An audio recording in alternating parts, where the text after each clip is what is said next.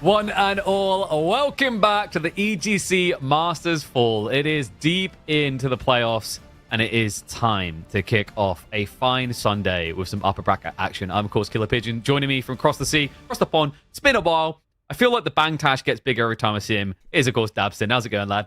Oh, good. Happy to be here. Happy for some exciting games. I was watching quite a bit yesterday, and some of the series definitely lived up to the tale, and I'm sure we'll continue that on here today. Oh, yes. Now, exciting one to start the day with as well, because you know how this one works, Dab. This is either the most epic matchup ever, or it's the thing you never want to hear.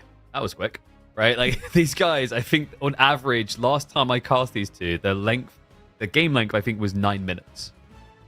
They're just so methodical. A lot of they have a lot of the same openings, a lot of the same build orders, and you're exactly right. They have kind of one of those couple things go wrong or couple things go right, and it's like, all right, I know the game's over. Let's just move on to the next. You know, not necessarily short-sighted, but having that goldfish memory moving on to the next game. Yeah, you know, we got a stack day ahead of us, right? Because after this, what we got coming up next? We've got two on the upper. In terms of win rate, by the way, like, it's deceptive if you just looked at series by default. The interesting part is Lucifron favors historically. I don't know if most people would have pegged it there. You may notice a certain KPMM showing you the kind of results you get out of Vortix, because the Spaniard has been looking fierce, and there has also been that debate about Lucifron's return to AoE4 and how, you know, on form, is he going to reach peak? How long is it going to take? All these questions in people's minds. Yeah, exactly that, and we'll get to see the brothers match up today. And you know, we could potentially down the line see a different brother matchup depending on how some of the other outcomes go as well. We could. A little bit of NA pride in there. You guys, as often you do, have to adopt the Canadians, but Wham will be facing off against Marine Lord. That's going to be happening today. And then on top of that, we have got the lower bracket, right? We've got Puppy Paw waiting for an opponent, as is Anatand. Anatand, who had one of the closest series of this playoff so far, is 3-2 up against B. But yeah, that was the exact series I was talking about yesterday. Yeah. It definitely lived up to the test, 3-2, and it was definitely a close one to say the least there. I think Puppy Paw versus Louis. I think this has been the big shock for people. Is Louis MT's all from grace? You know, like, this is a guy who was on podium just 2 or 3 events ago, and now we're seeing him 0-3, 0-3. You know, I don't know how you feel about it. I don't think it's necessarily he's just, like, fallen off entirely. I think the Canadians have stepped it up. Like, the start of this year, if we're being entirely real, was pretty rough for them. But it almost seemed to shock them back into action. Yeah, I definitely felt like the Canadians, even a lot of times, you know, they get close to the end there. They get close to the finals, to the semis, and then it felt like they couldn't quite bridge the gap. And maybe this is their time. They've definitely been putting in the work, putting in the practice, albeit sometimes behind the scenes, you know, not necessarily streaming all their games and whatnot. So, you know, we get to be surprised by their performance at times. It's a weird twist, a weird combo. Like, Wham stopped playing the KPMMs for a week or two, but, like, Puppy Paw hasn't for a long time, because for him, he had to go get a job, all right? Like, you know, he can just sit at home playing video games all the time anymore. So Wham has still had a bit more time to commit, and I think it's really paid off for him. Like, honestly, I think Wham is at the point, and you see it by the brackets, like, where he's actually surpassing his bro, whereas historically, I feel like we always talked about Puppy Paw as the better of the two. Yeah, it definitely, playing against each other's wasn't always, maybe I'd be surprised, just like the Lucifron Vortix matchup is, but I felt like when they played against each other, it was a lot more even. But when you saw the results of overall tournaments, I feel like Puppy Paw always was making it maybe 1-2 more rounds ahead of Wham. But enough of that, we can see the matchup at hand. For first map being Gorge, and a classic matchup of Byzantines versus French. This is a fun one as well. You know, it's scaling eco on both sides. There's clear spike times as well, where, like, French have that inherent advantage, just kind of a few more villages. Byzantines percentile scaling, so it's really on the French player to chip away at them to build a real lead in this one. But I think we are ready to get into game, in fact, for game number 1. A series that usually is capable of delivering a full distance run. And I'm noticing things in there that are going to be crazy, Dabston, like Excavation, front range. There's a lot of excitement here. Holy Island, man. Like, if you had to choose 2 players to watch go at it on that map, are these not the 2? Yeah, I feel like the Spanish Bros have always been the water aficionados. They came out with all these different strategies. I remember when all of a sudden, they'd make 15 demo ships, and that was at a time when it felt like demo ships weren't that great, and they used it to perfection, and a lot of other players started to adapt. So excited to see that one. But starting game number 1, Vortix as the Byzantines, Lucifron as the French on Gorge. Oh, yes, here we go. A fun one to kick off. Gorge, a fairly tempered map, I want to say. Nothing too crazy, nothing too funky, but I am curious to see how this is going to play out, because, while French has historically been Lucifron's signature civ, I think Vortix has been coming forward in oodles and boodles with Byzantines. He was straight away when they did the system change, he was straight away a big believer in these kind of 2 villages straight to stone, scale up to 5, get it online, get it in control. But as we know, on a map like Gorge, you do have to earn those 3rd, 4th, and even 5th system placements, because the map tends to stretch you wide. You're going to be up against a raiding civ. And looking over at Lucifron's side, dropped the mill right there next to his TC. I was expecting an early wheelbarrow play, but didn't see it queued up on yet. So just might end up being the typical Pro Scouts variety that we have seen in so many strategies here in the recent months, almost year. Not really sure exactly how long I feel like it's been going on. It is most definitely curious, actually, because normally we will see wheelbarrowing to Pro Scouts anyway. So we'll probably see it as he ages up. But it's easily feasible for French because the extra villages they get to thread that needle. The sacrifice is the initial night timing, of course, so it might be that Lucifron, there we go. I was about to say, it might be that he inherently values something about the 1-2 night timing quicker, but for most players at the highest level, 1 night early is enough to do some damage. 2 feels greedy. You want to be on that Pro Scouts quickly. Yeah, and it's weird because you'd think that, a knight would easily be able to counteract the Pro Scouts, just like, oh, I'll make a few horsemen. But the way that these players micro, the way that these players are able to move, split scouts, everything, it really makes it to where you have to put a big investment into stopping Pro Scouts. And at that point, if they've gathered up enough gear, they're just going to be Castle Age. Yeah, and, Vortix almost got the perfect kind of spawn to just play Griefer. His berries lean a little bit left. And you want to be leaning left because the deer locations, because then if you spam out a few Limitane, you can block Pro Scouts and guard your economy. In some ways, having the stone back there instead is even better, though. So it's definitely probably the type of spawn where you might consider building an outpost on the 4 berries. But outside that, I can see a world in which Lucifron struggles to get more than 60% of the deer on the map. Yep. School of Cavalry already being built. You can see Vortix just a step behind because he is investing more into his economy. Triple Cistern looks like is going to be the opening so far. And the sheep count, Vortix, that's a really good position to be in, considering, yes, your opponent does have more workers, but you're already gathering quicker from this. It just gives you a little bit more lifeline if the pressure on the berries early on is a little bit too much. I imagine we're probably looking at, I want to say longbow. Javelins does historically make sense against French, but I've noticed a lot of players just starting to favor longbows across the board in almost every matchup at the moment. Yeah, just being able to utilize that range, being able to just do that stutter step mechanic and just keep it distance while still getting damage off adds up over time. No surprise here, Grand Winery going down on that front berries, and hopefully should be able to gather from it for a good little bit before that first night does show up. Yeah, and sometimes we see 2 on stone, but this is an adaptation because of French. He knows he can't stay out there too long. Early on, you don't have any spearmen. You don't want to be playing the game of Benny Hills with 2 knights on each side of your base, right? So you just want to kind of optimize around that. One thing that's going to be a little bit annoying here for Vortix is the berry secondary spawn. I said this is an interesting area with the deer, but you look at that secondary, it's slap bang ahead. So quite the tricky decision. Do you try to block Pro Scouts, or do you just hunker down here and secure the double berries? Yeah. As we see the massive amount of sheep coming in for Vortix, it does make it to where Lucifron will have to rely on that Pro Scouts a little bit more, but both deer camps are kind of back behind his base almost, so shouldn't be the most difficult for him to be able to grab that up with no problem, and you can already see research is being started. Even his boar for later on, look at that boar in the northern corner. It's just so easily wallable. Just jammed right in there. Meanwhile, Vortix is out in the middle of the opening, really. Yeah, you can kind of wall around it, but it's a lot more effort to keep safe. And in reality, he could just pull the boar right up next to the corner of the map and make it an even shorter wall. Very, very minimal investment for a lot of protection. Yeah, it's... I don't know if we're going to get any, wall plays. The other day, Anatan in the KPMM he attempted a full bore send around where you remember you used to wall it off and you'd send it aggroing around on Carmel. I mean, there's some worlds in which you could do that kind of stuff. I wish we saw more of it. It looks so clowny. It's so phenomenal. Unfortunately, he didn't grab it in time, so it ran all the way back.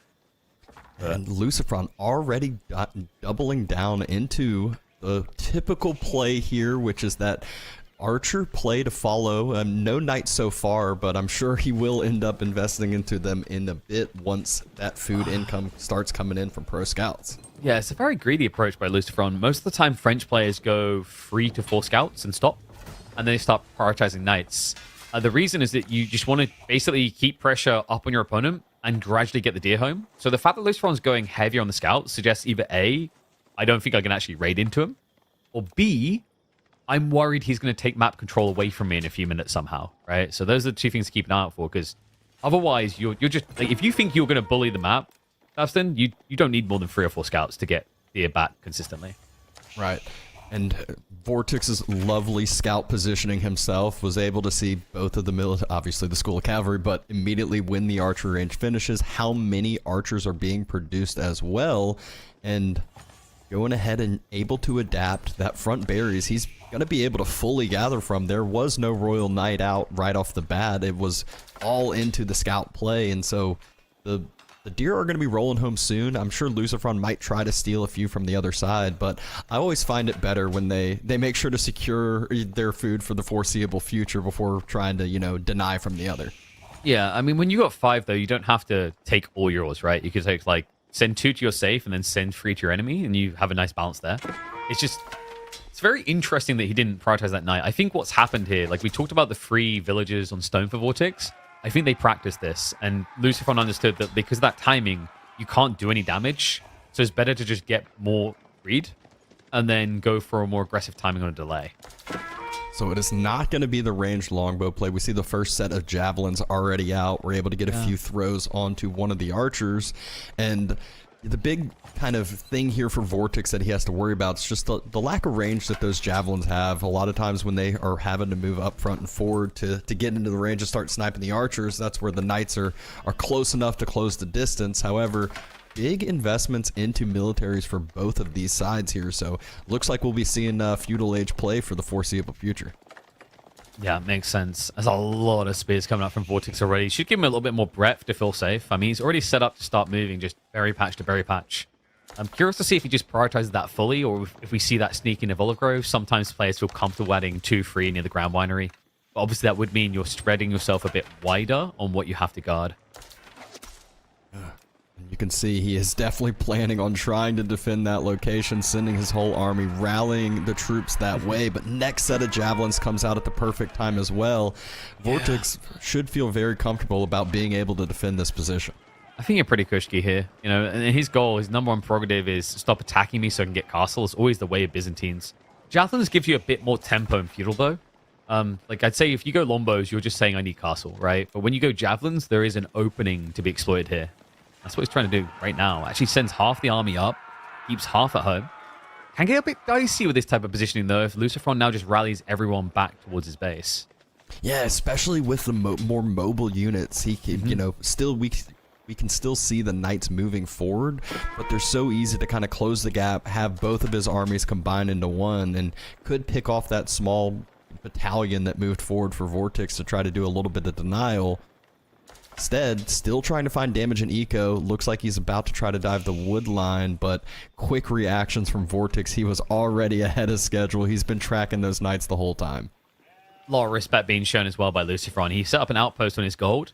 You wouldn't think you'd have to do this when you're French, but part of it is A, he knows how aggressive his brother can be, but B, if you don't have these type of defenses, your knights aren't going to be raiding. They're going to be defending at home. It defeats the point entirely. So good read there. But harassment's come in. That's going to idle out the ability to produce knights. So he's only got a handful to work with on the backside of the base. And Vortix, he's a little bit too late to the party to stop the deer play. So Lucifron's still got some breathing room here, but this should eventually draw the entire Spanish army, well, French-Spanish army back home. Yeah, and I mean, outpost that was invested into just fully denied, and if Lucifron was planning on abandoning that location, which he has, he's already moved all the way to the eastern side gold, then feel like that was a little bit of wasted resources. Knights, though, circling back from the far side. Vortix also going to probably chase those down, make sure his armies stay together and none get picked off here. Oh. But speaking of getting picked off, not quite the first villager kill of the game there. Yeah, it's almost like Vortix is leaving these slight openings to invite you in, but it's bait, and Lucifron understands that. Like, you know, if you go in there, it's like Alexander, you know, with his first big win against the Persians, where, you know, he just set up those formations, square formations for chariots to run into. It's just a trap waiting to be sprung. So good read there, but this is scary. He's moving in a retreat pattern towards his gold. Whether intentional or not, this is likely to reveal the gold in the corner. He knows what he needs to protect, but this is definitely a very, very dicey fight. This might be just the typical Spanish Bros type of game where the winner of this fight just wins the game, and all of those archers are getting shredded on Lucifron's side. Vortix able to continue to snipe. A great brace there from the Limitanite, and how many archers? That is the Spanish special. GG from one fight. It says everything. But, like, you know, I don't know if you had it as well, Dabston. I was watching the beginning of that fight, and my brain was like, how does Lucifron ever win this? Yeah, I completely agree. If you look at the pure numbers, Vortix was just about doubling the numbers of the French. Obviously, that is one where resource-wise, the Knights do cost a little bit more, but you can still see the military value lead as well. It's just kind of completely different there. I believe that the olive oil units still don't count into that graph, so it is very deceiving as well. But the archers just slowly got picked off, and that's where there was really no answer for the Limitanite. Yeah, and you know, the thing he's kind of looking for, I think he's trying to fish for an error with the, like, an overextension. I think what he wanted his brother to do, he wanted Vortix to bring the whole army up earlier, and the Knights would have went in, chipped away. Because we mentioned this right at the start, is like the dynamics of this matchup is, if you don't know Byzantines very well, you're going to say French is favored because they get more villages. Yeah, but percentage scaling, right? So Byzantines, as long as they don't lose workers, they remain ahead percentile-wise. And that's where it puts the pressure on. And Lucifron, you know, he couldn't find those first 2 or 3 critical dents to take the worker count down. And from there, it just kind of felt like Ryan was on the wall. The other thing we always remember Byzantines, when they rush the level 5 cistern, not just the eco buff, it's the ramp up on production. Like, he got so many spearmen out so quickly that it felt like, compared to a different civ, almost any civ you can think of, there wasn't enough time to get knights in. There was already too many spears. Yeah, and to compound onto the 5 cisterns, they also have that nice and free extra resource that they're getting in. There was absolutely zero denial of the olive oil. We thought, you know, maybe if that first knight came out of the School of Cav, there might have had to be a little bit of reaction from Vortix, but Lucifron went all into the scouts, and it definitely did not pay off for him there. Very, very quick first game, but again, like we said, not too surprised seeing that from these bros. Front range with a UBIDS versus Japan might be a little bit longer, to say the least. Well, I mean, you say it might be longer, but we have to remember this is a map that is defined by aggression, right? You have to attack. It's very hard to be turtle, very hard to be defensive, but I wouldn't expect that from either. IBIDS is a little bit different. It's not your atypical Japanese Ottomans, those come to mind, but let's see what he's going to be cooking with. We head into front range for game number 2. Vortix already in the lead in this upper bracket best of 5. Can he extend it? Or is a more known approach of Japan on this map going to be able to even up the series? Yeah, always. I love some of the new maps that have come into play in the, you know, in the past couple updates. They've added a lot more variety rather than just, okay, this one has water, this one has mountains, this is closed and open. They've added all these little point of interest and other ways that you kind of have to focus on playing the game. Definitely. And, well, I do wonder what kind of choice we're going to see out of IBIDS. Like, we're seeing a bit more diversification in terms of the landmark choices these days, but it has anchored still back towards growth a lot of the time. I think the logistics wing and feudal lost actually a lot of its pump ever since the deer shoving got nerfed. Yeah, unfortunately or fortunately, depending on how you're looking at the deer shoving goes, I feel like that sort of gameplay for a while, everyone knows to value the deer very, very highly, and a lot of people would even use Dark Age spears to continue to push deer in from the very early stages of the game instead of putting pressure with Dark Age spears, but that's been behind us for a bit. I am interested to see what wing we have going on as well as we can see the House of Wisdom, I think, starting to get built there with the UI. Yes, it's coming through now. It was infinite once upon a time, but finally someone wants to work on it. But in terms of like what else you could do, like the Recon, for example, has been a big fan of Mastersmiths. I don't know if we're really going to see that come in, but like the theory is pretty cool actually. Like you get over 1,000 resources in tech if you go for Mastersmiths in H2. But there you go. Look at I try to be different, but here we are, Growth Wing. Growth Wing. And Vortix just trying to put a little bit of burn damage on the house. It's right on next to that boar that Lucifron started with. One of the villagers is half, but these scouts, they are not the scouts of the old days. It would take about 25 hits or so to end up taking down that villager, so not even bothering trying to attack that, finding more value on just the slow burn damage, letting Lucifron know he's there, knows he sees what's going on too. Yeah, and you know, this is the reason the IB pick feels weird, by the way. Like, this map has been dominated by boar civs, right? I think Marlians might be one exception. But it just makes a lot of sense. It's such an advantageous play on a map where you have to play aggressively anyway, right? Because remember, you only get 9 sheep per player spawn on this map.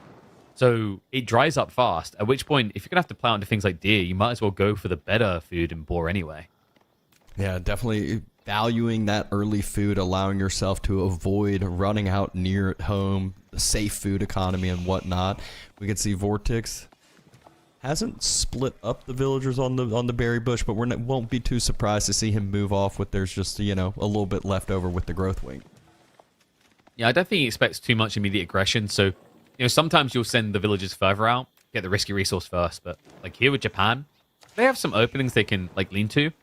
But I'd say most of the good ones kind of lean around Yumi, right? And I think Iabids are big fans of just stable dropping on opening. Because even if you don't want to build Desert Raiders, it's always worth having 1 or 2 horsemen to poke, whether you're investing in the age as Iabids or going for castle. Yeah, and I mean, with the micro of these players, they're able to move those horsemen around. It also, you know, they aren't quite scouts, but provide some valuable information when you have some more units out on the map splitting off, and especially on a map like this. So we've been talking about aggression really does pay off with the minimal amount of food that's out and about. Most definitely. And yeah, I just love the design of this map overall. Like, Avali was cooking with this one, right? Like, you know, you got the deer pull, in general, the food pull to the east, and then to the west is the gold, right? So you have to choose. I think I compared this to a map from AoE 2. I'm trying to remember the name of it. I always forget its name. But you kind of start in the middle of a no man's land, and then to the south you have all this fish, and then the north you have, I think it's coast to mountain, right? It kind of starts you off in a desolate area. It's like, well, you got one type of resource here, and then one type on the opposite side.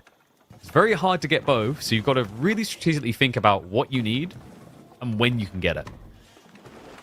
Yeah, and I mean, I feel like that's kind of the name of the game. There's always these opportunity costs, and I love Lucifron. He's not even worrying about hiding his stables. He just wants it up front, further forward to be able to rally even faster. Vortix sees exactly what is coming as well, and as we did mention, Vortix did move off that berry bush before they ran out to just get that little bit of extra food from the Growth Wing as well. Yeah, I mean, I'm shocked he built that far forward, because like down the line, if this is the Yorishiro drop, you're going to be probably pretty out of position to drop that. And the problem is with Horseman already come, you can't really lean Yumi. It would have been a pretty cool bait to like, hey, I'm doing Horseman, force the spears, go Yumi. But Vortix already has a healthy comp for that. And this is where Ibids get a cool little bit of flex as well when you think about it. You know, even if he didn't have the spears, he does have a soft countered Horseman with the Desert Raiders. And that's a level of flexibility they get with their production buildings that not many civs can brag. That scout is forcing a little bit of repair on the house in the middle. Outpost being built as well. Vortix spots it out, decides not to trade the health, wants his reinforcement since he has more units, and not only more units, he has the spears as well, so has definitely invested a bit more into his military so far. Yeah, I mean, it's a really good place to invest in as well, right? You start with the boar, sure, but the reality is with level 2 wheelbarrow, the berries gathering rate is almost as good as the boar. Right, we always have to remember that with Japan. Like, they are, when capped out, I think the second best gathering rate on berries in the game. Right? Like, do you know who's first? What is first? If I remember correctly, and someone's going to butcher me and say it's actually that they're second. I think it was Ottomans with Madrissa, which is very interesting. I was just thinking immediately shoreline fish was my first thought because I know Oh shoreline fish is quite up I'm talking berry gatherers, like just berry gatherers. Yeah, shoreline is like by default best, and then board just behind it. But like you have these weird interactions. Like my brain wouldn't even think Ottomans there because the Madrasa. No. Yeah, it doesn't really come into play, but that Madrasa, it can't. Oh, we actually see the first raid from Lucifron just moves past all of the information that Vortix was gathering and still is able to get some damage, and the damage at a key time. Look at the resources in the bank for Vortix. He clearly is trying to make a Castle Age play, being denied, delayed on that gold. Every second really counts when you're making these fast castles, and it's not just a little bit of denial. This has been a solid time that these villagers have not been able to gather, and there's, what, 7-8 villagers out there and one that was lost. And good thing he's got wheelbarrow. That's all I'm going to say. This is painful. And, you know, the beautiful thing is, like, if this just turns into horseman, Japan wins that, right? You have to start adding in your desert raiders at some point. And Lucifron's already prepped for that. You already gave him a way of, like, this is the weird part about the opening. Is, like, by going spearman, horseman, you can't really go desert raiders. You've already encouraged your opponent to build Yumi. Oh, this is rough. Yeah, and no kill here from the Horseman raid, but still a lot more annoyance of another outpost forced. Vortix trying to secure up this next berry patch. Does have 3 spears there, and the other 3 running that way. But if I know Lucifron, he's just going to run around, try to poke, prod, continue to pause, delay. The logistics wing is on the way. A brace come in from the Horseman Bass, but look at what is here to follow. Hey. Of the counter unit. Now he just ignores them. He's like, okay, just go for the kills before the tower goes up. Construct is going to complete, though. No additional worker kills here. But he's forcing a lot more defensive investment. Vortix, in kind of a weird place where he needs to add in more of these emplacements to defend himself while teching. You want to be prepping that wave of resources to get the good units out. Yeah. Feel like this is one where, yeah, Lucifron, he got not necessarily taken advantage of, but Byzantines overran him a bit that first game. In this game, he's trying to do the same over to Vortix. A little bit more of the investment into the military, a little bit more aggression throughout the map, and we'll see if he's going to have this timing to be able to punish the logistics. Another villager. Oh, what the nice blocks. What a body block by Vortix there from the other villager mass. Great micro, and you know, any damage done is going to be offset in a minute, courtesy of the logistics coming. But it's going to be a bit tricky to get some of these relics, right? Like, Lucifron's doing a good job of guarding upfield. He's also one-handed the cookie jar himself, right? Like, he's half resources for going castle himself. Probably, like, I mean, you could mount Samurai. It's weird. You can kind of mount Samurai to Camel Lancers because of your Uma Bannerman offsetting the debuff, and then you having more health by default on top of the deflective, right? So, like, going Cav into Iber Camels, as crazy as it sounds, is not the weirdest thing to do here for Japan. It usually is the most preferable. Able to pick off another villager, but more importantly, it's just the massive amount of idle time that Lucifron's just been causing all over the place. He's even poking, prodding. We see him pick up a horseman. We see him pick up a spear here and there.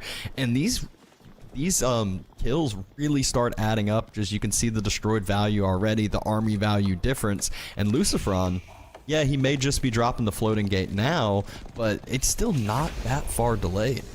Yeah, I mean, you completely killed your opponent's wing from Age 2 if you think about it that way, right? 3 worker kills, checks the box. And Camel Lancers, their production is slow, man. So, like, you know, Lucifron, I don't think he's in a damning position at all, right? Being delayed like this.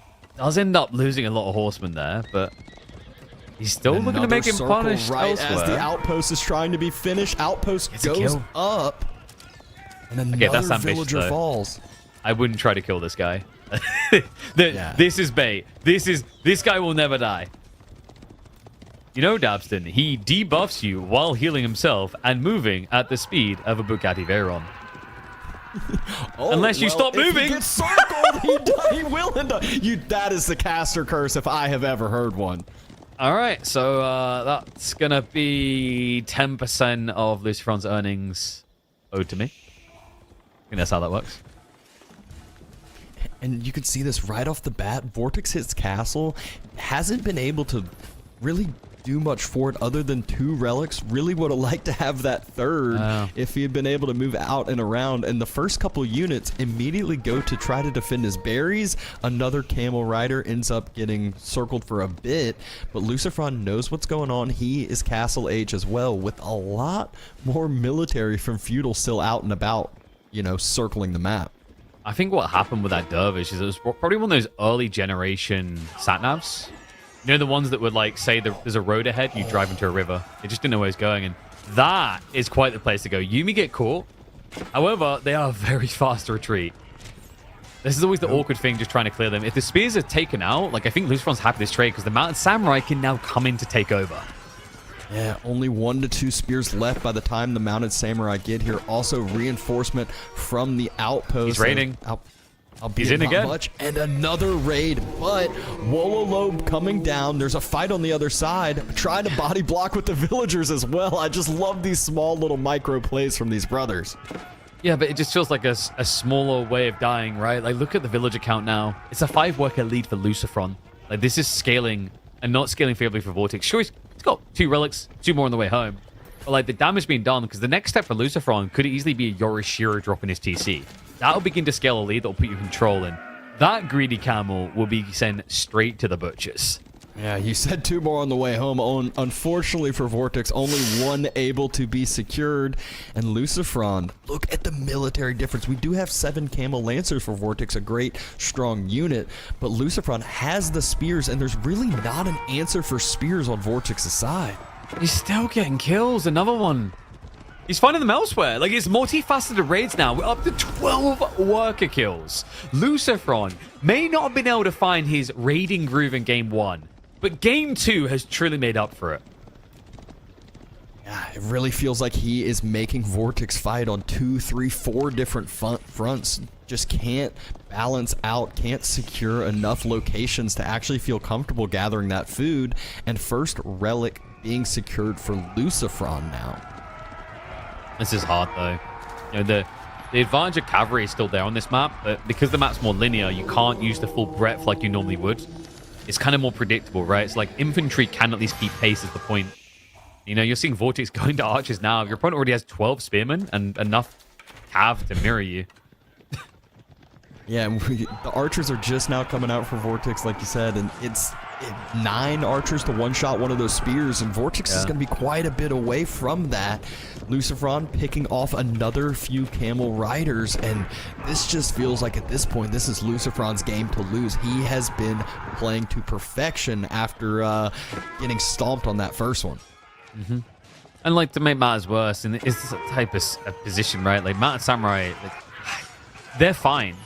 Because they know the camels are on the clock, right? You see, they're actually just beating them right now, but here's a thought for you. Look at the Stone of Lucifron. We're almost at Daimyo level 2, at which point Uma Bannerman comes in alongside Yumi Bannerman, and you have no answer. So, like, Vortix is kind of scrambling, looking for a way to raid in, but Lucifron is just not giving him any opening.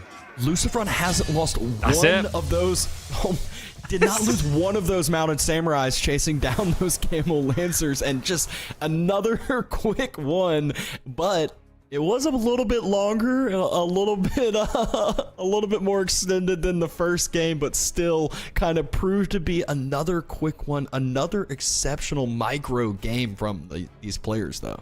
Yeah, and like this is the thing with Camel Lancers, a little bit weird. Is that Camel Lancers, you know, we talked about the intricacies, like 20% debuff, so you can kind of compete with Cav, but they have 20 less health.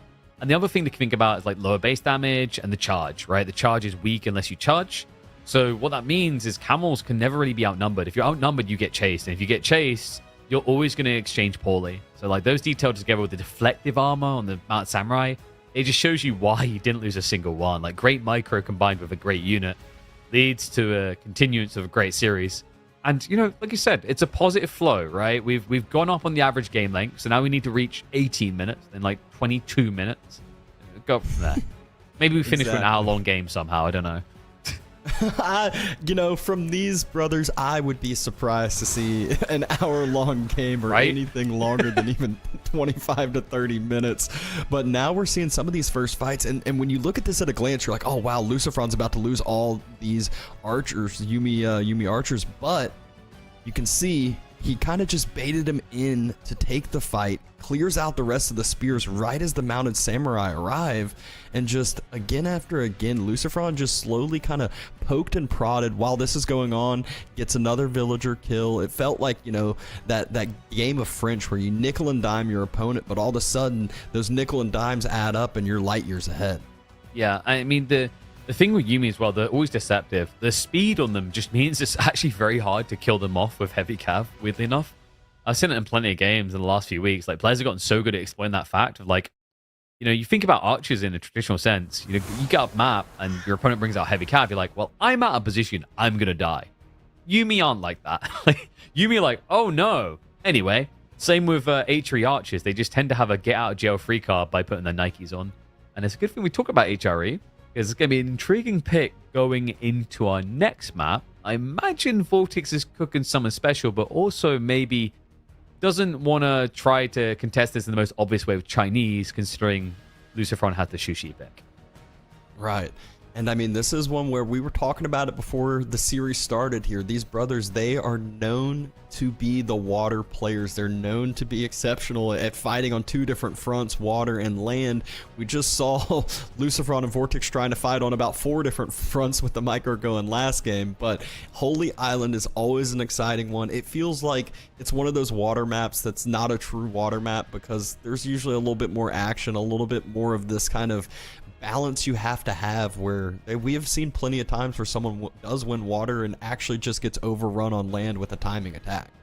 Yeah, I mean, it's going to be an interesting one, because on one side we have, I don't want to say the strongest pick for Holy Island, right? Knights Templar exists, but it was always going to be banned. But one of the traditional strongest picks, right? If you remember, for the expansion, it was always Japan and Sushi. Those were the ones that came out as kings. The leverage of Stone early on, the Arislets plays, gave them a lot of reset power, a lot of push.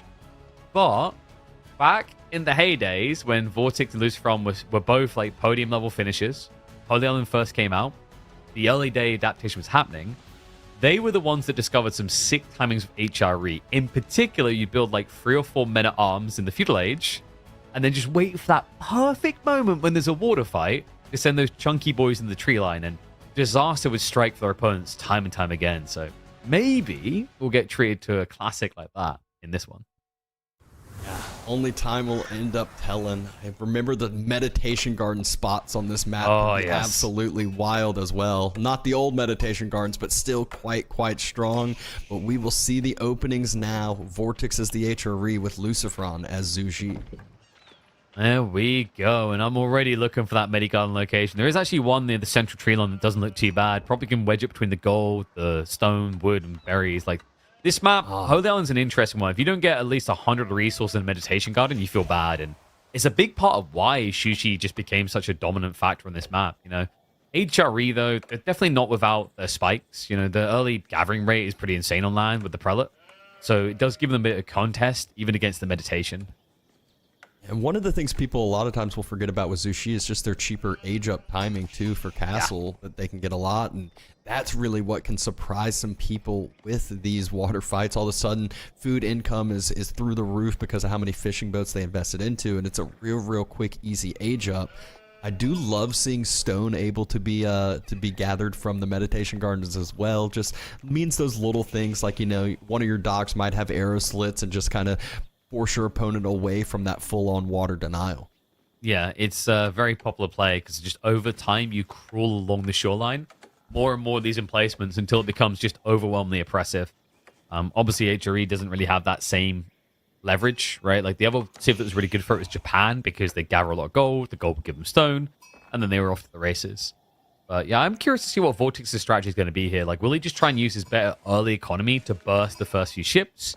Will we then see the switch over to land? Because in theory, it's like a decent matchup for that switch. Like, what is Sushi going to do? They don't really want to build House Guard against Men-at-Arms. You definitely don't want to be building repeated crossbows against Men-at-Arms. So you're stuck with, like, what, maybe Horsemen? Or just, if you get that stone emplacement, some hand cannon slits could be your best friend. Yeah, and this is one of the games, though, that I feel like the longer it goes, the more it favors Lucifron. You talked about the chapel. Well, the chapel's very, very strong early on, but it gets to a point where they got 20, 30 villagers on the wood line, and all of a sudden they've chopped through far enough to where there is no more inspired economy. You're trying to like keep a lumber camp inside the chapel range to have them dropped off and have villagers inspired, and then not only that, it's just one where as it continues to expand, you have IOs coming out for Zushi, and that is where that kind of matches the prelate economy as well. Yeah, and you know, the way I always describe this is that, and I love when we get this matchup, because it really melts your brain and makes you think differently about how economies work and how they scale in a game of Age of Empires, is that HRE gathers quicker, and your instinctive thought when I say that, Dab's going to say that, well, that's good, that's great. But then I say Shushi gather more. And you go, huh? They get 20% more. They just make it up, right? So that's already a big difference. That's polarizing. But the other thought here is like HRE. What that means is you're working on burst timings, because you're going to run out of your buffed resources quicker, right? And then you're going to have to move out into more dangerous places quicker. So like this has been ingrained in the HRE identity since its release. If you think about it, we used to see the fast castle, fast imp builds. If you measure up HRE in the same age as their opponent, they're not that impressive if we're being totally real about it, right? They don't have this unique unit. They're not like French Knights, for example. But their advantage has always been in being ahead on economy, right? And that drives the advantage into military. So what I'd love to see from Vortix is, you know, either burst the initial boats and take control of water fast, or use that extra early economy to try and catch Lucifron before he has the defenses online. Yeah. And I feel like that is one of those that if he doesn't do exactly that, then that's where Lucifron will have that little bit of a leg up. There's always the micro wars on water. There's always the gameplay where it matters more. You can see the chapel tucked up as close to that wood line as possible to try to continue that inspiration for as long as we can hope for over here. Both players doing the similar thing, though, just being annoying to that one villager that moves out and builds that first dock, forces him home, forces another one on out. Might not seem like much, but we talked about it last game. That shoreline fish is the fastest food gathering in the game, so if you can force the villager off that, that's great, and also delays that second dock timing as well at times. Yeah, because they have to start circulating villages, right? Like, if you can get away with it, you just keep doing it. And he did go for that tree line. Just look how good it is, right? He's got 48 food, 25 gold, 25 stone, probably about 21 wood, maybe a little bit less. But it's over 100 resources. That's the point. And, you know, it feels like either A, you have to be really unlucky on this map, or B, you're not looking if you can't at least get triple-digit Medi-Gardens. Yeah, and well, there are some times too where sometimes the resources are parked where you couldn't get the meditation gardens in between those, and you kind of have to awkwardly put it on the outside. But that's where we saw Lucifron's able to perfectly fit it in between the gold, in between that stone, tucked up next to the berries. It was kind of just pixel perfect over there. He just wishes the wood line maybe could have gone out a little further as well. Yeah. You're happy with this. Like, the only other thing that might have been nice is like a double stone outcropping, which we saw elsewhere on the map. It's just, I mean, this is workable. Like, it might not be that you need that many stone outcroppings anyway. Like, it's just a gradual advantage. You don't really tend to rush it. Archership already on the way from Lucifron. Vortix.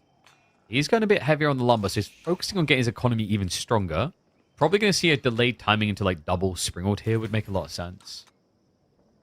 I haven't quite seen what they have planned yet, but Lucifron is going to be the first one with the military ship out. He is not moving across the water with it, just kind of more of a defensive nature here first. I think he might start to... I mean, this early, both is... Like, I was expecting a little bit of, like, I'll lean one. I think he's maybe worried that Vortix is going to try to attack him on land. So Archership from Vortix. He must be building definitely land. Run yourself thin over here, but... Right? That is one where you saw a second ago he was a little bit ahead on the economy, so less fishing boats out for military now. And first little bit of denial, but right as that happens, Vortix able to match with his own galley. Yeah, so interesting. Vortix, like he's taken a much more tech-leaned approach here, right? Like he got the lumberjack upgrade a little bit quicker than Lucifron, I believe. Now we're seeing the fishing nets coming out really early, right? Instead of him just like maybe just inflating more boats and getting his boats out. And then also he's primed himself for a timing here, right? 'Cause he's got triple dock, I believe. And I think Lucifron's still only on 2 because, of course, he chose the archery range instead. Yeah, the question is how much damage can he do with those chooks that came out? We're seeing him attack on land, but at the same time, I believe he is about to try to hit that forward gold as well. Yeah, I don't think Vortix has a tower up. Does he? Okay, good lad. Yeah, there you go. He does Nice. have the tower up. I mean, you have to. With that type of placement, you'd be crazy to not set up an outpost on it, right? So good lad. And, I mean, what do you do now with the Chook? You can rotate them towards the tree line, but we know what the solution to that is. You can just palisade wall both sides, and then they don't get in. Yeah, forces them to try to run through the TC, and we definitely know how that goes with the lightly armored, or not armored units, I guess I should say. Instead, he might just kind of try to do the in and out, continually try to idle that gold, continually try to annoy. Yep, and that's exactly it for now. Vortix does jump in the outpost, a Chook goes down to half health, and the low health villager gets swapped out for another, and can eventually get healed up if Vortix ever decides to make another prelate. I love that. Go check the meditation gun on range. I believe Vortix has just like left his scout on the very... Is he not? Ah, wait, so what's he doing there then? No, he is. Yeah, he's disturbing the piece. I was about to say he must be. Like, it's just dangling there subtly to just take a little bit of resource away from his brother.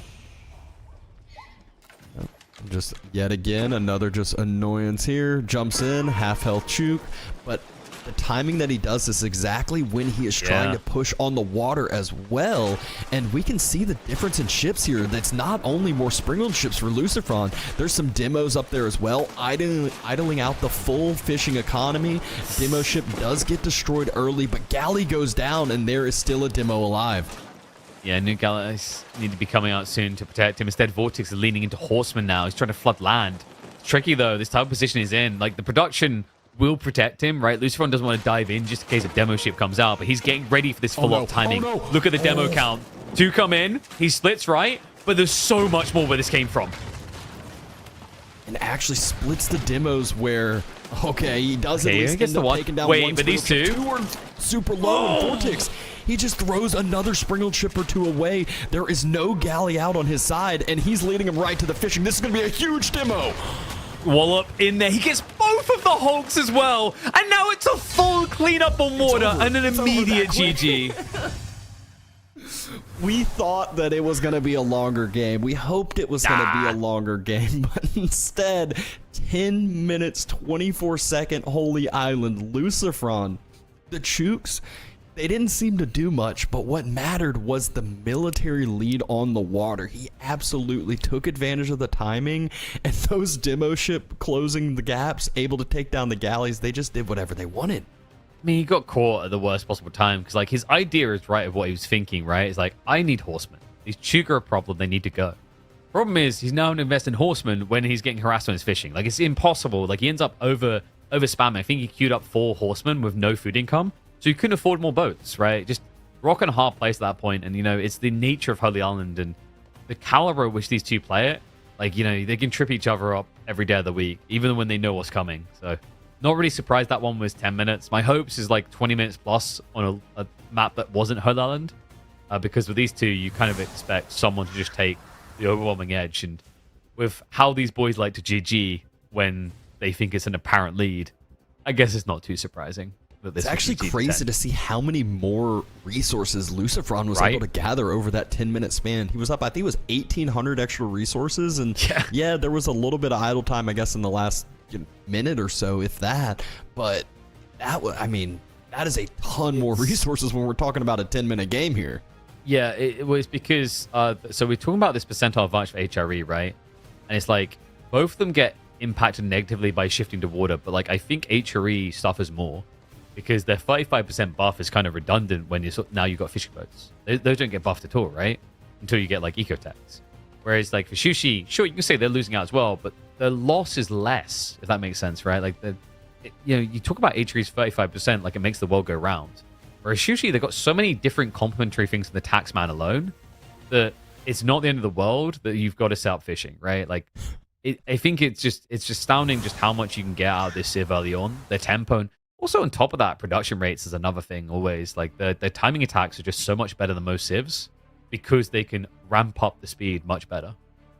I mean, that one demo we just saw at the end took out, what, 7 fishing boats, 3 sprinkled ships? I would immediately surrender there. Even if it weren't Vortix versus Lucifron, I think we would have saw 90% of the players surrender after that one, maybe even 95.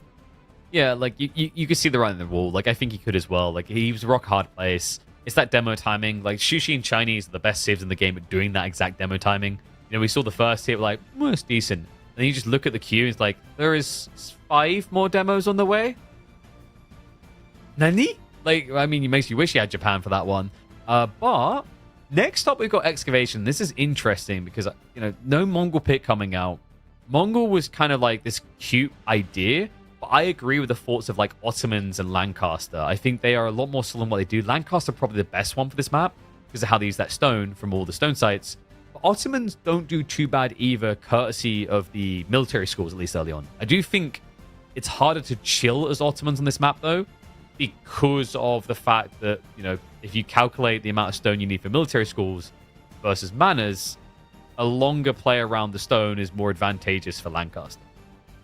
Yeah, and I love you mentioning the Mongols because it's everyone's first thought when it comes to Excavation. It's always like, oh, Mongols, why didn't they pick Mongols? And it's one that's thought of great, but as it came into, you know, actually playing it out and as these pros continue to practice, continue to figure things out, they just realize other civs have better timings, better economy, better uses for the stone, like you were mentioning.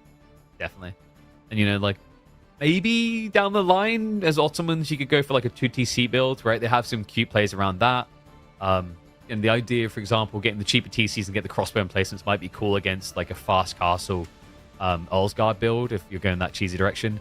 But it might just be overwhelming pressure. And like both these civs are bullies in Feudal Age, right? They're two of the best at it right now. You've got the Abbey of Kings Lords build, which is ridiculously dominant due to the 20% increase in health. Reminder, folks, that's the same percentage increase you get from Elite Army Tactics and Age 4 Tech. But then on the other side, Ottomans, they've got the auras from the meta. They've got the AoE healing. Another thing that's nice about AoE healing is a lot of Lancastrian players are usually thinking Spear Hobbler first, so you don't get counted as quickly from range units. So don't be surprised if there's like maximum 3 manners and a bloodbath in this one, especially with these two. And I love their game plan with the draft as well. You can see kind of how they've played everything out. We have Coastal Cliffs as the last map, and both players have civs that are highly played on Coastal Cliffs. You can, I mean, Mali I feel like is one of the go-tos over there, and as well as, you know, Delhi and Chinese both are very, you know, known for that as well. So not spreading themselves thin, not feeling like they're forced to make a pick here. You know, Vortix, sometimes when you're down 1-2, you really feel like you have to pick your best civ, the best map, and sometimes that leaves a big hole for game number 5. But I'm not seeing that hole in game number 5 here. If Vortix does end up equalizing it, he will be at a fine level, has some fine choices going into the last match. Yeah, like, I don't think there's another picker that makes sense, right? Like, Delhi and Excavation, the 2 sacred sides and, like, the nature of it, like, oh, free isn't it, right? But, like, the wide nature. Chinese, the passive stone, it doesn't really make sense. But Chinese is an interesting thought. Like, China is the broken pick, right? They're the best civ in the game right now. They get banned more than any other civ in every other tournament. But on a map like Coastal, I think Malians, I don't want to say they're better, but they can contest reasonably well. Like, Mali is historically pretty good on Coastal. The big challenge is if we get to that map and there's like one of those boar spawns where they're both close together, because then you just barbican the center on delay, and you've got so much food that you don't care about what the cows are up to, you know?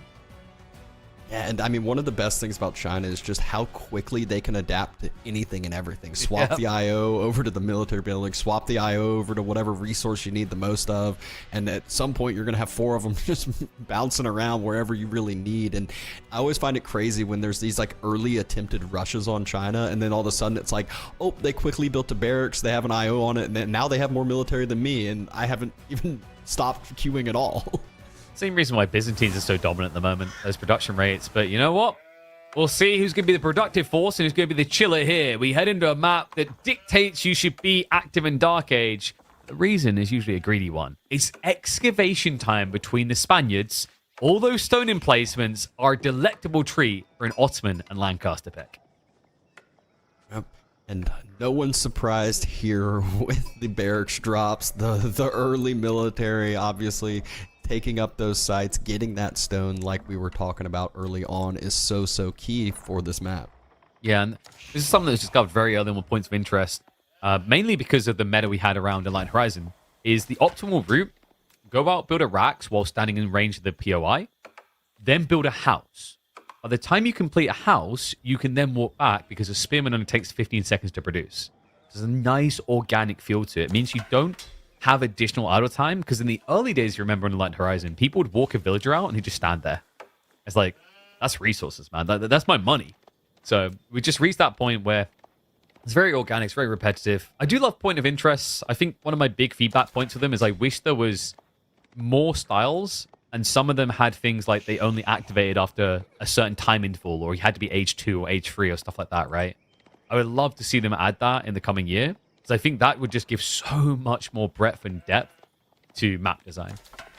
I mean, obviously a great idea. I would love to continue to see more kind of just little tweaks you can do to these map designs, because anytime there's more variability, anytime there's kind of more differences, it just increases the strategy. You just talked about one of the ways that like players learned how to kind of min-max that first excavation site so well, and it just seeing that all of these little micro decisions in RTS games matters so much in the long terms of the game. It's like rolling that snowball. Might start small, but by the time it's at the end of that hill, it just turns into an avalanche. Yeah, I mean, like, there's been some fair criticisms of certain maps and their designs because it becomes just a Dark Age extravaganza. And I agree with that. Because sometimes it's too good to resist. Like, Enlightened Horizon had that problem, the Wolf Dens. So, like, you know, if we see them iterate, I hope they don't just drop it, because I think it's a good addition to the game. I think, actually, like, it's a refreshing thing to have in an Age of Empires RTS again. So I hope they just take it and evolve it more so that you don't feel like every single game you have to be Dark Age present like this. And I love this choice by Luciferon. Doesn't try to go for sights himself. He instead just goes for the full denial. We saw Vortix have a few spears going out towards that southern side. Immediately was forced back. Has dropped the military school, but that takes so much time for that next spear to come out. So he is currently down a spear here at home, and Luciferon has more on the way, or at least one more on the way. Yeah, but Luciferon doesn't want to commit more. Think about what happens if you keep building spears here, right? It's going to be that Imam point, and then you're like, I lose the fight every day of the week. So he has the right idea. Just be a little bit annoying. What's a bit of a reinvestment from your bro? But target on the next age where you can also get healing. Yeah, and I mean, you can just see, look at the food difference now as well. Vortix does have 2 spears in queue. Meanwhile, Luciferon's, he's sitting at 560 food in the bank. It looks like he's maybe trying to save up for Castle, and hasn't even dropped feudal yet. I think he caught himself off guard. Like, this happens sometimes when you play Lancaster, especially if you think you might need more spears, because you have to remember that they actually have a better gathering rate on cheap than any civ by default, right? Without, like, obviously not if we're talking about things like prelate buff, but they have a pretty powerful spike at the early opening, and that's why Lancaster is probably the most typical civ to Dark Age rush at Conk 3 out of all civs in the game, because they can afford it so easily. And Vortix has yet to be able to grab a second sight. He was forced home. He even has a 7th spear in queue. So while the Abbey of the Kings is already just about halfway done, Twin Minaret just now getting started. Yeah, Minaret just kind of just a mandatory these days. There was a while where people thought, yeah, go for the trade. But the problem is they never actively traded. So it was just not worth it. In theory, it's cool. If you know you're going to be blocked off of gold, it gets you your text to fight back. But in actuality, whether you're fast castling or playing feudal, Madrissa just 9 times out of 10 feels much better. It gives you so much more flex, and most importantly, allows you to afford the best unit you can build, those good old Sipahi. Yep. You can see on Luciferon's way back home, able to gather, capture each site on the way home. Abbey of the Kings finishing at a great timing here still for the Dark Age investment that he had. Whoa, look at that. Lancaster gets that much from tech. Broken civ. You seen that score bar? Oh, this is why score is just so deceiving when it comes to AoE4. Like imagine, they fixed walls, right? Imagine, back when, can you imagine that chart up and, like, someone just playing English and walling in? And you're like, well, English is clearly broken. Have you seen the score today? I always remember the funniest being back when it was the 8-person free-for-all, whatever, mega randoms. You'd see like the score enabled and someone's dropping like a bunch of outposts around and all of a sudden they're like 10,000 score higher just because of outposts. Yep. Oh man, like, thank God it's not like, you don't... Thank God that's not in-game where like you just be like, yeah, that guy, we need to kill him. And it's just he's making a little outpost zone. He's not actually the threat at all. Oh, blimey. But I think we should be just getting standard Lord spam here. You know, sometimes Lucifron likes to delay the additional Lords, but like they are insanely cost-efficient units, right? Like very pricey at 160, but you get your bang for buck. You know, I remember I interviewed Vortix after he won the Opposed World Cup and talked to him about it. It's like they kind of just do everything too good. You know, they're very tanky. Obviously give the aura, which is important. But the part that I think surprised a lot of people is their damage. And they hit for 16, and you think it's okay because they attack slower, but that's the deceptive thing about melee. Melee attack slower doesn't really matter that much because there's a lot of moving involved in melee. So what's more important for melee units is actually just having high base damage anyway. Yeah, when you see a lot of these fights, it's usually get one swing off, kite back and forth, one more swing, especially in these melee back and forths. It's trying to kind of time those swing timers very, very effectively. And now we can see Ottomans doing the typical Ottoman thing. We have the double military schools on Sipahi, and actually Vortix is investing a little bit more into an actual stables fight going on. Imams are there, but Lucifron, he has those lords you were talking about, going to try to out-damage that healing. Yeah, and notice Lucifron's response is getting to the Yeoman already. He knows Sipahi are coming, but A, you're already obligated, the spears. B, it will keep the Imams away. Like, that's the key here. So you'll probably see him scale up to like 10, 12 Yeoman, but it's the type of comp that you just keep snowballing with if you can. Nice thing as well is when you look around the front of his base, he's got these beautiful choke points to fall back into that might make it very difficult for Sipahi to hunt him down. Like, look how easily you could guard that with just a few spearmen. Yeah, easily able to kite back and forth. His gold has like a little mini wall around it. Meanwhile, Vortix, he is moving out to the deer on the center, doubling down on some outposts to protect the location, give him some extra vision, give him some extra knowledge. That first Sipahi doesn't have a scout with it, but he just gets microed away in time. Yeah, but a few yeomen here now makes you freak out a bit with those imams. This fight, it feels like it's going to have to be taken with the villagers there building the outpost. Fight is going to be taken, but the Sipahi, they don't want to be sacrificed. There's so many spears there. Villagers starting to be focused down. One falls. He might get Imam. The blueprint blocks him. He griefed himself. The Imam goes down, and the key with those is it's so effective having two of them, but now the one that's solo, it's just not going to be quite as good. Yeah, he's redundant. Health. It's never going up now. Like, you don't need mass yeomen to kill him anymore, right? Like, you only need a few. He's going to keep scaling it because he's in a great place now. There's still so many spearmen to remove. Another villager. Oh, just microed away in time with the... Nope. I jinxed it. Caster curse. There wasn't room in the outpost. Couldn't jump inside. And then the Hobblars showing up. Like, why Hobblars here? They're actually surprisingly good raiders and incredibly tanky with the Lords. This is rough, man. Is Vortix got any sheep? Idle time. Has he actually got any sheep at home? Can we do a sheep check right now? Because like this feels like desperation for this deer. Fight yet again being taken. Imam moving on forward. That Imam, it's left behind. It might get taken out too. He's gone. All of a sudden, that first Vizier point absolutely worthless. Deer location fully denied. That's been what, 10 villagers idled out for this whole entire time the fighting has been going on. Hasn't even been able to finish the mill. Look at the Lord's health bar. It just doesn't move. Like, they're so obnoxiously tanky. It's infuriating. And even the Hobblars, right? Like, they make up the loss of health with the kings, with the Lords here, right? But it's worse than that if you're on the receiving end. Because if you're relying on ranged defenses to protect you, Hobblars have one more ranged armor anyway. So now they almost have horseman health with all the Lords. And they have more ranged armor. You're just not killing them, right? So Vortix, he knows this is a done deal in a direct fight. He's pilled the Spy to go hunting. If he can't find a strike in the next 2 or 3 minutes, that's when Lancaster starts to snowball like crazy here. I mean, they already have. Look at the military. I was about to say, the military numbers, it just absolutely looks devastatingly scary here for Vortix. Don't know how he's going to be able to stabilize. Yeah, he's got 2 military schools, but those military schools only slowly make units, and he's behind quite a bit. Nah, it's looking grim. Like, I would not... Thanks. As if we didn't know how rough it was already. I mean, like, we put the military... We can see it on the top, but we put it in a chart. It just really feels a little bit more damning, doesn't it? Oh. outposts just being burnt. Lucifron, he knows what position he's in right now. If these outposts go down, this might just be the series over here. Yeah, like he can bail out the 4, but the 2 are dead. And even the 4, 2 of them going to go down. There's too many yeomen here. So they're dead.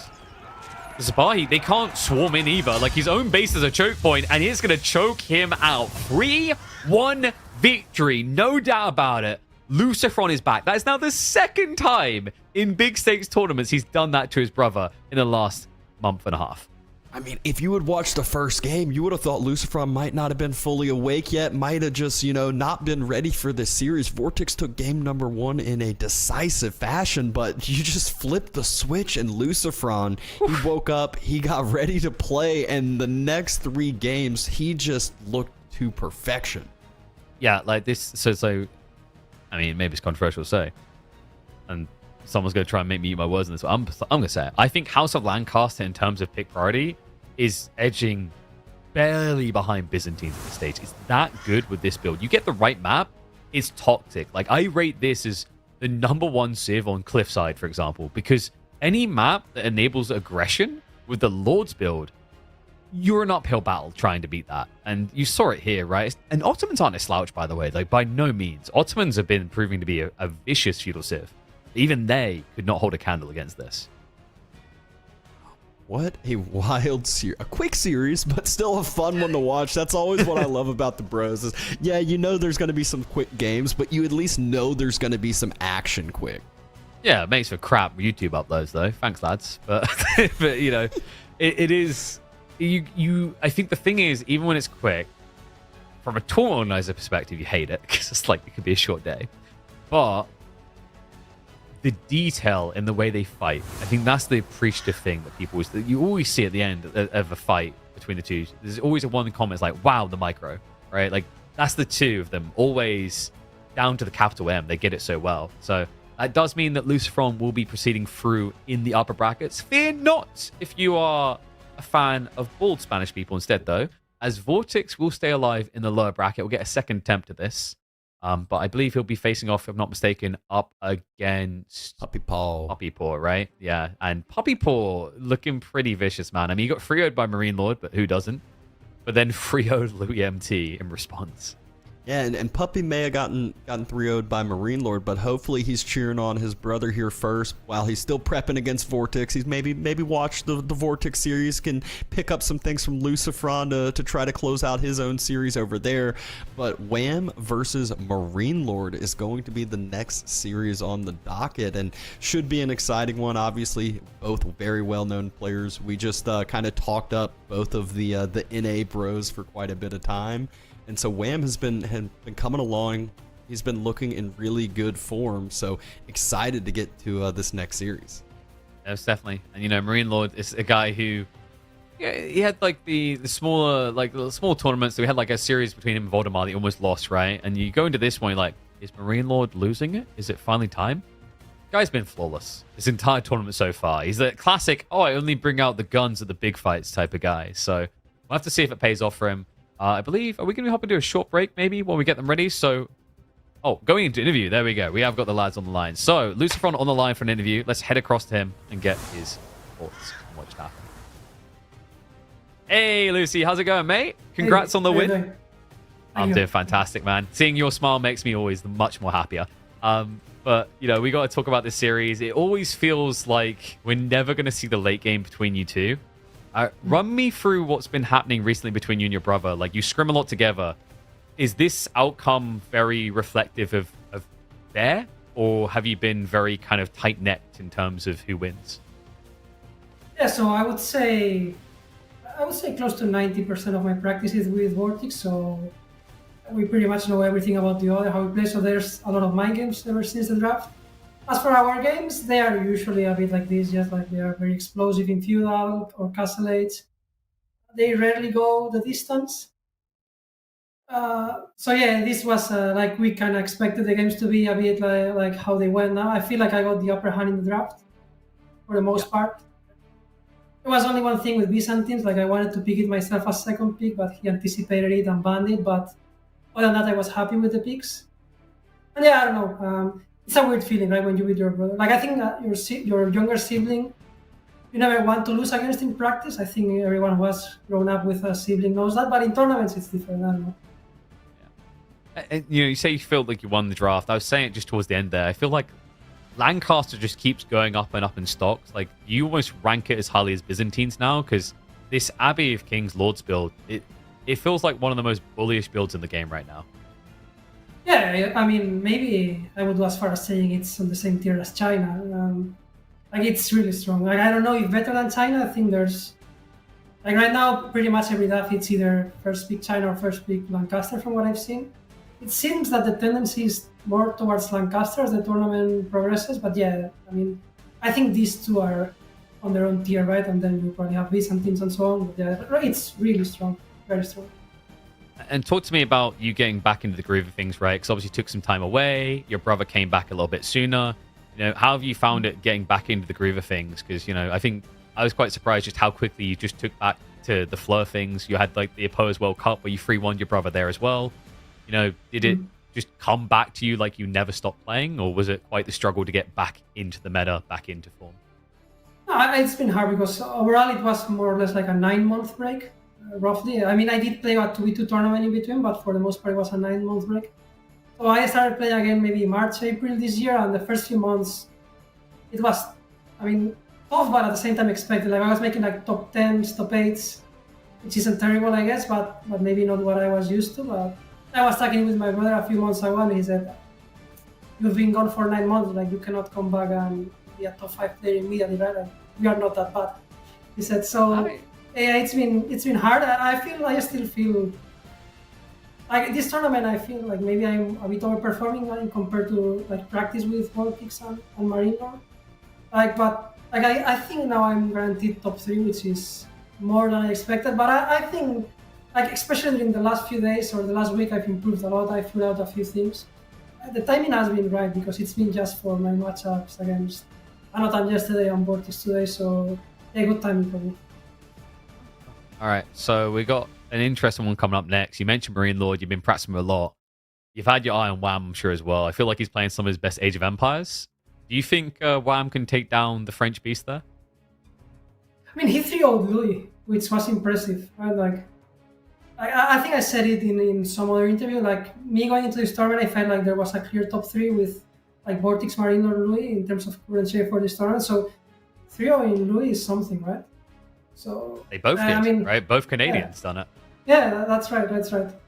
So yeah, I mean, I would still favor Marine Lord. Like, I still think he's the most likely one to win, but Wham has his chances for sure. Like, again, he's been performing not only his best of 5 against Louis, but in the last couple months, the last 3 months, I think he's been doing great. Like, I think he placed 3rd in the offline tournament, I believe. Yeah. Didn't he beat Louis there as well for a 3rd, 4th place? I think so, right? I think it was. Yeah. He's been looking really I think solid. he has his chances for sure. All right, well, we're going to find out in a second. Lucy, congrats on the win, mate. You go chill. Enjoy the rest of your weekend. I'm sure we'll catch you again soon. Once again, congrats on the win. Thank you. Enjoy the show. Alrighty, no break needed here. We're ready to roll straight into it. We started to hype it up. We talked about the intricacies of Wham. It's important that we had an NA Pride representative on the cast for this day. He needs to be there chanting Canada on repeat all the way through. NA. There we go. But it's an interesting one, right? Like, you heard it a little bit there from Lucifer. Like, I think he said he thought Lou was still in the top 3 going this. I don't know about you, but like, someone asked me a few weeks back about this, and I think I put my top 3 as Marine Lord, Vortix, and Wham. That was where I was at. And I mean, Lucifer's already ruined that. Thanks, mate. But Wham, I think he is, in the second half of this year, proven himself to be the most improved, which is quite astonishing to say with how well he was already playing in 2024. Yeah, I mean, it is definitely one where these certain players kind of have been at the top of the scene for a while. Obviously, Marine Lord being one of the first ones that comes to mind, especially when you look at this series count. Obviously, game count a little bit closer on, but the big thing is obviously that goes back a little bit. You could see the last encounters haven't always gone Marine Lord's way, and not only that, there was one 3-0 for Marine Lord, but the other ones, they've been going to 5 games here, so that just shows, like we've been saying, what form Wham has been in as of recent history. Yeah, and this guy, like when you think about the score results, it could have just as easily been him in the grand finals, maybe even lifting the trophy, because you see that 3-2 result in Masters of Steel. At that event, he then went on to get 4-3'd by Beastie in the semifinals, and then wins 3-2 against Louis in the third place, right? So it shows you the caliber he's playing at. Definitely some of his best. I think the big thing to take away from Wham that has been massively approached and has evolved his game so much, I would have pegged him in 2024 as a defensive player. I don't say that anymore. He's become a very well-balanced player. He will occasionally take the defensive route, but he's looking for quick ways of ending the game, and I think it's the perfect type of meta to be that person for. Yeah, I definitely agree with that. One of the things I will say that I've seen quite a few times playing against Marine Lord is sometimes people get shocked about the position they're in, so that sometimes they're scared to make that final closing push. They're like, oh, he's hiding something back there, or oh, he's going to be able to hold this, and sometimes that makes them wait, that makes them delay too long for that final push, allows Marine Lord to stabilize. So we'll see if there's anything like that coming into play. But one of the things we already noticed right off the bat is we're starting off with what the potential game number 5 would have been, which is Coastal Cliffs, but a few more maps into the rotation for these players, and I think that speaks to not necessarily, like you said, not necessarily a defensive nature, but definitely like a different gameplay than the Spanish Bros. The Spanish Bros, Lucifron said it in the interview, they like pumping units in feudal, doing some fighting and whatnot, and so that's one where these maps like Altai, a little bit more defensive in nature. There's going to be some more walling, probably a more extended game there. Yeah, the other thing to think about here is like the draft approach. We just heard it from Lucifron, where he's basically just said Lancasters on the China level, right? Look at the picks. First pick China, first pick Lancaster, right? They split the difference. Knights Templar was not going to get through with Holy Island in there, but they knew it wasn't. Like when you dangle those two picks in there, Knights Templar takes the back foot, right? Like there's backup options for Holy Island. Because if you think about it, Knights Templar might be a default win in your eyes on like Holy Island or Kalauga, but China and Lancaster could easily be a default win on Coastal, Altai, Dry Arabia. Maybe there's some potential Kalauga. It gives you a much more robust approach to your draft. Whereas if you focus too much on these water maps, it makes what you're drafting for too predictable, and it leaves you rigid, right? Like have you ever drafted some Dabston, and you're thinking so much about one map, you pick like 4 civs that are the best for it, and then you realize you have to play the other maps, and then you cry, right? It's that you don't want to be in that position. So it's just, these are the jack of all trades civs, really. I think I saw in the chat earlier, like China's taking Roos's place, and Lancaster's not far behind him. Yeah, I mean, especially when it comes to these best of 5s, when we're talking about the extended series, you can definitely, pigeonhole yourself into some matchups that are very unfavorable for yourself. And that's one where as long as you get one civ that is going to be dominant, is that civ that you can end up losing on a certain map, it does kind of give you that leg up to be a little bit more kind of have a variety with your picks, or have a variety with your choices, and potentially bait your opponent into a poor matchup early on with them assuming the strong civ's going to come out.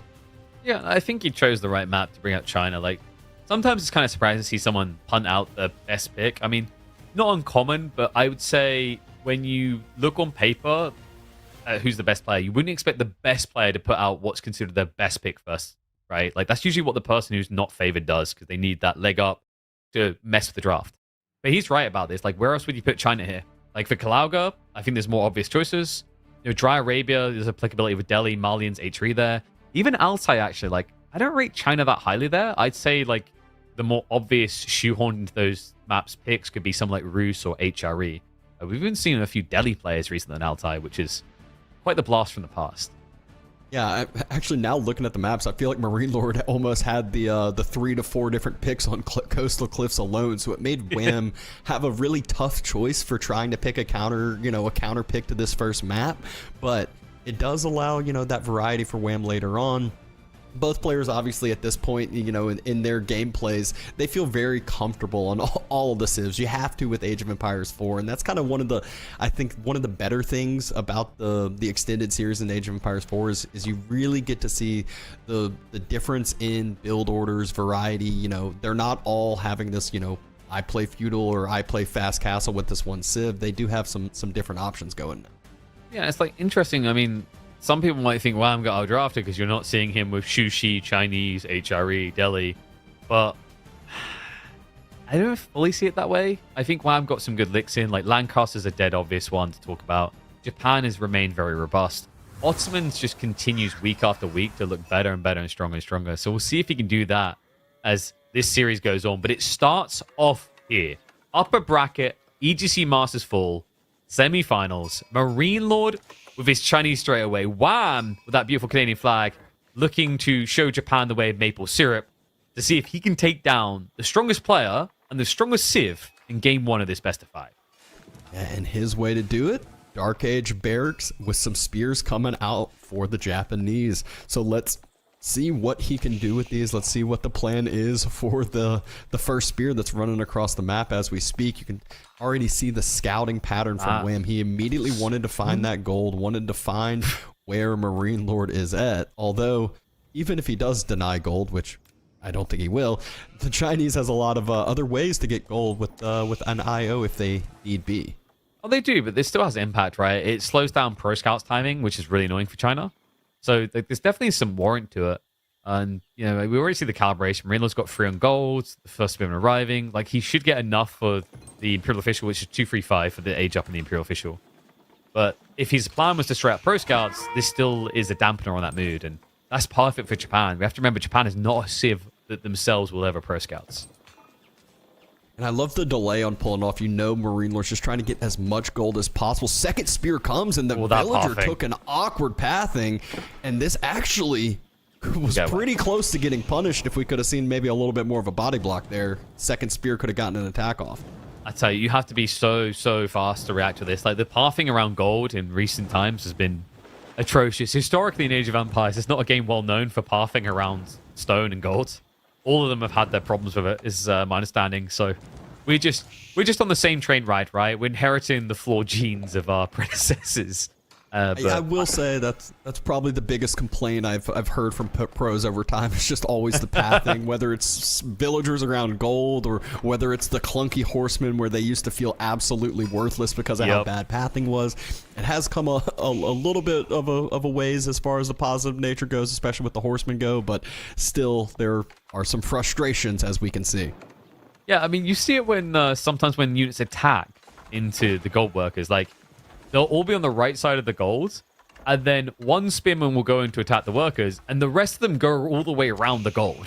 It's like, bro, we just get in, please. Just go in on top of them, behind them, kill them. Thank you.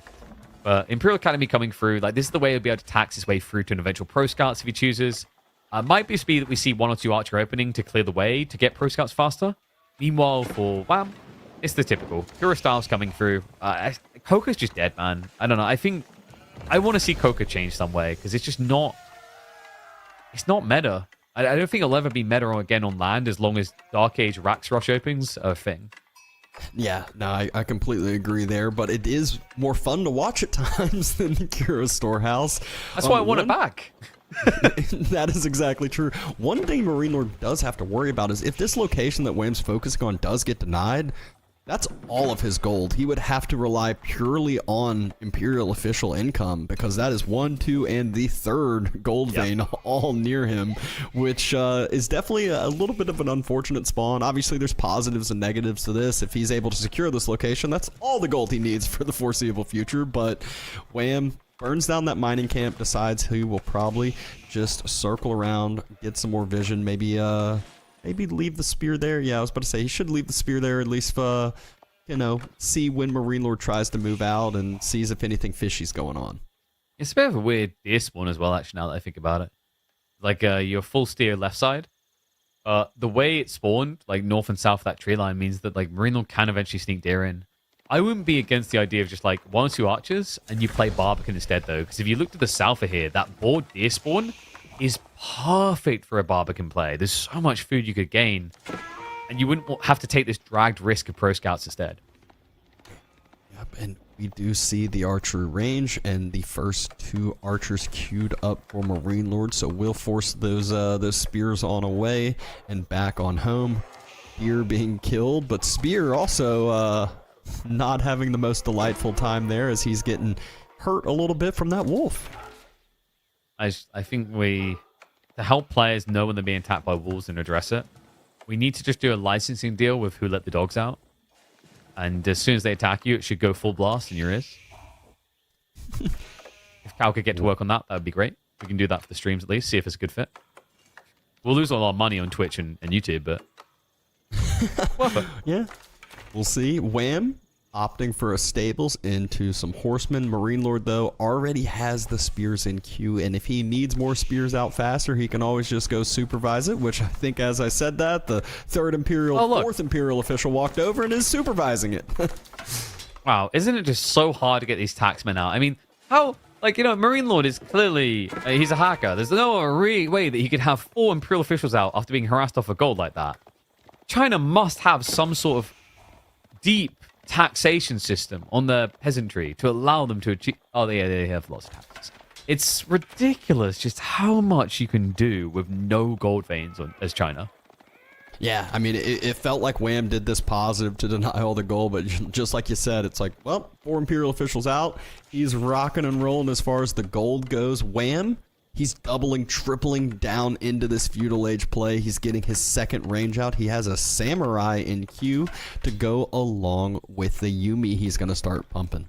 Oh, that's interesting. I know the Canadians love this build. You remember in Light Horizon, they were the ones that always loved Japan. It's like they would just scale men-at-arms, or samurai in this case, and then just go castle. Like, that might be the eventual idea, is just try and get those numbers up and look for the transition point.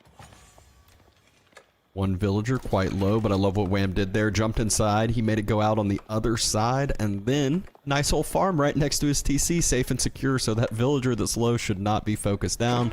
Marine Lord, though, he's trying to get more damage, trying to get more idle time in, moving along to the other side, but Wham is doing the exact thing you do, you know, I would say against the English. Archers, though, they're just too much in numbers. Samurai, nice and tanky up front and forward, and just getting some damage on in. Yeah, he's just kind of ignoring them, getting clubbed in the face in the process. It's an interesting approach. I do feel bad about the stables, though. Like, he built 1 horseman, stopped entirely. So it is that strategy, just trying to get as many samurai out as possible. One of the big tricky parts, though, and you're seeing why, like, Marino's so confident, where does China always crap on people with these archer builds? It's the tech timings. He has Steeled Arrow and Undermesh, and Wham has yet to queue up either. Yeah, and those Yumi, they really do need those upgrades because they become so much more effective. They're cheaper. But the Samurai, they're still really not an answer for those. The techs that you just mentioned will help significantly against those. But if you're just tanking up those Samurai while getting peppered down, it is not the greatest feeling. But Wham, losing unit after unit. And Marine Lord, soon enough, will be able to start denying the wood line, which makes it so much harder to pump any more of these Yumis out. Yeah, and he just primed up Pro Scouts, right? So he'll be shifting out for the goodies soon. And he already has a huge advantage here. Right? It's mainly just Yumi guarding. So the math numbers put Marine Lord pretty far ahead. And we still don't see Undermesh. Wow, he's 2 gold short of even being able to afford it. He does at least have a somewhat stable Yumi number. One of the things he has done is send, I think that horseman swung by a few times to the rallying units and was able to delay a few of the archers from coming across and staying grouped up, which really does end up helping significantly over time. But that first villager kill comes down. 2nd villager kill goes down. Huge loss for Wham right there. Yeah, I mean, the Valiant Horseman has been trying his heart out, but it's just not going to be enough to do anything in return. And we still just don't have that priority of upgrades, right? Like, so what Wham's done here, he's gone Steeled Arrow and Daimyo, because his Yumi are going to die so fast anyway, so he's choosing DPS. But that means Samurai can't front line for you. They just get melted because of this choice to prioritize attack over defense. Which, by the way, makes sense. He already lost the Samurai. But it just puts him in this... It's still a really bad position, and it's not going to get easier anytime soon. And Marine Lord, you just saw it. The one bad thing about that production being forward is if Marine Lord's able to sit on that production, he's just able to snipe Yumi as they come out. More importantly, the wood line also, as we know, is forward. So every time Wham kind of moves, reallocates those villagers, it's just a little bit more idle time of 1 or 2 less Yumi, which is so crucial in these early fights. Marine Lord is just starting to gap him significantly on the military. And not only that, the food income is going to go through the roof with what you said with the Pro Scouts bringing back the deer now. And what feels even more brutal, like, you talked about the production placement. You kind of wish you had your stables up here, right? Because, like, the archers are diving in. You'd love a horseman to just get fighting straight away. Instead, that's the production building that got hidden on the edge of the map. So it's kind of like if he could go back and flip those buildings around, he'd be over the moon. But it does just put him in a really shaky position. And the slowdown from Marine Lord temporarily is only because Pro Scouts is coming, right? And we know what happens with Pro Scouts. The income inflation is crazy. So Wham, he's got to be feeling it. Now seeing Horsemen arrive, that's got to be a confirmation that either Marine Lord's moved out in the ball or he's got Pro Scouts coming. And Wham is now on notice. Yeah, and this is the point, too, where Marine Lord can just double, triple down into the Horseman Archers now just because he's going to have more resources, going to have more income, taking the fight yet again. And, I mean, this might just feel like a Lucifron versus Vortix game with how quick it'll be. Yeah, and notice he doesn't even try to take out the Bannerman. There's no point. You kill the Bannerman, it's lying on the ground for 30 seconds. The Bannerman also has double the health and armor. It takes way too long to kill. He's just stripping any DPS value. And, well, once this fight is over, where does Wham go for wood? That second tree line is nowhere near the TC. Yeah, villagers being idled out, units still being taken down, horsemen rallying to the front, but Marine Lord, he still does have some spears there, not for long. The next group of archers are on the way, not quite across yet. Still no armor there, ranged armor for Wham, though, so those horsemen are just getting taken down much quicker than they should. Yeah, and, you know, it's coming through now, finally. And it looks like an even fight, right? But this is defender's advantage. The key issue to look at is if you look up at the resources, like Marine Lord, he's always keeping a little bit in reserve. Like, look at the food income difference. Marine Lord may be slightly overextending now. Like, I'd love to see him just reset, and I think he's feeling it. Like, with a few horsemen trickling out, just back off a little, get a few ponies in, and then turn it. Every volley, though, just feels so much stronger for Marine Lord. The numbers feel so much stronger for him. Horsemen get taken down. The next few horsemen are still alive for Marine Lord. Meanwhile, Wham has nothing there to say for himself. One more samurai pops out, but is that going to be enough? Is that going to actually help him? Woodline also getting further and further out from the TC, further and further out from the Cura storehouse, which is the safe spot for the villagers. What's intriguing is the way that he approached these fights as well. Like, have you ever seen a player with archers so often just stay in melee range? He doesn't care, right? He just takes a hit from a samurai or two, but he's worth it for the Yumi trade. Like, he understands that Japan wins this matchup by getting that Yumi count too high. Because then he'll always overkill them, but they'll always saturate with damage. So he's just keenly focused on keeping that element as small as possible, even if it affords him a loss of a few archers. But this is snowballing fast. Like, Wham, the numbers... It's at a point where, like, you never really know where you're at against China at this stage. You know what I mean? Like, how are they almost teching while doing this? It doesn't look at this press forward here. He moves him off the bannerman. He continues to push up. Doesn't care yet again, like you said about the horseman. Knows that spears are going to arrive. And now that archer count has gotten way out of hand. I saw 7 in queue a second ago. I mean, he's at the point where not only is he winning this fight, not only is he winning feudal, he's about to click up to castle while doing this. And that's where the GG will likely come out, right? Like, this is becoming an untenable position. And even if you thought you wanted to hang around for one fight, China gets veterancy so fast upon tech up that, like, it's impossible. So, Wham, like, the blessings upon him. The difficulty here is, like, if this fight was straight where the archers spawn, he might be able to get the double Bannerman overlap with the Yumi for a slight DPS buff, but it's just never happening. Marine Lord has just been methodical as always with this, and where are you all going? I was like, are the villagers pulling the shivs out and gonna come help or something? I felt like you might. And Imperial Palace actually just started to be built, but Wham, he said he's already had enough of it. A first game, a quick one on Coastal Cliffs. Marine Lord, he just showed the power of the Chinese there. Just a non-stop onslaught while also having this just incredible economy behind it. Yeah, and like when you look at the numbers, the bars make it seem like it's not that far apart until you look a little bit closer. You're like, oh yeah, just like almost 5,000 extra resources gathered. And this was with the efficiency, the cost efficiency of Yumi is incredible. But Marine Lord's methodical understanding around that bulk mass and stopping it coming online was crucial. Like, you have to think of Yumi sometimes like Chuganu strats. They need numbers. Once they reach a certain mass, it just feels unstoppable. And he never let it get anywhere near that phase. I mean, you saw it. Fights like this. Like, watch what he does. I'm just going to stand here. Samurais? I don't care. I'm just, like, more important that I get rid of your Yumi than I avoid getting hit by Samurai. And this is one of those fights too where it definitely showed the value of the Chinese with the early techs, like you mentioned. If he didn't have that sealed arrow, those samurai would have been so much tankier, so much harder to kill on that front line, where the Yumi actually would have potentially made a difference there. But instead, they were just getting dealt with like paper. And again, we just see Marine Lord tanking up melee hits to continue to thin out the Yumi number. But like the takeaway, the grand takeaway is like when you look at it, he just ignores the samurai. He always ignores them, right? Because the idea is if the Yumi count gets too low, Wham has to retreat. And the moment he does, he will lose the samurai because, like you said, they're not that tanky. And the other thought there is like these samurai are not cheap. They're 130 resources each. That drains you, man. It's like the balance point of like, oh, I've got this Yumi that are cheaper, but now I'm building the premium unit as well. And the premium unit, if we're being totally fair, done nothing. It was worthless in these fights, right? And I don't blame Wham for building. He needed some sort of front line to try and distract. But it just, Marine Lord's read for it, it didn't seem like Wham stood a chance in that back and forth. Yeah, but that was just game number one. We saw last series that game number one does not tell you the full story. It is not the beginning of the end over there. Wham, like I said, hopefully has a memory of a goldfish over there, forgets about game one, moves on to game number two, and we will have the water map Holy Island for game number two.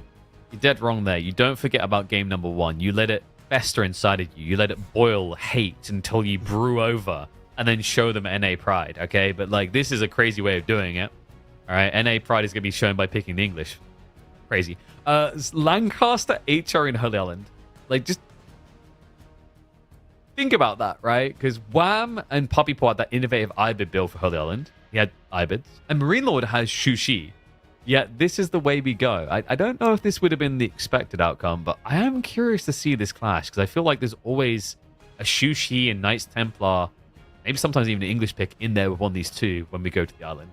Yeah, I at the beginning of the series, I was guessing Zushi versus the Ayyubids on Holy Island, but I was dead wrong here, like you mentioned, and we'll hopefully see some innovative builds, see some differences of what's going on. We saw HRE play on Holy Island last series and did not go to fruition. We talked all about it, but here we are, game number two, Marine Lord with the HRE, Wham trying to tie up the series with House of Lancaster. An interesting type of spawn as well. We're going to get one of those 4 tree line spawns here on Holy Island. I think usually when you play like HRE, you kind of prefer just the full back because you get a fatter, wider tree line. It just makes the arcing choice obvious. Whereas with this spawn, you want to arcing the closer tree line, which is technically a smaller one long term. But I'm curious to see what Wham's going to be cooking with House of Lancaster. Like, this could actually be something like a spear rush type strategy because of the outpost rushing potential, right? You've got gold, forward spawn, tree, forward spawn. Instead, though, it is just going to be a classic focus of getting on the water. Not that food's necessarily a huge problem, but if Marine Lord wanted, he could try to get some of those deer pushed near to the wood line, because where he's going to end up placing the chapel should be able to get gold and wood potentially if he wants. Obviously, biggest priority is the wood line, but if you can get some deer in too, you might not complain about that. Yeah, it's a cute little detail down the line, right? You don't really think about it now. But I'm curious to see if we'll be getting pressure first on land from HRE or Lancaster. Because I feel like Lancaster's the one that gets a bit more obvious approach there, right? You get lords in. Like, the weird thing with these type of civs where they have a military landmark, essentially. That's what it is. They don't need to side invest with wood. So they just kind of get the harasser free, and they literally get it for free here. So I think opening a feudal should favor Wham. And that's an interesting thought. Like, maybe more so than what English does in some ways. The reason that's interesting is, yes, HRE economy is strong. But what Lancaster aims for when they play water maps is no different than what English does to Abston. It's all about getting a small gap lead to go for that extra range tech that lets you win water for free. And that's one where we saw last game with the forward gold being an immediate kind of focus from Lucifron. Yeah. We'll see if Wham is going to be able to punish that forward gold as well. Marine Lord can obviously get an outpost up early, but every single little investment you have to put that's not on water is a chance that you could be losing water. Marine Lord's second dock already being dropped on his side, though. Yeah, I mean, with 8 tree economy on a tree line, with an eventual arc, and you know you'll be able to afford this down the line. 3 actually often is what we'll see. For Lancaster, I wonder if he maybe benefits from rushing the age a bit sooner. I like that he's doing this already, by the way, just to force the rotation of villagers home. I wonder if Marine Lord's going to mirror it. And you mentioned him rushing the tech up faster. Obviously, he has 2 villagers on gold already. One more drop off of those, and he will have enough gold for the tech up. Has a bit more onto food as well, so definitely prioritizing a little bit of a quicker age up. Marine Lord moves across over to that gold now, knowing that he's going to start having that extra food income from the extra dock, from hopefully the extra fishing ships that'll have in a bit. Yeah, like getting that guy in soon is pretty nice. Like the Lord's going to be an absolute ball ache here, because if you look at Marine Lord's tree line and the way he's chopping it, quickly you'll just be able to find a spot where you can stand in the tree line with the Lord and be like, well, this is my home now. I hope you guys didn't want to eat here. But there it is, Abbey Kings with 6 as well, so trying for a very succinct timing here, while Marine Lord nowhere near ready for the age up. Soon enough, we will see if this pressure does end up paying off, if this quicker timing can, you know, be that leg up of a difference. Obviously, Marine Lord already now has that extra fishing boat out, should have a few more by the time it comes age up timing. Yeah, and it's still only 1 dock, right? Like, I think he's going to get the second one set up now. Yeah, just a little bit further back. Should have enough time and then just walk home before you get clubbed to death. I think it's down to about 20 health now, actually. It might be tight. Yeah, it feels like it's never this tight. Yeah, there you go. Realizing he's like, all right, no. I don't like this. I need to make a swap on over here. He will be able to get back to TC before that villager does fall. As it might look quite close, but in reality, it's probably 10 more hits that it'll take to die. But eventually, you know, there is a nice thing. That's now permanent. Oh wait, it's not permanent damage. Like, these are 2 annoying Civ. You're like, well, I'll eventually get that guy. Nope. Just walking back the Abbey Kings. Kiss the boobies better. And you know, even if you do it the other way, 8 tree also has that prelate to just pop off the health bars.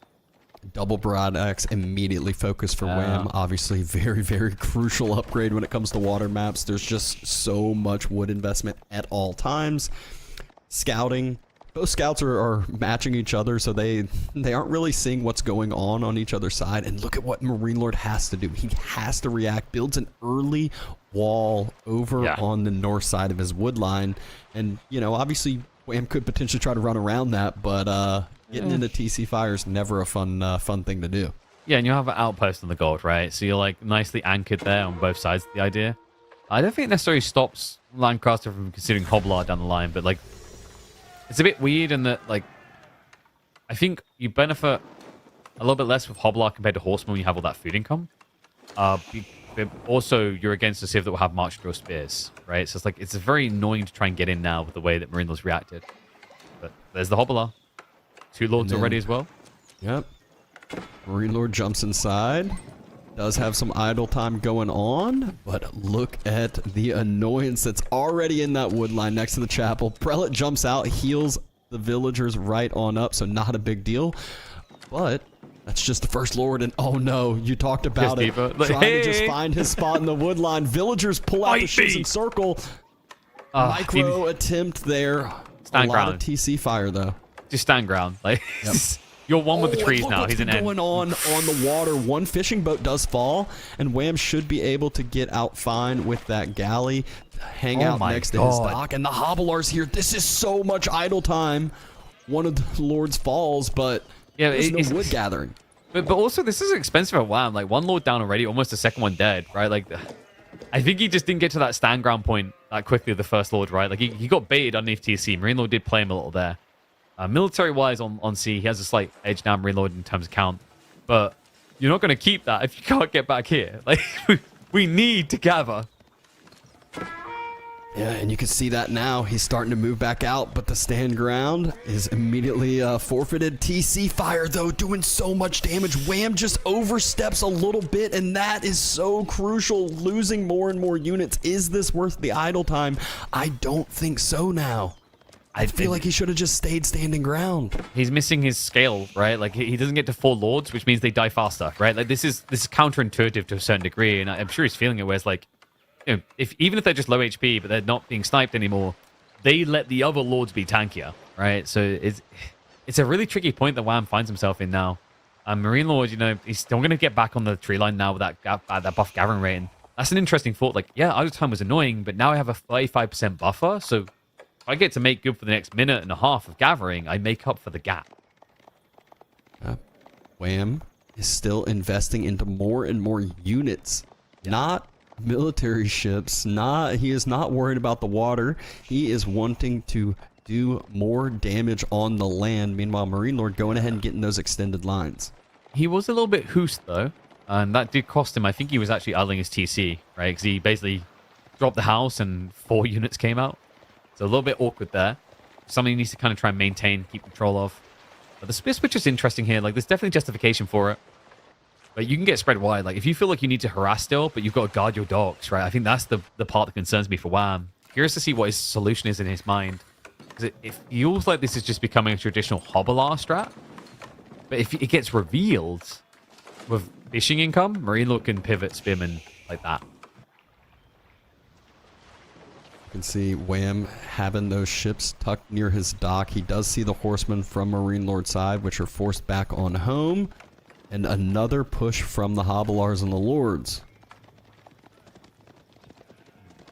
He's going to go try to, yeah, he's just circling around, going to try to get into that wood line yet again. It just looks so trivial to build a wall like this when they walk in like that, right? It's like, okay. Well, it buys the time, though. Marine Lord needs the time as well, because you may be noticing a lack of a mill here. He doesn't have wheelbarrow, which kind of feels painful considering the amount of walking those villagers have been doing.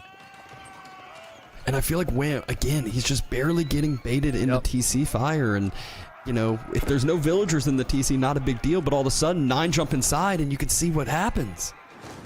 Yeah, and you almost just want to use the Hobbler straight away. Nice intercept. Love that, Marine Lord. He catches the rally through. Like, this is the best way to do a Lord, is divide and conquer. Another Lord falls from those 4 horsemen.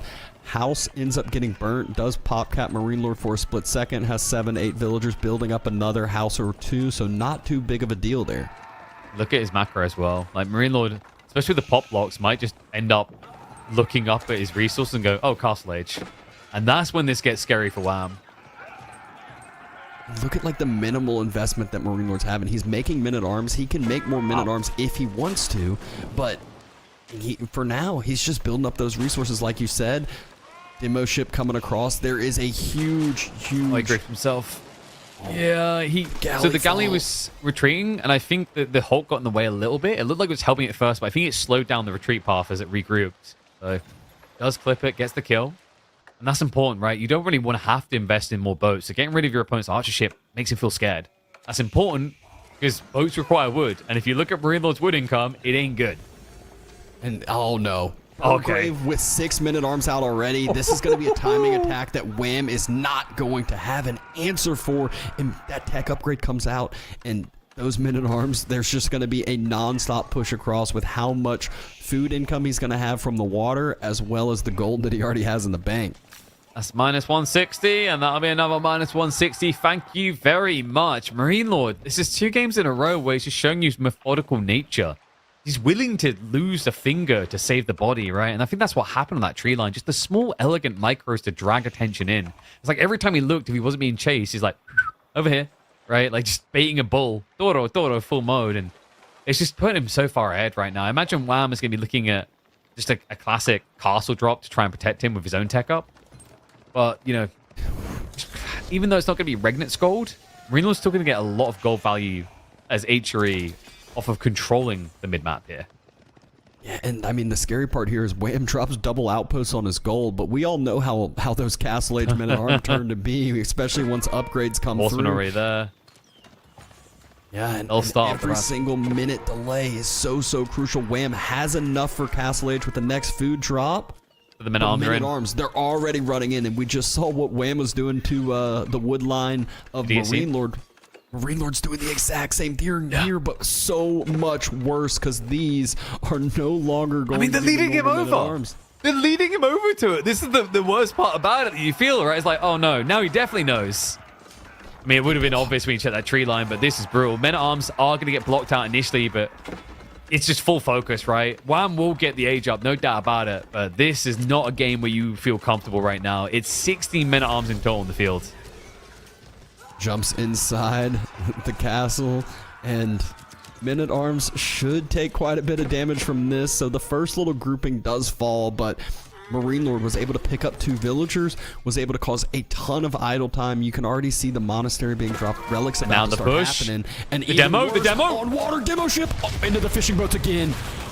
He slipped him low. The archer ship can finish that off. Yeah, the repair crew gets baited. They don't manage to save it. A few fishing boats going down here. Now there's a demo backstab, and that's a clean-up opportunity. Double demo in.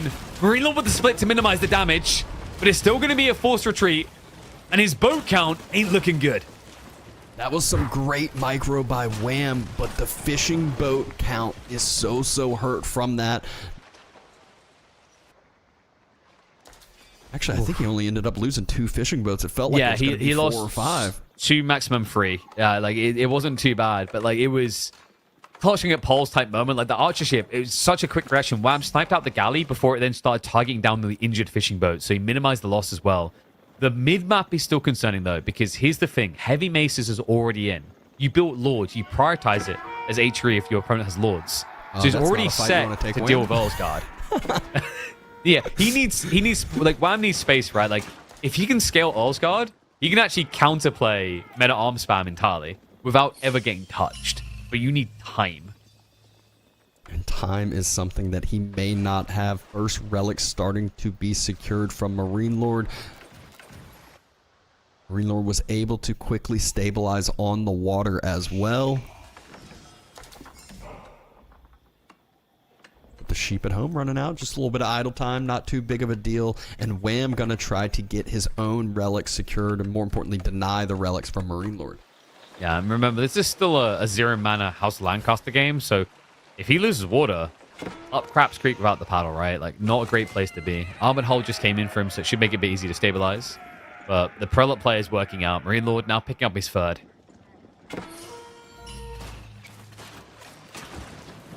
Marine Lord moving across the water. Wham sees the exact, boat count, needs to react in the correct way. Dude, does have a demo hiding, waiting, watching for the flank just like he did the last time. Did we ever get Admiralty from Wham? I don't think we did, right? He just got Armored Hulls, though. Okay, yeah, so that's... Did he get the Spirals? No, so no Admiralty. So he doesn't have range advantage, but he did choose Health, which I believe Marine Lord hasn't got any upgrades for his ships yet. Okay, he's got Springle Cruise. Yeah. So this is more DPS versus tankiness. And a knight circling around for Wham over there, causing a little bit of idle time. Nothing too crazy. Game a lot more... I would say stabilized than what it felt like it could have been there with Marine Lord's castle timing. This is nice from Wham, though. Going to Knights, you have Abbey of Kings, so you can just kind of circulate and have full man chivalry play. And I think Marine Lord, it looks like the goal is Imperial, right? Like, the Burgrave did not hit the timing he was looking for, so now we're thinking backup plans here, like maybe a Schwabia and a land transition if necessary.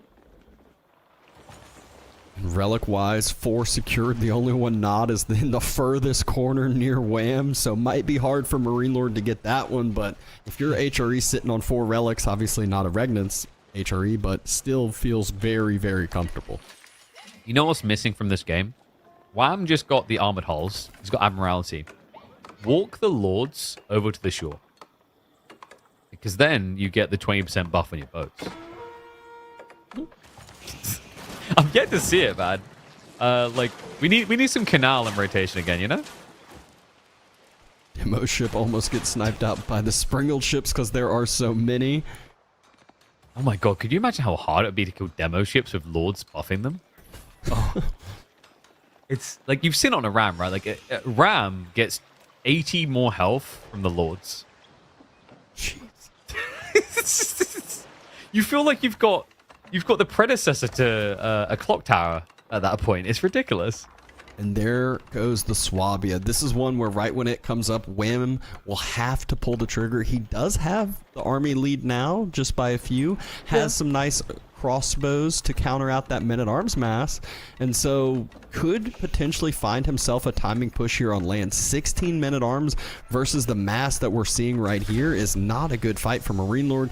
New age begins. Wham's already moving across, but a sprinkled emplacement on the outpost, and I'm pretty sure that's fully connected and gonna have a nice emergency repair if needed. Yeah, it should be solid to go. We've got swivel cannons as a priority straight away from Marine Lord. Burn's going to begin. If you know, like I love Vortix observing, but what we really need to do is for him to tilt people more. If you're an HRE aficionado, you're really tilted by that Swabia placement, because that Archon is now terrible. And look at the Burgrave. Yep, look at the... Oh, God. Where did the farms go, Dabston? Where did the farms go? I mean, what farms? If you have water secured, you don't need any farms. Will he have water secure, though? I mean, Wham, he's pushing in.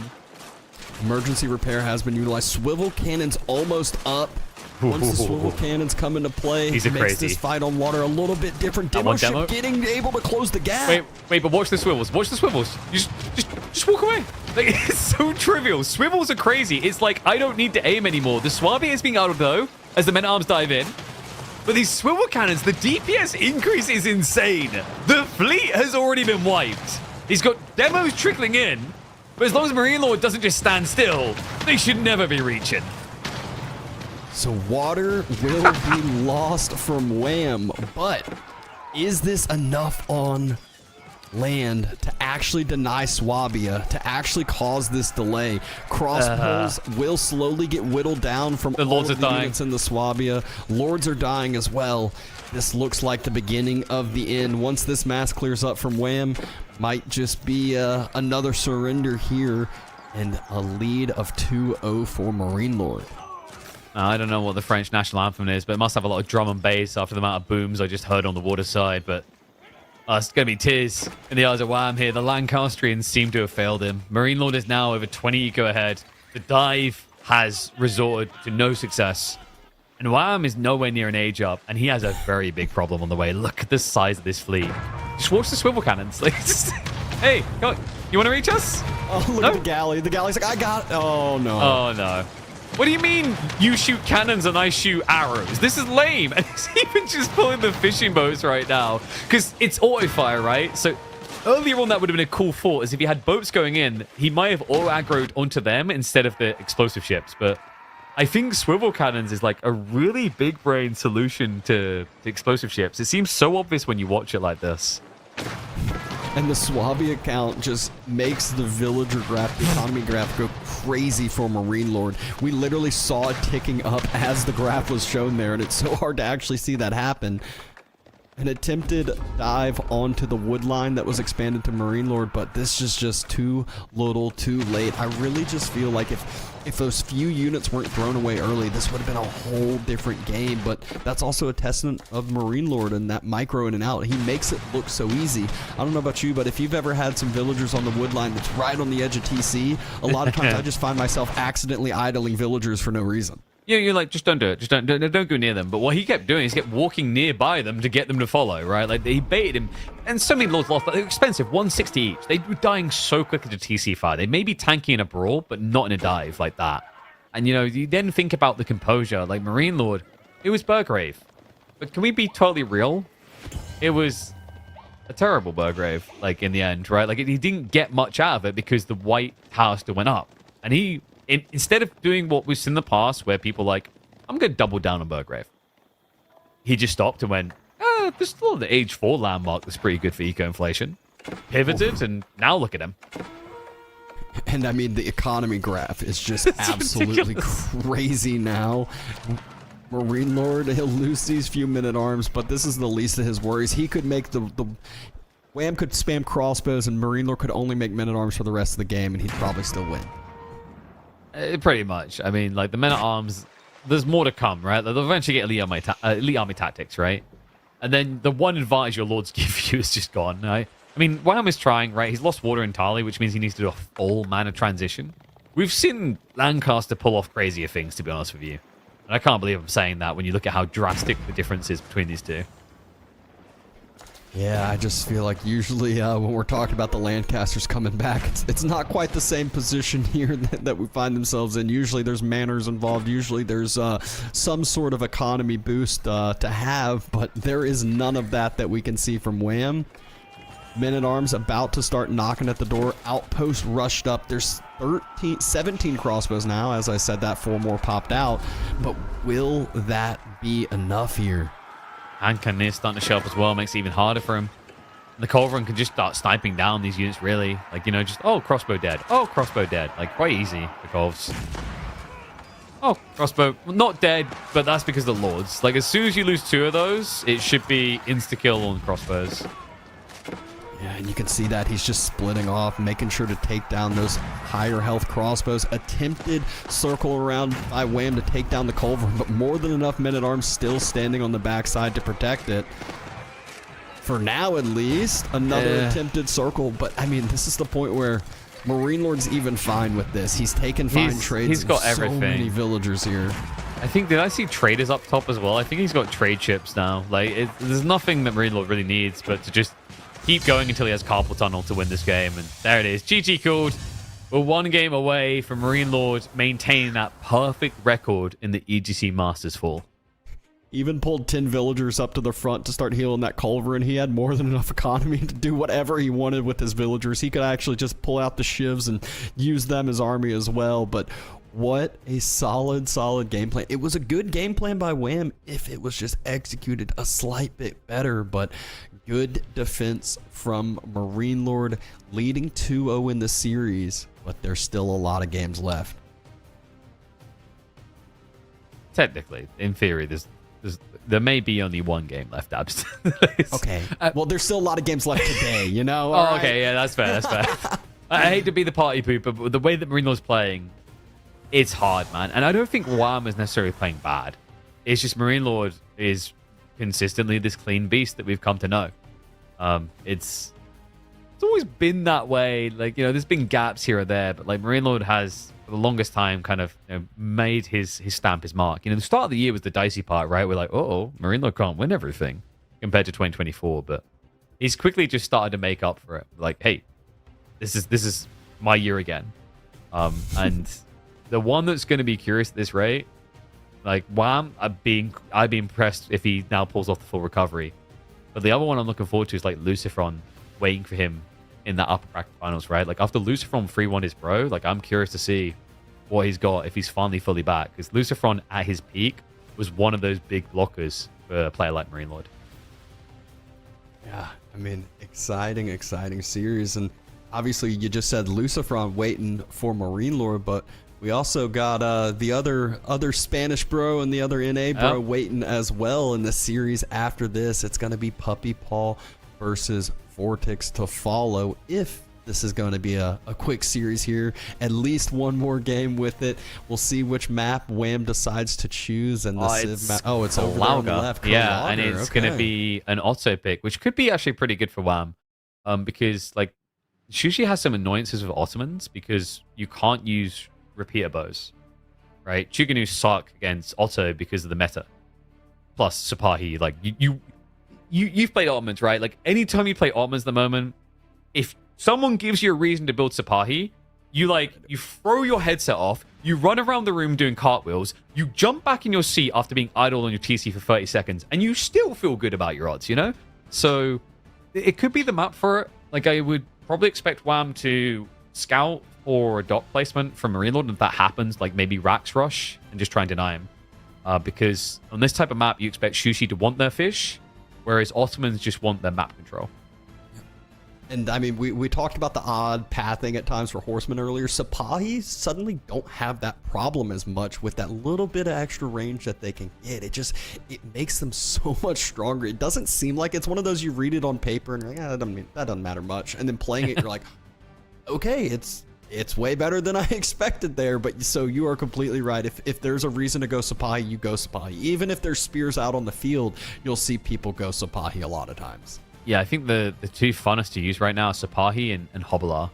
Because they Sapahi with the extra range feel fluid, but Hobbler have a quicker attack speed. So they also feel really fluid as you move them to attack. But let's see if Wham can move into attack mode here. He needs to strike back. Marine Lord 1 game away from booking a date with Lucifron in the upper bracket finals. Can the Canadian clutch up and begin a miracle recovery arc? Let's see if the Ottomans have got it, because Marine Lord is whipping out those sushi for Kalauga. Yeah, and here we go. You can already see the outlines of a barracks, but I guess he just... He switched dogs. Is it further... Oh, is it further forward? No, he switched dogs. So he like outlined racks and then switched dogs. What's going on here? What did he see that he didn't like? And what if it's one of those, bait mind plans? games? Yeah. Yeah, did Marine Lord scout out while he's building the barracks, run on by, then he cancels it and goes and builds a dock? It could be. It might be working, right? Like, he hasn't gone for a dock himself. He's just like being chilling, Yeah, with this circle bag, Marine Lord will have the knowledge, will have the information that he needs. I think you just straight feudal here, Sushi, then, right? Because, like, otherwise your dock's going to be quite delayed. He's already on the deer as well. He already set up the mill. So he has the info. But remember what we said, like, in feudal it gets a bit weird for Sushi. You don't want to really be building Chug against Ottomans. That's like, hey, please kill me faster. So do we just see him try to hunker down, be a little bit greedy, go for faster tech timing? Could we be seeing maybe PG from Sushi in feudal age? Not the worst of ideas for a few anyway. I find I've seen so many people go back and forth with PG, the Palace Guards during. Yeah, we can't decide, right? Are they they're good? The worst things ever. They're worthless, and then other people are like, they're so OP, they're so strong. It's like, what? Make a decision here. Like, they can't be both. But you know what one everyone but the Canadians like seems to agree on? The feudal samurai suck. Right? They but then the seem Canadians so win with them, and you're like, what? How? How did you do that? Oh man, I love that. By the way, I love that we just get different styles from different regions. It's never just the same old, and I think that's important, man. Like, it's good to have healthy competition around the world because people just develop different strategies. It just gives you so many different mutations than if everyone's copy and pasting Marine Lord's build. But is that corner of the gold in there? That is, yeah. So that's 50 gold. That's going to be 24 food and probably about like 20 wood. Yeah, I was about to say underwhelming meditation gardens, but now that extra gold is in there, it definitely makes up for that. This happens a lot. Like, sometimes you actually, like, I've seen an outrageous spawn where both sides' berries was next to each other in the center. So the guy got like 120 resources. It's ridiculous. I still will never forget the OG meditation gardens. It was like extra range, extra resources. It was like you had a full like tile and a half extra. I'm pretty sure that it could have inside of it, and then all the resources more. Remember Rocky River, where you get like the quad berry spawn with that old like overlap. You're like, oh look, 180 food. Oh no. Meditation gardens finished. Wham already disturbing the peace a bit with that scout there, and a spear that just arrived. So kind of doubling up here. Only two single spears out on the field and not too far behind as far as his timing goes. And I love just, the typical 3 fishing boats. It means that if Marine Lord actually wants to deny fish, he's got to invest into it. And at this point, it's kind of paid off. He just jumps inside with the 3 boats and just waits. And if Marine Lord overstays, there's always a galley that can pop out. And you mentioned not wanting to go chooks against Ottomans, but your opponent went Spearman though. Like your opponent went Spearman, and he hasn't even aged up yet, right? So like, there's an exception for certain situations, right? Like, ideally, you want to get a second unit in there, so it might just be we get Spear Chug here from Marine Lord, because then also the other cool things over here. If your opponent, let's say he's like, I'm a build an archer ship, I feel really good. Do you really want to fight with an archer ship into a bunch of like repeater bows? It's a pretty quick way of dying, right? And the dock in his face here. I love this. Repeater crossbows starting to use their. It's weird. They actually are so much better at taking down structures than they archers. Are mini rams. I used to call them the mini ram strat. You get like 50 of them, like, oh look, a building. Oh look, the remains of a building. Oh, Madrasa coming up soon though, but he has built it on the front side, which is. Oh. Speaking of the front side, the repeater crossbows are already there. Quick early pull from Wham. No villagers should fall from this. This is really bad. Maybe, yeah, but this is really bad. Think about the ramifications of this placement. Look at where the berries spawn. Look at where the stone is. Look where the gold is, right? Like, if Marine Lord gets a foothold, in that location, you can't gather anything. Yeah, it feels very, very odd. Dock emplacements immediately invested into from Wham. So that's going to be his game plan. But, you know, that does help out as far as the C goes. But the dock emplacements don't do so well against the repeater crossbows there. Nah, that scout's been working overtime as well. Like, I will do it. I will burn this whole place down. Don't do it, Papa. No, I'll do it. Spring ship follow up as well. So, I mean, Wham had to make the choice. Is it Sipahi or is it boats? And he's chosen to focus on land. Had to make a bit of sacrifice. There's always an opportunity to cost each choice you're going for. No military schools, the stone invested into the dock emplacements. And at this point, that dock, it's about to start burning. There's a villager there to repair up the ships from Wham or from Marine. I love that he stayed there. I thought he was going to walk home. I was like, why? You just make sure your archer ship doesn't go down. You're safe. But look at what Wham's done. Like, this is meant to be do or die type strategy by Ottomans. The Imam point. Win or lose on it. And the demo ship. A counterplay coming in. Your reaction, though, means he will barely feel it. Range. This is bad. The Spring ship, look what it can now do. It kills Sipahi really well. So, like, you don't have to worry about Sipahi countering Chuk when you've got boats like this. Yeah, and Wham's villager that was walking up to repair the dock, right as he gets into range, it just stopped as the dock fell and had to watch as everything went to hell over there. Villager doesn't know what to do now. I think he's maybe pushing forward for a potential outpost play on the gold. I'm not really sure. I think maybe he's switching north side. Yeah, he's just going for the other side onto the river again. And the wall's already come in. So Marine Law's going to make sure it's safe for 2 clusters of fish, rather.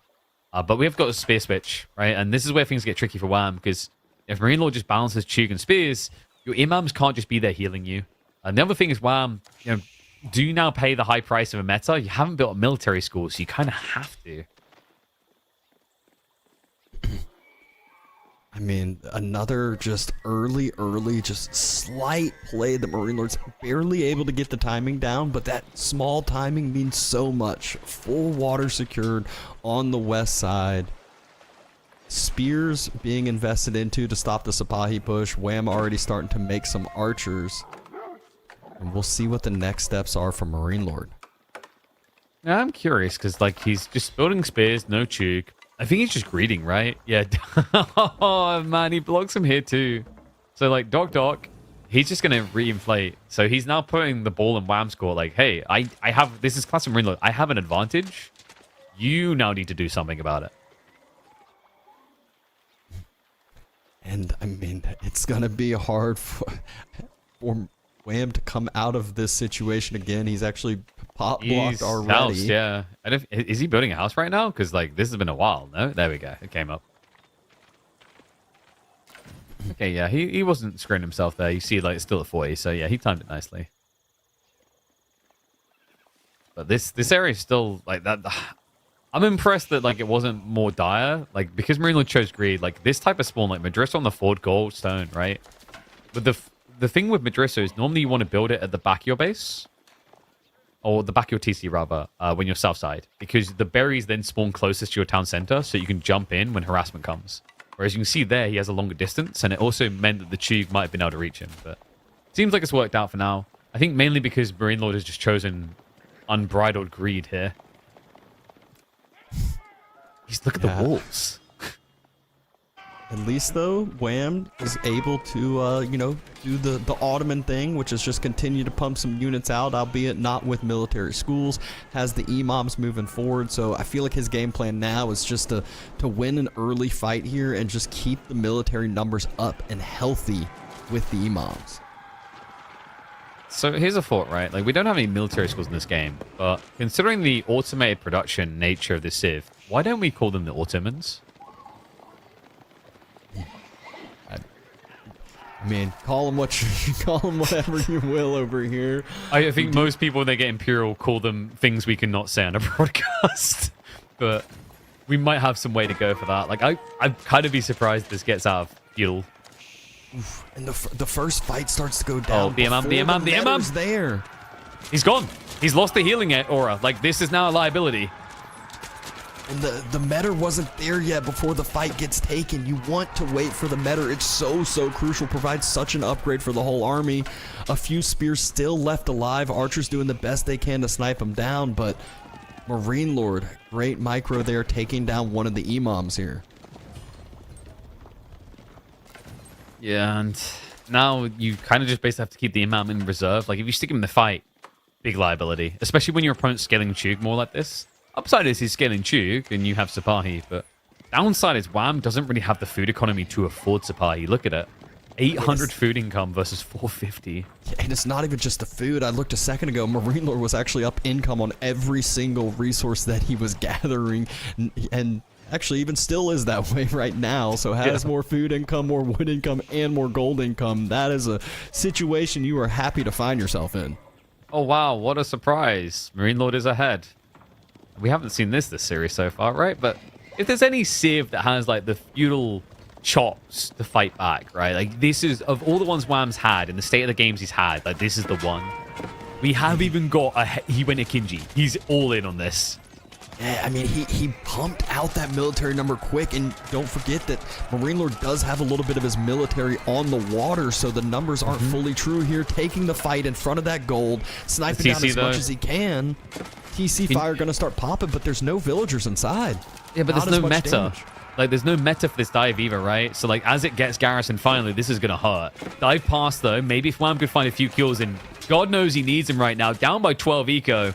With just a few troopers to stop him and to hold him back. Archers are rotating towards the taxmen that have not got the notice yet that they need to get the hell out of Dodge. As long as he doesn't lose any workers on this dive, Wham is going to run out of steam. The Akinji play has already flopped down as they're all dead. There's barely anything left to dive here. It's only 5-6 archers left. The rest are waiting at home. Marine Lord barely felt this. Yeah, I mean, all it was idle time. He reallocated his whole army. They did a little mini semicircle around the TC. No villagers fell. No economy falls. Still has 10 fishing boats working for him during this time. So, yeah, now Wham's up for a little bit as far as the income goes for a minute. But that minute is it. And just now getting ranged armor after a TC dive feels so bad. If he had just waited, pulled back, and gotten the ranged armor, I think it could have been a different story here. Yeah, and, you know, the Akinji is more of a I can't G, right? And now you still don't have the meta. It's not there for the dive. And, you know, it's in +1 armor, whoop-de-doo being shot in the face by a gun. It doesn't really matter. But it does for these garrisons. It's just giving Marine Lord much more power to defend himself. And also things like this, the archer ship, just better at trading than it should be. Props to him on this imam, though. He's kept the imam going this whole time. And again, just these little plays from Marine Lord, the micro to pull the fishing boats at the right time, heal up the military ship, and then it just feels like that movement from Wham was worthless. Marine Lord what was crazy, though, down into Chooks. Was the underlying timing there was the demo ship, which he cancelled, right? Like, he had one primed, and he pulled the fishing boats at the moment where if Wham had turned to fight, he would have put himself in range of a blast. So it's the elegance with which he makes these small moves that ends up making games like this look so easy.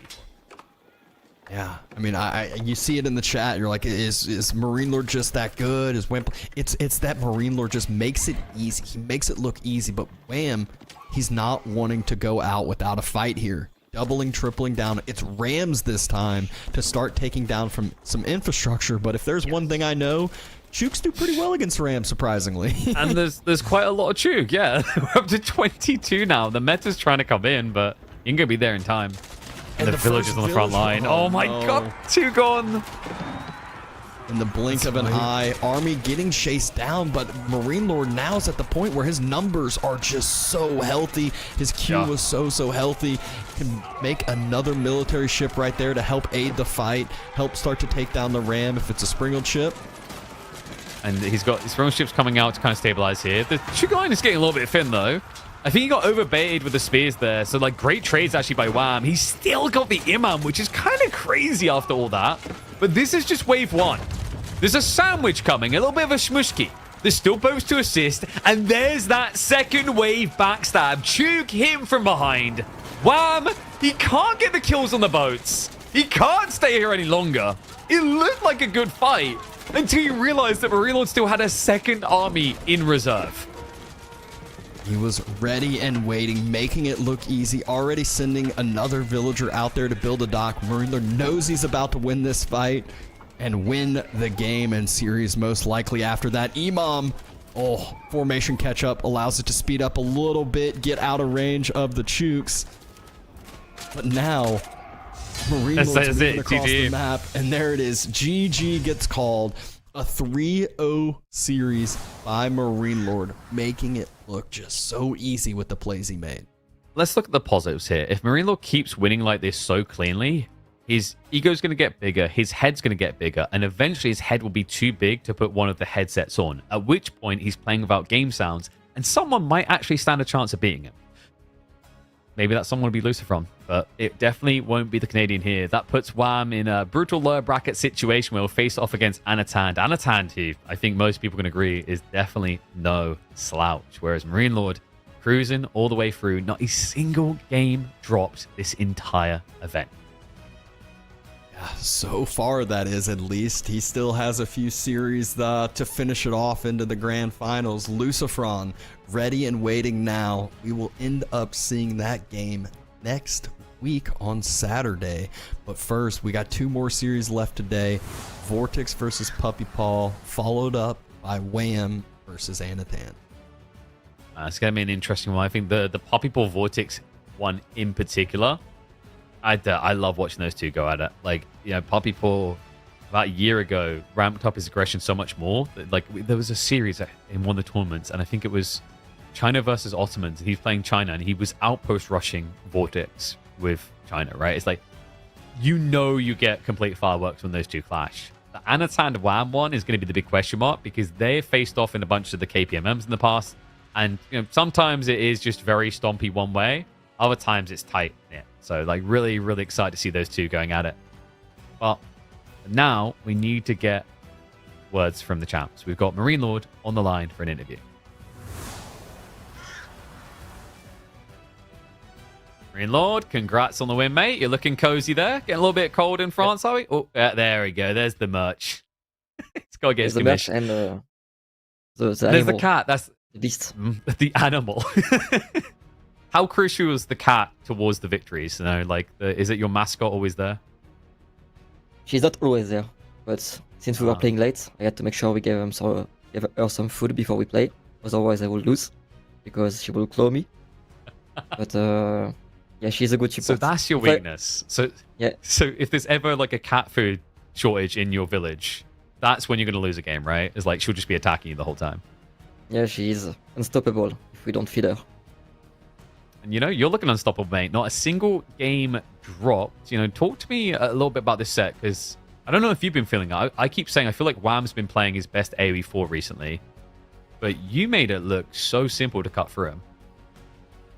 Yeah, I mean, I don't know, like, draft was looking weird. I feel like almost all matchups were okay for me. I was just very scared of Awesome Lecaster, obviously, because it's extremely strong. But when I saw he wanted to pick it on Holy Island, I felt like there was a chance I could win this. And like, if it's pure land map and I get a bad matchup, I think no matter how good I play and how bad my opponent play, I should lose to House of Lancaster. But on water, I think he's favorite for sure because the sieve is better. But if he makes a few mistakes, it's like any other sieves and he can actually end up losing. And overall, I feel like I don't know, like, I mean, game 1, to be fair, is just a matchup lose in my opinion. It's just too hard for Japanese. Even if he had a very good spawn, I don't think you can really win this matchup. Game 3, it's pretty close. But I feel like he missed my crowd a lot, and his game plan was okay, I guess, but then he missed my landmark, which was a little bit insane. And even if he doesn't miss my landmark, I think the game plan is not the best. I think he just has to dock on his side, right? Safely. Yeah. If he dock middle like that, I can just contest at some point, and then it's gonna be a fight. And I don't think you should want a fight against Zushi. Yeah, it looked like he tried to bait you and fake you out because he done the racks, then cancelled it, and then walked for the dock sort of thing afterwards. But you seem to have the solid plan, and I think what's interesting. You mentioned Lancaster and kind of default win. We heard it from Lucifron, where like pretty much as good as China. Like, do you think that they are at the point that they're better than China, or are both of these civs even in terms of default wins? I think it's even, but like China, you can make a few mistakes, and then it's like any other civs. You are back into like a 50-50 game. Also, flank caster, you make mistake, you're also in a bad position, but to make mistake with this sieve is almost impossible at high level, because it's just like, you have ship forever under your TC, your army is better, you are super mobile because Hoblar are so good, so like you have everything that gives you a deadly push at like 8 minutes, and there is pretty much nothing that can stop you. And you really don't have to do anything. You just make the 3 manos, you make the kings, Hoblars, and then you have some small adaptation depending on the matchup and on the spawn. But the game plan is so simple, and it's pretty much impossible to make a mistake when the game plan is that easy, I think. So I feel like China is just harder to play, but if you play very, very well, I think both sieves are quite close.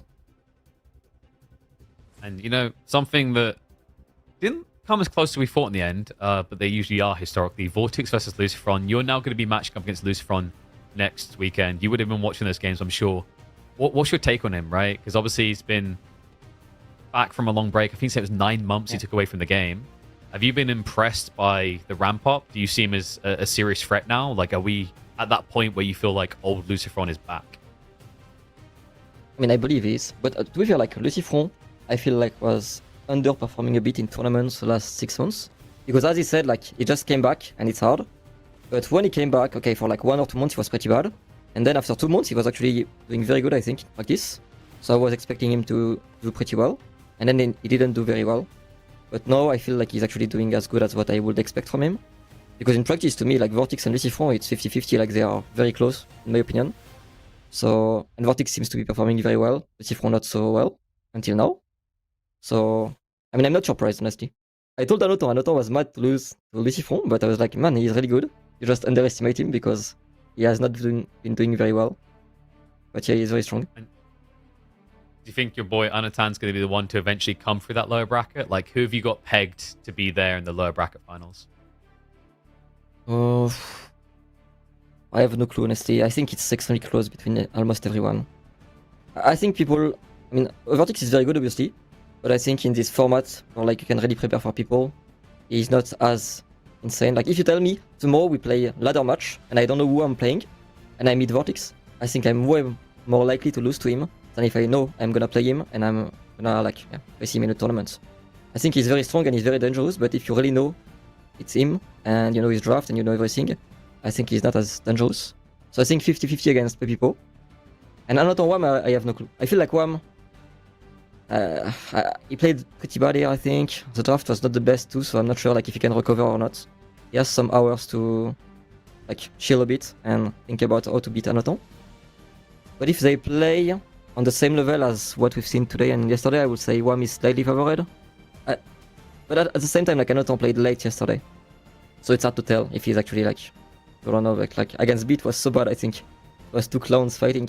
They played so bad, I think. But it was very fun to watch. That's the thing. I always say that about them. Is like, I don't know any other pair that you put into a match and it feels like you're just watching a show match for entertainment, right? Like it feels like they're just having fun, which I always love about those two. But mate, it's been fun to talk to you. Congrats on the win. You go and relax, chill out, enjoy the rest of the weekend, and I'm sure we'll talk again soon. See you.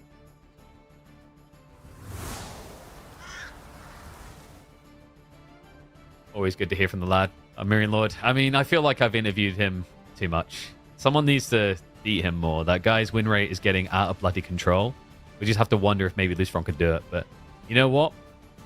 Us on camera is getting out of control, Dabston. You're bringing too much heat with the bang tash. So what we're going to do, we're going to head to a short break, because after which we have got things that matter happening, Dabston.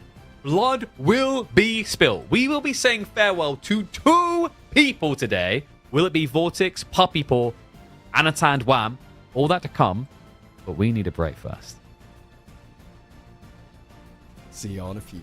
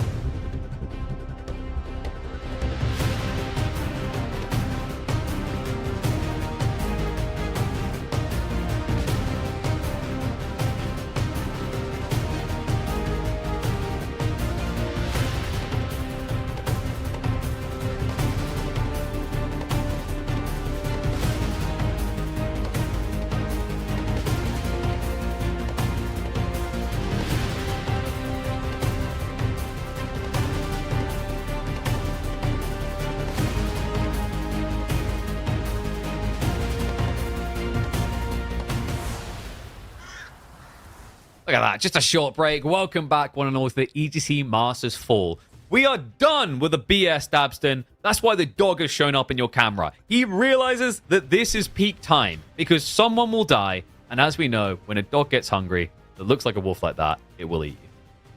It is win or go home now. Obviously, you know, these players have been waiting around. Well, Vortix not the whole day, but Puppy Paw been waiting, watching, and ready to go. He's ready to get that, get a couple wins under his belt and get along under the loser's bracket. But Vortix, he wants to redeem himself, wants to be able to move along, and maybe match up against his bro down the road if he can upset Marine Lord. And this time around, you know, we had Excavation between the two Spanish bros. And you remember we talked about like Mongols just getting ignored. No, Puppy Paw believes in it. Not just that, this draft's kind of crazy, isn't it? Vortix got his hands on Chinese.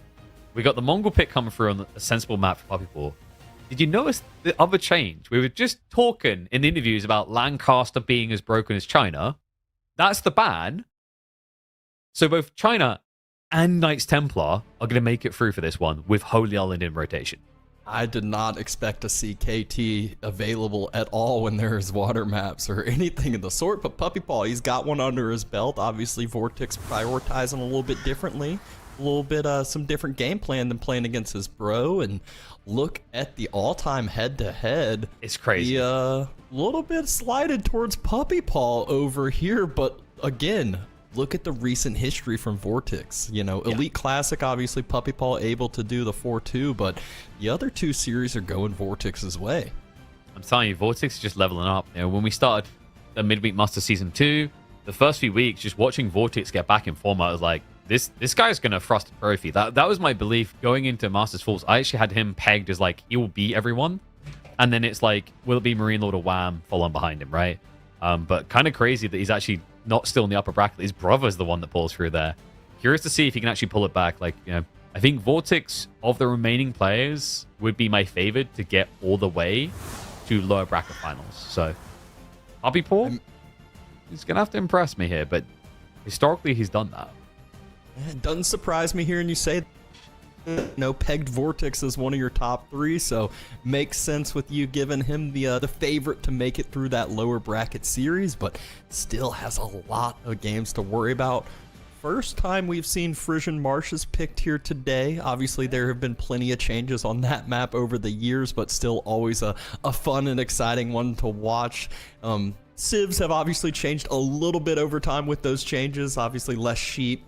A little bit more of kind of some food investment that you need to move out on the map to be, but Excavation, first map, Mongols being picked. We talked a bunch about Mongols being that civ that everyone thought was going to be the best one by far, but a few others kind of somewhat make some more sense at times. But Puppy Paw, he says, let me show y'all what Mongols can do over here.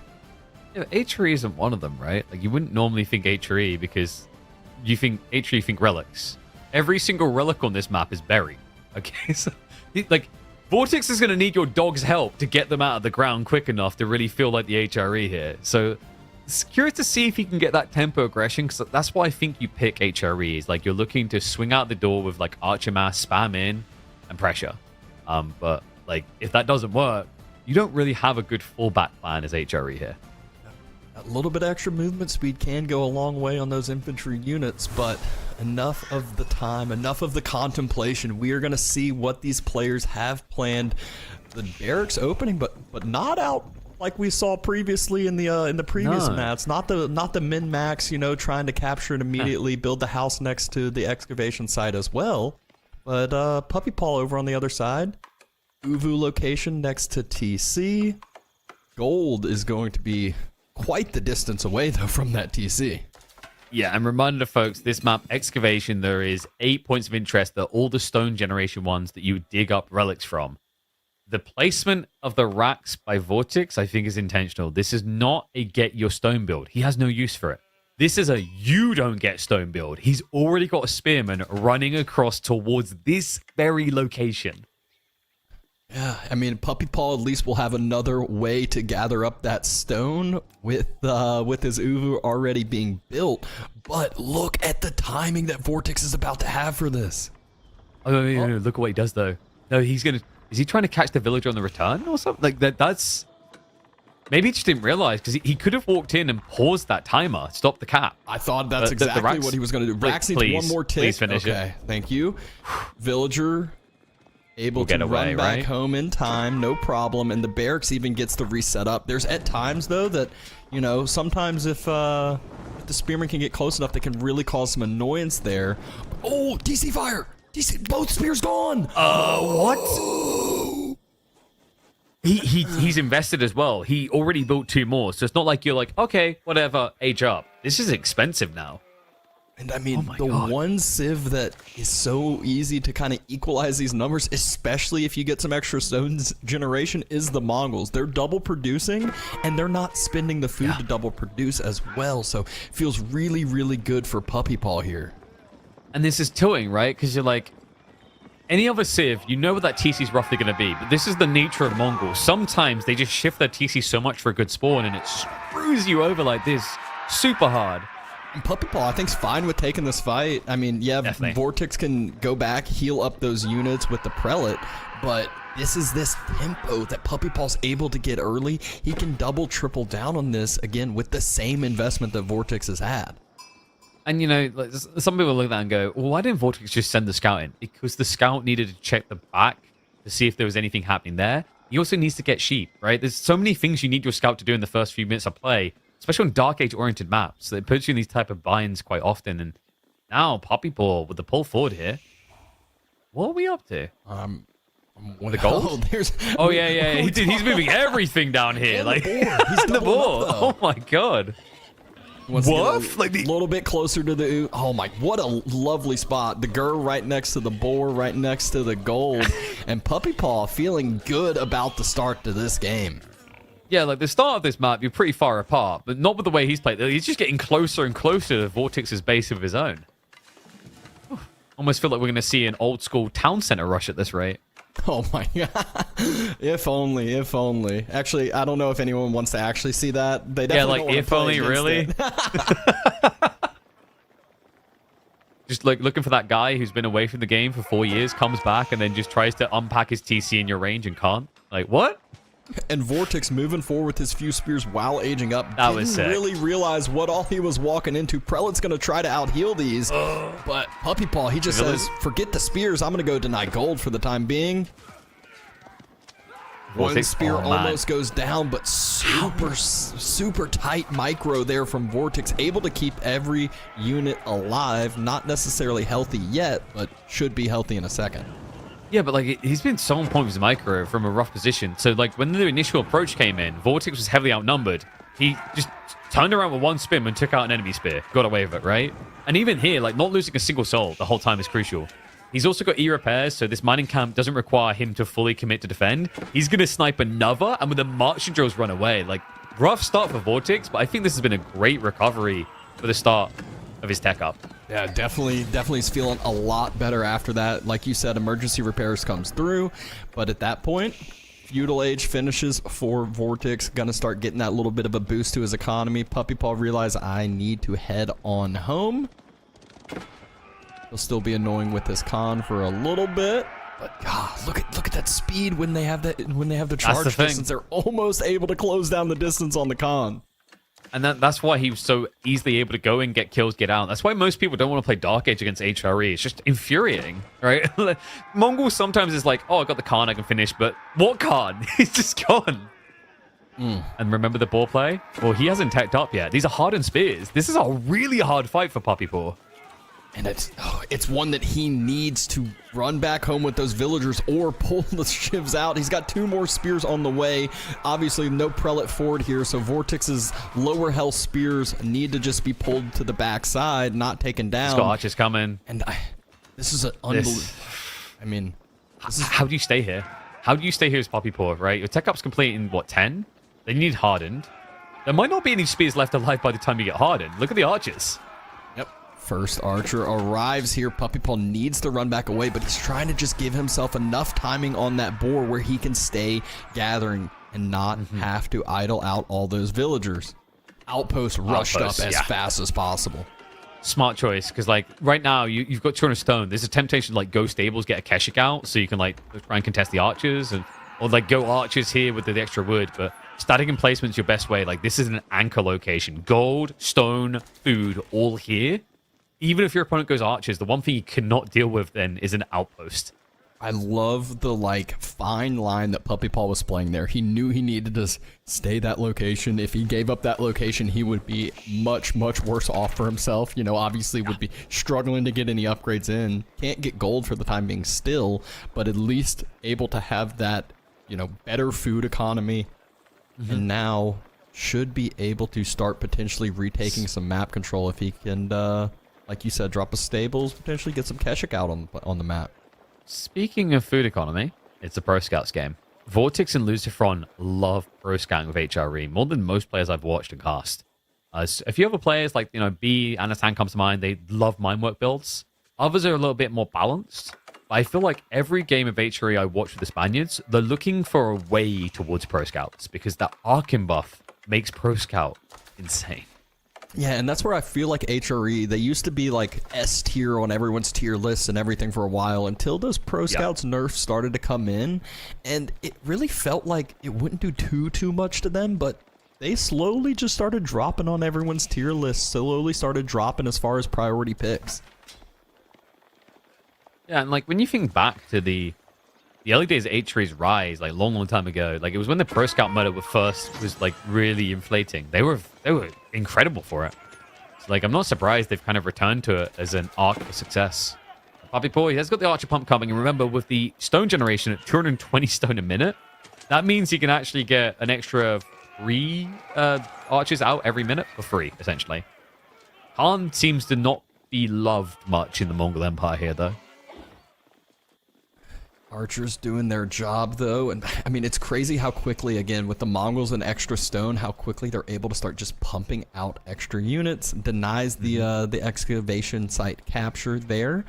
Yeah, but he dug up a relic, right? Like, that was not intentional. Like, as Mongols, that was definitely not... Against HRE, that was definitely not intentional. I mean, the good thing is for Puppy Paw, though, is that relic not the easiest one to secure for a prelate. if a prelate walks it's under a bait.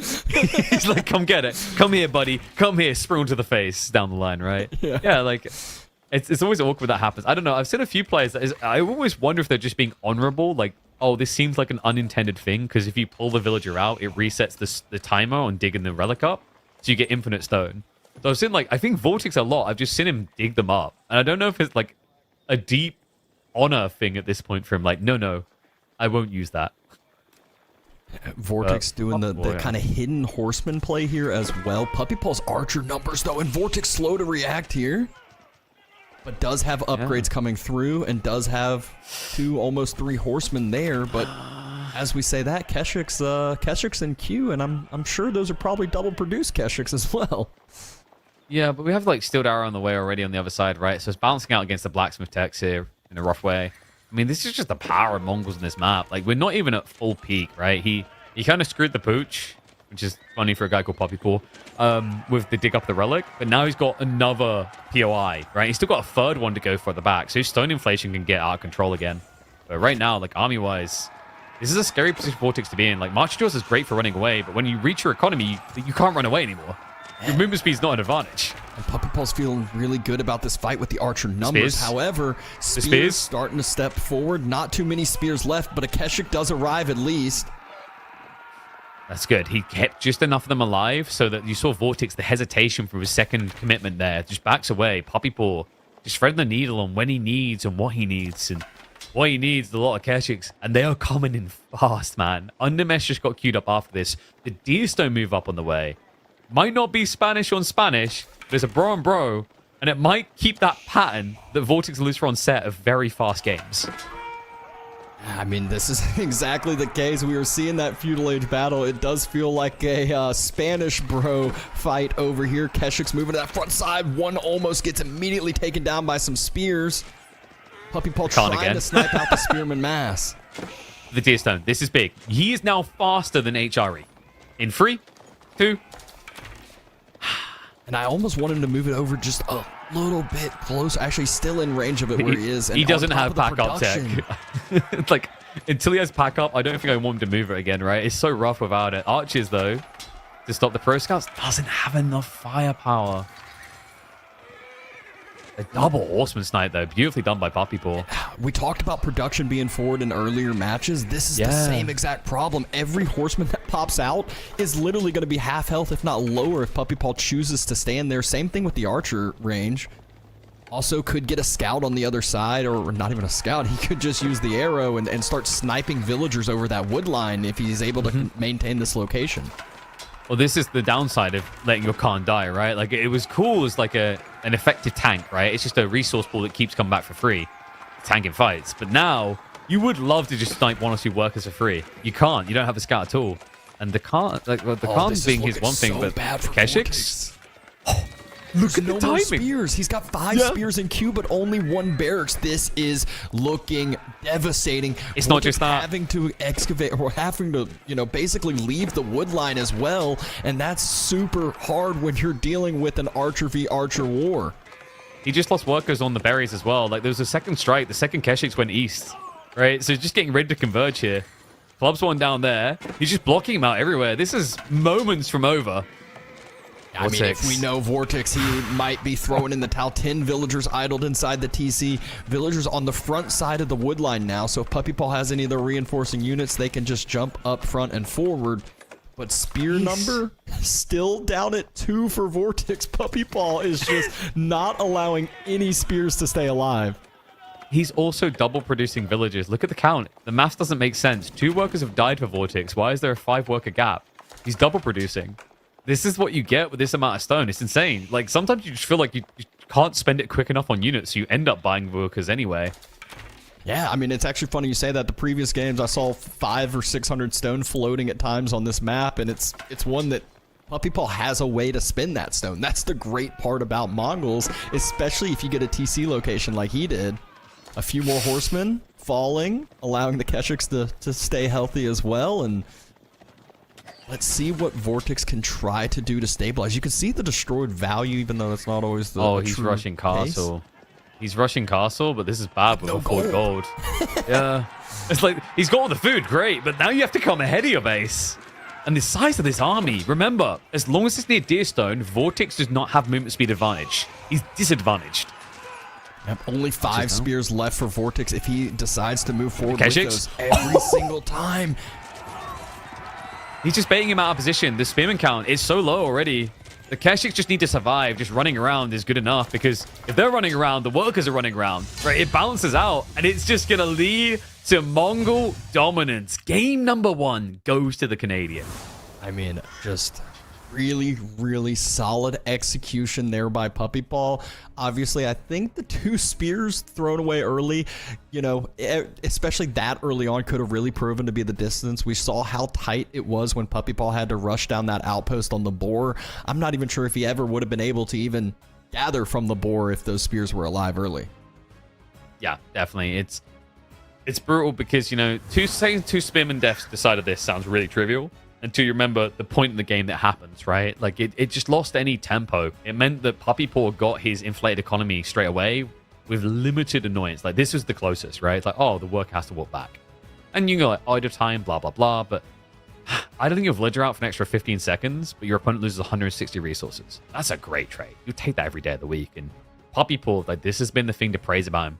He understands his other game timings. He doesn't take this methodical, I've got an advantage, haha, I'll sit here approach. The funny part is, like, while gunning like this, as we highlighted with the villager production being doubled, he was inflating his eco. It's not like he was just all in with no backup plan here. He balanced his cards very well. I love this micro we're seeing with this slow-mo fight here. He, like, 1 horseman split off to the right. Puppy Paw splits 1 spear off to the right, keeps the rest inside of his archer mass, and it really made it to where Vortix couldn't ever take that engagement with the horseman. If he does, they're just getting sniped down by spears, and then Puppy Paw just stays here, continues to snipe more and more units, 1, 2, 3 units here and there, ends up taking out quite a few scouts, so the pro scouts play starts to diminish as well, and really, really solid execution again from Puppy Paw there for game number 1. Impressive workout of the Canadian. Gets him on the board nice and early, and an interesting matchup ahead of us, Dabston. You don't want to be 2-0 down in best of 5. It does weird things to the draft. So Vortix chooses Altai and chooses his best civ to try and get back on course. Yeah, I mean, Altai is one of those weird maps where like you can't really be that aggressive on it because there's a lot the natural walls. You have the deer pack under your base, so like, what are you actually denying if an outpost goes up on the gold? And that's one where Vortix should be able to kind of have his way, but Puppy Paw has a way to try to force Vortix out on the map. That's the sacred site capture from Delhi. That's that kind of eco that Delhi can end up getting as well. So we'll see how this game turns into be and what the fruition has at hand. It's an interesting map as well for Delhi. You know, it used to be a pretty good one for them a long time ago, and it makes sense with the walling capabilities. You just cut up the map a lot quicker than other civs can. Even more these days, because most civs can't afford to go wall early anymore due to how long it takes. While Delhi, when they nerfed villager build speed on walls, they didn't nerf infantry build speed for Delhi. So you build as quickly as villagers, but you don't have any of the idle economy. It's kind of wild for that. Yeah, it could be a sick pick. And I love some of like the backside walls. You'll see some like sometimes we'll see a cheeky spear come out and like wall the backside wall near like one of the cliff lines, and then it's like you just basically secured a whole like third of the map there for yourself. But let's see what ends up coming into play. Vortix in the red. We've got a remake, but we are going to be remaking. Yeah. So I mean, I assume it was a crash. Looking at the spawns, I don't think there's anything too crazy, or is Vortix? No. Vortix might be missing a gold. No, it just got pushed on the outside, right? Yeah, whatever it is, who knows why, but we will be remaking here. But you know, it gives you a good view of the map. Yeah, let's you soak it in. I think the thing I like about this as well is the orderly approach to the cliff lines spawns. But the fact they can randomize in that, like, they can be both central, they can both be like top bottom instead of bottom top. That's really nice, and I know some people don't like that because it removes the character of Altai. But it's like sometimes Altai would spawn and it wasn't Altai at all. It was like Altai on Slim Fast and amphetamines for like 5 years, right? There's nothing left of it. The giant cliff was just missing. So I definitely like this more reliable approach to the spawns. But enough of seeing the game that is getting remade. We are back and rambling for a little bit longer until the next game gets set up. Yes, what do we talk about now? Let's talk about how war elephants are a problem. Abstin, okay? Like, do we need to pull some crackety clips out? We need an intervention again. They're out of goddamn control. Really, just watching those things plow through everything. It's like, oh, spears count. No, they don't. It's a lie. You know when someone's like, yeah, but if you just get around the flanks, there is no flank. I don't want to fat shame them, but they're so bloody big and somehow so fun. You know, like that. You ever had that kid in high school that was like massive chubber, right? He was huge. But then you'd be like, guys, we're going to do the 400 meters. And he came second. How? How did he move that fast? That's war elephants right now. They're out of control. So this game needs to be over in feudal age, or I'm going to rip my hair out, and I'm pretty sure both of us will hear Crackety screaming to our microphones, even though he's all the way in Germany. Yeah, I always feel like war elephants are that super, super difficult unit to balance. They've either been absolutely worthless or absolutely dominant, and really not an in-between. Like, you don't really see, be like, oh, well, you know, I'll just throw one or two in there because it's solid. It's like, nope, mass and war elephants, and I'm about to just win the game, or, you know, didn't get to that point and you stopped me making them. And we're about to add giant ballista elephants to the game, Dabston. Sauron is taking over, okay? The Eastern armies are coming, and they are elephant bound. I don't like my future, because you know what the weird part is, Dab? When I saw that DLC and I saw that variant elephant faction, for the first time in my life, I was like, I want to play elephants. And I feel bad about that. I mean, I did go to a college where the elephant's the mascot. So personally, I'm an elephant fan. You know, big roll tide over here. So anytime there's elephants on the field, I'm always enjoying it, but I don't like to be playing against them. I still remember the good old days. Wham's actually one of the players that comes to mind, who the scholar with war elephant push and the classic Delhi versus a Basset. And you're just like, oh my gosh, I can't kill these elephants because there's so many scholars and the healing. I felt like that was more of a scholar problem than an elephant problem, but it was always just fun to see that unit get made and how they play as well. Last time Altai was tournament meta and Delhi was there, it was the herbal medicine feudal age meta. So It's been worse. That's a positive for me, right? It's like, I lost a leg. You could have lost two. But let's see if elephants are going to be cannibalizing any parts of your body in this game. We head into game number 2. Vortix with one of the most OP, potent picks in Age of Empires 4, the Chinese, the puppy paw. If I hear those elephants roar, PTSD is going to come knocking. Here we go.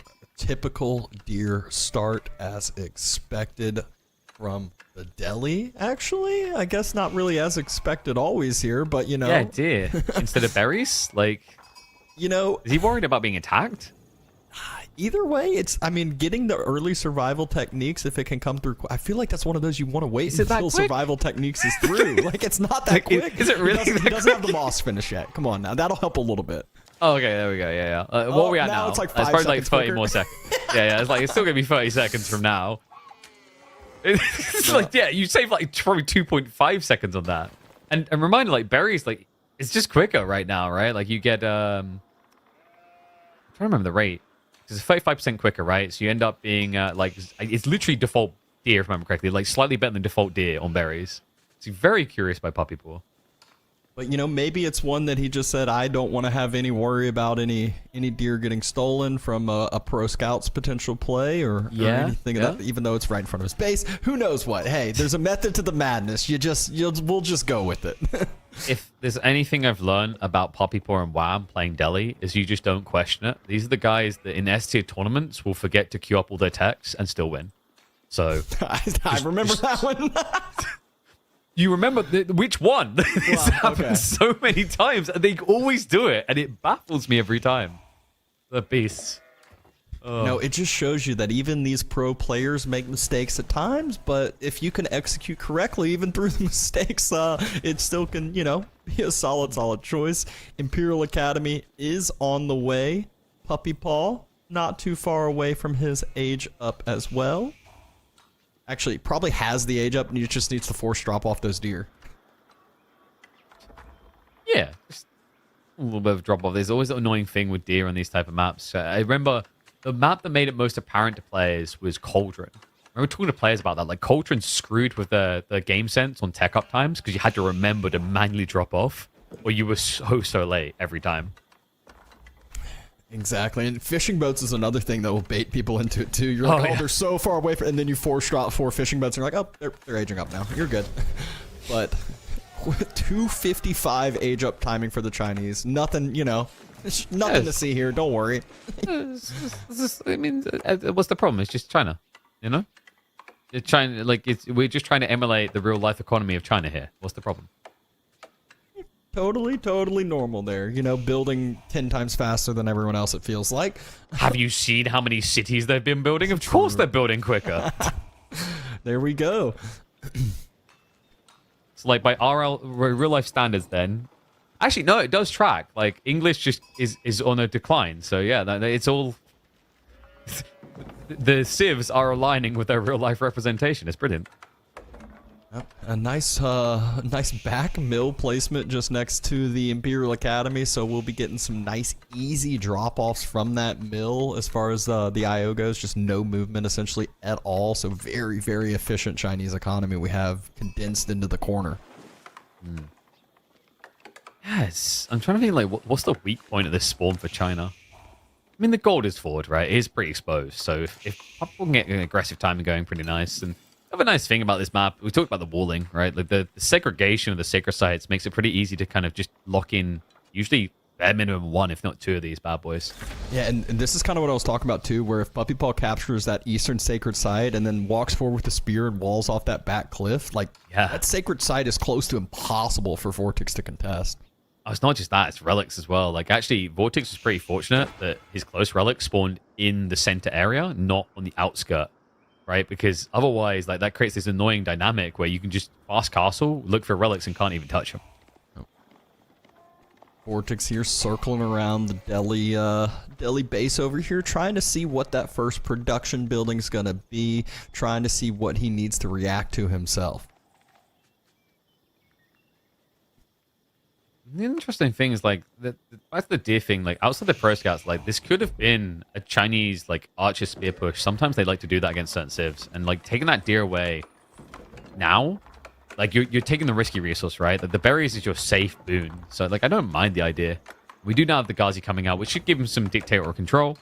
I think about like the deer locations here. Like one is just a given, but then you've got like outskirts. So maybe Poppy Paw wants to just spread wide on the west and east to block the outside deer stacks. Yeah.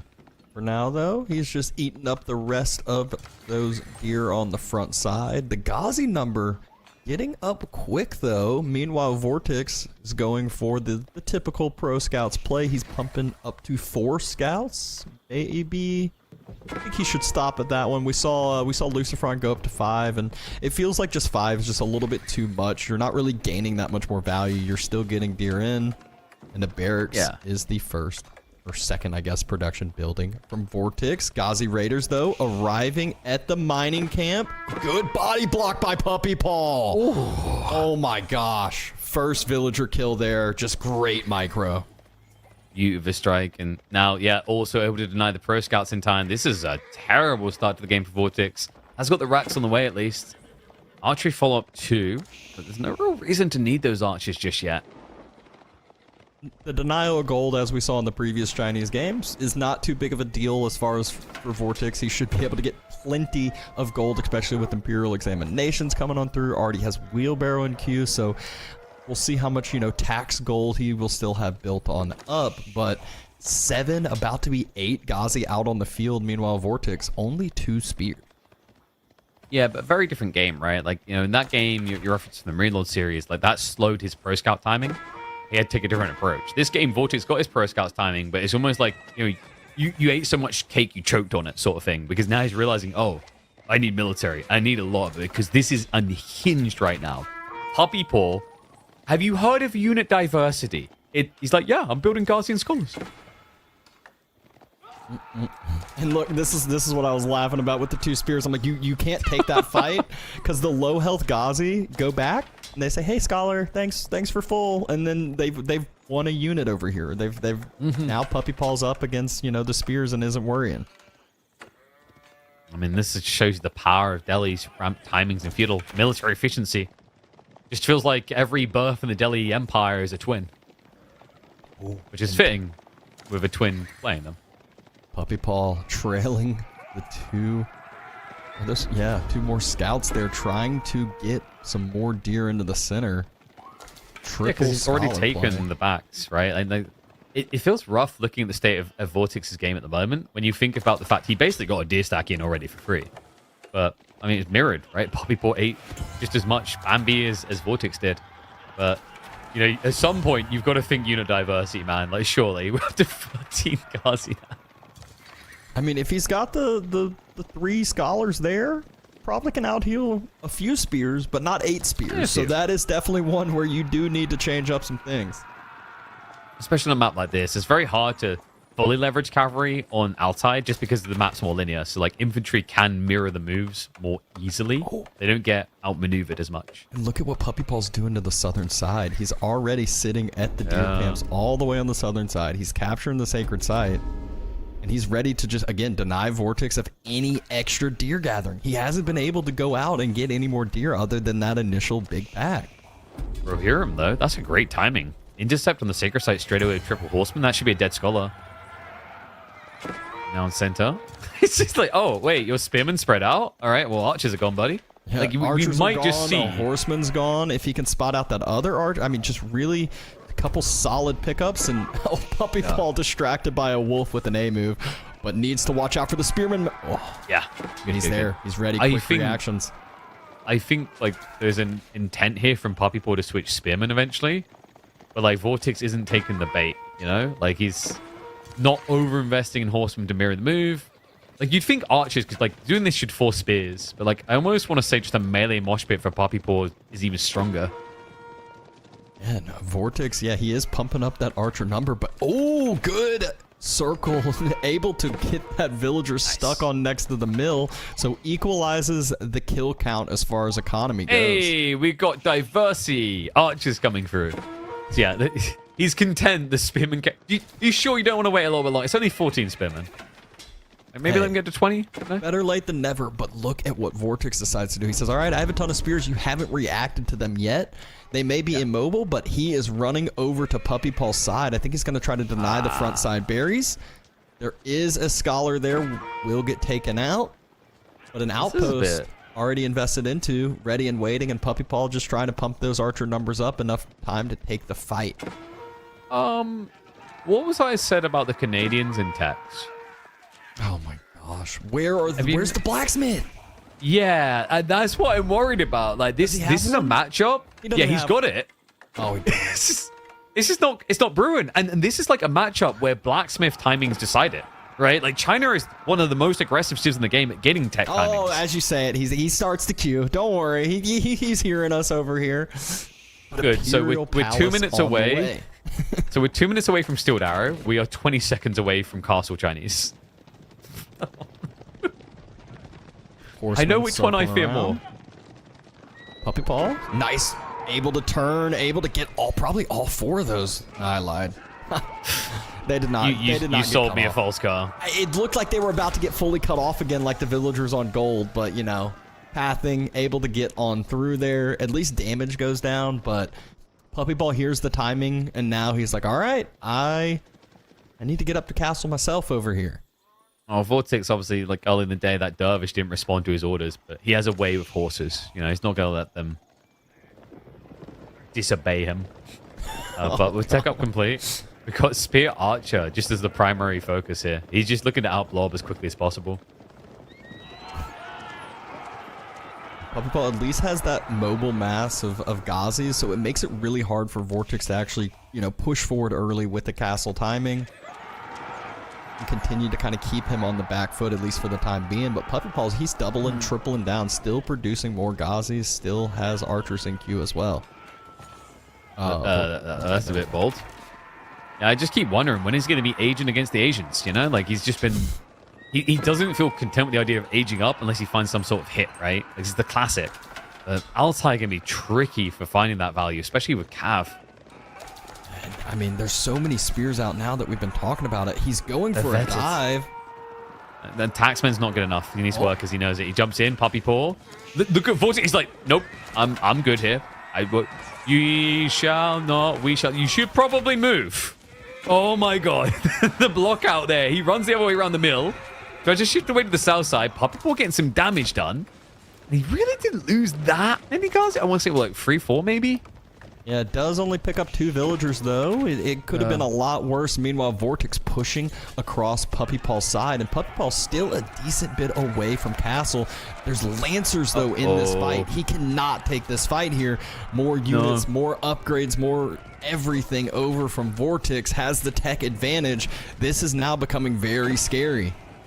Yeah, and that's the thing that people have evolved. Like, they used to react to those dives, and they like give their opponent an advantage. Not Vortix. Handful of reserve troops. Do what you do. Maybe lose a few. Have your army in position, ready to end the game when Puppy Paw tries for that age up. And you can see he's just waiting for it. Staring at Puppy Paw saying, I dare you to go age 3. Oh.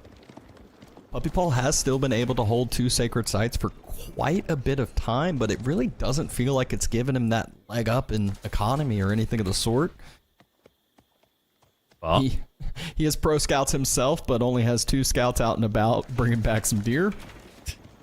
But think about this: if he could just get that age up, what awaits him in the castle age, Dabston? What could change your fate like a Slumdog Millionaire moment? We all know what you're... Oh my god! Oh, that would be it! Oh, you blink, Vortix, he thinks he's okay. He thinks he's safe at home, but the Ghazis, they're still roaming. And we said they didn't do too much damage earlier, but now Vortix has to do something. I feel like at this point, he needs to dive. He needs to go into the base. Economy gets ruined. If Puppy Paw holds this, he's going to be in a great position. Age up is on the way. Age up is almost finished. 15 villagers inside. Another 15 on the House of Learning. So Puppy Paw's economy basically not giving him extra resources. But there's only a few Lancers here. There we go. He needs the food for the War Elephant. He actually switches to a Lancer instead. Crossbowman queued up as well. The TC5 should be able to will away. This is a lightly armored army. It doesn't feel like it should be enough to break through, surely. But Lancers are now starting to arrive. So there's workers about to be at risk. And there's not that many guards either. They're coming through now. Time. They do have a little bit of extra damage against those armored units. I think Puppy Shiv's Paw, out. he's fine with losing some of the villagers here. He knows what position he's in. But oh my gosh, economy, it's almost dead even after this. It is, yeah, and the Ghazi are going to sweep through the last of the archers, so heavy losses on both sides as they are neck and neck on workers.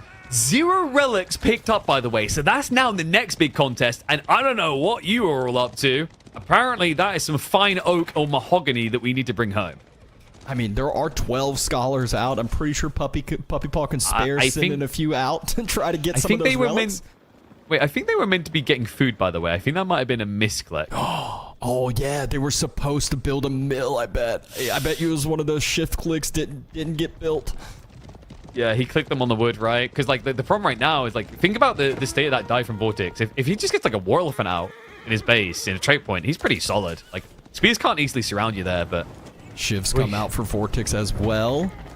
Puppy Paw, the numbers, they're a little bit deceiving because he has 12 scholars as well up there, so doesn't quite tell the full story of the military, but is still able to have that kind of defensive nature. There's not a lot of armored units out for Vortix. It's mainly Spear Archer that he has.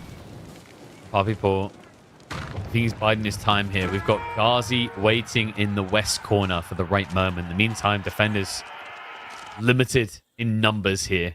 Oh, he's not even moving with the Ghazi. He's so distracted with this dive on the base again. Archer's about to dive onto the wood line. They need to fast build a wall behind the cliffside or else they're just going to get chased down. Did he prioritize the garrison and houses? I think he did. I think That's pretty smart. That's actually really smart here. Against mass archers. If he did, that's brilliant. Still no relics have been fully pulled back out. I think, still all 5 relics on the map that we see. They're just vibing right now, and you know, this is crazy. We're just getting like mass lancer, no elephants, so Puppy Paw. The funny part is like it's because there's so many spears he can't really build the elephants, right? But like it's hilarious because I know if he could, he would. Like, you know, there's some discussions going on about elephants and the state of them. And he just responded saying, this is good. I think they're very This might be the big difference here. Diving the wood line, but at the same time hits the gold. He's converging from 2 sides as well. Gold. He's gonna pincer movement at them. They have nowhere to go, nowhere to run. That's another 10 villagers or so that the army's there. Lancers as well. Yeah, but the Lancers don't clean this up quickly, right? Like Lancer and Lancer, they're gonna clump down a few workers potentially. Homeblades, I think, just completed, so that's giving Puppy Paw the edge for the moment. Able to skirt away with the workers. He baits the army back from just chasing on in. It's just all methodical, right? Like, you're trying to just dance Vortix around without a hard commitment, but Vortix still has a decent number of archers here. The worry is that spear count has to be getting low, right? Like, maybe 6, 7? Yeah, that's really what Puppy Paw needs to continue to thin out, but it's just so hard to do so. Again, he's doing it well. Like, he's doing it really well. Like, look at the numbers now in the fight. Like, he split that into 2, had the spearmen running for a while, but the archers, they're gone. Wait, they're baited onto reinforcements. The Lancer's coming from behind, so he's not countering the spears anymore. Villagers now in trouble. Puppy Paw at risk of losing a few more. Body blocks from the Lancers just in the nick of time there, but it gives the spears a lick of it, and more workers are still going to go down. All during that time, though, Vortix had 29 villagers idle for about 45 seconds or so. I think he ran out of the berries and just was so focused on micro, didn't see the them run out, and it could have been worse from Puppy Paw. He has villagers, though, still on that north side, walking around, trying to hide from units, trying to find places to go, and they did not find a safe place to go, and Vortix still has all of his army up here. This is it, right? This is the moment. Like, where do you go from here? He has nothing to defend with. Look at the raw count for Puppy Paw. His military numbers are lie. 14 of that are people that read books. At best, they might offer a thrower book in a fight. You need people with swords here, and he's got none.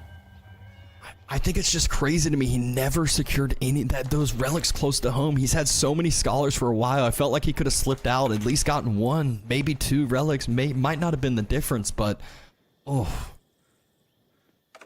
really just good micro here from Vortix, keeping up the pressure, not allowing Puppy Paw the time to breathe. Puppy Paw does have some Lancers trying to save these villagers, but I mean, at this point, Vortix, he can just throw away the archers for more villagers. Oh, wow, you're going to kill my archers? Not before I take those workers down. And he's got the movement speed to keep up with them here. Yeah, the shoot and scoot. Just keep killing as many as you can. Every single villager except one goes down. Puppy Paul's at 29 villagers at 20 minutes. It's a crazy game. I can't believe, like, with the tech ups, how close this was for a moment. But no doubt about it, right? China #1. Vortix is proving it right here. Dive comes in. If only Puppy Paul could find a miracle grab. But it's not like the Ghazi before we had enough to body block. There's only a few Lancers. They can be ran away from. You can already see the Vortix always posturing, never responding with a full army, always in position to go on a counteroffensive. Yeah, he is not going to allow Puppy Paul the time to breathe. We're already getting to, you know, what would you call a late game for Vortix over here, so he is ready to finish it. Don't want to get too late in Europe for him either. Disadvantages right there. One log coming out from Puppy Paw, but there's already archers. Oh. Repair time. He got one archer. We distracted. Yeah, about that. Outpost is already down. Just trades out Archer and Archer. We see on the little split screen trying to dive on the other side. You know, trying to get some Lancers onto the wood line. Just make continual trades here. And think about it this way, right? There's a lot more of his workers for me to kill them than you can kill my workers, right? So if I just find the right location, and Puppy Paw, man, he's desperate for a castle. Look at him running with the relic again. He's like, I'm gonna get a Wololo, I swear. But it's just like this weird shift for Stone. He tried on the west side, he just tried on the east side. His stone outcroppings are so annoyingly placed with this. He has 0 food per minute. This is, I mean, not a great feeling for Puppy Paw. I think he's going back to that northern side berries. Market's being burnt, but he needs that market. I think if Vortix actually would have taken that down, it would have been a lot more devastating for Puppy Paw than he realized. Yeah.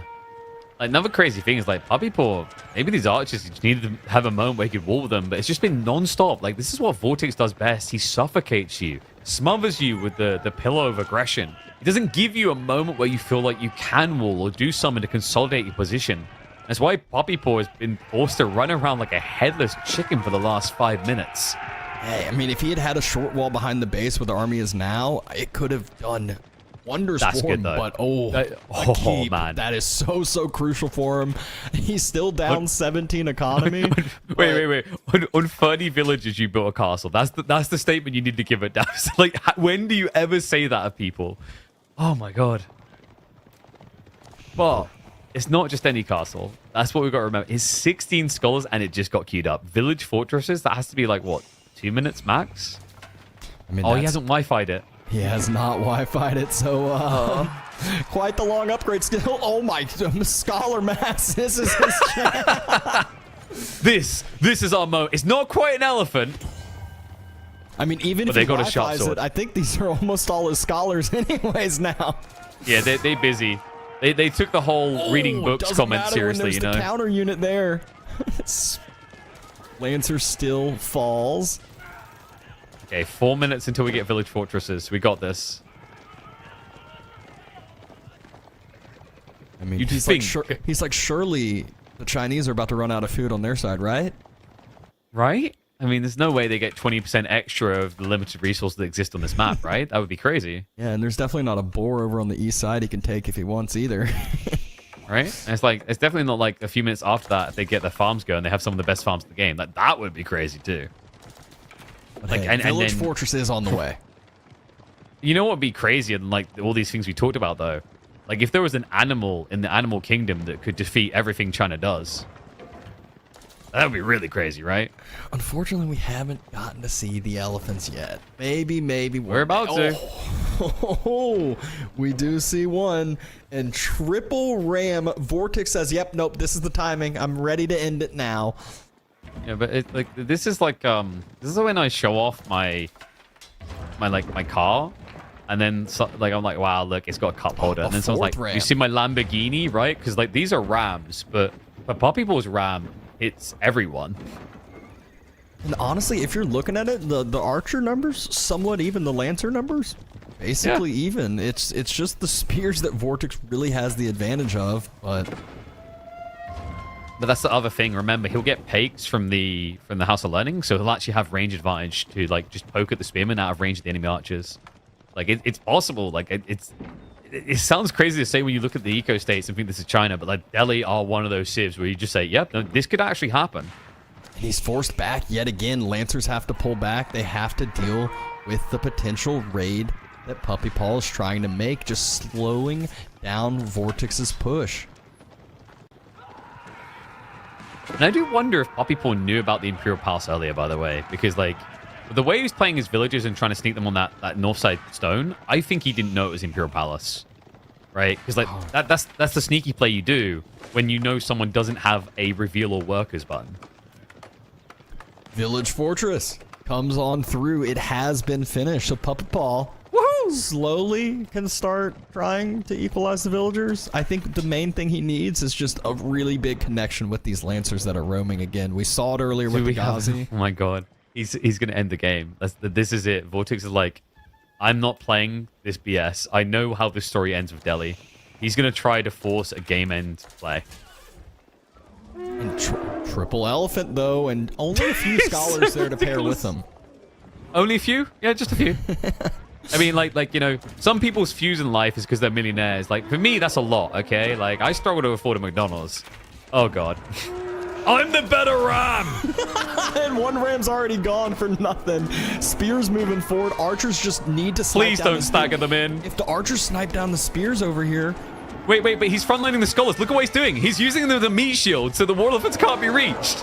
Second wave of spears coming through. Backstab from the lancers, but now, yeah, just tackle your archers and send the elephants to the back. It's a full stand ground. No elephants dead just yet. Look, he's hiding them deeper. Barely any spearmen are able to counter. The villagers from Vortix, no. What is happening? He's dead. What's happening is elephants. These things are not reasonable. No way does that just happen. He realizes he loses the fight. He sent villagers up at the wrong time. Economy was about to equalize. And game over for Puppy Paw. Or I guess for Vortix, Puppy Paw takes the dub against all odds.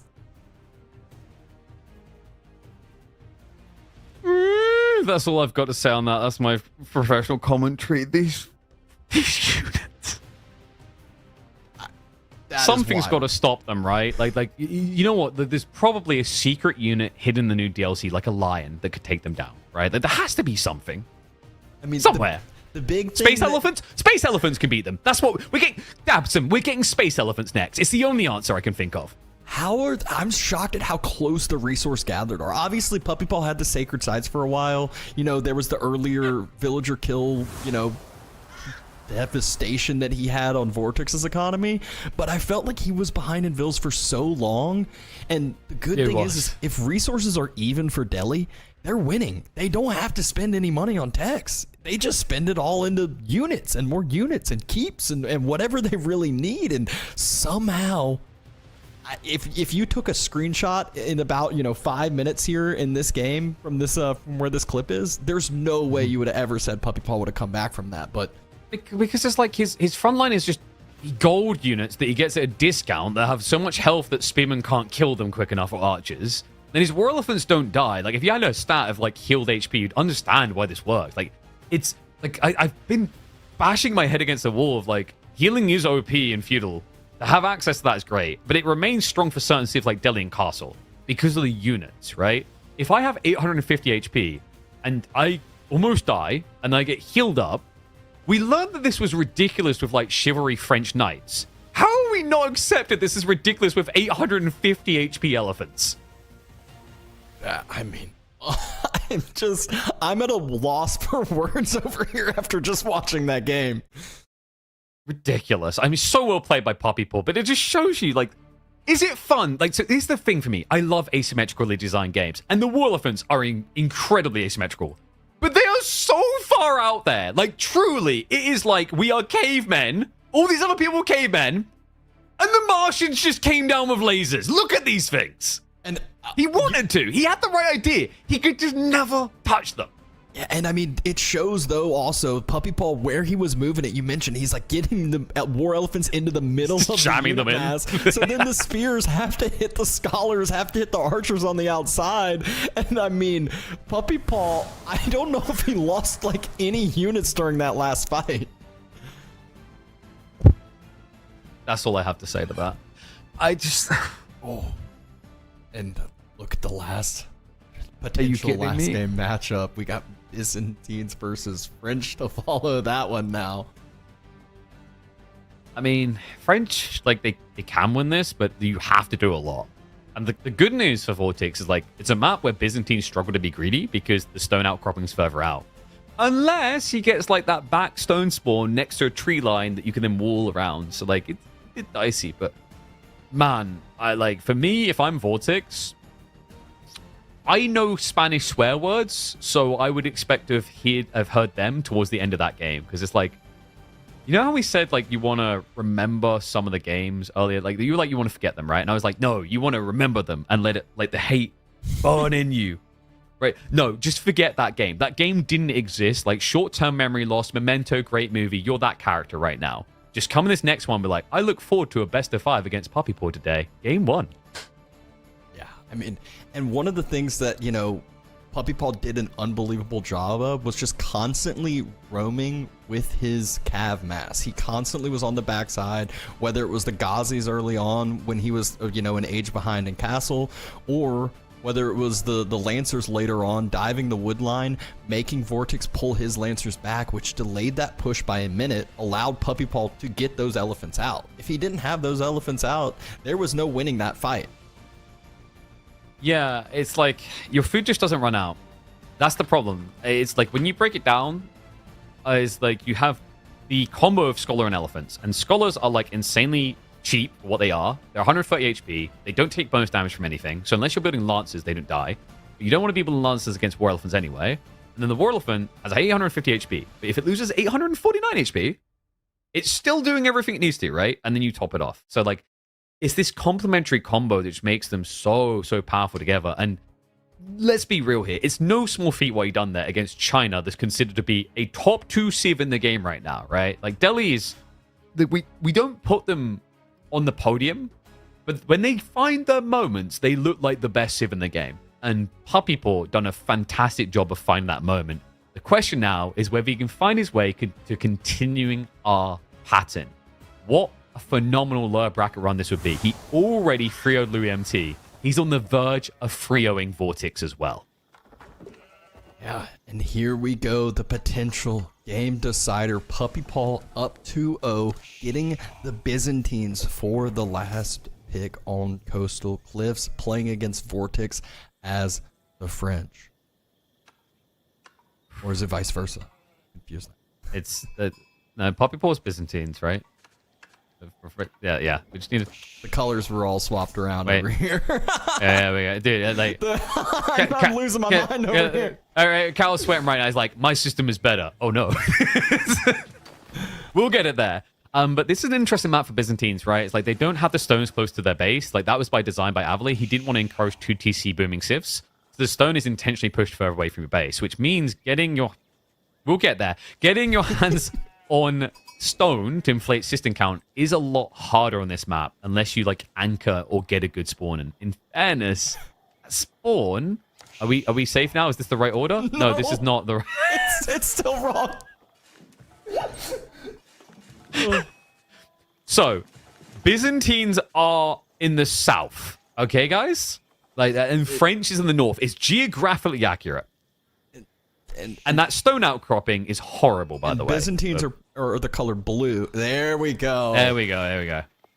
Oh, and now just why can't we all just be blue? And we're good. All right, we got there eventually, but game number 3, rocking and rolling, and I mean, we're just all at a loss for words after the game number 2. Oh, blimey!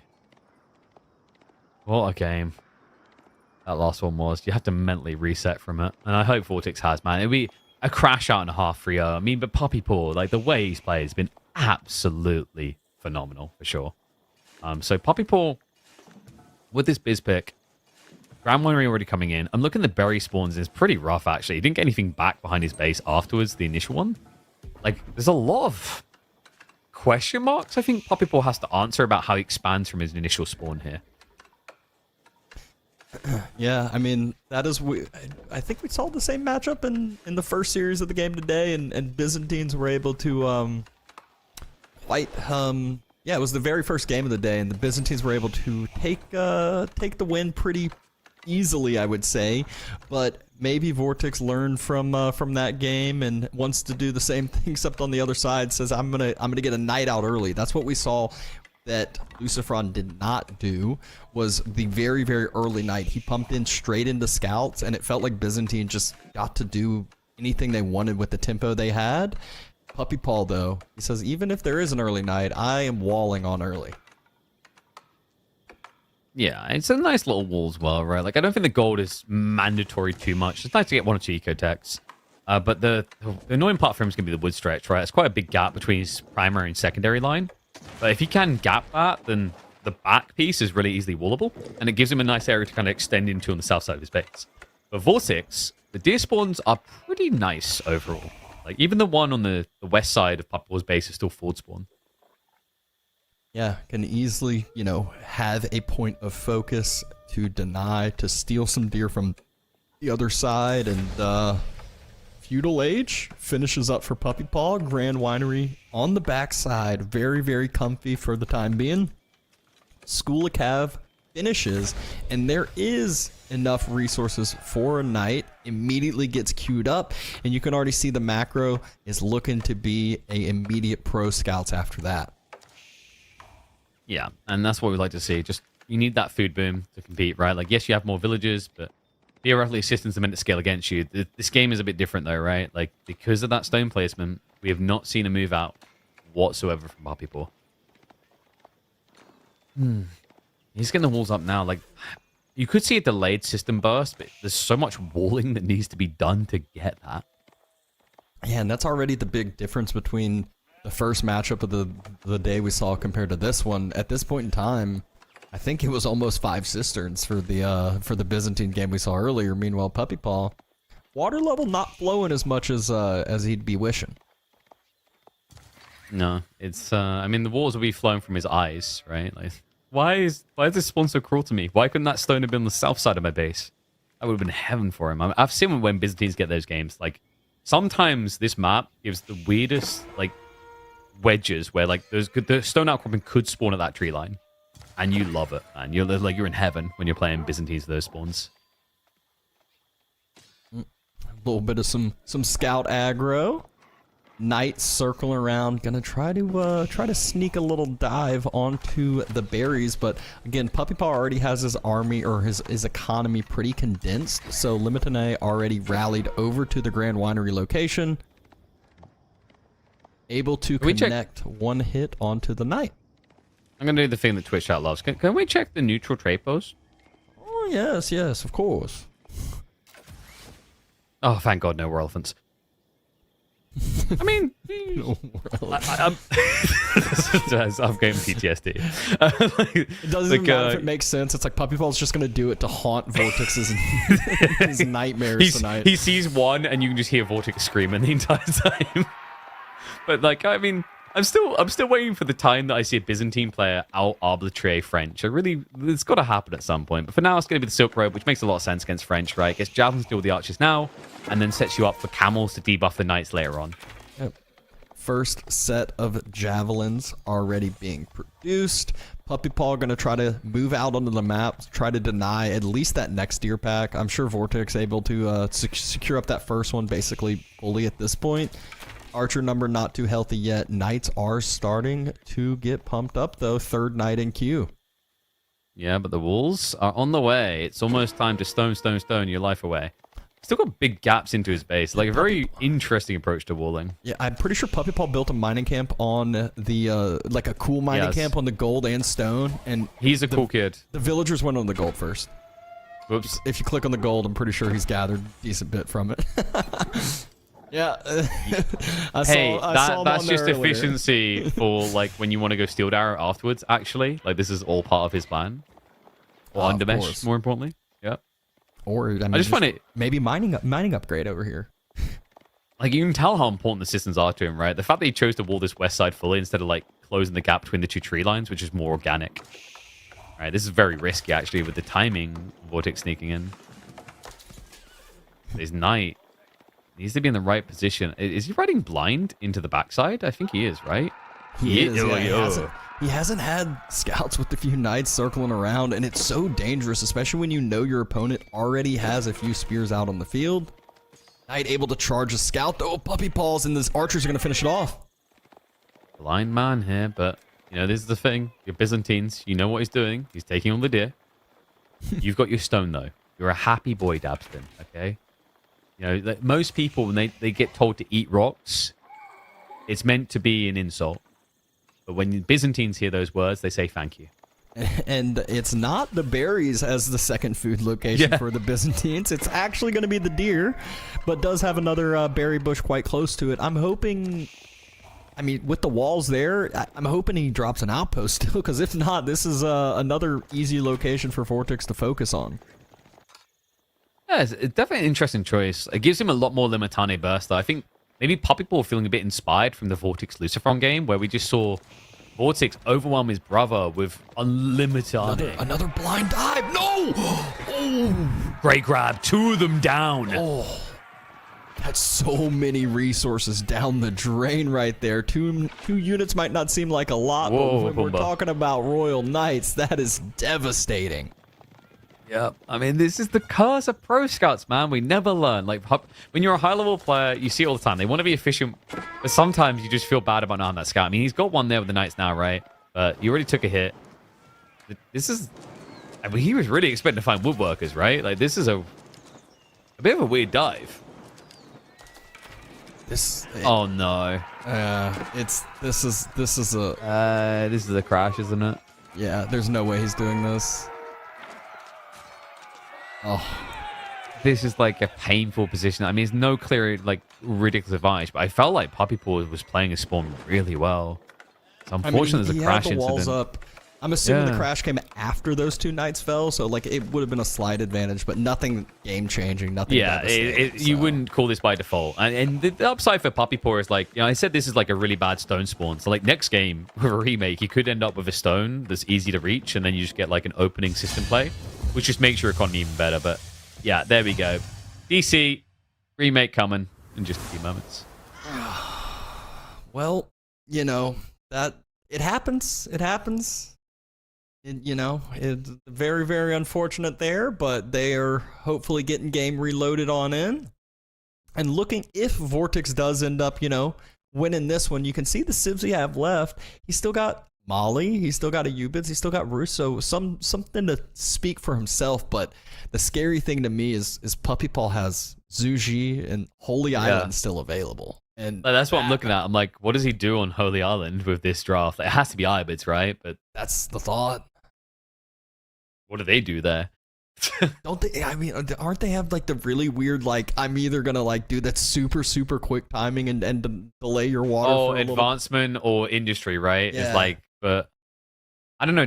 I feel like the industry one kind of got figured out. Like we even saw, was it earlier? Wham had Ibis as an option for Holy Island, but then he went with the Lancaster instead, right? Yeah, he did. Like he maybe didn't believe it. I don't know. Like I'd have to ask him on it. But yeah, either way, it's gonna be.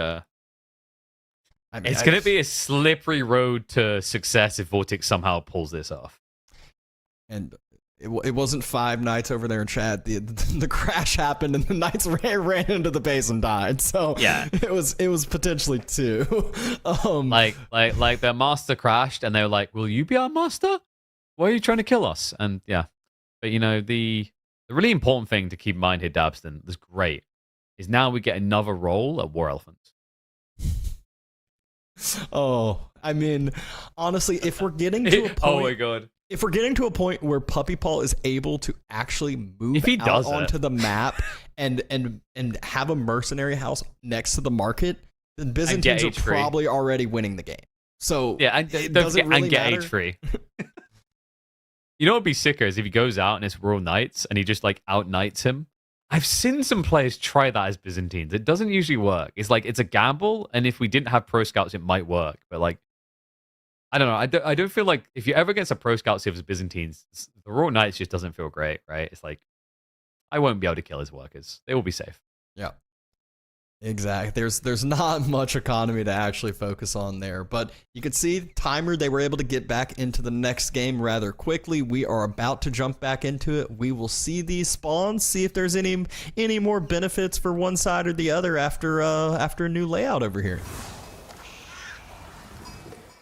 In we go. Unfortunate need for a remake, but Puppy Paw, I don't know if you'll be happier or sad about that. The stone's a little bit more defended in some ways.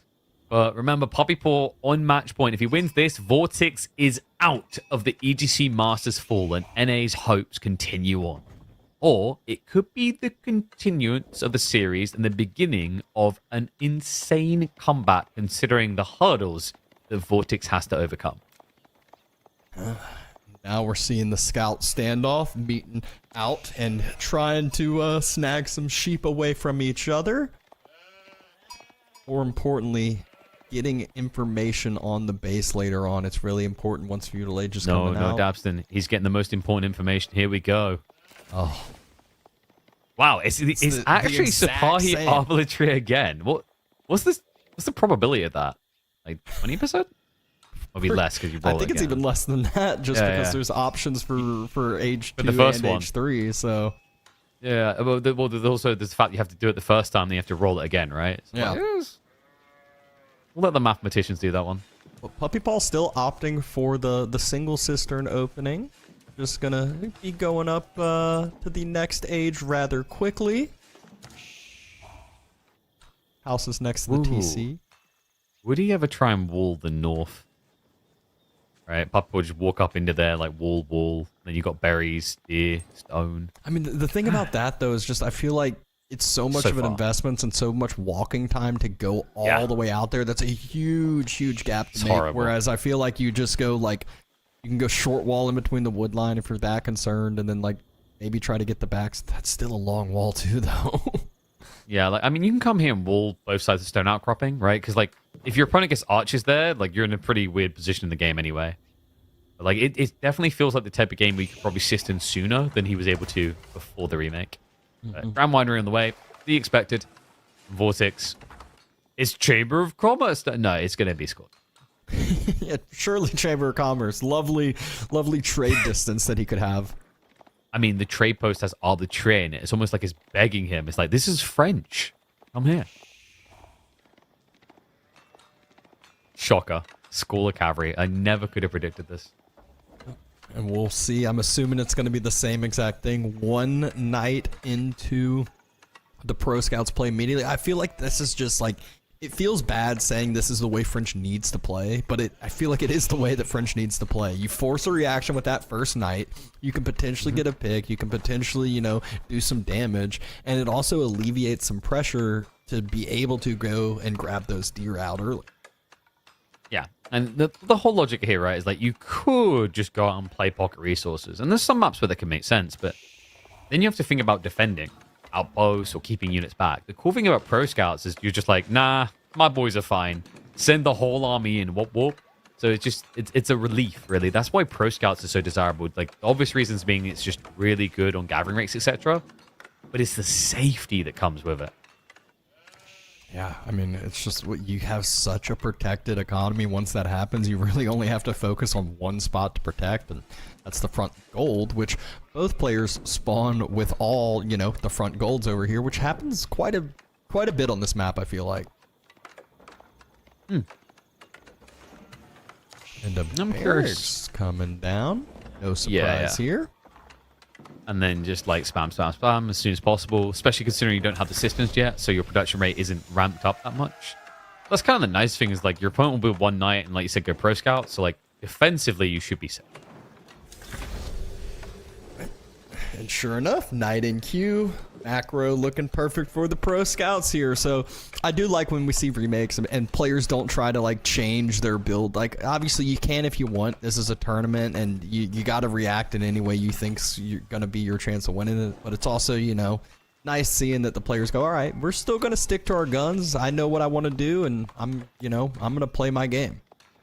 Yeah, I think like this matchup doesn't have any surprise twists, but like you should never ever hold players to this idea that they should replicate the same build.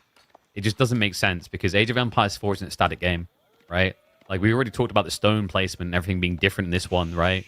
That gives you a different arc, potentially. Like, this time, did he outpost last time? I think he walled instead. Oh, yeah. No, Poppy Paul, you have to wall again. It's unfair otherwise. Like, it doesn't make sense. Right. AoE 4 isn't designed that way. I don't know if StarCraft 2 relies on that and they keep to it, but, like, StarCraft 2 could, in theory, right? If they needed remakes. Because it's a static map. Yeah, so now we're seeing the boar pole come out early, and that first Limited is taking quite a bit of damage. Like, bro, leave me alone. You sure you don't want to eat me? Come on, just bring like 8 of your bros and kill me. I'm delicious. No piggy here. I'm waiting for the Byzantine strategies, man. But Barry's getting eaten up.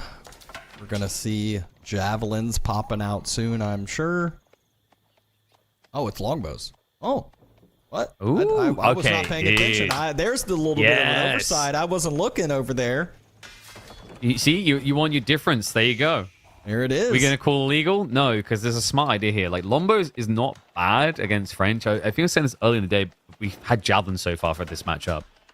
You think jabs could stop the enemy archers, and then also you have the camel aura, right, for the knights. But like longbow, if your real goal isn't to like fight your opponent field but go castle, longbow massing feels so much better than javelin massing, right? Once you get to like 25, 30 of those, that critical mass swarms over in these fights. So it's pretty cool. Like I rate it. But we don't have the system scaling at all yet. Ooh. So I'm curious when that's coming in. Oh, Limited Name pops out right as the knight tries to circle.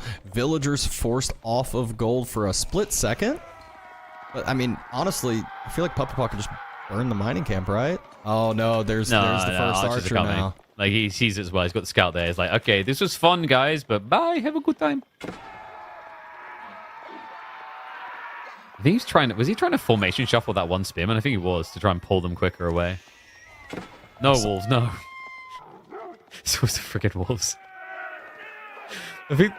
I heard wolves explain the best way the other day, where it's like, wolves are just there to remind us of a darker time when that old bounty system existed. Yeah, I mean, God, it's crazy to think about the OG bounty system, and Puppy Paw actually moving back forward with this Limited Night without his scout, which, there it is, okay. And that's why longbows have arrived, so he says, all right, now I can win this this spear archer war potentially, but... Was it back gold last time? It might have been back gold for French as well, which is another interesting detail to allow longbows, but it's scary to get this far upfield against knights. Yeah, I mean, it's such a delicate matchup when you just overstep a little bit. There's 4 knights out on the field, and Puppy Paw does not have all the spears here. And then as he has to be split, right? Because he has to defend his eco. Should be doing here is you know, going and picking off the reinforcing units. That's the big downside to these spear archer masses and these immobile masses. If you just circle with these 3 knights, you pick off 1, 2, 3 units here and there, or you just take a fight against spears. Oh, okay. But there's only a few of them, right? And if you look, my lance is bigger than their spear, I think. It's wider. At least wider.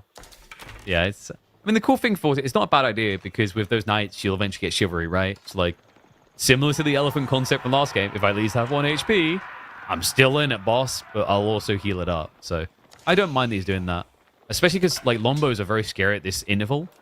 He's doing a good job on his blacksmith timings, by the way. Like, keeping up with Byzantines can feel rough because of how quickly they tech into them usually, but with this being a level 1 system game, it's a little bit different.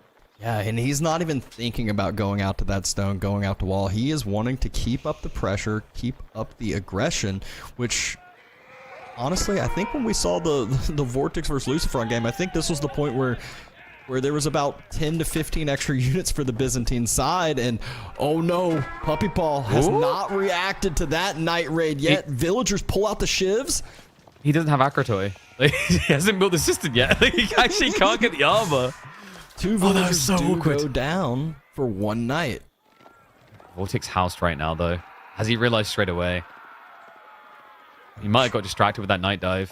But this quite a long wait. The TC hasn't skipped there. That's good then. That's good. Yeah. It's just a little bit of production delay, which isn't the worst deal. Obviously, the big thing to keep up with.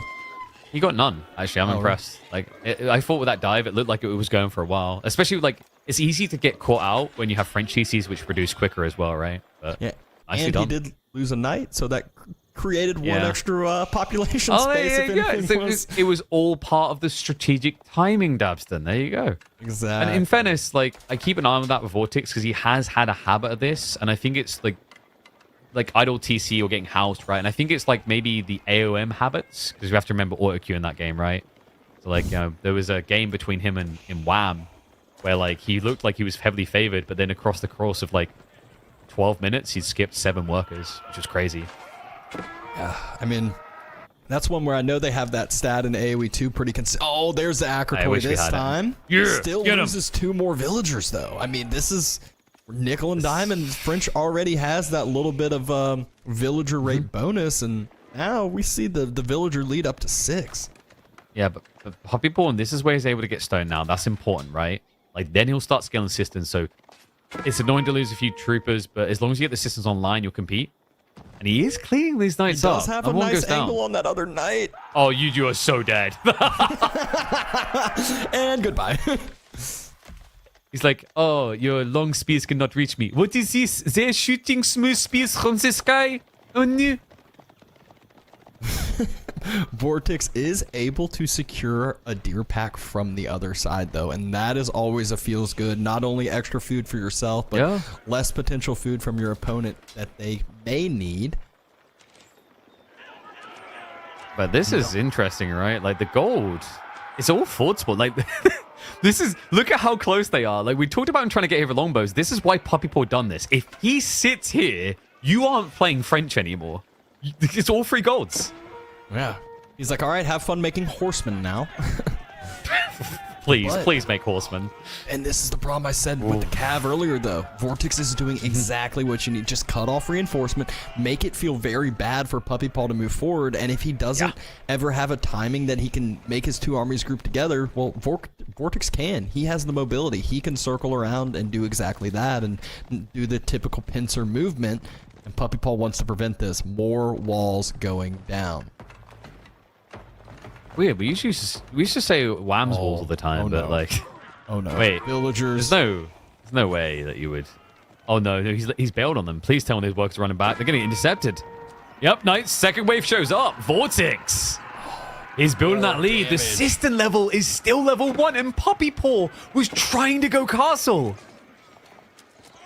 And, oh my gosh, 8 villager kills, 12 economy lead for Vortix, and you can already see how this is transitioning into more and more of a military lead. There's no extra going for olive stone. oil coming in for Puppypaw. He's got 1 single olive grove. He doesn't He's trying have... to trap him.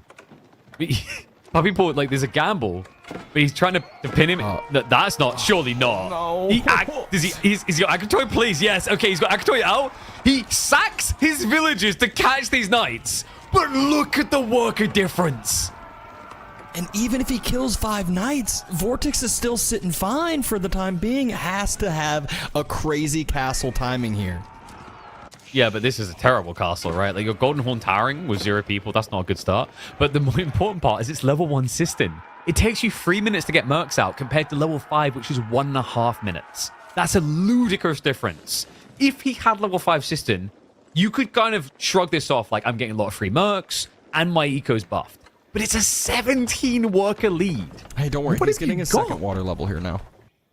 Okay, well, then, you know what? I'm less parched and convinced. You know, you've social drunk me into belief at this point.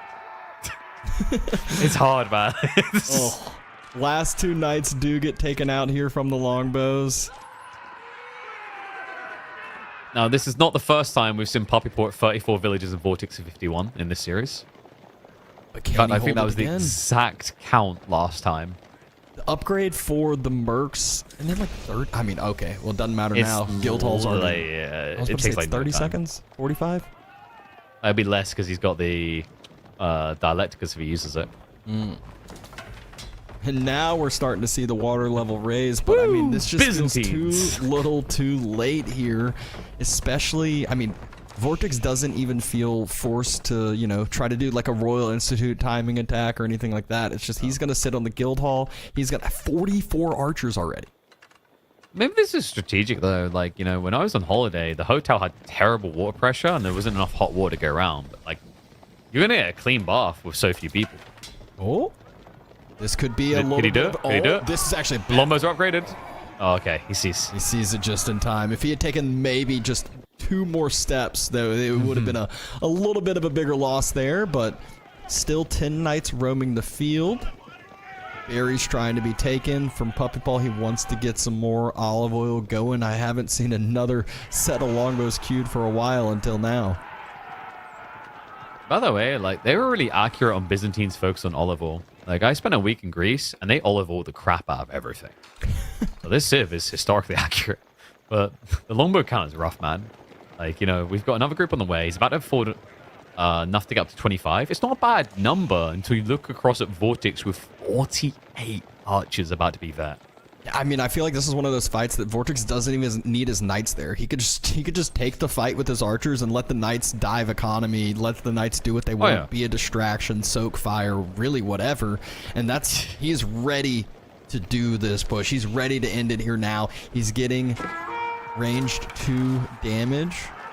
I mean, he can pretty much A-click in and then get up and do the floss for like 10 minutes. Like, it's pretty chill. Pulls the knights back. Just wait. Archers push through. Puppy Paw. His Limitane line is going to fin fast. He does not have Undermesh 2.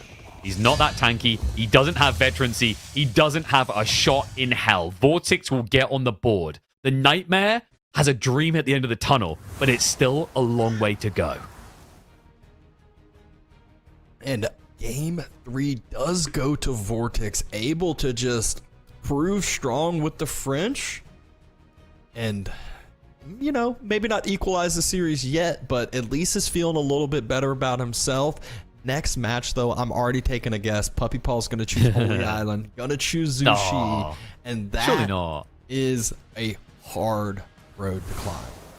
You could, like, I mean, if you think you got it on lock, you could just go Frigid instead, you know? And then, like, whoop, but, oh, there we go. Of course it had to be.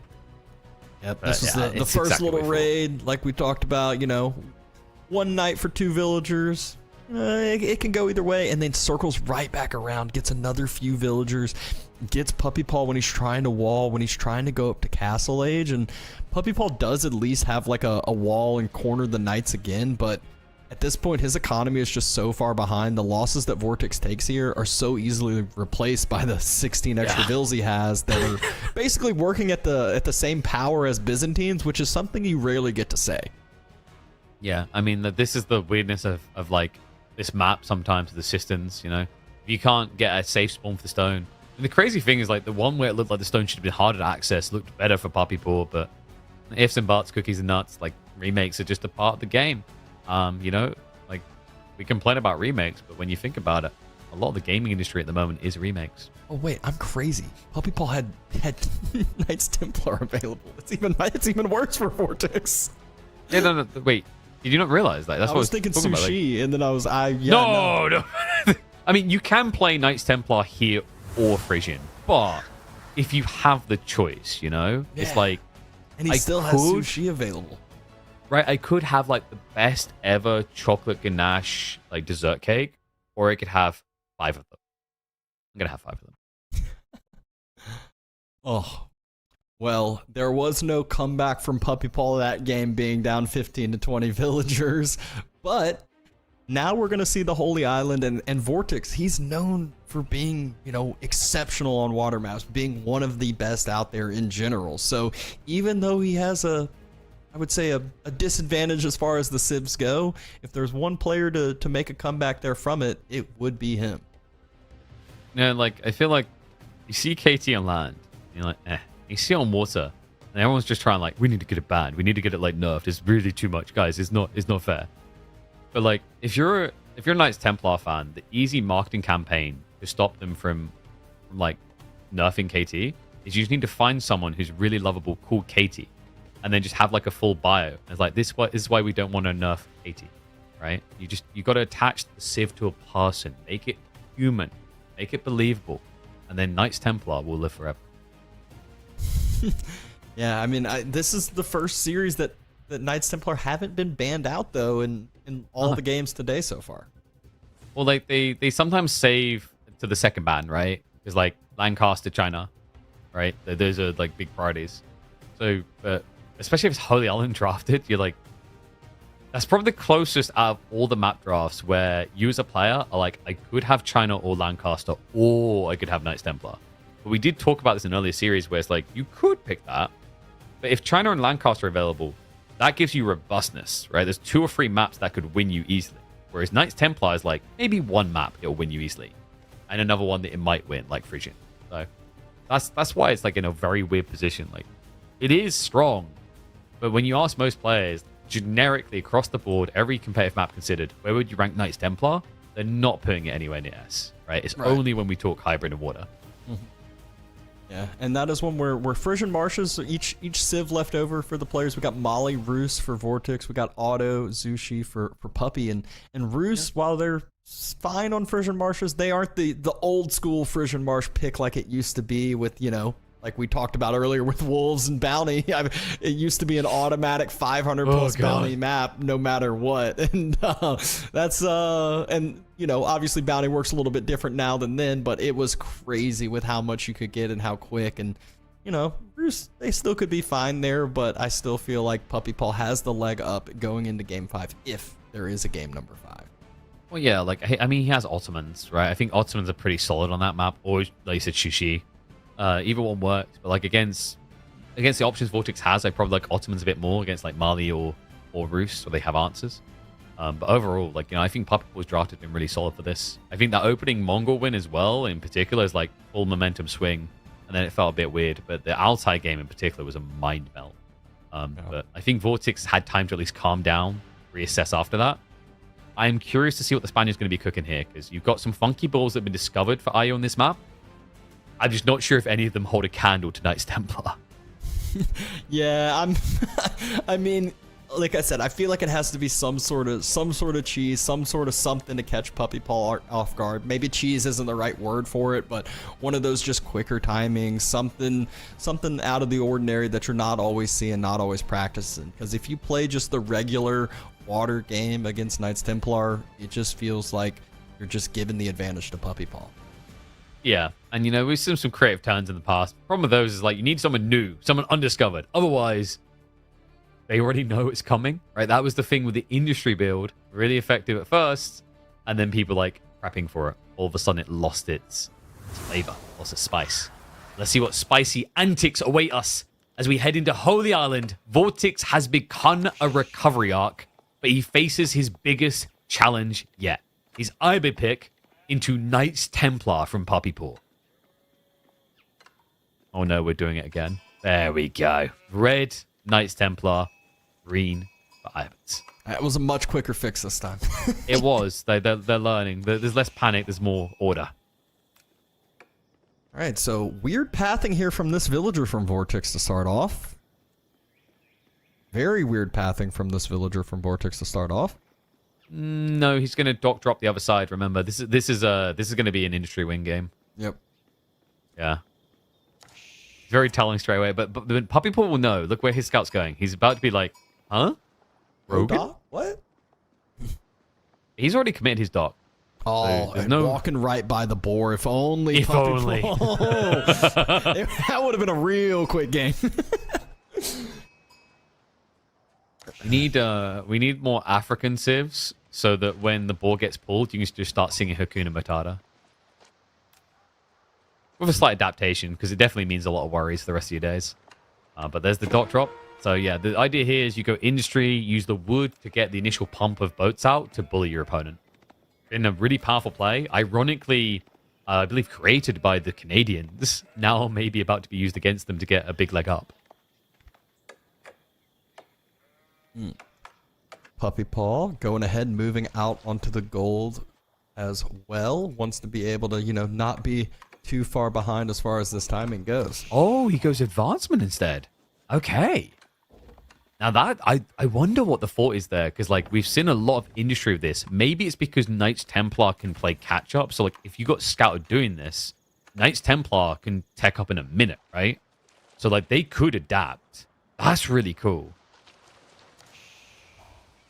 Yeah, I mean, This is one of the old builds that we saw that the Ubids have tried before. It's just sometimes I feel like if Puppy Paul scouts this, which I'm sure he knows the information already, his scout's about to hit the dock vision as well right now. Puppy Paul can just stop at 3 boats. And That's yes, what I'm thinking. Yeah, that idles the 3 boats for a little bit, but then he just ages up and now the boats pop out and he's at an advantage again and kind of just diminishes that early advancement when timing, but actually a fourth boat in queue it looks like. Can I go weird here and say, like, the adaptation I'd love to see is this had been industry... Club them all! If this had been industry wing, he'd built the dock, teched up, and then built a racks, and then built a ram, right? Like, and watch the number go down!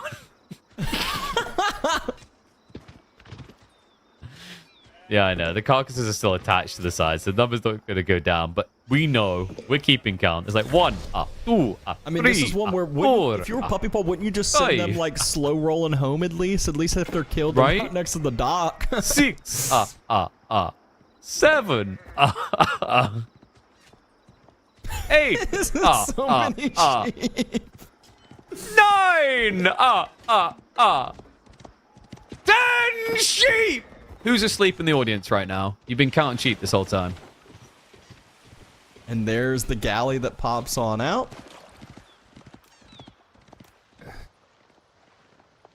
And let's see if it doesn't. Puppy Paul already split off a fishing boat. The one extra one he made, he split it off, so he doesn't even have to worry about it.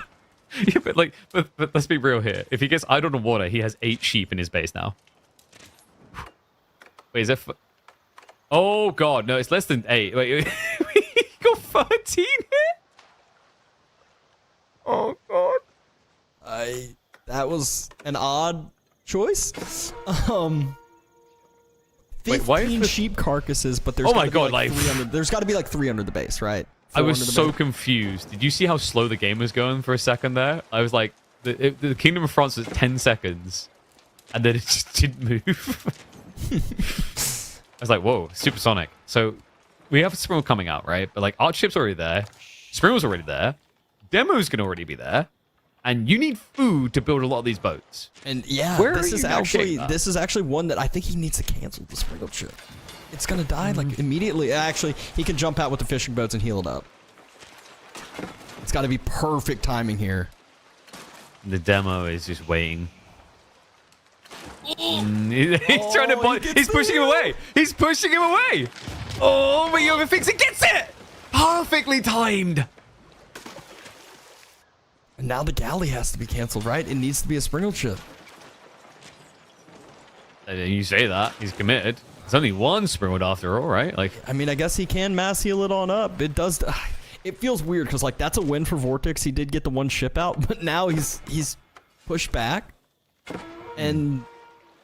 the quicker tech timing got you a ship kill. Yeah. I mean, this is still a weird game for Puppy Paul. Like, some of his food issues can be alleviated by the wood in the middle of the map? I think so? Oh my god, gosh, he did. Okay, this changes everything. Now Vortix is just going to get denied on water fully. Yeah, he's going to get pinned on both sides, right? And yep. Springle ship's already coming out. The demo is coming all the way around, by the way, but it has been scouted. Vortix, he's got the Archer ship reacting to it. Oh. Yeah, perfect denial. Really good pickup there by Vortix. Just doing some trades. There is a villager close to the water that could get sniped from a Springle ship if it moves up on forward. But there's the fishing boats. Interesting. The interesting thought here, though, right, is like, Ibid's a tempo, and this looks good right now, but like, that's the thing. Like, we've seen this so many times, these type of strategies on this map. It's all about the first few minutes, and you need a big enough lead to win off of that. And if you don't have that, brother, we are piecing out against Knights Templar. I mean, he already has Pilgrims on the way. That's now another thing you have to worry about. And he's already now got the dock to protect that route. You don't have any land units, so the sheep problem isn't a real problem. You could technically go deer here as Puppy Paul. Just needs to snipe out the galley. Gets it perfectly. Demo. Now Demo. Split by Puppy Paul. Will lose one of the Springolds. Now moves back with the fishing ships. And I mean, again, good tempo by Vortix for the time being right now. But remember, he has no fishing boats, right? Like, nothing economically for himself yet. Pilgrims are starting to come through. He has got the horseman reaction, though. Mirrors. Chevalier going to be coming from Puppy Paw. Okay, and I mean, economies, they're looking pretty even over here so far. And remember that big loss as far as the actual water goes. If Puppy Paw doesn't secure up land in a sec, it will that was be quite the gamble. Oh, Galley's just immediately taken out. It's just throwing away units, and now the demo gets to go clean up the Springle chip. This is actually looking really good for Vortix here. And Galley sucks so much in these positions. Demo ship reaction, but never denied the enemy archer ship, right? But the detonation connects still. Well played there. That's a big pickup there. Springles. Horseman will arrives have on the to fall Gorge. back, or yeah, villagers will have to fall back from the horseman push. And the dock actually from Puppy Paw is about to get set on fire here. Yeah. I mean, this is looking like the end of water here. He still has the central dock, though. So, like, it's not Vortix now just builds fishing, right? Like, there's still that weird position. And he's actually going to go back for fishing over there. I don't think those two are going to be joining up, though. Yeah, get started. It's a long way, boys. Yeah. But if Vortix splits his ships up too much, I mean, Puppy Paw is double docking over here. He's going all the way. Yeah, he's just like, okay, I mean, just in case you were thinking of fish on your side, not at all. And setting one sphere was not enough, right? He had to camp the shoreline in case his opponent came back.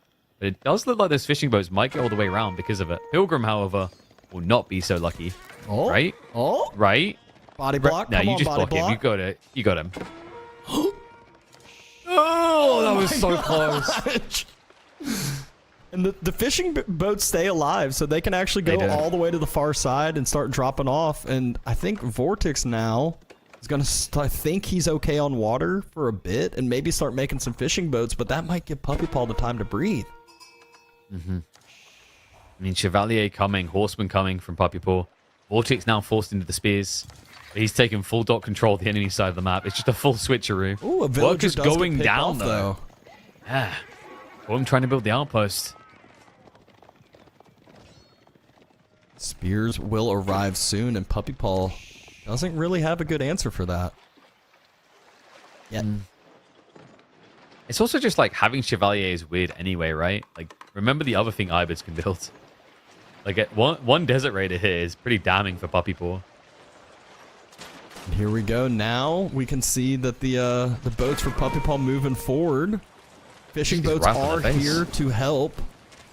Galley trying to snipe out the demo, but demo just eluding it just by keeping moving. It's like, hey, don't mind me, guys. I mean, this is the thing. Like, galleys are so clowny against demo ships these days.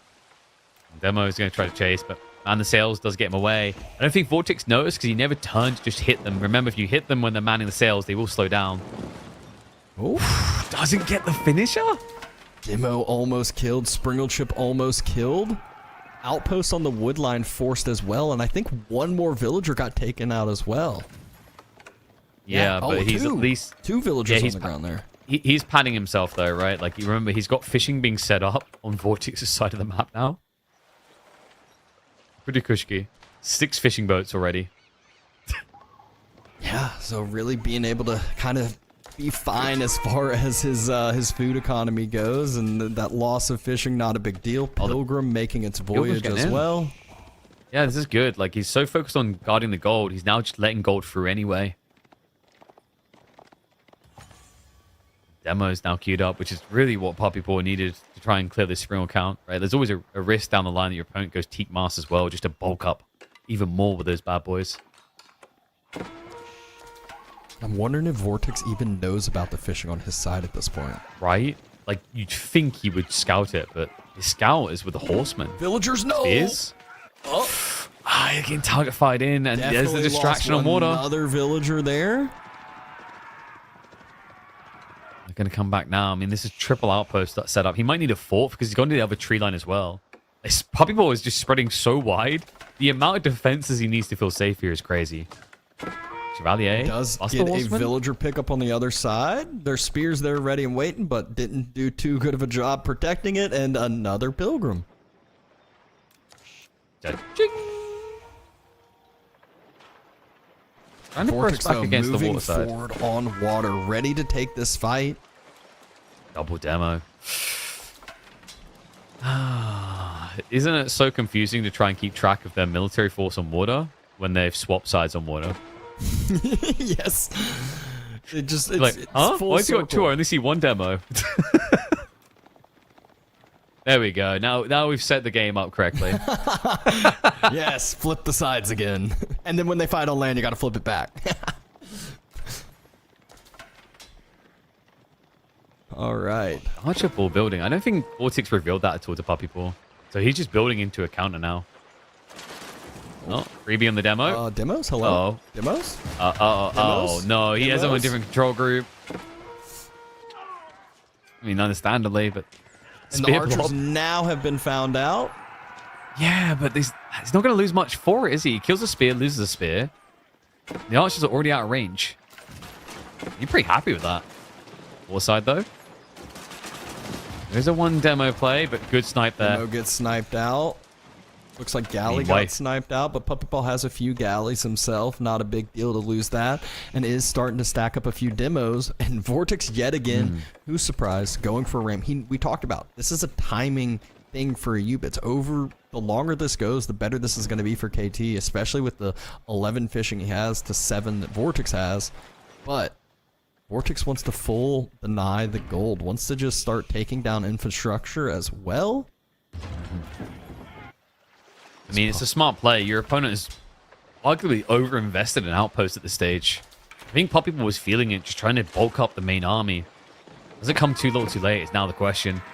Movement in. Workers shuffle away from the exposed outpost towards the tree line. Seek shelter should save their bacon from getting cooked, but one goes down. Goes down again. I mean, I just feel like Puppy Paw has just slowly been losing so many villagers. There's a galley that goes down because surely he's trying to worry about those villagers that just got dove upon. Double demo moving forward. Puppy Paw has a lot of galleys though. I feel like I feel like the demos aren't going to be able to connect at all. And it's tricky because like the other thing that's annoying when you play against Bagglers, like their masks are so good at hiding things compared to almost any other shit because of the weird triangular shape.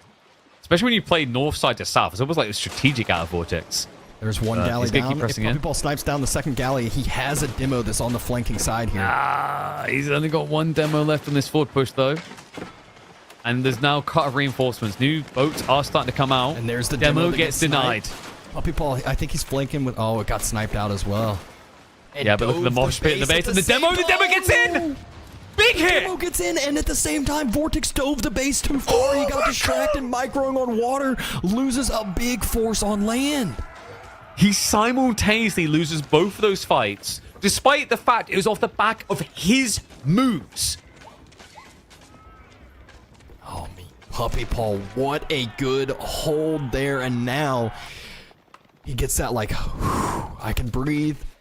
All right, he stabilizes here. There's not as much aggression coming down now.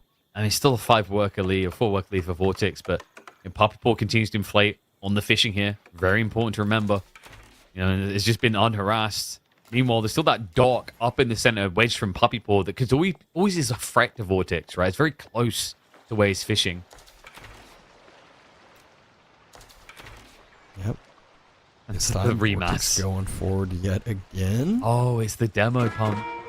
It's the GG. Oh, we have seen them do this plenty of times. The Spanish brothers love it. All of a sudden, they start pumping the demo mass. He's up to 7 demos, and you really need some galleys to be able to snipe those down. You can't, kite back with the sprinkled chips and slowly do damage like you can when there's 1 or 2. We're just dragging the entire enemy army home here. He's got problems on water he needs to address right now. Looks like the dock was denied. Got one more boat out beforehand. But that demo count, I think he got a glimpse of it. He's reacting accordingly. 2 more galleys queued up. And getting some extra demos of his own. So has a significant sprinkled ship lead. Yeah, just Galleys 50%. should be rallying forward. He knows what this is, surely. Jaws of the Lion moment. Pushes up. Galleys already pulling further back. There you can see Vortix. He's diving for it. It's dead obvious at this stage, but here they come. Right behind. He splits them up. The demo's looking for that connect, and he finds it! And he does Big it! hit! And he's not done yet. Coming. He's so efficient about this. Unbelievable demos there. Puppy Paul loses his whole naval fleet, it feels like. He had more rallying, but they weren't there in time. No, and that evens up the boat count. But there is an archer mass building from Puppy Paul. Like, his land army is actually quite scary. So, like, Vortix pushing for that water win, while Puppy Paul has gradually just been building to a military leader land, it seems. And, I mean, it is one where his archer mass is outnumbering Vortix's at this point. He's got some demos of his own. He's going in on land. The workers aren't reacting right now because Puppy Paul is distracted, sees it now, pulls away. The Pilgrim will buy some time, but love that. Vortix, now that he has to defend, he doesn't keep pushing, right? He doesn't overplay his hand here. Strike in and a move out. Overall numbers, though, if you look at total population, 134, 130, this game is a lot closer than what we expected coming into this. Absolute firecracker. I mean, Vortix has done such a phenomenal job to try and solve the Knights Templar problem. Most people are flat dead easily by now. Most Knights Templar games on this map are 12 minutes. He's exceeded that by 50% already, while still looking competitive. All right. This game is just proving to be a lot more exciting than what we expected coming into this. But Vortix splits off his army. And Puppy Paul looks like he wants to start pressing forward with his archers. It's dicey, though. He doesn't have Steeled Arrow. He doesn't want this fight yet. Horseman now riding in. Does react in time. He's about to be locked on the Seek Shelter. Make sure he doesn't lose more there. But the water is approaching again. The demo count every time with this Spaniard. 10 boom ships ready to explode. And the land armies are fighting as well. Demo's pushing in. It's a dive on the gold. It's also a dive towards the tree line. He's making 3 fights happen at once here. Back to the water. That's going to be the important one coming through. This is a loss right here for Puppy Paul. Army is going to just get wiped out there. On the seaside, the boom ships, they're still lingering in there. There's about 4 or 5 counter demos to come through. Archer ships need that scatter shot. The demos don't react quick enough. There's a panic reaction from Puppy Paul, but the detonation connects. And again, Vortix, 3 huge more demo plays, wins this one on both sides this time. Did he lose anywhere in that situation? The Archer mass is now on the tree line. Maybe the gold didn't go well, but everything else seems to have gone according to plan. Vortix now up by 7 eco and able to sack those spears. There's no archers left alive. It's the perfect trade out for him in a situation where these outposts are not being garrisoned. Yeah, the outpost feels so worthless at this point. Archers just sitting in the wood line, and they're first taking out all the military. Now, no wheelbarrow. Starting to swap towards the villagers. 1, 2, 3, 4, This has to be over. This is so over now. Puppy Paul, 26 villagers he's lost, or economy. Vortix is the boogeyman waiting in this lower bracket. What has he done here? Knights Templar, the crown jewel of Holy Island. Except for when faced with this beast. Puppy Paul pushing forward on water. He knows he needs some sort of edge, but the demos just always slow down the tempo. Landside, he's moved to the other wood line at least, but with a 15 worker lead in Vortix's hands, it's all on Puppy Paul to make something happen now. Somehow, some way, this game is just still continuing to extend, but Vortix, he wants to close it out. We're getting to the later stages of his typical game timing length. The irony, the historical irony of on the Holy Island, the Knights Templar not being the holiest, but actually the Middle Easterns instead. They do a good job of winning those crusades, I'll give them that, and it looks like it might be another crusade win soon. Vortix, just very well-tempered here. He's inviting Puppy Paw in. He's got those demos waiting in the corner. Landside, we have at least had a bit of a sheep dono again. The other way this time. That doesn't matter. It's all about this water side now. Puppy Paw is moving forward on water, feeling like he has the advantage again. There is a huge mass on land for Vortix. That's where the majority of his military mass is. Puppy Paw just trading demo for demo there, but 3 more demos on the backside of his sprinkled ships. He's looking for the split, but the demos is too chaotic. Oh my. And that should be it. That might just be the closer. We keep saying it before. He wins fight after fight after fight on water with these demo plays. He just can't get a break here every single time. Look at the remainder of that fleet. That's a full tail between legs. No one is ready for a fight. Vortix now with the Master Smiths on the way. He wants this done fast. Master Smith is on the way. Vortix is in every opportunity. He's controlling this game from minute, what was it, 4 on, basically, with the quicker age up time. And now, with the fishing about to get decimated, what do you do, Puppy Paw? Demos skirting in. They're looking for a clustered fish location. So the archer ships will deal with that. It's a push in for the GG hit. Can he find it? Archers able to deny the dive. He keeps the Skrill fleet alive. 75 seconds away now from that age up for Vortix. What does Puppy Paw have that he can do with so little time?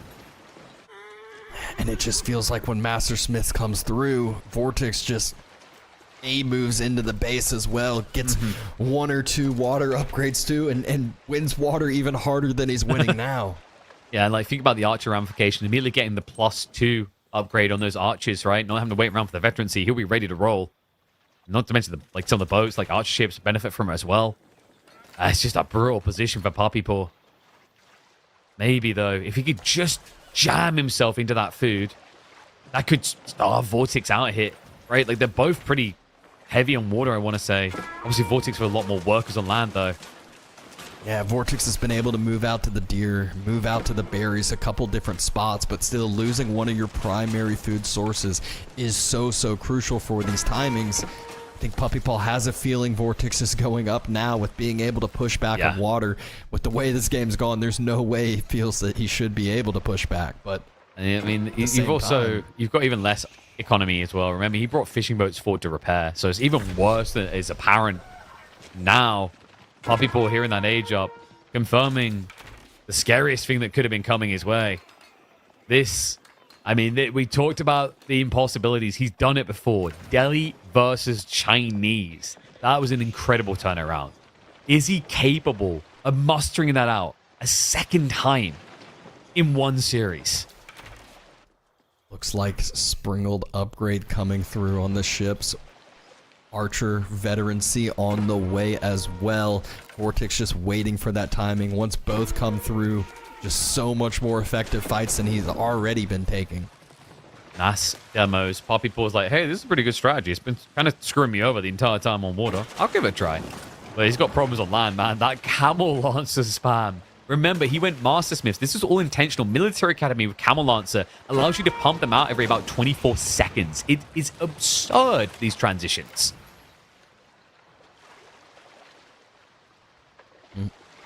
And as we see the split screen coming on, couple camera lancers moving forward with the Archer mass. Fights going down on water, fights going down on land, but veterancy is through, and Puppy Paw. The Archer ships.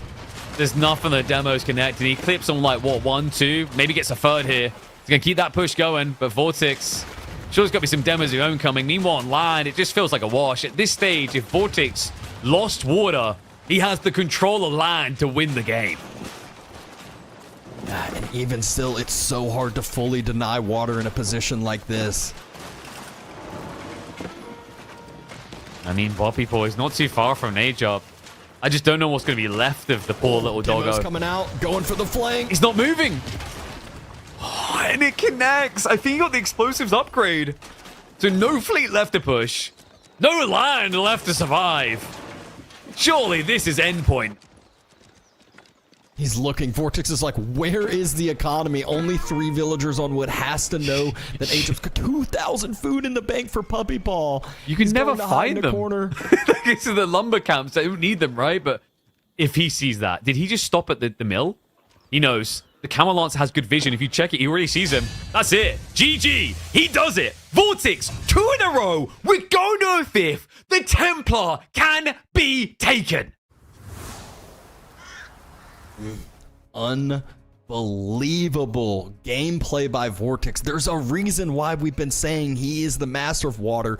Crazy to see the resources are as close as they are with how it felt like that game went the whole time. The economy lead, especially in the later sides, but what a back and forth game that was just heavily favored by Puppy Paw from the start with the civs, but Vortix with the execution.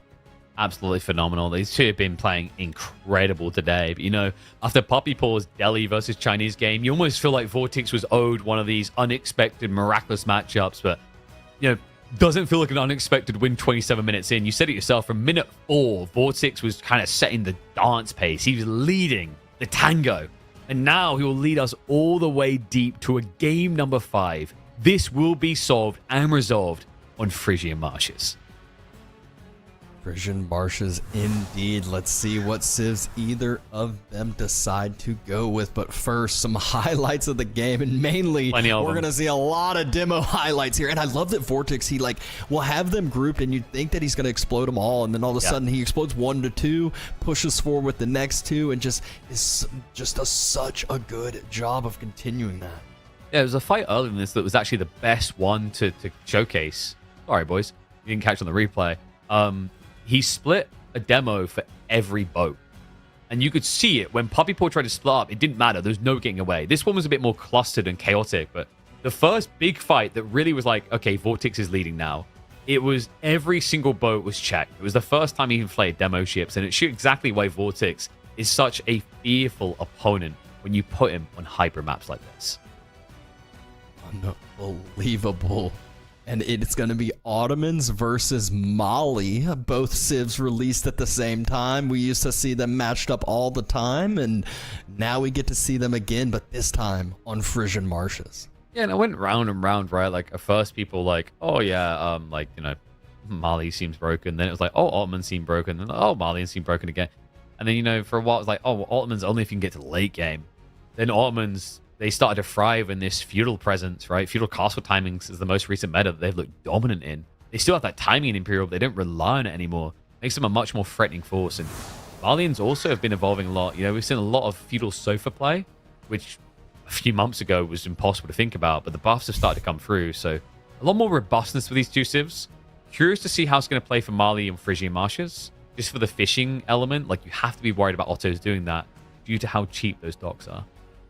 Yeah, and I mean, I just feel like it's one of those things too where like Mali usually are that civ where they don't have to worry about food. They're like, hey, we're gonna make cows. We're not really gonna have to go out and about on a lot of the map, and that's part of what Frigid is going out and taking the map, taking the water, the shoreline fish that's over there, whether it's by dock or whether it's just by villagers dropping a mill. But either way, you know, an exciting series so far, multiple games that just, I would say, shocked us, shocked the viewers and everything. And now we will see if Game 5 can live up to the tales of the previous game so far. Series of the tournament for sure. And, you know, this is the thing. We mentioned, like, B and Anatan for, like, the entertainer show match thing, right? These two, when they meet, it's fireworks because of the offhanded approaches in the mid-game we often see. If they get to there, of course. They're known for it. They're renowned for it. It's why it's two of my favorite players to see matched up. And the boys have delivered. Like, it's crazy. And to think after this, we still got Wham versus Anatan, which, depending on the day you catch them on, it can deliver fireworks as well. Not as guaranteed, I think, as this one, but definitely possible that we could be looking at another 5-game series after this one. That's right, folks. We're not done. Not done at all. After the first two series going rather quick, this one is extending, even though the games, you know, we haven't seen any hour-long games. Not saying we want to see any hour-long games, but I haven't seen any things going super, super long. But even still, they've been going the distance. They have been exciting, keeping everyone on their toes. Most definitely. And, well, this will be an interesting one to see resolve it. I mean, Puppy Paw, trying to think if there's anything you can do off the hand different here. Like Ottomans, I think they have a bit of flexibility once they reach feudal, but you know, expectation is going to be either rush Madras or go for the pawns. But Malians, would be surprised if they pawn play themselves. Normally they do just hunker at home. It's like the nice thing about Malians is this is a very defensive map. They feel safe in that corner. Yeah, and you can get some really like odd gold spawns where like behind you in between the tree lines and you're like, well, that gold's not going to get touched ever. I'm good to go. So if Mali does get a spawn like that, it is rather favorable. that's less frequent now, though. I think that the changes they made with this version of Frigid, it doesn't happen as often, thank goodness, because it felt so terrible, right? Like, if you're a Mongols and you're like, my whole strategy is an outpost rush, and they got that back gold, you're like, all right, that's it. GG. Next game. So, yeah, I definitely remember seeing an HO respawn that was like that, where it's like, you're not going to be able to do anything. Good luck. Yeah, like, get free castle. And that's the sucky thing, is like, when you're a Dark Age Reliant Civ and that happens, it's like, well, there's no game left, right? Like, I guess we just call it. So thankfully that has been resolved. It's not as much of a cheesy immediate end anymore.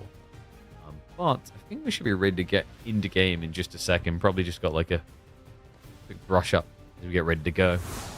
And here we go. Ready?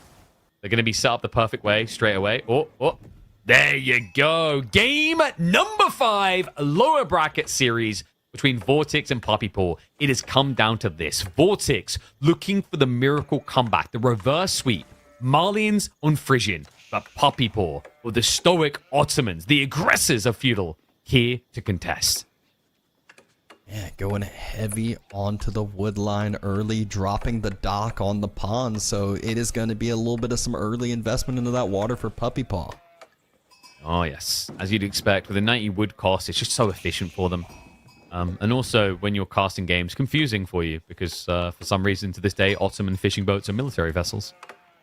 And I love the respect by Vortix. I was about to mention, I was like, you can always go for a little, Dark Age Spear. Ottoman have that cheaper barracks. You can go try to burn down some houses, but yeah. Vortix, he's already prepping and planning for that. And this actually, gives Puppy Paw a little bit more tempo, where Vortix is spending wood on an outpost. He's spending wood on extra economy. That's also less houses that Vortix immediately has around, drawing up some gold. I'm wondering if he's just going to stop building it at like halfway on, 3/4 of the way up, and just leave the last tap to see if he needs it. I wish more players would do that, but they don't. No, it's like, I've talked to players about this, like, in theory it's a cool idea, but then at that point you've spent all that time building it, you might as well just get it for the advantage of a safe place and vision. Like, you're right, like, having the extra 100 wood, the extra gold gen around it. The fact he's already prepped a mill, though, suggests that that boy is going up. No doubts about it, but... Ooh! Okay! Oh, there you go! You called it, Vortix! He will go for the cancel. I love it. I love the play here. So once he scouts around, he probably sees the docks now. And then, more importantly, he's going to need to see the base, make sure there's not a barracks play. I think I just saw him cancel it and do a house instead. That's really freaking cool, because, like legitimately, I talked to players about this before, and they were like, At that point, I'd rather just have it, because I've just spent so much time building it. But maybe Marlian's the exception to that rule. Like, I was talking to them, we were talking all kinds of things, like HRE to save their gold, right? That doesn't make a difference, but as you called it here, it would mean less gold if you have to go that way. And he gets the full set of houses around. It's not, 6 and back away. It's 7 and the mining camp fully ready to go over here. Puppy Paw, though, already 3 fishing boats out and should be able to continue to produce here. Whoop, whoop. This UI counts fishing boats correctly. We're happy. Yes, indeed. It was always the most confusing. You're like, they're up 5. What is the economy? You're like, how is he not winning with an army that big? And also, why has he skipped worker? Oh. Oh. And then there was the time where I think it was Delhi scholars used to count for economy for a bit, and then it was military. It was just and the problem was Delhi originally counted the fishing boats as military.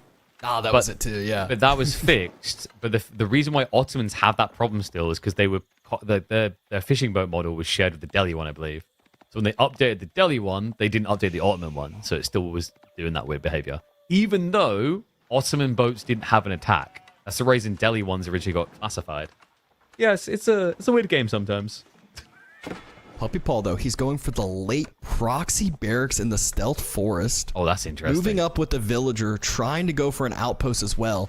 What? Let's see if Vortix, brings a few villagers over to the Manticore, tries to finish it up, or just rushes the archery range right when Age Up does come through. And that's what I prefer. Snipes. Oh my god, look at the body block. It's so annoying. It's like, but the problem is it says get the outpost up, racks to fill it up.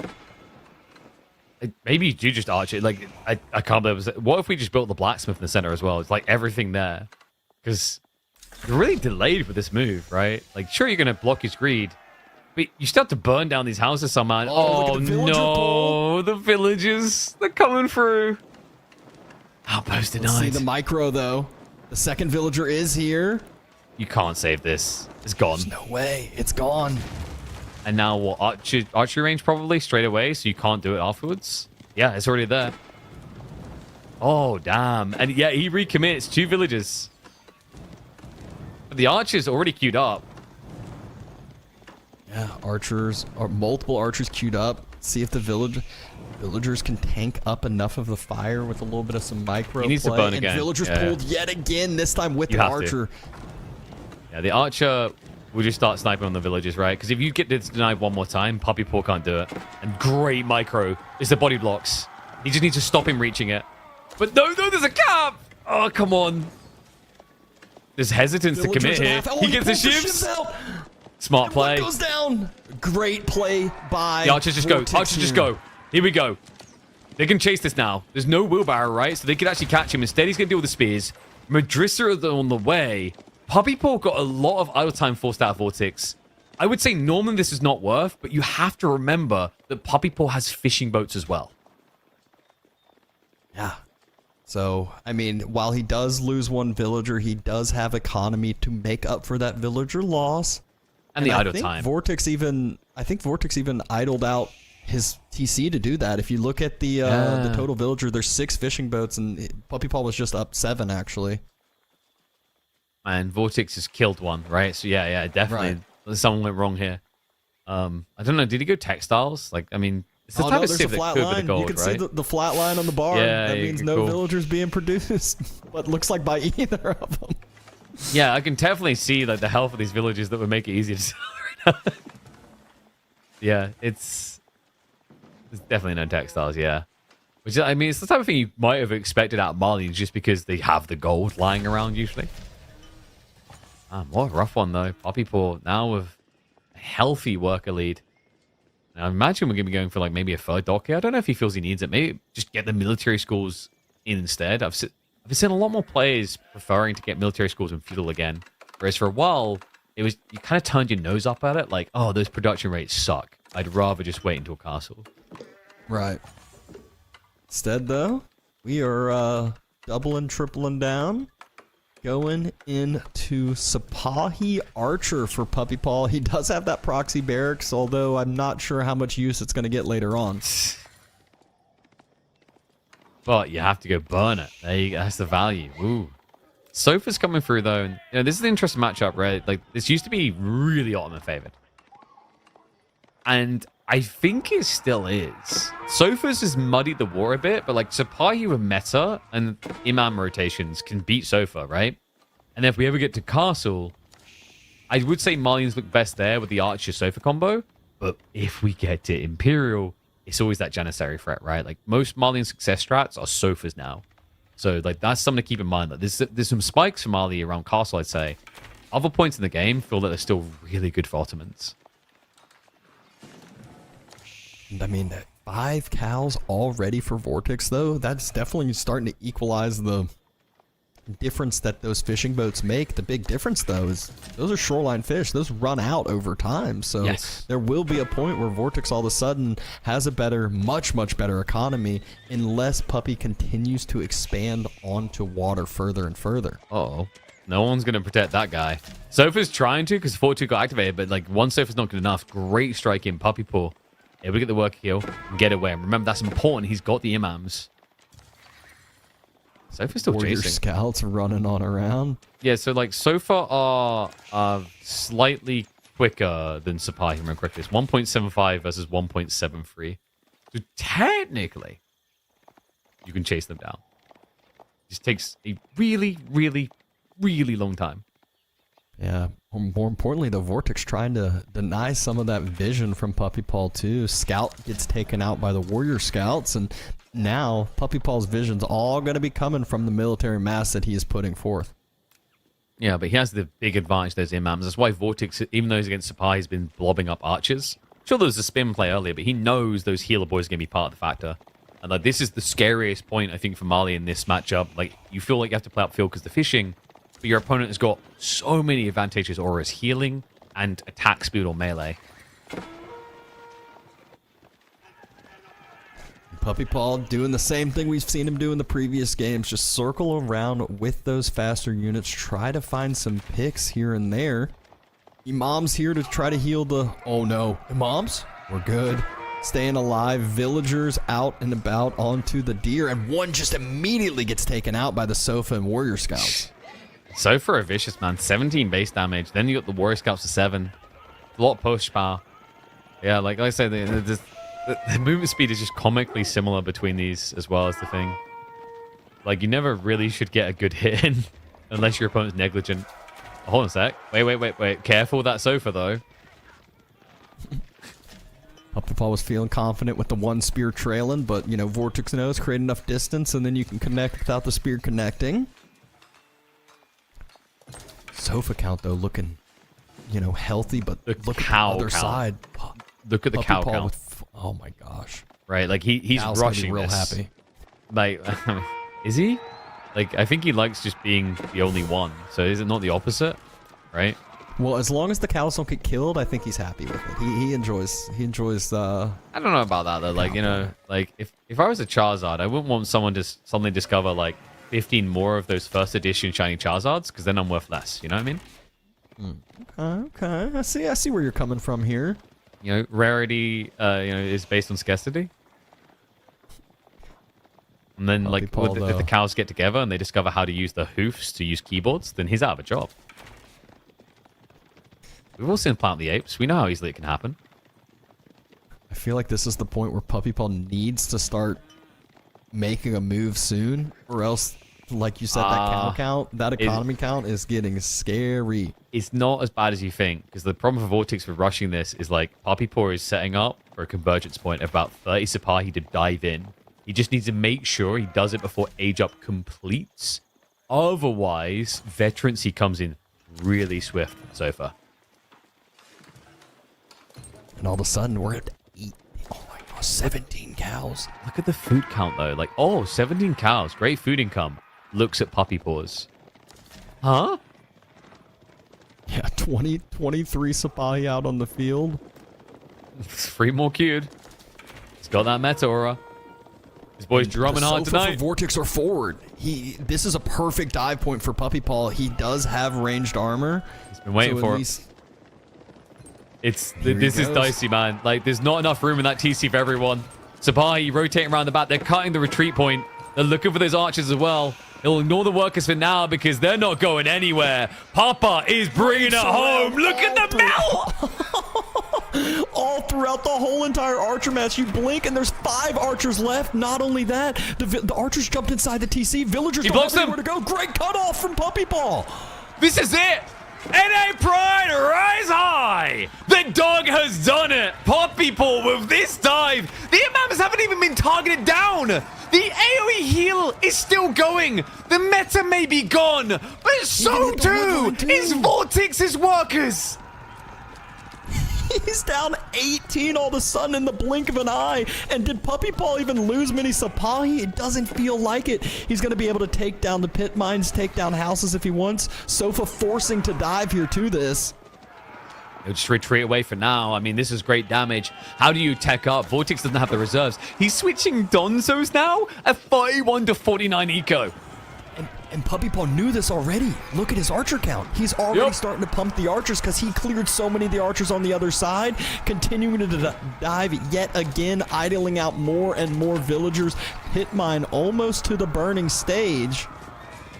And then, you know, it's temperament. Puppy Paw knows it. He wants to keep pressure up, but he doesn't want to full commit the dive. That meta needs to arrive again. Once he has that, he puts on his snorkel, he puts on his flippers, and he dives deep into Marlene territory. One more torch should put it on. Oh, he's one torch away from putting it on fire there from the Sipahi. He'd rather have the kills, though. Just momentum. Don't let your opponent recover. Smother him. A pillar of Sipahi to suffocate him out. Choke point hold from Vortix. He's got a few Donzos in there. A few Sofa remaining. A lot of Sipahi now going down. Remember, Puppy Paw, he lost the imams on that big dive. He got a big edge out of it, though. Can he end the game? And there's the pit mine, almost going down here, still sitting on top of it, forcing Vortix to fight here. Vortix has to fight here, has to hold this position, or it is all but over. Meta's here. Still 15 healthy Sabahi. He's got the aura now. This is big. If there's just range units left, you go range form. If there's a bunch of melee blob sofa, you switch melee armor. He chooses attack it might speed. feel great that Vortix has 20 cows, but that's his only food income. And Yes. while that's fine, that's not really fine when you see what Puppy Paw. He's on deer, he's on berries, he's on the twin minaret, he's everywhere he wants to be. More than that, Dabston, how does he even go age up if he doesn't have gold? Like, that's the goal. Puppy Paw understands it. Like, diving that tree line is risky. Taking these veins away, that's the point. That's the design of Frigid. Safe corner makes you feel defended, but the gold requires you to be present. He's struggling with that right now. The Donzos are building up. Puppy Paw could genuinely just choose an age up from this type of position. I love the fact that it is continuous attack. And I mean, look at the income per minute. Vortix is sitting at, 1,1400 total probably. And Puppy Paw's sitting at 1,400 food per minute. That's not even including the other things he has. Still plenty to gain, right? Like, remember, he never extended into the extra ponds. He's only on 2. There's just so much more he could get, but Vortix has snuck out. So far are entering his economy. There we go. Gets in on the gold workers. Puppy Paw might be too distracted to notice, but great reaction. Pulls away. Likely to still go down, but big clash into the Marleyan base. Military numbers are tight here, however. Vortix. Donzo into single digits. Yep. Archer's just focusing down the Donzo the best they can here. I think, yo, this is so hard. All the Goldvilles. It's so hard to finish this. Like, it's always been the nature of AoE 4, right? It's like this type of dive to end the game in feudal versus just going castle. But you know why he's doing this. It's this. The risk that if he chooses castle, that Fulani goes online and all of his hard work is for nothing. Sofa trying to dive, trying to protect this pit mine area again. The Donzo number isn't that healthy, though. I feel like Puppy Paw's still feeling in a great position here, still up 16 economy. 19 cows, though, still working hard. I think Vortix actually popped one out. He's needing to eat the cows now. That's exactly what he's doing. Might not be able to afford to replace him at this rate with the gold mines going down. Still with those Sofas trying to raid, but they're on the way home now. Look at the numbers. Like, a direct fight isn't as tragic as it once was for Vortix, but he still has a huge issue with just how many Sapahi are inflating the value of this Ottoman army. Yeah. Puppy Paw still circling around. Hasn't been able to reinforce with the big mass quite yet. A lot of those units are at about half health. He wish he has those imams he dove with, but the dive is why he's in the position he's in. He's looking at the meta kills. That's one down. If Donzo's just turned to for a jab, they could finish that off, and that's Oregon. Puppy Paw will get away, but Vortix now with the military lead. And Puppy Paw, he is out of fishing for those boats again. that we saw. He just keeps sneaking in. I mean, Vortix is a perfect understanding at the point where the game looks most screwed. He didn't just sit at home. He went to work with those raiders to try and claw this back. And it shows in the worker kills. Puppy Paw, though, finally getting that benefit of I think he just started building his 3rd military school, so he has some extra production for himself as well. And just trying to snipe out the Sofas. The Sofas are the high-cost unit that Vortix has, and makes it very, very difficult if he's able to keep that number thin as well. Vortix, what a recovery this would be from his position, but Puppy Paw's food burst is starting to feel like the type of game where maybe he needed that castle. Like, yes, he's got that triple military school, but we're seeing the fishing is looking bad. He's rush fishing. The fishing boats have already drained. So he's got a lying economy. You need to take 6 off of this number, at which point he doesn't feel like he's in control of this game anymore, right? This is now at a point where Vortix could easily start to take full control. Yeah, Vortix is feeling in a fine position. You can see the dotted line for the economy. Technically, Vortix is a slight bit ahead as far as military goes as well. And Still more hemorrhaging. villager kills. He's just so good at this, man. Vortix, you know, we saw this with the French game. Like, it's kind of reminiscent of that. The moment you let up, the moment you let him breathe, let him do what he wants. Like, this is what Vortix is renowned for. The unbridled aggression. But ever since he started to develop some time in Age of Mythology, came back, Scream of Beastie, changed the playstyle a bit, he didn't lose his character aggression, but he understood the discipline of it better than I think he ever has in the history of AoE 4. This is the scary form of Vortix we've all been waiting to see truly shine, and he's looking to give a right shiner to the right eye of Puppy Paw here. Army marches all the way across. Yeah, and it seemed so good for Puppy Paw, but now Vortix is seeming the one in full control. Diving forward with the sofa, diving forward with the archers, canceling out all the reinforcements Puppy Paw was sending across the map, and Donzas are moving. Puppy Paw and Sapahi are diving into Stealth spears, Forest. I think. Yeah, the Stealth Forest is dicey. He runs headfirst to the Donzos! No scout! So, The sofa can block this. Down. The sofa can block this retreat. But instead, he goes in again! Getting in Question position. is can Puppy Paw close the gap onto the Archer Masses? That's what he's going to try to do. I don't There's think so you want many this. low-health ones. Surely. He goes in for it, though. It's muddy with the sofa. The Donzo are just behind him. He needed his tuck tail. It's one slip away. Here. One slip away from a Spanish victory here. That's all it now takes. One moment to make a hero, to make a champion of this series. And he's got him on the ropes. Puppy Paw's eco leader lie. The other time as well. And the sofa, you don't need that many of them in these choke points. Just a few to hold it back. The trade out on the archers. The Donzo count still looking good. Vortix, he's here to stay. Puppy Paw, there it is. The Janissary point. The get me out of jail free card to clear that cav wave and keep him in this just about. The Janissary is so crucial. That Vizier point was so needed for Puppy. That get out of jail free card. There's only one. But if you get caught again, easy to snipe.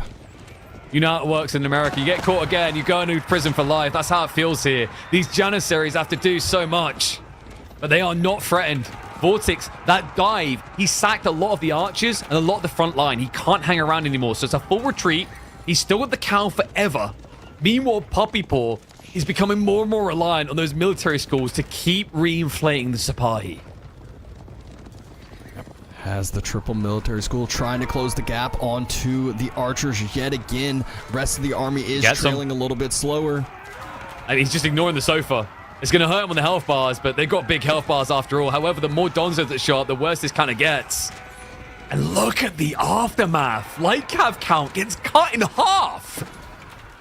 Yeah, I feel like he needed to have the range mass there with him. A little too close to home. Flying a little too close to the sun, I mean. And, geez, this back and forth, this has been living up to the Game 5 expectation we were talking about. Sofa again are circling. No scout there for Puppy. Stealth Force just... he just barely scouts it out. Janissary's there, too. Should be able to get a few of these Sofa picked up. This Janissary time is really frustrating as well. Like, oh, just build archers, lol. Against Sapahi? That's the dicey part about Puppy Paw's last fight. Losing so many of the light cav actually enables Vortix to reinflate his archer count, which eventually solves all the core problems. Trying to do some burning again onto the pit mine. Vortix over onto the gold. He's gathered more than enough gold for Castle Age now, but Castle Age isn't what they are thinking about. Does look like he's stalling his queue a little bit. Archer's gone. a little further forward than expected. Janissary's still hanging around on the backside, making sure the Sofas have to overstep. The Jannies are gone. Into range of the There's three archers. left. He's just sniping them down. There's just Vortix. He knew what he wanted. He gets rid of all of them. The control groups as well. Puppy Paw sacks them. No gunpowder left. It's all Sofa, baby. This is looking like full control of Vortix. Don't be fooled by the economy count up at the top. The 6 fishing boats still worthless. The military mass still in the favor of Vortix, and cows are just constantly gathering that food up. This feels like the killing blow moment, right? Like, the thing that kept Puppy Paw as a threat was those Janissaries. Now look at what Vortix does. I'm just going to back off and tech. Puppy Paw says, I'm not done, though. He looks to mirror, and look at that timing. Perfectly mirrored, starting the tech ups from both.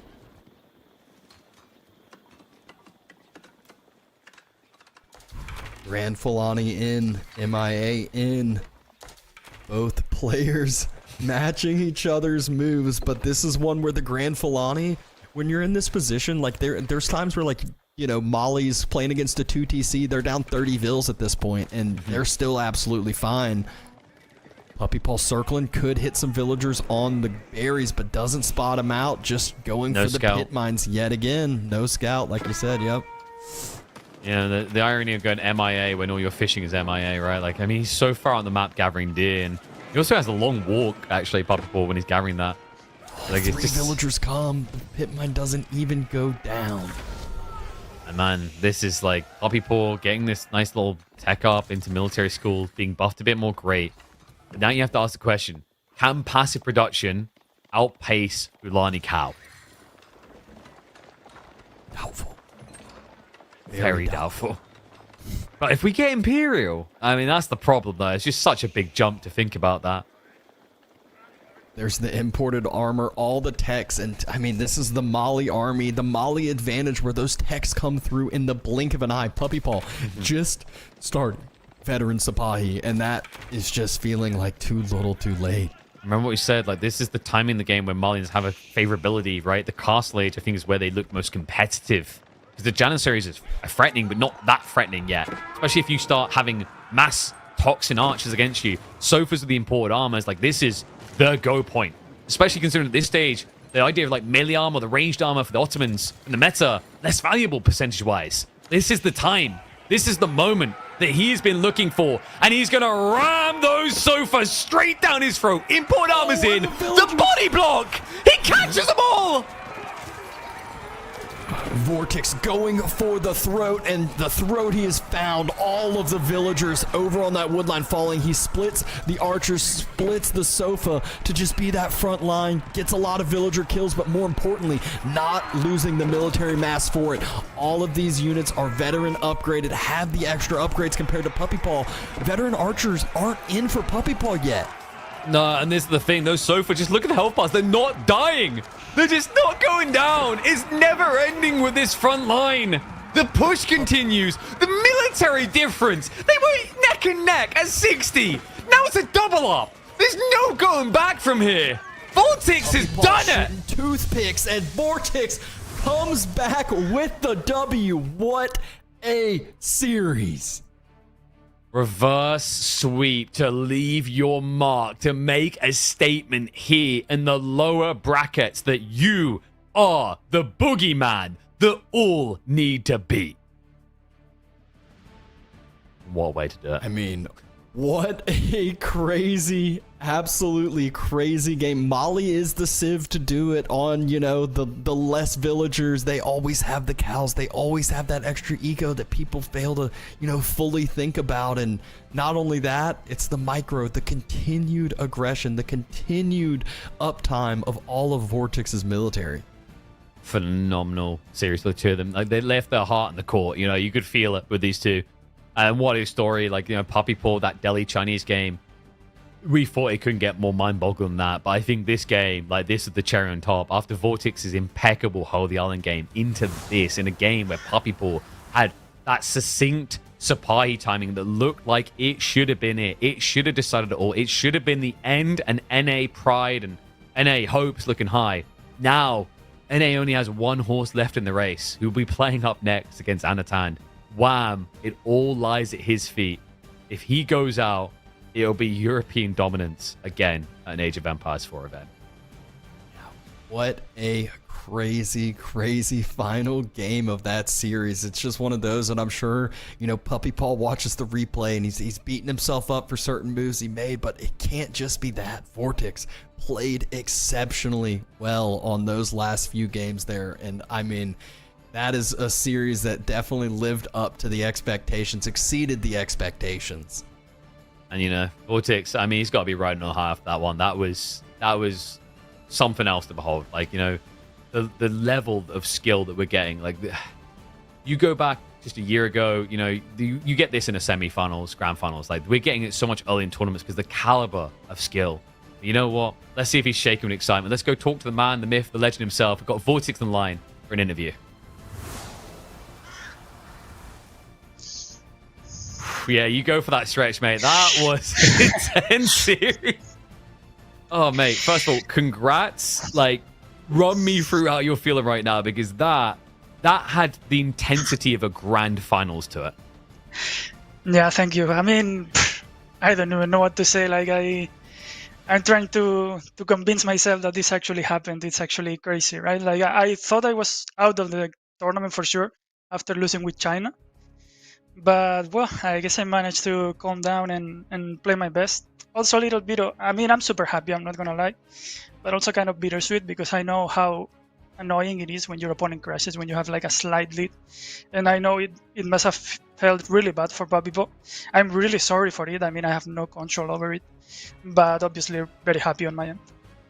Yeah, I mean, like we felt that too. It's like in some ways the spawn could have been like looked better some ways for him in the remake, but like he done a really good job on. I was impressed by the way before the remake that he locked in that area, but I think we start with that Chinese Delhi game. We have to talk about that, right? Like I was losing my mind. I'm like, how are war elephants like this? What's meant to kill them?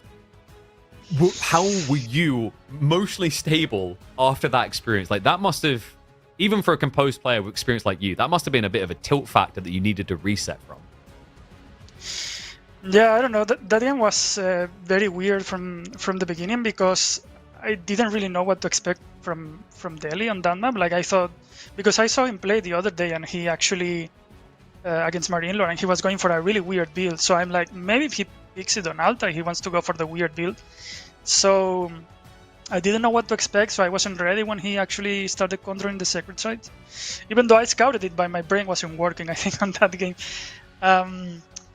So yeah, like after that, I thought I was super ahead, but like you said, I don't really know what's wrong with Delhi's eco. I guess it's because they have every economy for free, right? And the elephants, I don't know. I didn't scout them, so I didn't even react, right? You should make crossbows, but even then, I think once he gets like 2 elephants out, it's like no way back for me.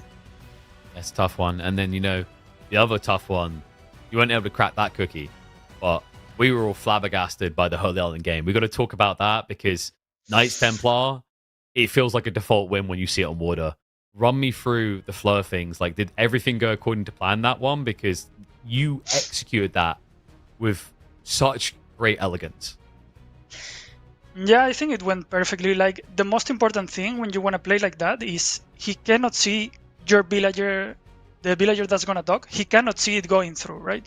If he scouts it, I think it's very easy for him to just pull out of wood, H up a little bit earlier, and it's really hard for you to match his eco, and he just defends the dock, right? But because he didn't scout it, I think he actually H'd up very late. Like, I think he made 4 fishing ships, when you should make like 2 against that. So yeah, from there everything went according to the plan, right? I won water on that side. At least I didn't know he actually made that dock on the other side until very later. But I won the one side, and then I can chill and push on land. He has committed a lot to water, so I was scouting and I didn't see any production building. So I felt like the game was really chill from there. But I guess like KT's eco is just so good that at some point I actually didn't know if I was ahead. Still, like he had so much stuff, and both in water on land, that I didn't know what was going on. Yeah, I mean, it got comical as well. You mentioned that switch. We kept flipping the UI. We're like, well, whose boats are these the whole time through? But mate, it's phenomenal. Congrats on still being in the tournament. The rounding out thoughts here, you know, was Puppy Paul. You can be as honest as you want this. Out of all the players in this lower bracket you think about, apart from Marine Lord Lucifron eventually, was Puppy Paul the biggest one you were worried about? Yeah, I really don't like rematching against people. I feel like I start thinking stuff too much when I draft, and I end up doing very weird stuff when I'm rematching someone. I'm like, he's gonna counter everything that I did, so I really need to change it. And also, Papipo, he's very good in general, right? He's always been one of the best. So for sure, I was really respecting him. I thought it was gonna be really hard. But honestly, once I drafted, I thought it should be comfortable for me, but actually ended up being the probably the least comfortable series in my life.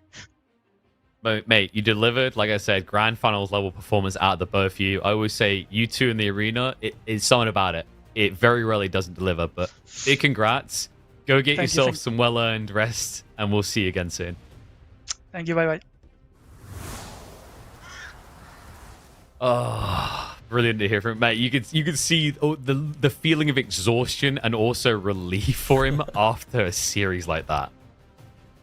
Oh yeah, I mean, I'm sure he just can now breathe, can now go get some food, go get some rest, and sleep easy here tonight, as that was quite the wild one. I think he just said probably one of the hardest series of his life. So, I mean, oh my god. I mean, of course it was, right? Like the Delhi Chinese game, then the Knights Templar Iber game, and then that final one. Even the other two were like, remember the Mongol opening? We have to remember that all the way back. A roller coaster ride, one that you all need a bit of time to reset from. So quickly go get yourself some refreshments, because we are not done yet. One more series to go, another player to be eliminated. NA's hopes ride on this man. After a short break, we return for Wham versus Anatan.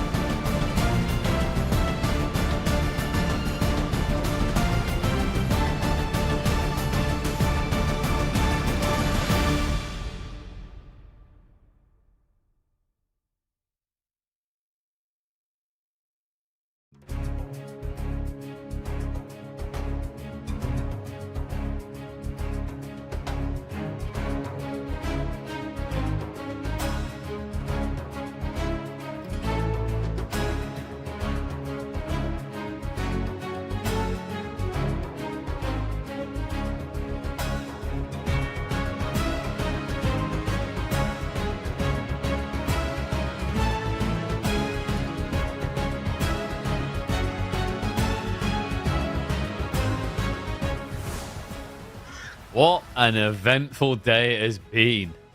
We are still not done. After that epicness, after the incredibleness of Vortix versus Puppy Paw, we get NA versus Europe one more time with one more elimination series for this weekend. It's Whamatan time. Whamatan time, Dabston. Whamatan indeed. It will be hard to live up to the expectations that we just saw.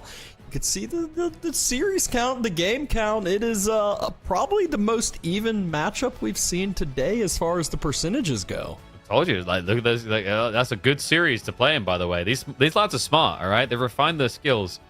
Clearly using those KPMM as well, but you see how tight it is. Even though it's Anatan win and Wham win, then Anatan win.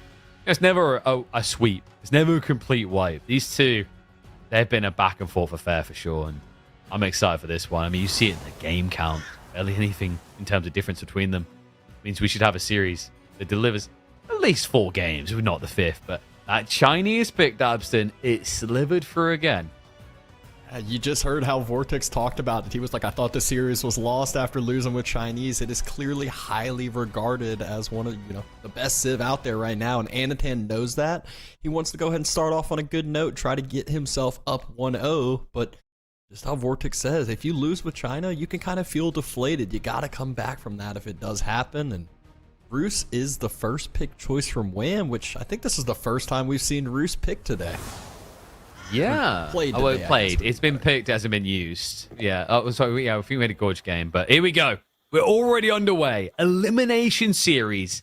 Anatan versus Wham. There's plenty of Europeans, but this looks like there could be one more with a strong Chinese pick like this. Wham, however, holds the entire hope of a continent with him. If he falls here, there is no NA left in the EGC Masters Fall.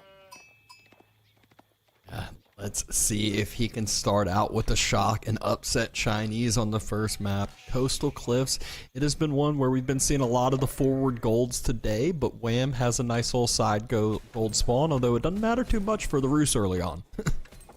Yeah, I mean, well, Roos, pretty good spawn, right, with the double tree line like that, just in bed. Like, China doesn't really tend to rush you, and love this. Like, we just see this all the time now, right? Drop a sheep off, don't walk back straight away. Just get that lean timing, because then you can potentially build the golden gate in this gap, and then it minimizes the walk distance where you're doing nothing in the meantime. Yeah. Meanwhile, Anatan on the other side, we just expect actually, I guess from both of these players, expect the typical pro scouts play here. Yeah, and like Roos, I mean, China's still #1, right? But Roos is decent at pro scouts. It's just a difference of approach. They can't rush pro scouts, but they can get a lot more scouts out before you can. Yeah, and it feels a lot better. They're not having to drop a production building to get those scouts out either. Yep, and obviously the hunting cameras pay for themselves anyway, so it's not like you're like, oh, you have to pay more. Nah, you're fine with it. And the spawn's a bit interesting, right? Like, you notice that? Anatan got a little bit of favorability there. Wham's deers are all forward, and Anatan's to the sides. So kind of like, it's almost like the gravitational pull. Like the deer know that China should have them. I mean, I don't know if they should really have them, but it is what it is over Historically, here. When you die to the same civ over and over again, like it's just deeply ingrained in their being now. It's like, yes, we must be eaten by them. Golden Gate starting to be built. Imperial Academy obviously will be finished up here in the next few seconds, basically. Last little straggler sheep gathered. That probably is all the sheep on the map, with Wham having 2 scouts out early. Yeah. And I'm wondering if like Anno wants to start with a spear opening. Sometimes like China likes to do that just to slow down your timing. Which you can hit that blocker, right? Because like pro scouts can't be rushed by Roos, not truly rushed. But that does then encourage archers, which is like the #1 thing your opponent wants to build here. Yeah. I still remember a few times with like actually it's early barracks to try to punish a potentially greedy hunting cabin opening, but none of that gone so far. No, not with China like this, because it's the no IO meta, right? Like before, when we used to build Imperial officials in Dark Age, which believe it or not you can do with China, you used to see a lot of Dark Age rushes because the supervision made it really, really good. Oh. No longer. That is where builds change. Wham already starting to pump that scout number up a little bit, while, you know, that kind of almost forces Anatan to react with spears, like you were saying, or at least some sort of thing to protect up the scouts. If not, you get outnumbered pretty quickly, and scout v scouts can damage does add up pretty quick. Yes. I mean, it's the best fight for them, right? Or Siege. Siege is pretty good as well.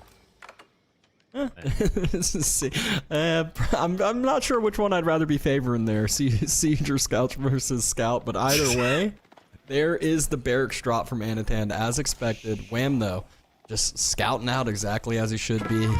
Going ahead, throwing some torches, letting Anatan know he's there. Hey, I'm in your base. Okay, you don't care. Rack's coming. Spear's on the way. I mean, he gets the info for free, right? That's a nice thing. Like, you just have so many scouts. Like, this is... Despite the change to Roost, the reason why they never just really completely disappeared into Ether is the vision. You know, we're talking about a game that is meant to be about counters and transitions, and no Civ gets the type of information that Roost does in the first 5-10 minutes of gameplay, right? 4 scouts already. 4, 5 scouts now already as well. I thought I saw an upgrade come through, but I think that might have been... And a wall in between the wood lines for Wham there, just making sure he does, you know, protect up that middle location potentially. Yeah, it's a nice wall as well. Like, it's going to protect him from getting burnt on the hunting cabin. The scout shouldn't be able to hang there long, surely, but maybe just long enough? I mean, now with the spears there, I think it's fine. That's minus one scout if he's not careful. Good quick reaction. Just barely able to Wait, escape. no, whoa. Where's that one come from? And villagers gets blocked off. He prioritized the scout. The villager. No, wait, come on. What? There we go. We get the tap. Oh. Scout and villager fall early for Wham. And Archer's here already, man. This is what China makes China so scary. And Anno is one of the best players at this type of build. Like, when I see Anatan building archers, it's squeaky bum time, right? I'm worried. This man is a brute with this build. I remember when I watched him do it before Pro Scouts, where the gold gen alone, my jaw hit the floor. Without touching gold veins, he had like over 1,000 gold surplus. Like, this build is disgusting. Wham immediately having to drop off the few deer carcasses he was already trying to prep with. Has at least 2 near his base. So I always feel like the first couple deer are the biggest priorities to get back as fast as you can. Go ahead and bolster up that food economy you got. Helps you be able to produce more. Helps you be able to secure the next couple. I find sometimes people are way too greedy trying to get the far out packs or the opponent's packs early. Yeah, you just want to get a few dropped off straight away so you feel good. Like, usually you have, like, what 5-ish, kind of like this or more. And the idea is free from the close pack, and then usually you take 1 from the far packs to spread the risk. Like, you might get blocked on 1, but not all. And then that guarantees you at least get your goodies home. Once you have that better gathering rate, that's when you get competitive. And you need that better gathering rate as soon as possible against China, considering they'll get that gathering rate and 20% more. I mean, it's crazy how much Anatan was able to produce so quick. Bruce, known back in the day for producing an absolutely absurd amount of archers because of that wood economy, but no wooden fortress there at home to boost up that extra wood drop off. Yeah, kind of crazy, isn't it? You could spend 175 wood to get 20% more wood, or you could spend 135 resources to get 20% more of wood or anything else. It's a pretty good deal for China. It's less than that, isn't it? 100 in my brain. I think it's like, yeah, overall you spend even less than 135. Imperial officials, man. Imperial Academy. Why did they ever need that discount? And archers take a nice, decent trade. 1 for 1. Market coming down for Anatan? We saw B do this yesterday too with an early market, and sometimes it just makes the economy easier to balance out, especially when you know you're getting the extra bonus from the Imperial officials. It doesn't make you feel as bad with some of those early trades. Yeah, I mean, like, there's just so much excess gold, right? Especially if he's going to lean archers still, he's going to be going for a blacksmith timing, and that generates a lot of gold on top of the gold, right? Like, you actually get a third rebate when you do a research in blacksmith, right? You get 64 gold back for each tech. So you just end up rolling in the things, which, I mean, it doesn't really sound that comfortable to roll around a bunch of golden ingots. Unless you're a dragon. Yeah, I mean, even a dragon, that's got to do terrible things to your spine. You need a chiropractor, a chiro dragon practor. But knights already starting to roam, and this, we've seen it all day, where the cavalry makes it really, really hard to actually move forward with these immobile masses. That's why Anatan might start producing some extra horsemen as well to get his own leg up as far as the mobility goes. He's a little bit scarier than you think, though, because he's already got Steeled Arrow. Like, remember, this is just a poor man's Chuganoo blob. That's the way you have to think about this. It's scaling pretty fast while Wham is trying to get out of the age. We are seeing double Broadex come in for Wham to add on to the wooden fortress and the wood economy that we were talking about earlier, but nothing in queue. He's just, like you said, trying to play full defense over here, trying to age up here in a second.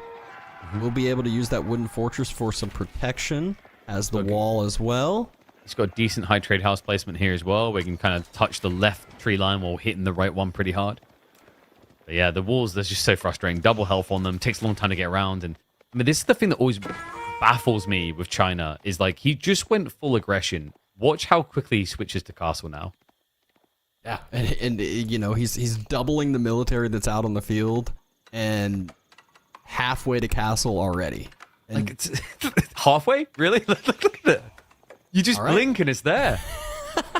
And gold is never the problem for China. You can always just make those 4 Imperial officials go grab some tax gold or go supervise the gold real quick. And I mean, yep. And there we go. Yeah, he is now dropping castle with one more drop off. Yeah, like we said, you get a third back for blacksmith techs. You get 10% back for producing units like archers. Like, that's the other thing, right? Like, you almost feel that you're playing mass Yumi, but obviously the better with the prices you're paying on this civ. And look at the tech timing. Because China builds it quicker, he's going to build it before the Hydra House completes. Hand in hand, but Wham has 4 archery ranges prepped and ready for this castle age play. The fact that he's done all that and he's still aged up first. Get your numbers in for the high trade house, though. I reckon it's probably like 128, 132 maybe. Nothing too crazy. We're still seeing the last few deer get herded back, but I think for the most part, I think Anatan maybe stole 1 or 2 from the side of Wham, but that was about it. Yeah, fairly even. And it's like, it's rough there because like Anatan obviously gets 20% more. But Roos over a long period of time is infinite. Quick reaction from Anatan though. Yeah, Knight's not Looks like vetted he was yet. going to have a potential raid. It does cause, what is that, 40 villagers idled out at least, though. Yeah, I mean, everyone got the day off, apparently. I don't know, a busted pipeline. We couldn't work. Archers are going for the trade, though. And remember, veterancy just comes in so fast for China with the supervision. Once again, should just jump inside that wooden fortress. Getting a little closer to the wood line, and yep, sure enough, one villager does get sniped on out. Yeah, we've got the gold raid, though. He just doesn't care. He's like, get out of here. Lancers arrived. Archers are steering in. It's going to be a tough defense. I mean, the Knights are upgraded. He also has got ranged armor 2 just a few seconds away, while Anatan neglected Steeled Arrow 2. So that's to trade out as best he can with the Horse Archers, because he knows these boys are now sacked.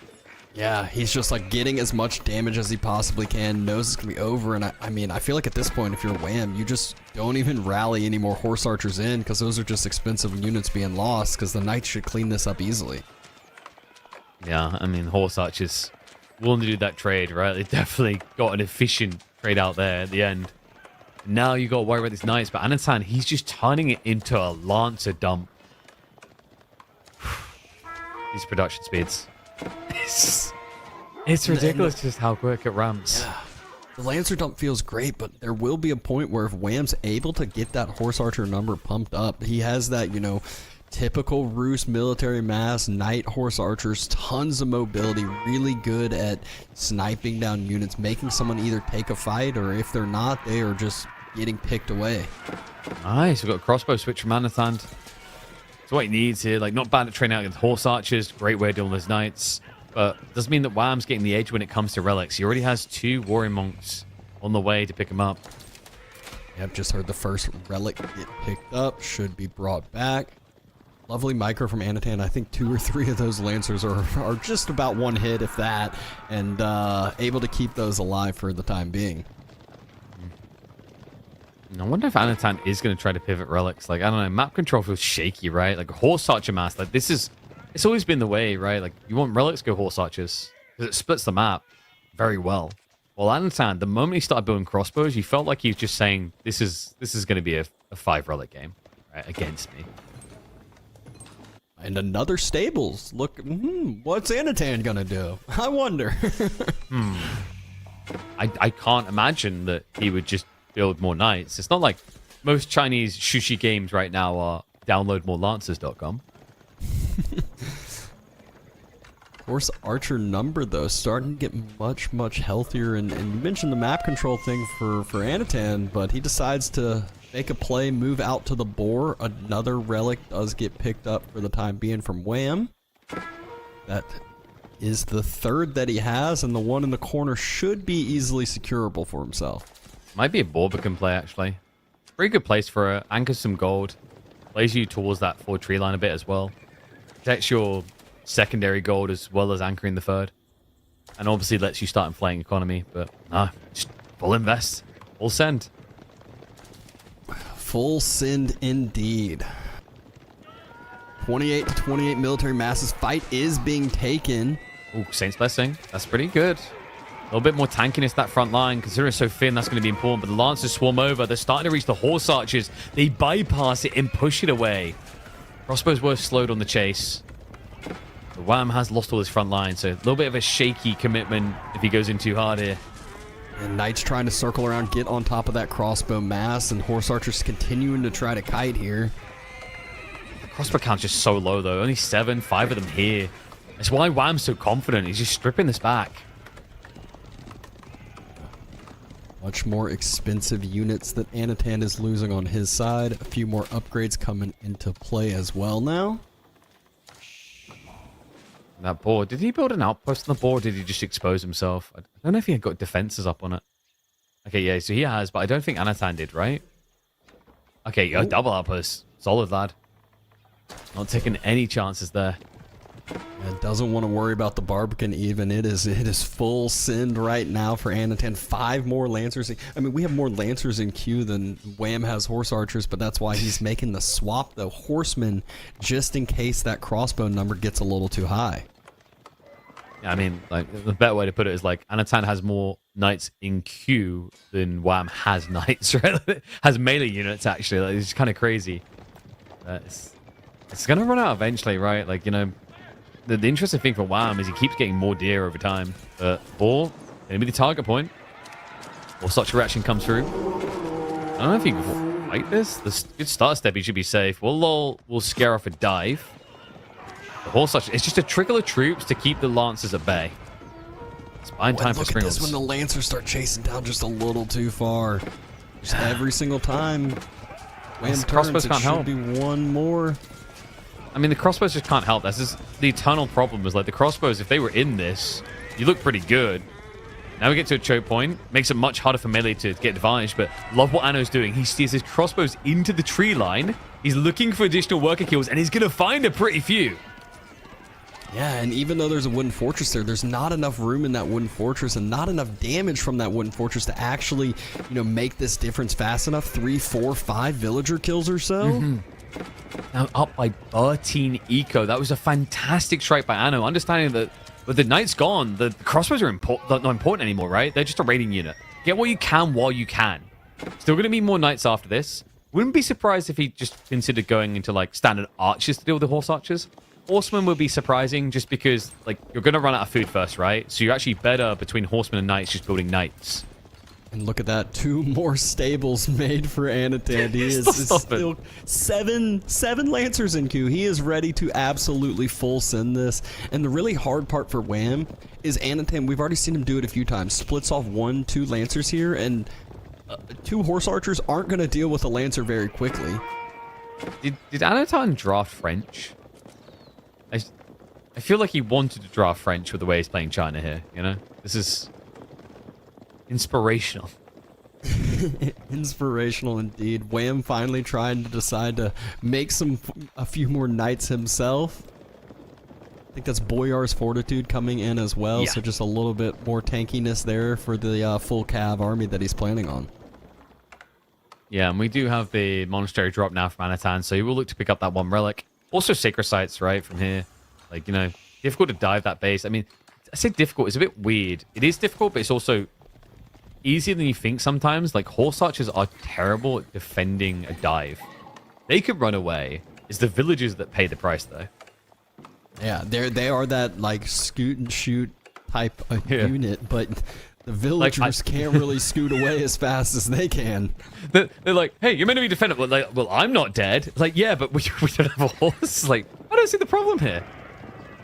I'm thriving. And Anatan's starting to kind of get outposts all around the mid-map now. We saw one get upgraded onto the sacred site to the northeast.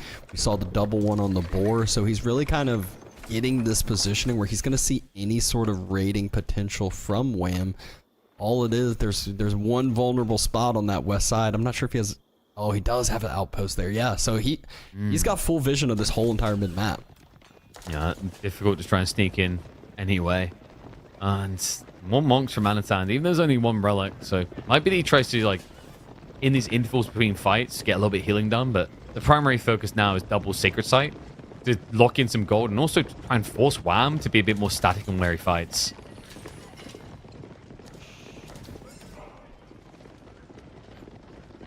Few more upgrades coming through Wham. I mean, this is just one where with the horse archers, it feels so weird because like usually you're trying to raid, you're trying to run around, and they've basically been confined to his base playing defense. He's at least denying the raids now, right? But like he will still be feeling the impact of like the work account difference here. What is that, the 9th outpost for Anatan now? I mean, Do you think he feels safe? I think he's covering all the bases over here. I bet you he's doubling down. He'll probably build another outpost on that berry bush, knowing him. He's like, it would take them 15 rounds of attacks to kill this building with those horse archers. I have time.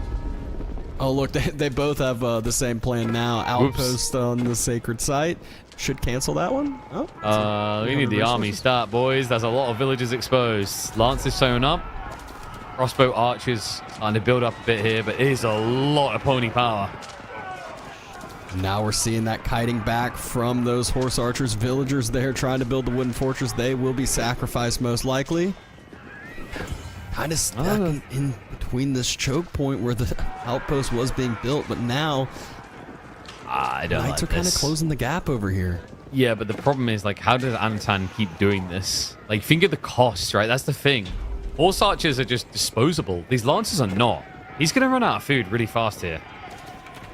Yeah, he is on the last forward berries that seem safe. There will need transition at some point. I'm not sure how many berries are left at the original TC spot for Anatan. Yeah, I mean, it's crazy. Like, the outpost, it's half a bush. Yeah, the outpost should make him feel safe, right? But it's good that he left. Like, the thing about it, like, berries make for very good dessert. Okay, Dabston, you got to save them for the end. Okay. Depends, like, you know, you have a cheesecake. What do you put on a blueberry? Boom. So you got to save it for that. But I mean, he's going to be at the dessert course soon, and then the bill's going to come, right? The question is if we can afford to pay it. Because, you know, he's at least doing a good job of moving away from just being lancers. It's just not affordable moving forward. But this horse archer mass, man. 2,000 gold per minute from Anatan. He's going to get to a point, though, that he's eating up all the gold on the map, and Wham's just going to have as much gold as he wants with the extra relics that he has, with sacred sites, with bounty in general. Warrior monks as well. Like, just that one tap, just that extra rejuvenation, that increase in damage and armor. I'm taking that extra hit. It does matter. It's Lance account, like, it's a halt, right? He's not producing more. Like, where are you going to be able to afford that is the problem. And you can already see where he's starting to struggle a bit on the food. 500 food per minute because he was just idled off of those berries for a good little bit. Like we said, last food location for himself. So needs to start that granary transition.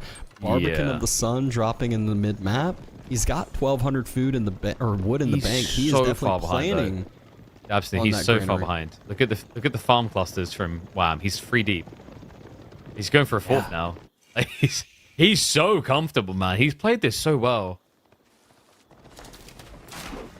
Really feels crazy too, because the villagers? Lancer Mass seems so scary, and villagers now getting taken out, equalizing the economy number, and Anatan cannot push up. We've seen the Horse Archer Mass just continue to kite. It feels so weird because you're like, oh, Lancer should be able to take those down easy if they're head to head, but they just aren't getting enough effective damage throughout. Nah, it is like almost a cruise mode, it feels like, for Wham, right? Like, he's in a very, very good position here. And, you know, he's starting to notice that the knight count isn't getting bigger, so what does he do? Save some resources, prep horsemen, prep your own knights mixed in there, because you see a litter of archers. Start getting more raidy, and what a timing to see this. I think he glimpsed the farms. That's what I was just about to say, is being able to see the granary transition as it's happening makes you feel so good. If he did spot it out, you're like, okay, he's just now making that food transition. Meanwhile, Wham looks back at his base, he's like, I've been up and ready. He's got 46 villagers on food right now, Wham does. Yeah. And he tried for that wall, but quickly he resisted the temptation to complete it. It's not going to be able to protect him, though. These outposts, I mean, the good news is we said about it takes 15 volleys for 50 horse archers to take one of those down. So like, this is your counterplay to horse archers. Walls, outposts. There's no walls or outposts to protect these folks, though. Army needs to maneuver fast. Wham looking for that dive. Going to be difficult. Has to contest the lancers instead. Starts to break away a little. Doesn't want direct engagement. You kind of want to sacrifice one melee unit to keep the enemy army at bay to get a good trade. And the military lead is now building for Wham. Yeah, and this is also allowing Wham to no longer invest in the horse archers. Look at the transition he's making. He's been massing crossbows at home. Anatan's going to have no idea once that mass pushes up. He's getting more and more damage, too, on the central movement that Anatan moved out to. Yeah, the Barbican, the outpost, a little bit of a bait here once he starts transitioning into units that aren't just ranged with 0 armor. Yeah, and, you know, you need to keep pressure up once you see Song is up, and he's doing exactly that. He has the worker lead again. It's this next military wave I'm worried about for Anno. Like, does he know about the crossbows? Does he have to be worried? I mean, in fairness, he's got a nice balance, right? Crossbow, archers, still a few knights, but there's the reveal. The crazy part, though, is like Wham just still doesn't have any siege or burn power to get through all these emplacements. He's getting there, though. Slowly but surely, but I mean, look at the bounty number up at the top. 1,500 gold, but you compare that to the other side, I'm wondering how much IO gold they've been gathering. You don't want to know. You just don't. It'll be higher.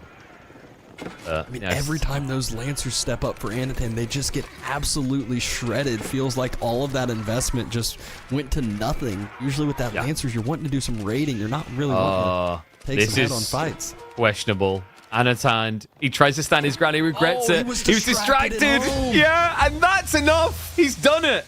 China, for the second time today, takes the L. Yeah, and I mean, you gotta feel good if you're Wham after that first game. Just playing your game as the Roos, you know, walled up, did the typical horse archer play, and Anatan over-invested into the Lancers and didn't get any return for that investment. I mean, I'm impressed, man. Like, you know, Roos has been going down the ladder a little bit in terms of viability or strengths. China has remained dominant, it feels like. And it looked like a great start for Anno, especially when he got that dive-ins, exchanges crossbows, gets a few worker kills. But what a pullback there by Wham. Just patience, waits that pristine moment, strikes when it matters most, and now puts him up one game in this best-of-5 elimination, remember. Whoever loses this overall is out of this tournament. Wham has made quite the statement slaying the Chinese here. And first game, I mean, might not have been as wild as the Vortix Puppy series, but still was a solid back and forth. Still was very, very close. There could have been multiple times where it was just game over for either side, but Wham stayed strong, able to pull through. It never feels good when you lose a villager that early, too. Sometimes kind of can get in your head, but it did not matter at all. Look at this kiting, just the scoot and shoot from those horse archers and just slowly thinning that Lancer mass over and over and over again. Using the next map pick? Altai with ABBA versus Molly. And that's a Wham ABBA, right? Yep, that is a Wham ABBA. All I'm gonna say is Buster McScruggs. You remember that? He used to have the Smurf account and was a prolific Abbasid spammer. I mean, in a weird way, it's like a return to a classic for Wham.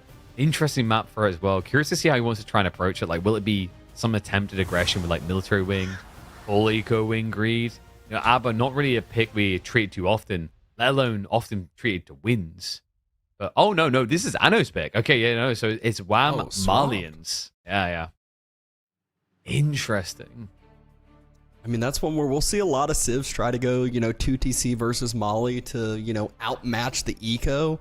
Abba, they could potentially try 3, but I feel like that just gives the timing Castle Age to Mali a little bit too much.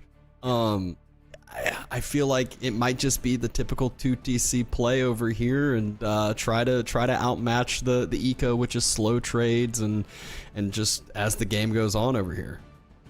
I mean, you could trade on this map. I don't know if you really want to.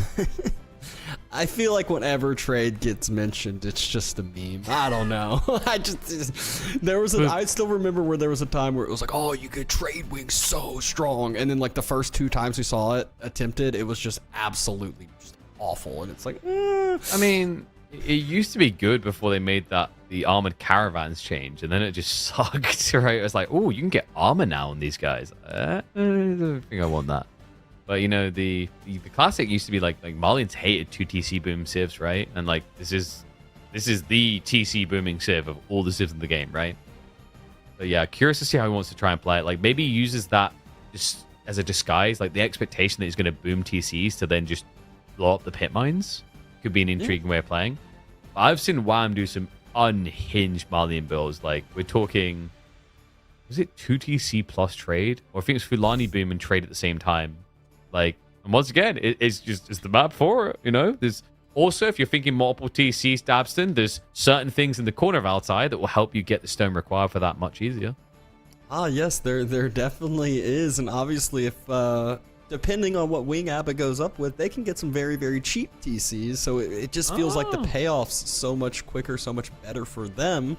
Especially, I feel like they're the only civ that they can make 2 TCs and actually be able to like keep up a lot of the military mass because of how cheap their villagers get. Yeah, that was always the bread and butter. Mass horseman off the back of that. But let's see what he's going to be massing here.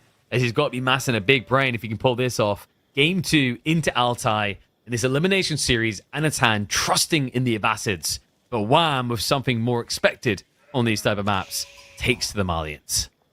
Yeah. And we will see these openers. Wham already starting out not just 1 back gold, double back gold for the Malians. Okay. I see what's happening here. Yep. Okay. Oh my god! I mean, once he sees this, he's just got to have a big smile on his face and just feel very, very solid about that positioning point going in. That is always the point of focus for other civilizations playing against Mali. We saw Puppy Paw constantly trying to burn those pit mines over and over and over again. Well, now, if Anatan wants to do it, reinforcements are not going to get there easy.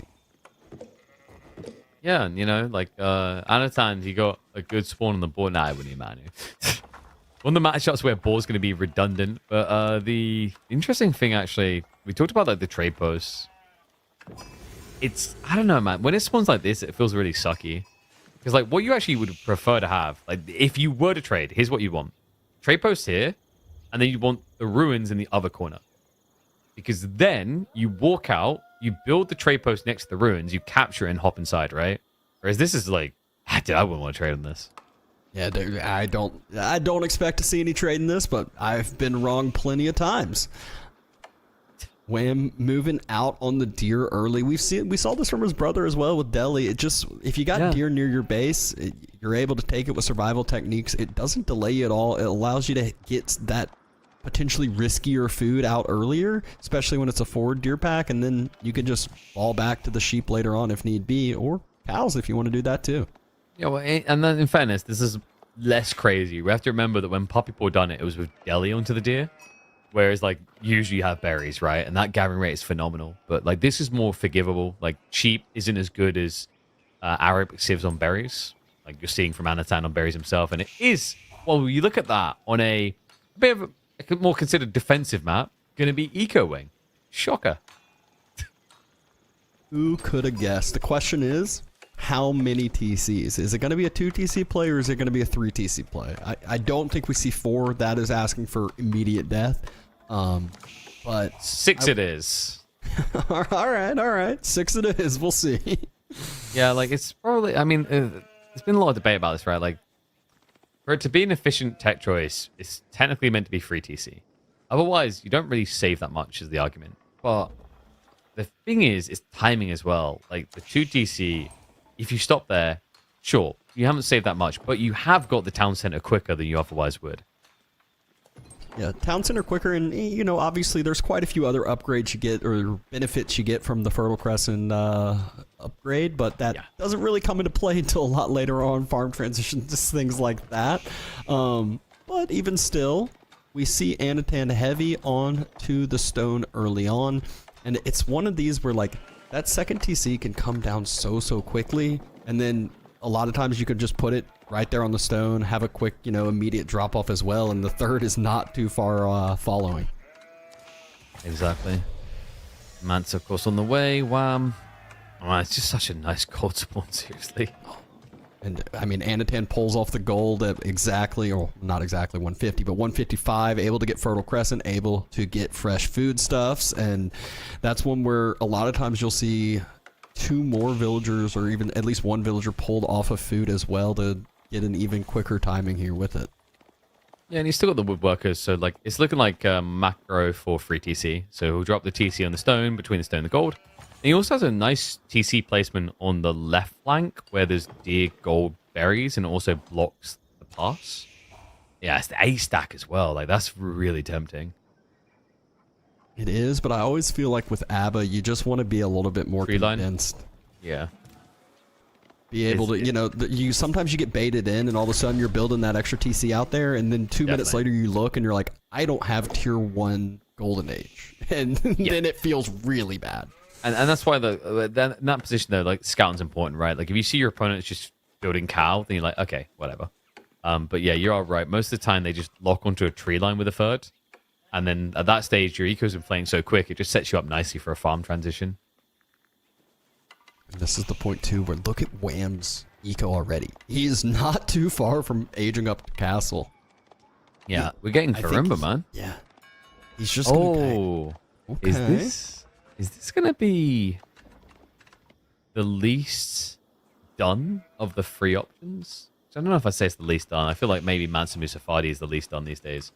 But the idea of just getting the tanky boys, right? The freeborn warriors against free TC. Yeah. I mean, I've seen this before. Is back onto the stone. He's going to start to drop that 3rd TC as Wham is going to be dropping Castle Age. So, I mean, you have no javelins, right? You have no Musafadi. So, like, it's got to be freeborn. It's weird, though. I've seen this before in this matchup. Like, in theory, it's good. You idle a lot of Abbasids. But because Freeborn don't have good damage, they don't necessarily net kills. It's like death by 1,000 cuts approach, right? It takes quite a while to fully birth and pay off. And here comes the Farimba play, trying to punish this greedy build from Anatan with the 3 TC start. Well, I love the Warrior Scout upgrade, too. Wham just, you know, small little investment, but what it does, it keeps an opening available for this aggression. He doesn't have to walk through the front TC. He can cut through the side because the wall fully denied with that just 1 single Warrior Scout. Yeah, it's kind of interesting, right? Like, you're not going to want to vet them, is there anything? And by the way, Anton, he did go for that loose TC. All the way to the gold and the deer and the berries. It's just too much food. You did call it out, but I just feel like this is that oversight we were talking about. I mean, look at the golden age right now. Yeah. It's definitely going to be rough from that. But, like, sometimes you'd be surprised. Because if this is a freeborn attack, your opponent wants to just send it to your base. So actually there's an argument that, like, sticking free TC's condense is worse here against freeborn. Whereas at least this is smuggled economy. Like, while your whole base is being dove, this is what should keep you functional.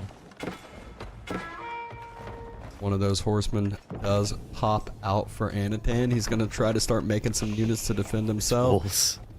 Units slowly, villagers slowly get... Oh, TC fire, though, is able to get quite a bit of damage. Yeah, he sniped one on the south side, so split the difference. Horseman will chase him away now, but tech up complete. Moment of truth, and surprise, surprise, with 0 military, he will choose the thing he couldn't build beforehand. Freeborn on the way. And Anatan's doubling, tripling down on the walls. Wham's trying to get there fast with the villager to be able to cut off the wall. And I believe the eastern side walls are now up too. So Anatan able to cause quite a bit of delay. But speaking of delay, we all know how long it takes for ABBA to age up. So it's not the easiest, even if you do get those walls up. Yeah, it's like also against Freeborn. What's your answer, right? Like, if you're aged up, kill them, I guess. The problem here is like Freeborn, although they don't have much melee resistance, the base HP is pretty high. So they're just an absolute nuisance to kill. At 175 HP. Reminder that a Men at Arms would have 155 at this point. Ooh, wall not fully finished. A few more villagers going out to try to finish that wall. If he gets in there, you just stand there, right? And nice. I know he leads himself side. That was intentional, right? So yeah, he's out of position now. And sends all the rest of the villagers to finish that up. Wall in the south gets denied, but at that point, not too big of a deal. And more importantly, the outpost that Wham was trying to build earlier does not go up. Villager gets sniped out by the few horsemen that were there. I could kill on the backside, but Anno already with a 13 worker lead. Tick-tock goes the clock for Wham. Remember, this is Farimba. There is no cow scaling set up to give him that infinite push. And another wall going down. I mean, it's Warlotand right now, right? It's just, you know, classic one is Wham's walls, but we seem to have the reverse here. And that wave, man. It's like it's a Men at Arms type feeling, and he's doubled down in this. Yeah, sending more villagers on up, and the walls, are they going to be built fast enough? Should be. Yeah, we'll get it up. It's a little bit shaky, but we're stable. We just don't see a tech up still. Like, it's just, you gotta wait. Very far from a tech up, that is. Well, the village is not goes up, there is no rebuilding that wall because they just jump on inside, and there's quite a few villagers. They're going to get this outpost up quick. Anatan realizes he's like, well, I can. Let me just quickly build another set. No, wait, no, what? Oh my god, he griefed himself with the scaffolding. He closes it now, but they're already in. And now Wham's like, wait, how did I get in? How to break the wall. Spearmen are reacting, but Spearman Horseman, like, you know, sure, no melee armor. Villagers starting to fall now, too. Anatan's villager lead, while it felt great for a time, is not too great now. Military mass has to fall away or else they will fall, but where else are they going to go? They have to keep the villagers working. Anatan is light years away from clicking up and then has another minute 45 after that. This TC does nothing. It's hitting them for 1 damage. It's like, it's ridiculous. Like that, he's got ranged armor on the way just to make sure he's definitely safe as all hell. But like the idea from Anatan's cool. It's mass spears with the phalanx. Like, it's his best bet at dealing with this. Like, he's building horsemen as well because I did maybe micro them away. But ideally, spearmen are your best friend. But this is what I was talking about. Like, it turns into death by 1,000 cuts. These freeborns are not going to kill workers fast, but they will eventually kill them is the idea.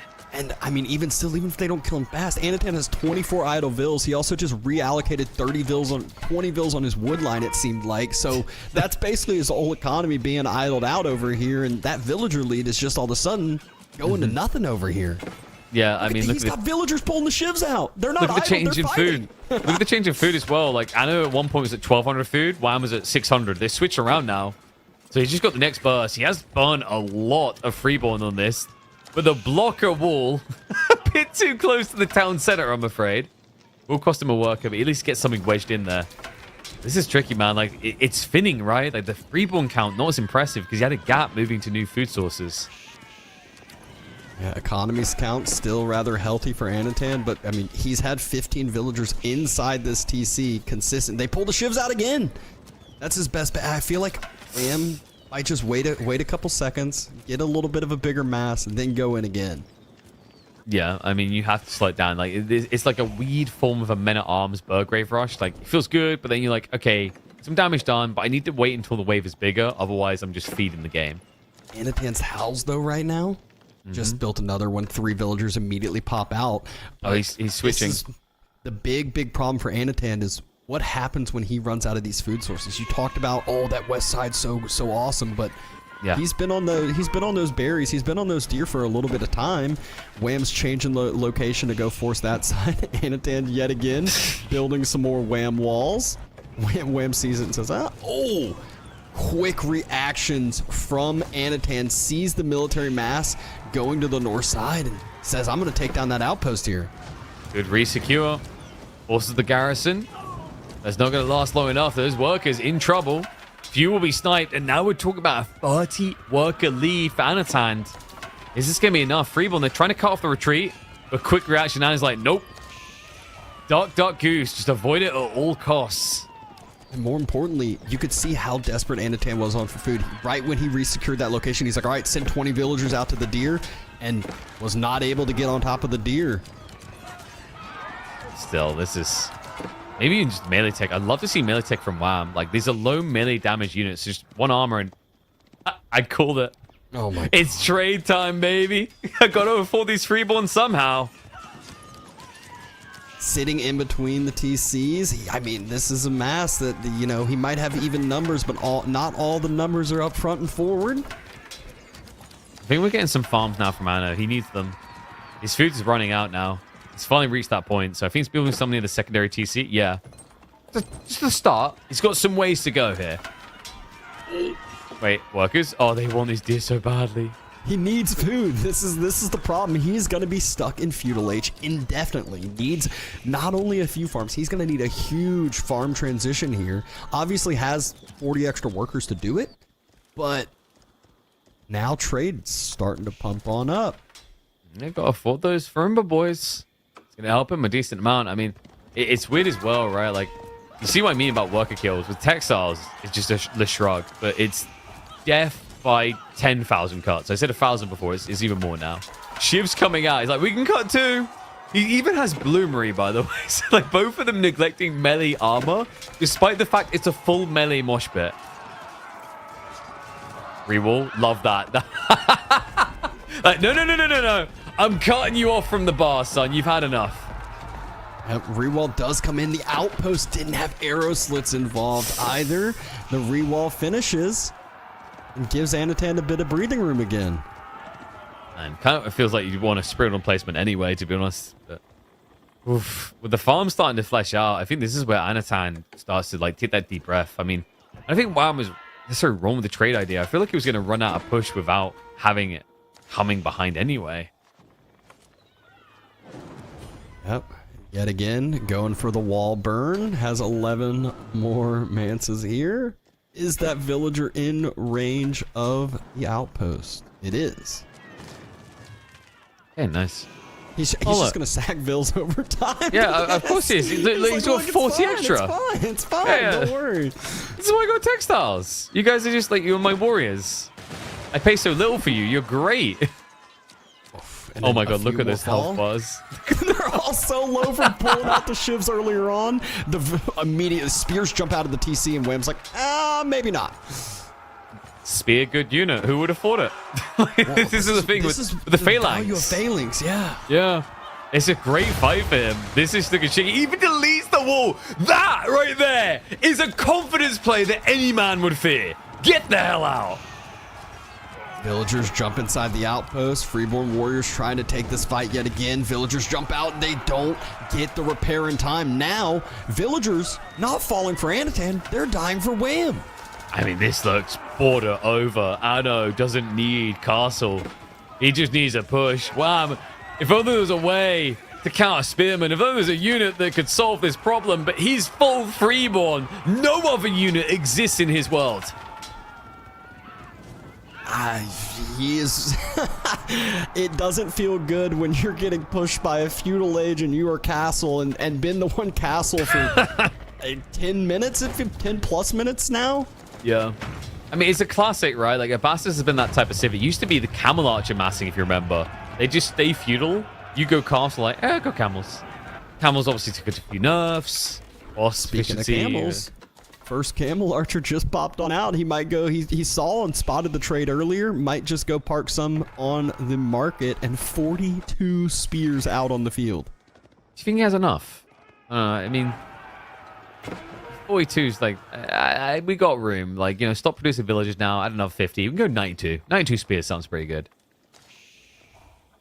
And well, they'll be very tanky spears. It is going to be military wing. Oh. You have a pause?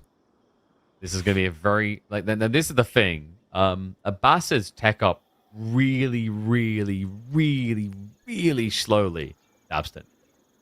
Notice how it's taken all this time and it still hasn't moved from 101 seconds. That's how slow the Abbasids are at teching. Yeah, it's just chilling. But, I mean, look at the income values. Anatan's got 1,400 gold per minute, 1,200 food per minute. And it's just a farm quick count. bathroom break. Yeah, the very quick bathroom break. What was he doing there? Did he just, like, stand up from his seat, drop his trousers down, and aim for the toilet in a different room? Like, how are you taking your bathroom breaks? I mean, not like that, that's for sure. But this Someone is comes in, definitely the mum comes to the room. She's like, I got your dinner, slips, just falls. What is going on? He's another bathroom break. He's gonna see how far he can do the other. Maybe he's trying to surrender and he keeps accidentally clicking the pause button.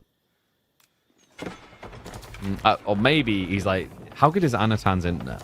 If we have to wait. Is there a chance? I thought Wham's the one that we're supposed to, right? That they wait for. We have the old tree falling on the power lines. I mean, you trust his chances here, right? Like you're like, I'm probably not winning this game. Let's see what the gods have for Anatan. Maybe he has trees nearby. Military wing coming through. Do you think it's just a boot camp and A move after that with veteran spears? Not just that. It's boot camp and agriculture. Remember, like he has so many farms. And he's definitely going to have the gold to get any upgrade he wants. That's always the lovely part about aging up with the Abbasid. There's pros and cons to having to wait. And a lot of times, especially when your ecos boom this hard, you sit there and like, camels. Just queued up another 5. What? It's building camel archers against an anti-range unit is the comical part about this. Yeah, just I think using that mobility to try to deny the trade. 12 traders out for Wham, but I don't think that helps match up what we've seen from the other side. He's got more troops trickling in to try and stop the traders here. Yeah, only 12 is pretty underwhelming, and you see the queue up. Boot camp, spears, undermesh coming through. He's ready to dive on in. And there's the Gulam. I was wondering if we're going to get that. I mean, there's no Mansa Musafadi, so you don't care. Like, Mansa Musafadi would have crapped on Gulams, but obviously wouldn't have had this type of impact. Yeah, I mean, this is one of those, looking back, I feel like instead of the outpost play, a few archers would have really... Yeah. And then being able to reinforce. But now Wham, he says, oh, I heard your archer play. We're going to start pumping some archers out now. Maybe they can bring me back in. I mean, it's not that big of a military difference. Currently. Not that big of an eco difference. 2,000 food per minute from Anatan. He wouldn't just castle drop my base, right? Like, get rid of a few of his villages in the process. That'd be crazy. Oh, he does need to clear up some pop space in a couple minutes, so that might be the exact play. A move the spears, A move the Gulams, and send 20 villagers with the stone he has for a keep now. Now remind me, eco count is like cholesterol levels. You don't want it going up, right? Up to a point. Depends the number you're at. Also, apparently there's good cholesterol, and you can have too much of it. You know that's a thing? I know there's good cholesterol. I just didn't know you can actually have too much. Who knows? Yeah. Poison archers coming into play. Better late than never. Oh, boo with the castle. Boo. Be more aggressive. No, we're not watching a Voldemort game. It doesn't need to be in the opponent's base. You know, it could be. Decides to secure up a sacred site with it. You know what the problem is? If he'd gone for Culture Wing, he could have got public libraries, and then he'd have the health to drop at the enemy base. That's the problem. What's that? I think that if you can cap it out like 144 HP on a villager or something, it's ridiculous. And he's just moving through with those camels to make sure Wham's feeling the pressure over here, continuing to try to deny the trade. But Wham, he spots Camels, camels. No. Get out of there now. Those guys have bonus against ranged. You know, they're just gonna pick off some villagers. I mean, he just lost 4 camels, so he's going to want to pick off quite a few villagers here. Yeah, it's good enough. But if you think about it, and it's 200 to 200 with 3,000 food in the bank, I think he can lose some camels if he wants to. I think he just needs to, I don't know, go Imperial Age and then build more camels. Go camel handling. And there it is. It's like, why has he not left the game yet? It was a timing attack. Like, his time is gone. Oh, okay, whatever. Next stage. He's like, is there an H5? Gonna press that button too? Yeah, actually, there is. Wow. Okay, I'll drag my face for that. for a Bassin, yeah. And you know what it would give it? Yeah, there you go. And you know, trade does look pretty good. He is at over 5,000 income per minute. Meanwhile, Wham's sitting at a measly 2,500. Hungry tanned over here. Again, you know, he's losing these spears. It might feel bad watching it, but again, he's just clearing up pop space. He's replacing spears with ghulams. He's replacing spears with camel archers. Mm-hmm. Why does no one love camel riders? They're pretty good here. I mean, like, you get He's got the 2 from military wing. Yeah, like, you get the melee armor. Look at these. See, they've done better than the camel archers, okay? Like, these 2 right here. That is the Middle Eastern Leonidas right there. Here comes more of the little just split mass. There's part of Anatan's army in the base of Wham. Part of the Anatan's army is going north to stop the trade. Golems. I think he just hears the age up and says this is enough. Like, he has no answer to Golem. He's trying to get Musafadi, but like that's why he went camel archers, right? It's like he just stops the next step. So Golems just win the game is the idea. And once they're parked here, no bueno, no trade. Maybe he goes for like a Wololos. Nope. He goes next game. Goes next game indeed. Series tied up. That was one that we saw the timing attack, and Anatan just dropping wall after wall after wall, just kept delaying. And then he's obviously played Mali. He's obviously played against it with the Farimba and knew what to do. The Phalanx Spears just was the exact counter unit to, not necessarily counter unit, but when you have enough of them, it works out well. I real life I'm getting hungry, and that game didn't actually help. A, because I want that much food, and B, because now it's going to be a long day. Oh my god, this game. I swear, this is just always the thing with Freeborn, though. Like, I don't think it's an OP strat. I just think it's, like, very, very, very annoying. You see what the answer is here. Like, it seems so obvious, just build spears, but, like, it takes so long to do this. Yeah, and I felt like there was a point, though, where this was a huge, huge pull by Anatan right when he saw the army go to the north. Actually, this was the second one of the outpost getting destroyed. But right when that first outpost went down, that's really what felt like started to deflate the tempo that Wham had. And then Anatan's able to transition into farms behind it. And then just the villager mass is no longer 30 villagers idle, 40 villagers idle. They're all working and working hard.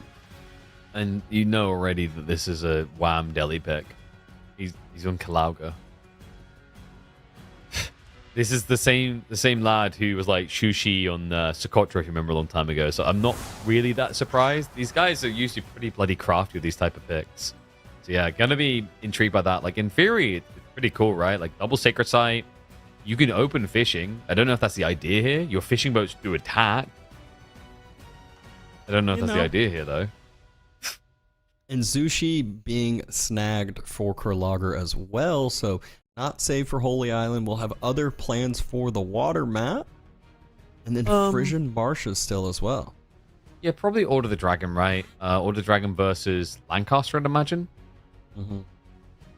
maybe HRE. Wham can always OTD. do the HRE. We could see the HRE versus HRE variant come out on Holy Island, or even we saw a Ubits with the with Vortix on Holy Island that was just an exceptional, again, timing attack that played out in his favor on that one. Yeah, he has actually really good Civ flexibility for remaining maps, right? Like, we've seen Wham try and make Lancaster build work on Holy Island. Failing that, HRE or Iobids both work.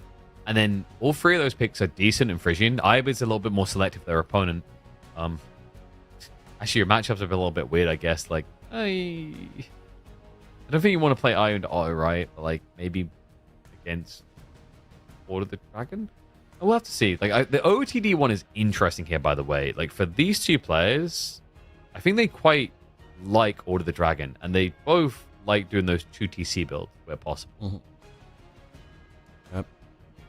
But series tied 1-1. Will it be another one to go the distance? We saw the first couple series of the day. Even though the first one wasn't a sweep, it was still a rather quick one. Second one is quick as well. But the last two have been living up to the expectations and been great back and forth there. That was non-stop action, even though there was 3 TC play, which is, I would say, rare to say, which is, you know, breath of fresh air when we're talking about 3 TCs.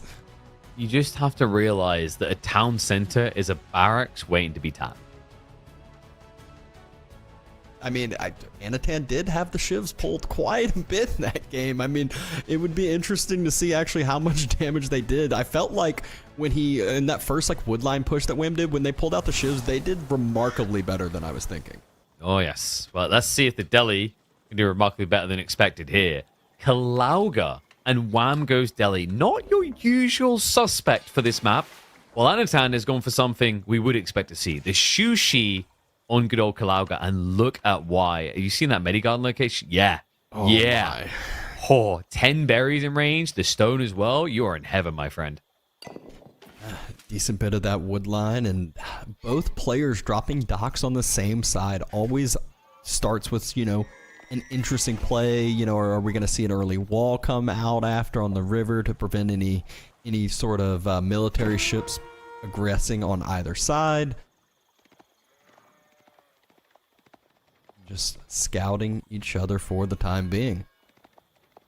Yeah, like, I'm curious what the strat is for Wham. It might be like just an anchored sacred site victory condition, because you can like demo ships to stop decaps, right? Like, that's a very intriguing thought. I think I've seen him do this before. It's really weird, actually. Yeah, he done like Delhi versus Mongols against Anatan actually and won the KPMMs, and it was surprisingly effective. Because, like, you know, if you think about Shushi, they could build repeater crossbows, but they probably want to build horsemen or spearmen somewhere along the way, especially in Ghazi. So at some point, you have to step onto the water trying to get the sacred site. At which point, as the dock is still there, you do not feel safe. Nope, not by any means. Let's see if Wham remembers his upgrades come Feudal Age with the blacksmith, like we saw being forgotten earlier by his bro. I'm telling you, it's a superpower. The more techs they forget, the more likely they are to win. Surely enough. And there is an early wall drop by Anatan, so that will prevent any sort of annoyance with those Delhi fishing ships or military ships come Feudal Age. Like, it does make sense as well when you think about it. Like, let's say, for example, like Anatan, and you know the timing of like when Delhi used to have a blacksmith and have like undermesh. Oh no, I don't want to take that fight. He might have undermesh. Doesn't have it. And the other thing you save on, there's a resource you save on when you don't trigger all those tech ups, Dabston. You know what it is? APM. Oh, yeah. Of course. Critical resource in RTSs. Indeed. APM is definitely one of the limited resources that players have. Certain players don't have as big of a problem as others, but it is still, it's all about effective APM, I would say. Yes. And you know, is it really an effective APM to click on a blacksmiths and queue up free technologies? Some would argue yes, but all I care about is elephants. I mean, we heard Vortix say it. Once 2 elephants come out, there's not really anything you can do, even if you are making the correct counter unit. Even if you do scout it out, it feels really bad. So we'll continue to monitor that situation. If Wham gets Castle with the resources to do so, it's going to be a good look for him. I think I remember after that game, there's someone in chat like, why are we talking about like balance in this class? Like, because it's a good time to talk about it. That was a bloody impressive game. Those elephants done a lot. I don't know if we'll get to elephant timing here though. Like, I think this is more of a traditional Delhi approach on sacred sites. Intriguing though that he builds the wall on his side of the sacred site, not the enemy side, right? So not as secure necessarily. And I imagine, like, is there a world in which we TOV here? Nah, You said it, and I was like, I don't know. Meditation. I like hold my gardens. breath, like, please, maybe. Does he get the gold in with it? No, surely. Yeah, wait. I mean, this might be one of those ones where the UI says he gets it, but he doesn't. It's really sketch. But like, there's no other reason. Like, there's no other reason you build it here because you're sacking 12 food, whereas you could have just placed it further out and you would have got the wood line still. So it must be telling him he's getting the gold. In which case, that is outrageous. That's 48 food, 25 stone, 25 gold, probably about 25 wood. Well, we'll be able to tell in just a little bit here.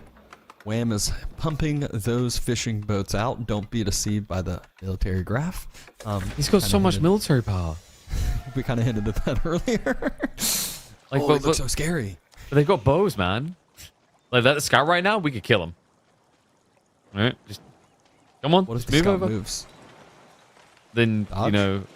like we can't dodge.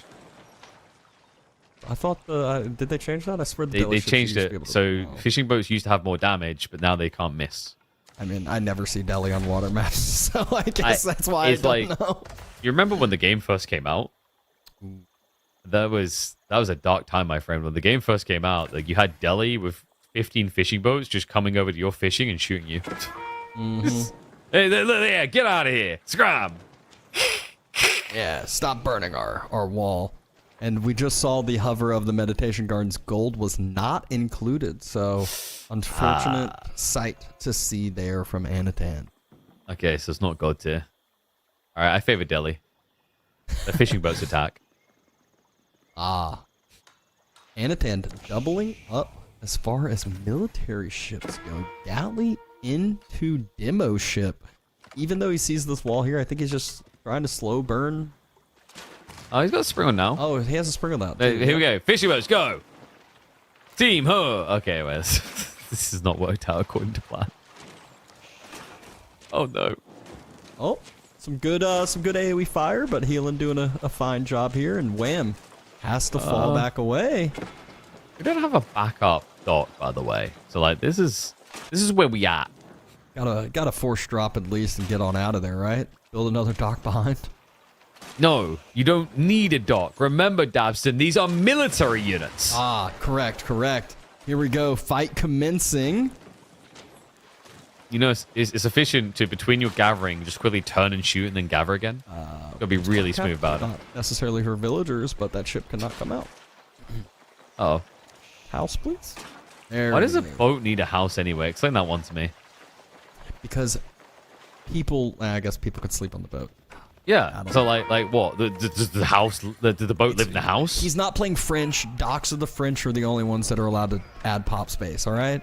Yeah, but like, well, then, so what's the point in the house? Who's living there? Like, is it one of those mortgage scams where it's like, oh, I got it at least on my dog and then I leased it out to someone as a landlord? Like, what? Why does the boat need a house? It makes no sense. One of the villagers did get sniped out there from Wham's little circle with the Ghazi as the outpost got built on that backside goal to Anatan's. Anatan's horseman number looking quite healthy. He's got a few demos as well. I think he's just going to try to take down this fishing in one big foul swoop. Horseman way from Anatan, man. He's beefy already. Like, it's weird because Wham started building Ghazi first, but welcome to supervision, right? It just inflates so quickly. And then, yeah, like the fact that you're just not fishing is slowed him down a lot. I'm just not really seeing the game strat come together for Wham right now. Yeah, I mean, at least he's been able to slowly continue fishing for the time being here, but Anatan, I'm not sure when Anatan pulls the trigger here. Like maybe he would have had a better chance of winning the fight if all those people would be on the boats working harder instead of living in those houses. No heal up from the fishing boats, and Oh, there's the no. horseman swap. This is what we were talking about. We knew it was going to come at some Just point. go for the bag He's got lot. the He double doesn't demos. care. And that's how you clear a military fleet. Get it? Because the real military is just one boat. But anyway, look at these. See, look at those fierce fishing boats. They've almost killed a scout. Yep. Yeah, this Few more horsemen this go looks cooked. down. I think... Didn't Anatan have Mongols? I think Wham was expecting Mongols here. And this was a pick designed to block Mongols. And now it's just full denial of the fish, so the basically 6 extra eco for Anatan now. That is working hard for him. Wham looks like he's trying to rotate over to the other side river. Did you notice that, like, the other thing that's weird when you do these type of plays, you have to remember when you dock, you get the imam for free there, so you don't build a mosque at home. His tech timings are not good. Military efficiency is coming in at 10 minutes. Yes. Did not have the little Wi-Fi at home with any mosques, so that is definitely the case. And Anatan's horseman number, even though he's fighting against Ghazis, which everyone would rather prefer, the numbers are favoring Anatan quite a bit. One spear pops out and just gets focused down. He's pulling the scholars now. And if you can top him off, you look good for a fight. You're going to need to look good fast, though, because Anatan, he's thinking about it. Castle Age is easily attainable now.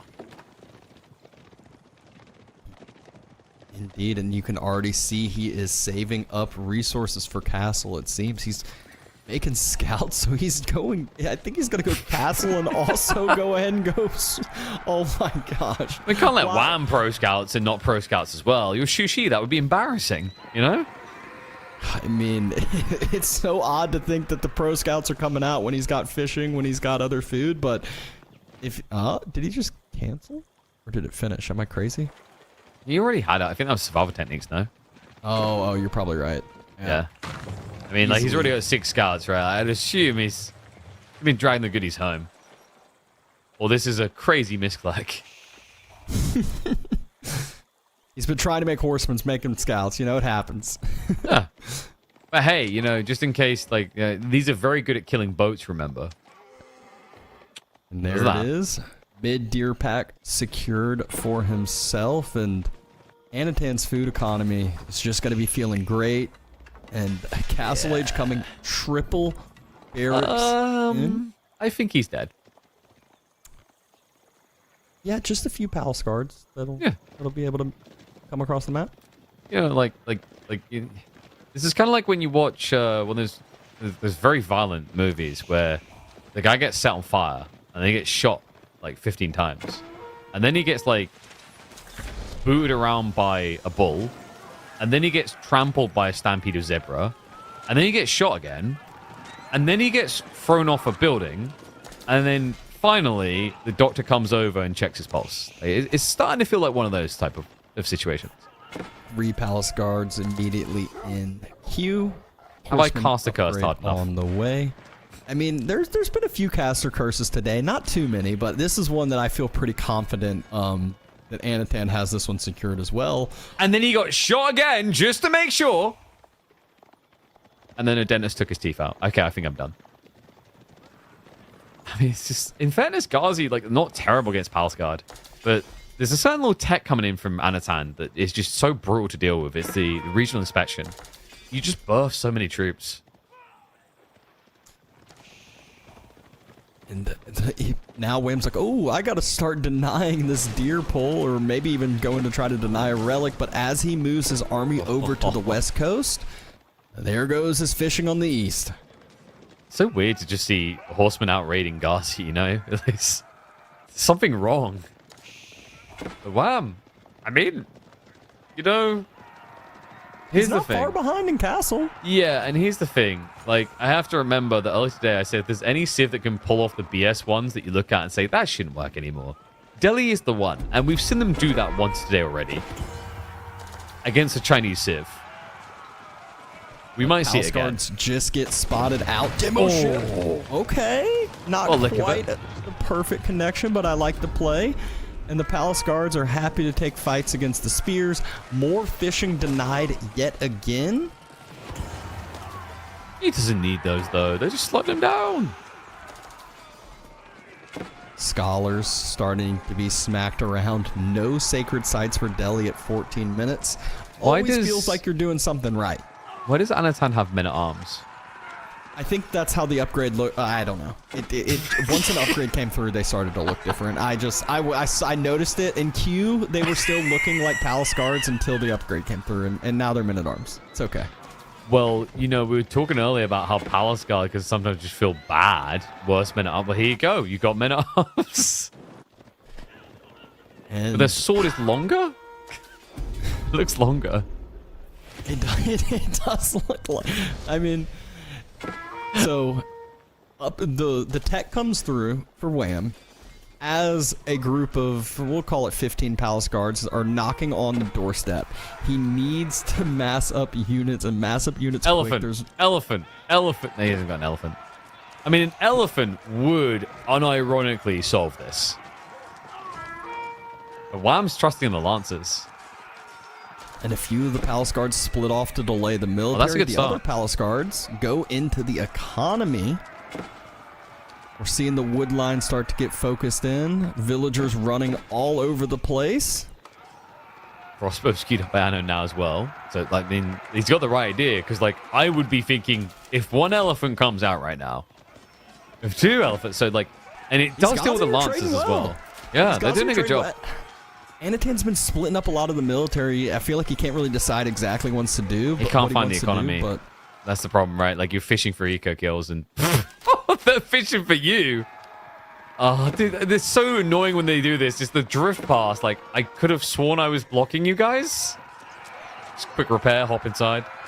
Pro Scout's bringing the goodies back. But he doesn't want to hang here anymore. Man, Wham, are you kidding me? Anno. Damn, what a hold. That was unbelievable.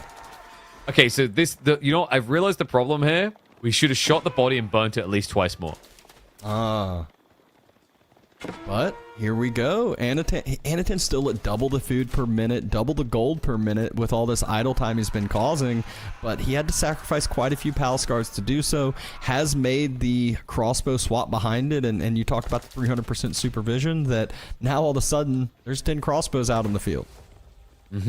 Just need to get them in position, right? Because like so far it's been, let's send in melee units with no one to actually trade efficiently. We'll just get cutted. Now with crossbows, you can at least kind of leverage an advantage, take out the injured. You need to be careful these type of dives though. And man, it's just like that puppy paw game. They love utilizing these houses as garrison points, right? Like took priority over Mahoots. I think home blades was the only thing he cared about more. Now, how do you kill workers? Yeah, I mean, you got to have enough melee to start burning down the houses or at least sniping the workers on the way. I think Anatan's mindset is like, Lancers are the normal idea, right? But like Lancers here, your opponent can build spears. The other thing is like, if you build Lancers, he can build War Elephants. And then also, because you build Lancers, you can't afford to go crossbows. Whereas if you go Palace Guard, you can transition crossbows sooner because of the cost efficiency, right? Like I'm scared for Anatan's gold right here. He doesn't have any walls. Wham has 9 Lancers. I think that's what's moving. I can't tell if it's Ghazi or Lancers moving across the eastern side. I think Anatan's gold's about to get hit and hit hard. They're creeping in. Gonna be a reveal. I know. Good reaction time, but still gonna lose a few. And this Dive is on the other side, moves you need to make to start to stabilize this. If you look at overall economy numbers, it's not as tilted as what you'd be, you know, expecting at this point in the game for the positioning we saw earlier. Is Delhi just heading for like, are they 100% win rate today? I mean, the thing is, more time that happens for Wham, all of those techs, all of those upgrades are coming through. Yeah, he doesn't have 14 scholars like Puppy Paw had earlier, but it's still one. He's got 4 in queue. He's starting to stabilize, it feels like, just a little bit. I mean, this is kind of wild, actually. I think the only time Delhi have lost in the playoffs so far was Marine Lord versus Puppy Paw. They've been played 2 other times. There was here's the Anatan versus Lucifron. Sorry, no, Puppy Paw versus Louis. Then we obviously had the Vortix versus Puppy Paw. So little bit of a pattern here. Delhi looking pretty good in the deeper phases. Because this looks like a pretty decent position compared to where it was like 3 minutes ago. It's just the amount of resources Delhi gets to save during Castle Age without having to worry about techs. And look at Anatan's upgrades that he has. Blacksmith techs, non-existent. Yeah, which is rare for Shushi. They're usually the aggressor on blacksmith timings due to how quick they get them. They starve out there. Anatan to remove some of the food sources. His army is still bigger. Dread fight should favor him. 30 crossbows. He needs to just be able to take a fight. The problem is again, immobile army. If he continues to push too far forward, these Lancer raids, the Ghazi raids, can add up and keep adding up quickly. And that's exactly what Wham's doing to keep Anatan's army at bay, keep Anatan's army at home. It's just the our problem is for Anno is like cavalry versus infantry, right? Like if you could fully wall, which is not easy in Kalauga, you can move up. It's so much easier said than done. We have got a siege workshop coming in there, so maybe some trebs to give himself a win con without having to dive, because it felt like this was all good until we got that dive, and then it's been downhill. Villagers. What? Wait, but the crossbows mostly are just here. The palace got to pull really far away. Look, yeah, they're coming in now. Villagers pulling the shivs back. They're just Anatan's going for full fight here. Nah, this is going to get chalked. Anno, he's down by 7 workers. Pulls away now. It's the Ghazi littered in. It's making the crossbows' lives so hard in this exchange. And Anatan, and a huge disadvantage now. How curse did you have earlier? This is wild. Okay, so on top of that, they may needed to throw him off the building again, and probably needed a train to run over him. Then he would have been dead. More raids coming in, and Anatan, he is just not able to stay alive at this point. Late reaction to this raid, 7, 8 more villagers go down. This is just getting turned completely upside down. No elephants required either. Like, that's the other thing about this. I mean, Wham. From the position he was in. He doesn't have it. I can't believe this. Anno, it looked like he had him bent over a barrel. He played this perfectly. He got everything he wanted. But Wham says no. What is it with these Canadians and their Delhi? It's crazy. Just now getting the sabers for all of the Lancers, the one Lancer he has out, but even still, gold fully denied. I'm pretty sure Anatan's running lower on gold. It seemed like he was really trying to secure up that location, start gathering that gold, and crossbows into Ghazis, not a fun fight, especially with some Springalds helping out there. Yeah, so I think what you know, like, I mean, he's pretty done now, right? Like, you know, in those movies when you have that moment where, like, it's a little bit overkill, you didn't even do that to him. So this is like when you have your arms cut off, and then you get this is sparred into a well, but then they, like, after they do that, they go down, they pick your body, they bring it back up, they throw it off a cliff, and then they behead you, and there you go. He's definitely dead. We even shot it 5 times to make sure. What the hell is with these NA boys and their Delhi? I mean, I feel like if you're doing those base dives, especially with palace guards that are pseudo men-at-arms, you gotta have ranged armor. You gotta have some of these upgrades through, and Anatan didn't bother with any blacksmith upgrades the whole entire game, it felt like. And then there's like this moment where like there's just 2 big robots fighting each other, and then just a giant chainsaw groin opens up and then kills you. And that was when we knew the Delhi won. Sorry, I'm just going through old films in my brain now because Delhi is frying me today. This Civ just keeps exceeding expectations. Indeed it does. And I mean, the Ghazi Raiders traded into the Palace Guard so much better, especially when Anatan was splitting the military, trying to, you know, send 4 Palace Guards over here, send 5 over there, and Wham was able to just slowly pick off group after group after group and just really just stayed strong, stayed steady, and you know, didn't get worried about the potential bad position that it seemed like he was in. Oh man, what a position now. Wham with Lancaster. He could end this in 4. It's a very realistic possibility. Ottoman's not a bad pick necessarily, but you've heard it from the Spaniards today. You've heard it from plenty of players, right? Lancaster's just that good. That potent, that ridiculous of a Civ.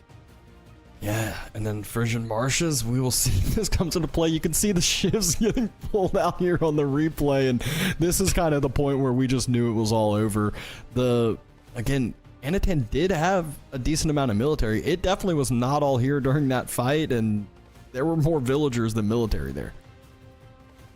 Yeah, it's something to behold, man. And like, I don't know. I still don't think that. I think I'd be curious if we interview Wham. I'm gonna ask him. Like, was the expectation Mongols there? Because I've seen him do Mongols Delhi before, and it's like, oh damn, that's pretty cool. But like, Shushi in theory should be like pretty rough. Made it. They definitely make the start look good, but I don't know. Like, do you put that more in like Anno's strategy at the start of Castle, or is it just that good from Wham, right? Because like the Palace Guard should have done better, you felt like, right? I mean, I do think that the Palace Guards is a bait. They need more upgrades. They need more things to make them more useful. And the Ghazi, I think it was obviously Wham played exceptionally well once that Castle Age did come through, but I feel like there was a little bit of oversight maybe with the upgrades from Anatan and maybe the unit choice as well.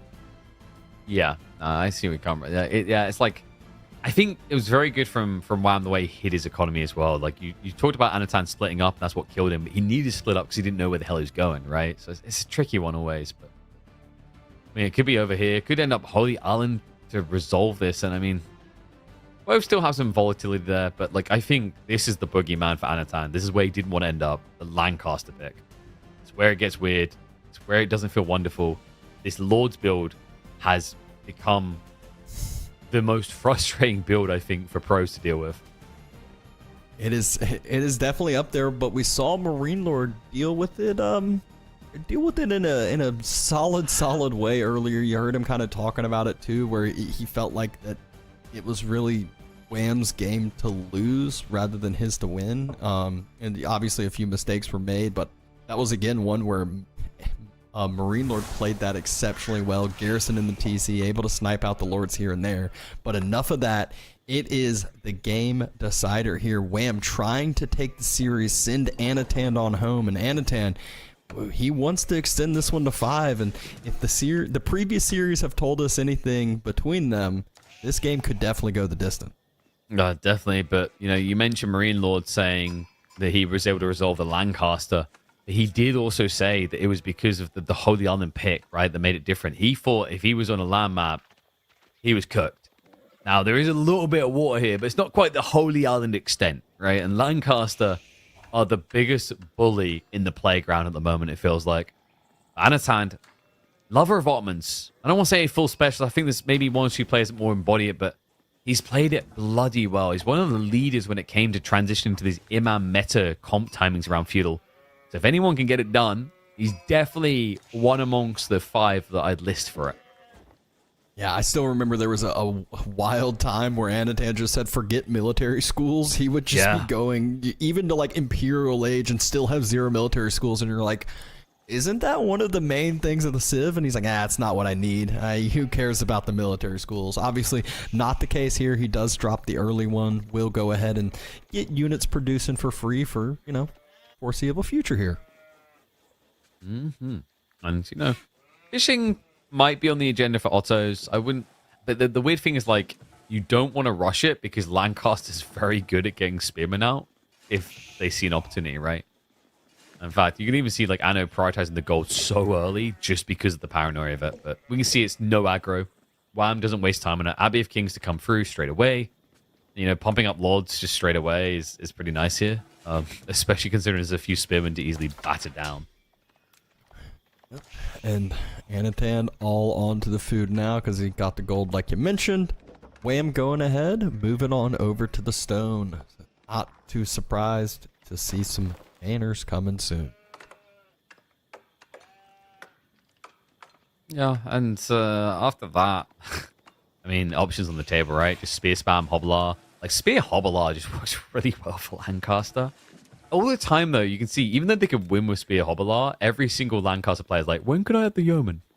And it's crazily dangerous in some ways because of how expensive they are, but then you realize it doesn't feel dangerous because of how easily they get out of harm's way.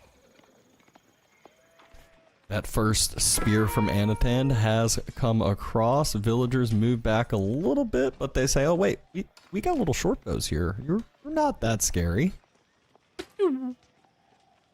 Please There keep we go. hesitating to go in. It makes it better for us. Yeah, now the spear is all of a sudden at a quarter health. Oh, he's thinking about it again. He's like, yeah, if you just keep running away and then coming back in, it's even better because then we shoot, and then instead of waiting for reload, we just gather. Yeah. They're very good at just changing a hammer into a bow. It's quite the skill, actually. Maybe they're just throwing the hammer and the game just isn't... You need little Mjolnirs, you know?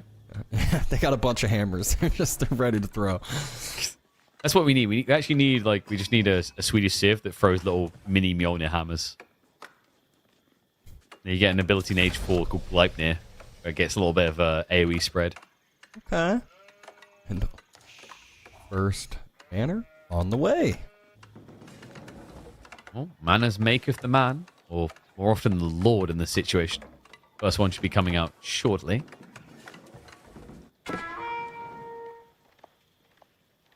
Villager moving out and scouted by Wham, so he knows that Anatan probably going out to build a dock onto that water. Yeah, but it's been scouted already and a Lord just spawned. So, probably building one dock and then going home.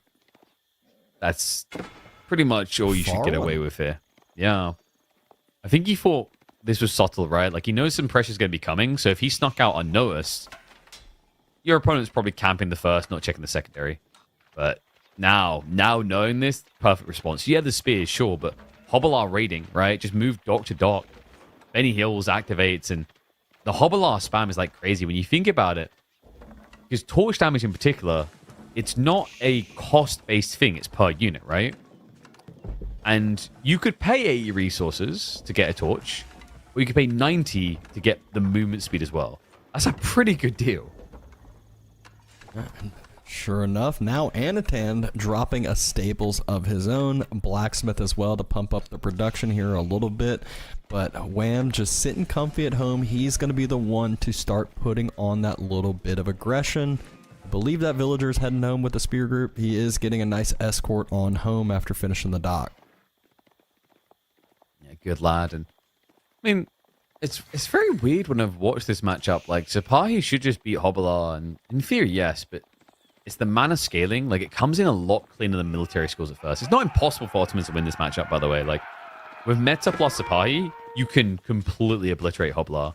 It all comes down to the position and timing. These lords already being a bit of a nuisance. Second lord arrives, though.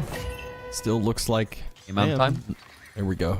Deciding to take the fight. Anatan's probably just going to try to pull back those lower health units and go back to those imams like you just mentioned. Yeah, I mean, there's no yeoman, right? Like, and this is the interesting thing for Anatan is he can force his opponent to yeoman in a rush and then catch him the Sipahi. So keep an eye out for that. Like, if Wham takes the bait here, so tricky to not now lose these lords because Sipahi are actually pretty good at penetrating with the 12 base. Yep. And speaking of, first lord does end up going down. And we kind of saw this from Wham earlier, where the first two lords, he kind of was just a little bit, you know, overly aggressive with it. Anatan reacting in the correct way, has those imams now out, able to heal on up, and Wham needs to kind of regroup this again. Yeah, this strategy with lords Lancaster is really interesting. Is that, you know, if you guys remember when Abbey of Kings Horseman was first done by Mr. with English years ago, it looked really cool, but like the problem loads of players ran into is like the concept of like taking the horseman home and healing whatever is cool, but it feels very wasteful on time. But the difference here is because the Hobbler are so cheap, you get so many of them, you get to the double group point much quicker, so you can cycle them in like, oh, these guys are injured, take them home, bring the new ones in. Feels a lot better than trying to do it with English. Wham's starting to pump up that spearman number himself too after seeing that Sipahi mass, and Anatan already a step ahead with archers in queue as well. Yeah, so healthy comp overall. In Wham, he's got the 3 manas. I don't think he can afford to kind of cap out on more greed. He needs a win in a fight. He's already taking risks actually with the deer gathering on the south side of his base. Speaking of that deer gathering, look, oh, Anatan, he thought about heading that way. A little bit suspicious. He's like, I'll just sit here forever, right? Villagers jump inside the outpost. Spears have been scouted out by Anatan now, although he already was starting to pump archers anyways, and both players like trying to find some Ooh. sort of damage, trying to find some Gold sort of hobblers. annoyance, and oh my gosh, more importantly, Okay, the imams. Good reaction. Yeah. The imam's the one you're worried about there. It's a good read. Dodges the death there. And a yeoman switch now prepped. Wham, already producing the first one. And Yo's nice to scale into. It's that type of unit. Getting up to 30 has that impact. Oh, Go straight after the workers. Taking that fight. Even with Get the one. imams there, going for more worker kills, losing a few to the spears though, and not just a few, it looks like. Yeah, he gets the one kill, but definitely a little bit costly to do so. That's going to leave you kind of weak on the melee line, which then slows down that switch over to yeoman as you'll feel like you need more melee to feel safe. Yeah, it's four or so units that were just dive. You could see the destroyed value quite tilted over on the side, and I want to say Anatan just moved down with the scout a little bit. Might have gotten some extra vision and knowledge. I don't know if he spotted the deer yet, though. And game's gone weird now, right? Like, you'd see the way in that Wham could be oppressive to Lancaster, but now it gets a bit shaky. You know, the Sipahi mass, it's always the thing you got your eyes on. And I think if I had to choose a Civ that's been going up in win rate the most, or looking better as the weeks have been going on, Ottomans probably are the best one. Like Lancaster alongside it because of the Lord's build. But Ottoman's route of improvement has impressed me. Like, you know, go back half a year, people maybe consider this like a B tier Civ. Solid A now. And Anno's showing you why with the Sipahi mass. Second Vizier point just finished up for Anatan. I believe, did he just choose the sheep? I believe that is what he chose. I wasn't 100% there. Most probable if he wants to keep the spy spam going. Yeah, looks like he's got plenty of sheep down there.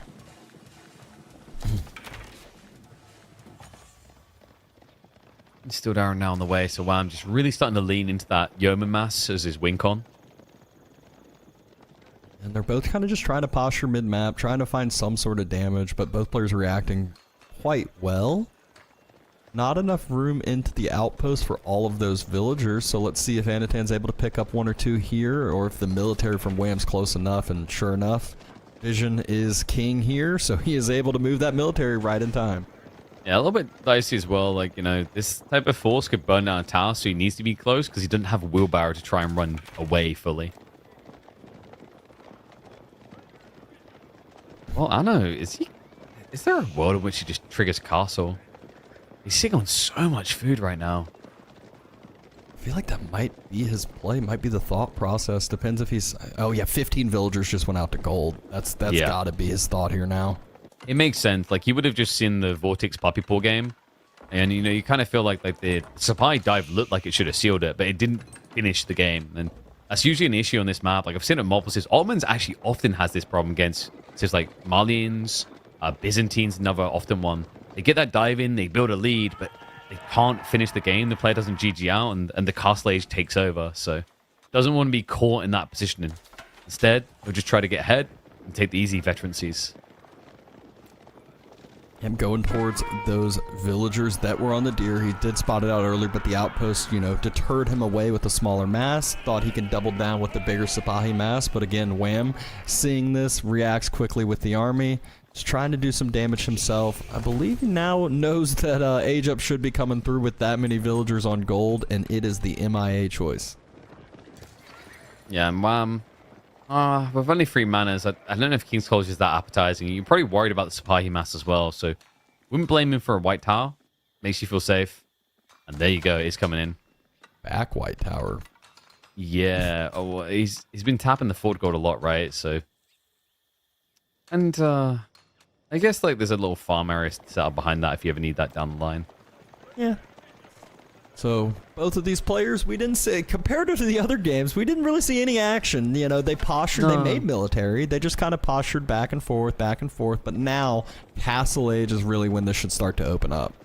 Yeah, it's like you kind of look at each other like, I'm going to kill you. Oh, okay, we're both just building army. Let's just, let's leave.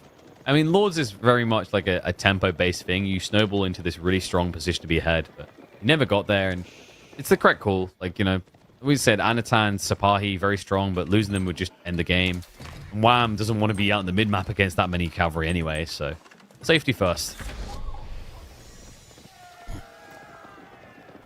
Starting to see what upgrades are chosen here from these players. Obviously, veterancy, biggest priority here first for the big units, masses that you do have.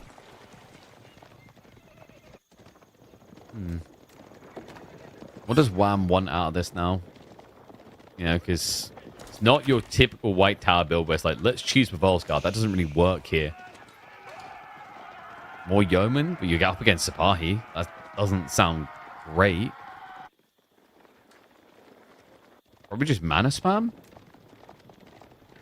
It could be a choice. I mean, it's crazy how just dead even it seems there are numbers. Just both players can just continuing to produce over here, but haven't been able to find any damage. First relic snagged, second Imam kind of being escorted as well.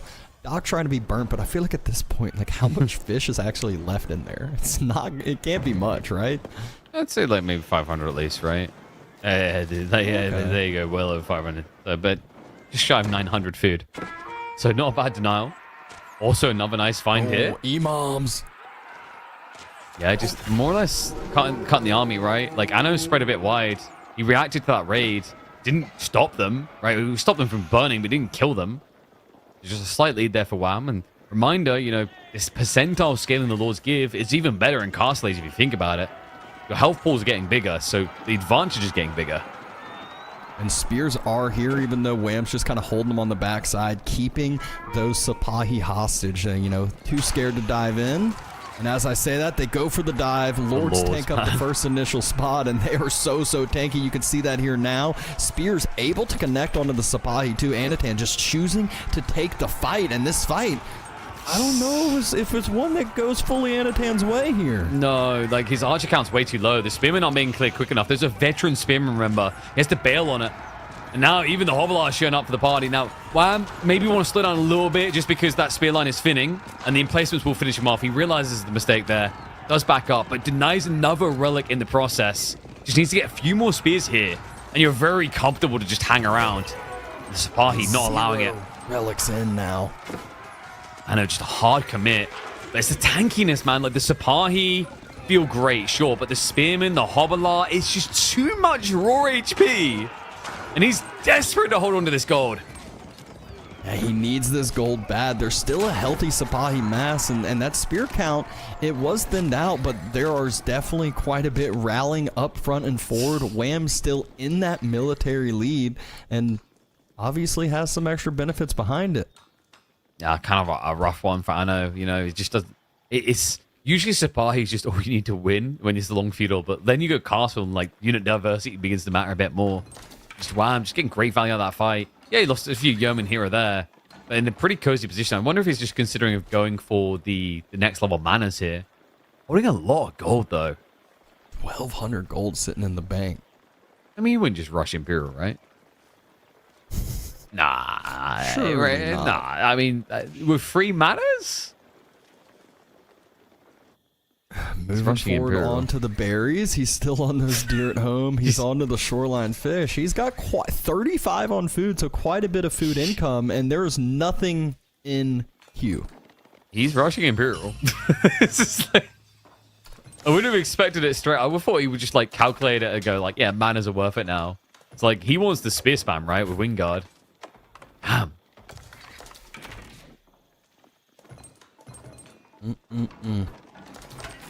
Well, Anatan, though, he, you know, after losing that fight, you can't just all of a sudden run across the map. You got to keep producing, got to keep making more military to respect your opponent, because if Wham was producing here, he could just get run over in a little bit. But as we know, we have the God vision, we have the knowledge.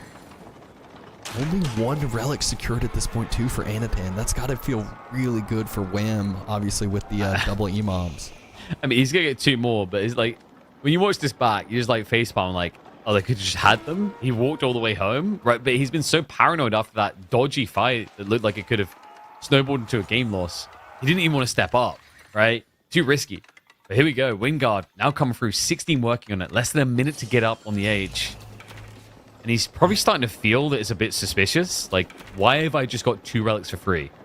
What is going on? And I mean, not only that, if you look at the numbers, the pure numbers too, it's not like Anatan, or it's not like Wham is like that far behind in military numbers. Greeting for this Imperial Age has static defenses to protect himself in the south side with the White Tower.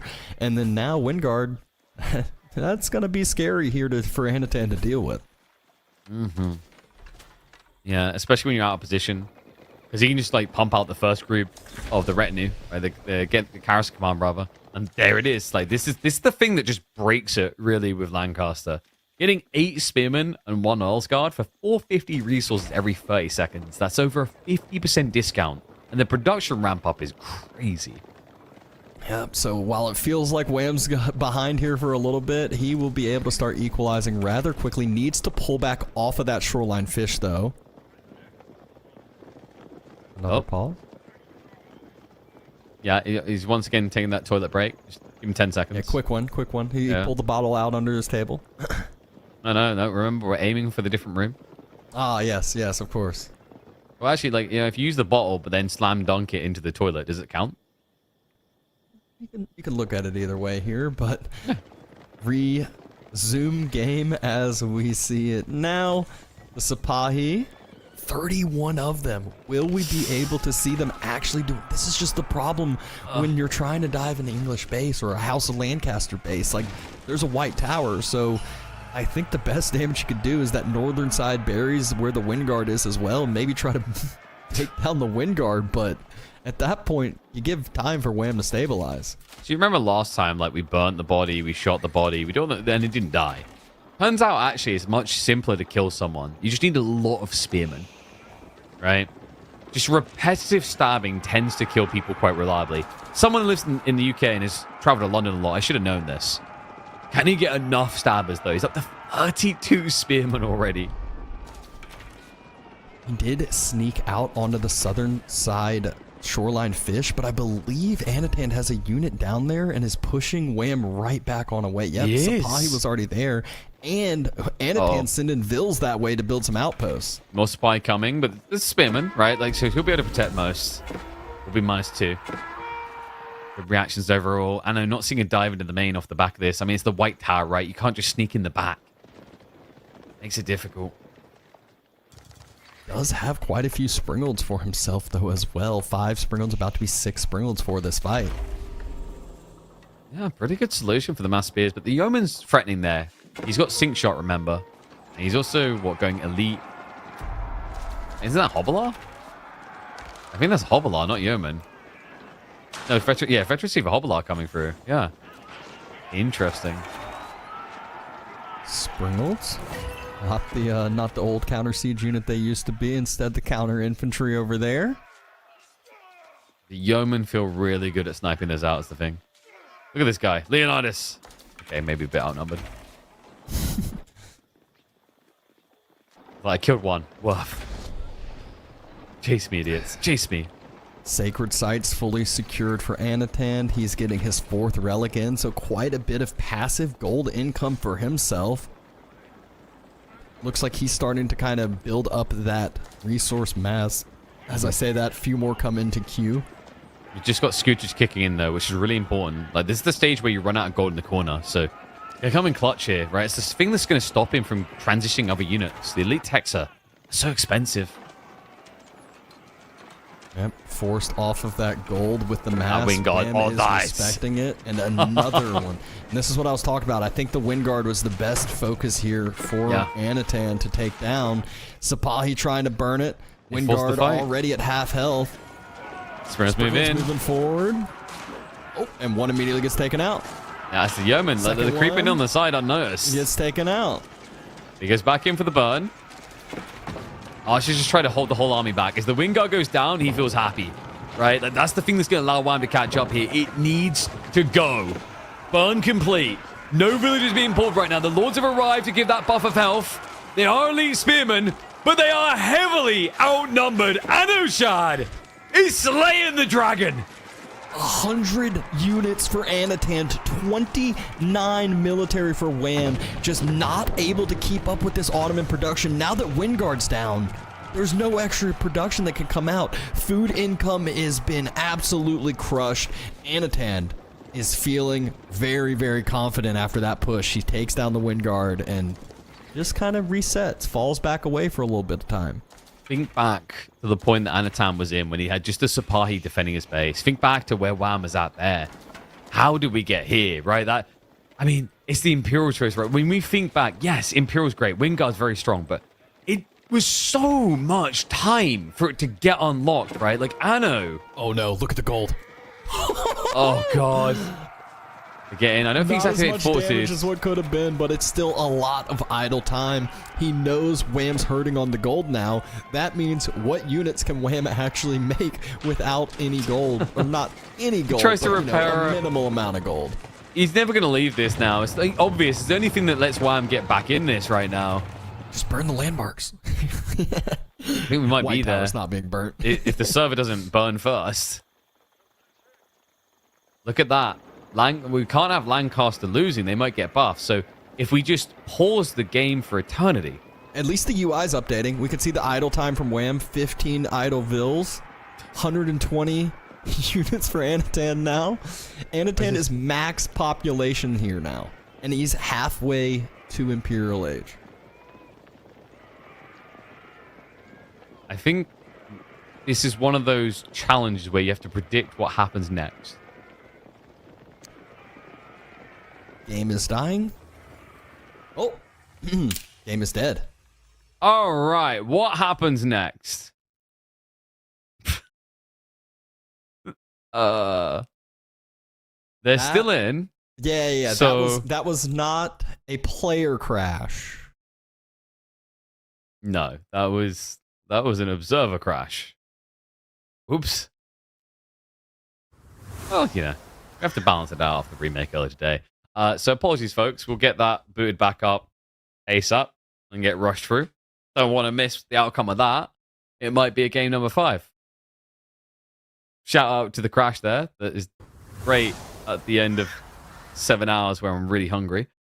But wait, did you hear like, I don't know I what heard that something. was. I don't know what. Yeah. Was that Cal just like hold a microphone out of his window? I swear I heard like a duck flying by.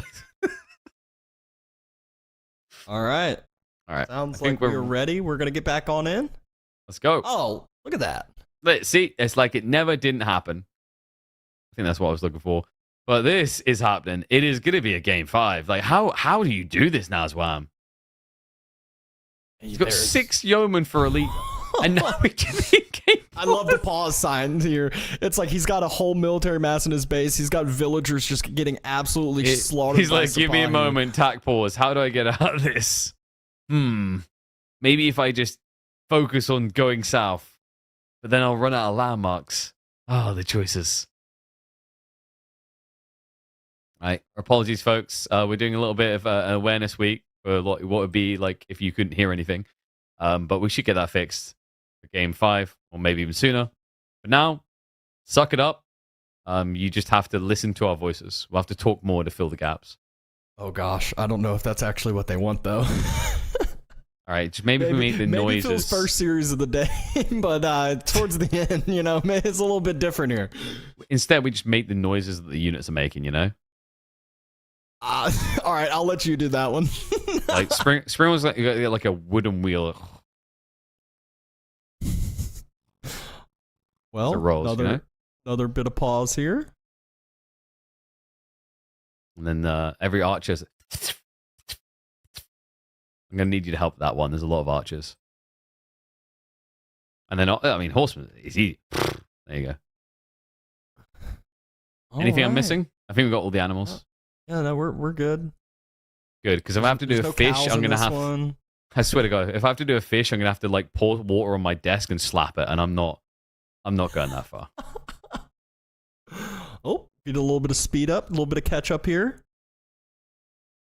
I do feel what like happens next? At this point, it is just the beginning of the end. We see the He's going Istanbul observatory. Yeah, it's honestly, if I'm Wham at that point, if I were any other Civ, he's probably thrown it away. Maybe he feels like there's a chance because he's House of Lancaster, but we see the true story. Anatan's max pop with more than enough resources in queue. He'll easily be able to get all the techs he wants as well here. sending some more out of the gold. He is not denied on the gold and has the passive gold income with the relics and sacred sites. I mean, Wham's almost got 9 manas and farms, right? It's pretty bad, but it's not. You can see the way. It's not a very believable way, but you can see the way, you know? Ooh, this is a big raid here. Yeah, look at this. You know what this is? So this, like, now you guys at home who can't hear the game, like, you're experiencing what those Lancastrian villagers are right now. They've gone deaf from the intensity of that drumming. Oh, you know, did you emulate the drummer boys over there yet? All right, there we go. Good enough there. I feel like you gotta have like a chant as well, you know, really get the guys going. Oh, thank God this game wasn't Mongols, and we'd have to hear KP try to throat sing. Just let me take this giant bottle and cramp my throat and then try to say things. I think that should replicate what we're looking for. But whoa, there we go. We can see that someone is already on Steam. Anyway, this is tricky because of the white tower still. It shouldn't be an army this big, but you just don't want to risk it. Especially when it's Lancaster. Like, this is Demon Civ, man. Look at the military count. Yeah, it felt like Wham had no chance of like remassing up to get close to equalizing Anatan. And he's I think we're hearing things. I heard a little bit. Sing shot. Oh, that was more than expected. And this is going to put the pressure on. Like, oh, Anatan still has 100 and something units. Farm's starting to be denied. Yeah, but it's the white tower now. And look at what's on the way. Incendiaries coming in. That Yeoman Mass could actually just win this game. No cap. It's disgusting sometimes in these situations. You need siege. He needs it now. No. There's one thing you're missing. We have 3 minutes and 50 seconds until Wham has to move out. But you know what that is? I just heard you say there. Enough time for 4 more sync shots. Also, you say 3 minutes 45. With the amount of pauses, it's actually more like 8 minutes. So we got time. Springald's taking a couple pot shots there. Trying to keep the units not up to top and healthy as they can be. This incendiary, though. Like, the Springald's going to be in trouble. Archer's in trouble. Please just toggle ranged armor right now just to be safe for a little bit more. Here we go. Wind it up. Ready for the dunk. He's teasing it. He's waiting for the settle. The moment where you're like, I'm safe. Oh. And there's the incendiary now. That's an awkward reveal. And the sync shot! Oh my god! Nah, I mean, he's not bad. He needs another one of those, though. So he needs to start back, wait for the reset. But it's starting to work, right? Goes for the meta snipes. Trying to move that armor. Oh, Wham. It's just so many yeomen. Where's the front line now? It's a thin line of Oldsguard. It's not going to last much longer than this. Anatan, he just doesn't care. A-click mode. Make some drum noises. Still getting that piercing damage, and at first it looked okay for Wham, but now 45 units left, no front line anymore. Sapahi still holding strong, 35 and counting. He needed more time, right? Like, if it was with the Sacred Site, I think he slow rolls that a bit more and just uses more sync shots, but props to him. Anatan understood the win con to get him to this point, and now he says, hey, burn an arrow sounds pretty good. Let me get some of those. It has 1,500 more gold in the bank to gather some more upgrades if need be. Ringing the bell. Not far off now. I mean, I'm seeing range damage free now. It feels like the type of thing you wanted before that happened. But he's going to have one last hurrah at it. He's getting the wind guard re-prepped and ready. We're ready, boys. We can get one group out of this. It also costs a lot of wood to repair. But hold my beer. We're occasionally getting volume here, but that's why we have to fill in the gaps now. I couldn't tell if that was a great bombard or a cannon emplacement outpost. Are you sure you couldn't tell if that was the game or me? Because my immersive sounds are that good. Oh, they get that too, of course. I can't even tell what it was. I don't see an outpost there. So yeah, we're gonna go with a great bombard somewhere. Here's the one great. Actually, no, I think it's in the stealth. I think it's in the stealth forest, just a little bit further north. Well, Silk Bowstrings coming through for Anatan is going to make this awkward for Wham. Yeah, it is. And there we go. Oh god, no! Please don't burn that. No, no, sir, please.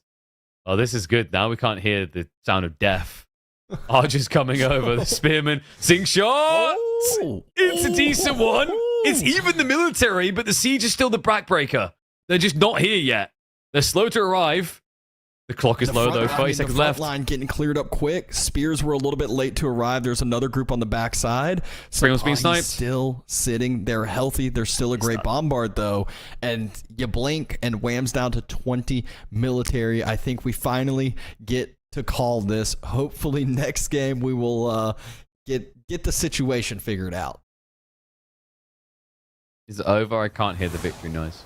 All right, GG, cool. It is going to be a game number 5. Look at that. The night that just keeps on going. Just like a standard night on a Sunday for me.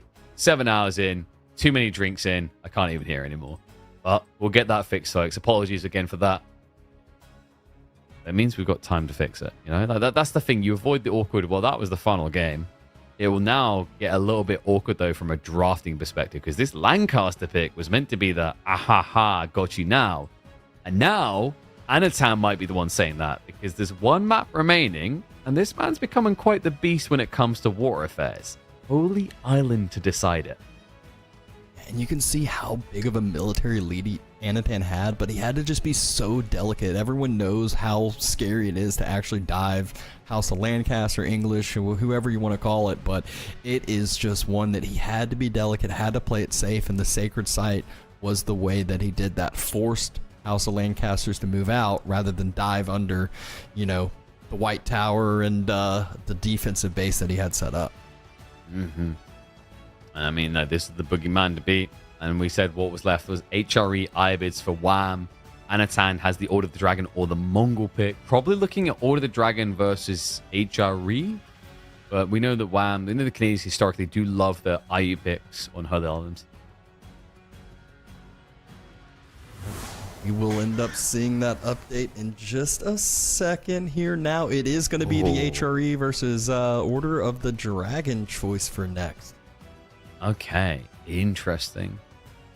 Yeah, I mean, Order of Dragon is very expensive, but very hard to deal with their initial units. And it's interesting the way this matches up ever since like the slight prelate nerf, and also the fact that Inspiration eventually the buff runs out, while Order of the Dragon, a lot of the eco buff remains just in the units wherever they go. Definitely an interesting food for thought moment there.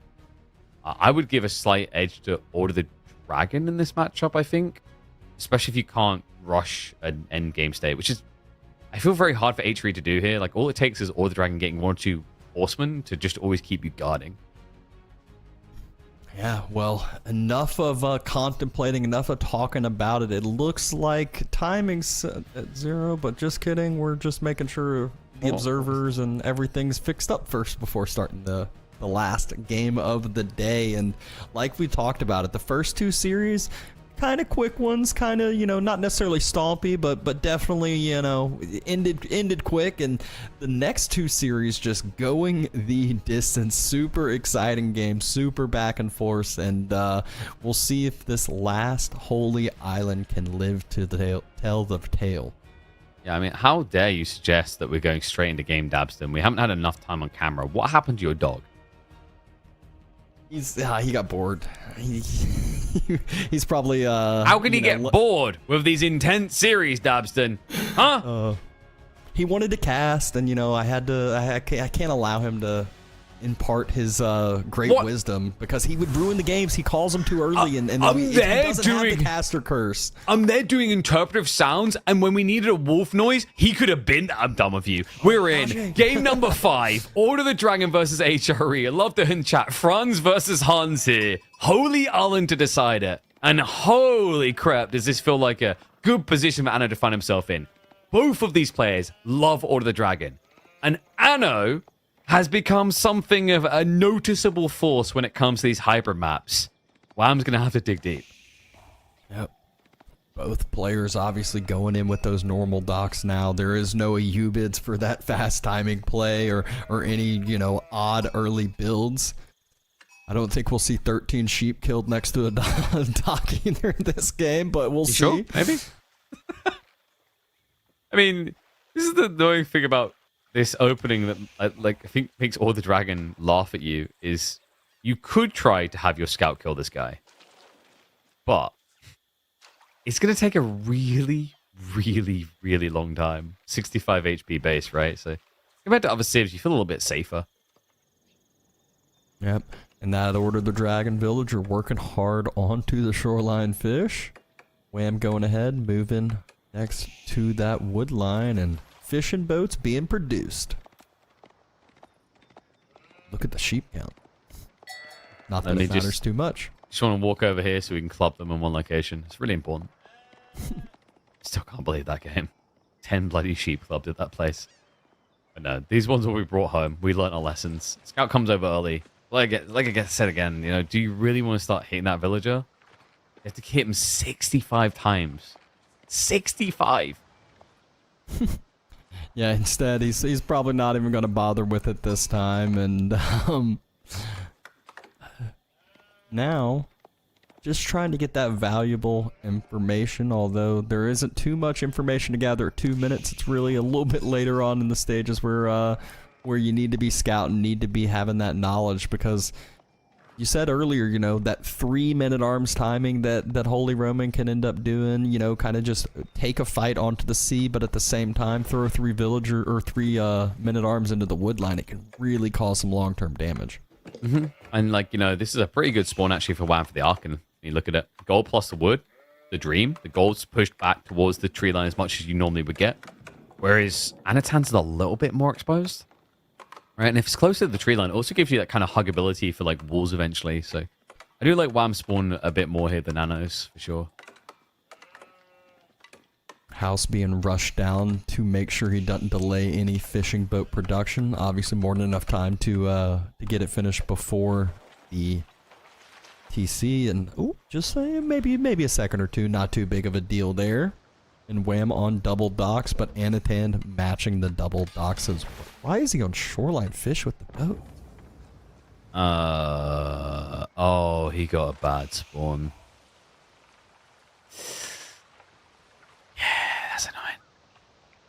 Yeah, like compared to that, are you kidding me? Oof, yeah. Had to take quite the trek out there. It's just sometimes the coast doesn't work exactly how you wish it did. Yeah, in fairness, Wham's is pretty bad as well. It's just he set his dock up more forward, so it worked out. Like, you can see he's missing... If he'd set up in the corner already, to start with, like Anatan did, he'd be missing an efficient fish as well. Yeah. And actually, it looks like he did have a dock over there. He's starting to send them further and further out. It's not quite 10, but we'll take it. All right. There are those few sheep on down. I like how he's gathering from it, even though there's shoreline fish that right there as well. And soon enough, Wham dropping that feudal age. Anatan won't be too far behind it either.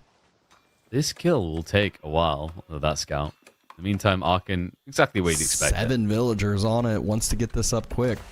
Yeah, I think you just like wall this east and then towards the TC. It's not a bad idea. Like, just gives so much safety. Wow, Slowly. an Archon. Shocker. Now double plays. What a surprise over here. So, I would expect HRE to maybe be more capable of land units for aggro here. But, like, Order of the Dragon, there is one way. Like, the Horseman, I think, is the most efficient way. Very expensive for sure at the 240 mark. But, you know, compared to building a Spearman, a Men-at-Arms, an Archer, it just feels a lot better. And you do want to kind of keep some pressure going. But great choice by Wham, anticipating that. Already has the racks. Yeah, I mean, that is one of those that the Order of the Dragon Horsemen, they feel like pseudo knights almost with how tanky, how much damage they can actually do. It's not like you could just send one unit to deal with it. It's got to be multiple. I mean, like, to be fair to them, they kind of are pseudo knights in entirety, right? Like, if you think of the base damage of a Chevalier hits for 14, and a Gilded Horseman hits for 15. A Keshik hits for the same as a Gilded Horseman. And it's actually barracks on both sides here. Men-at-Arms popping out for Wham here in a few seconds. Anatan has his scout already spotting out that barracks. Same thing for Wham, though. They both got knowledge of what their opponents are doing. The first Men-at-Arms starting to... Oh, and runs right into vision. Anatan just going to nice track that the whole way. And maybe not even needs to track it. He just knows when it's going to be coming now and kind of can time that up perfect too. Yeah, you can kind of get Benny Hills here though. You're in Men-at-Arms. Like Anatan's Men-at-Arms will be better, right? But you have to catch him. So much more expensive too, though. Yeah, that too. But it's also just like the kiting. You know, like these Men-at-Arms are ridiculous with their attack speed, but only if you stand still.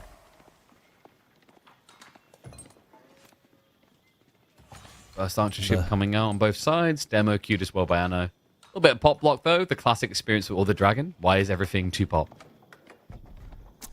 Yep, and it's not only it's the 1/1/1 for Anatan on the C. Meanwhile, Wham is doubling, tripling down into this Men-at-Arms play. He's got 4 out and about to be 5.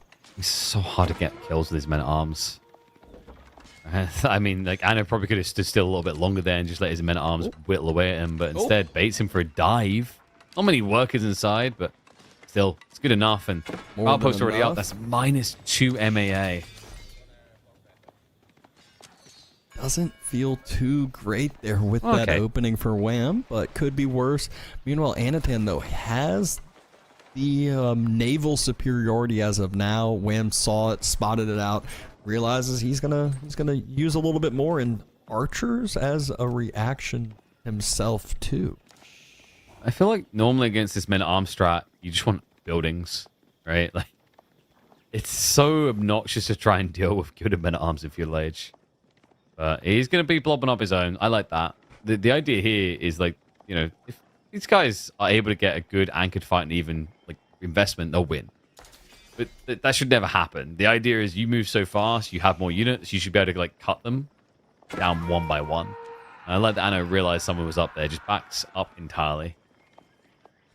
He does spot out the one archer, but I don't know how many more archers are actually going to be produced for Wham here early. It just seems like it just makes him lose so much tempo on the water if Anatan decides to make any push there. Yeah, maybe a bit of a bait. No, he's going more. So I guess he wants to get a little raiding group going because, like, in fairness, archery marching drills, right? They're very fast archers, so not a bad idea to try and eventually reach into that tree line. Can constantly just kite it out with that movement speed you were mentioning. No real action on the sea so far, but Wham is trying to change that up. He's also getting extended lines for himself, a little bit of some fishing boat upgrades. Yeah, like the start of this feels like a bit of a snoozer, but it's the stakes, right? Like it's down to this final game. They're both reacting accordingly. There's nothing really out of line. Like they're kind of mirroring each other. Tempo makes a lot of sense. Like no one's slipping up big yet, but it'll change soon. Right, it has to. The inevitability when you start adding in land and water together, someone ends up making a critical mistake.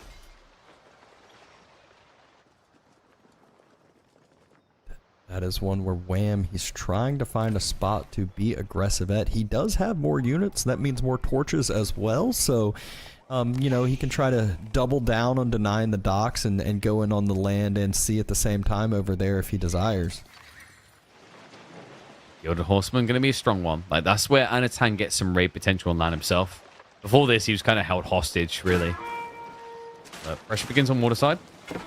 Honestly, like, wow, if he keeps skilling Men-at-Arms, like there's an opening here for like a tech play that can just kind of swipe away the threats. Oh, and here we go. Men-at-Arms going for that wood line. But he's not diving with the sea, right? So like it's just a very calm reaction. And I was like, all right, I need to pull off the wood line. Hey, here's my horseman, here's my Men-at-Arms. And the boat's in. We are able to see one fishing boat taken down. A demo trying to be sniped on out. Oh, Wham's demo runs right into the galley because he is distracted by the demos from Anatan. Oh, and it's a double hit twice. What a good pickup there from Anatan. At the same time, though, Men-at-Arms still circling his base. Still just been causing some idle time. But no kills yet. And that's the problem. No kills, right? And, like, eventually, these land Men-at-Arms from all the dragon will be able to reach over, especially with that expensive loss on the seaside for Wham. Remember, like, it's tempo, right? Like, HRE, very strong economy right now, but as that Archon starts to move further and further away from the tree line, that's when you don't really feel like you compete that well. Still has those 5 Springle ships for defense, and I wouldn't want to try and do that. yeah, just don't ask questions there. How does that work? We just like that's a new unit. You just sit at the side. Is that how the elephant's gonna work? They just bend over and shoot. That's why do you think they're so scary? No one wants to die like that. Just the all chat type get crapped on. All right. Anyway, we've got the boom ship count now scaling. Anatan is looking for that big demo dump. Yeah, that typical Lucifron Vortix play where all of a sudden they split 3, 4, 5 demos across, and it's just so hard to actually snipe them all out effectively and split your Springle chips at the same time. Yeah.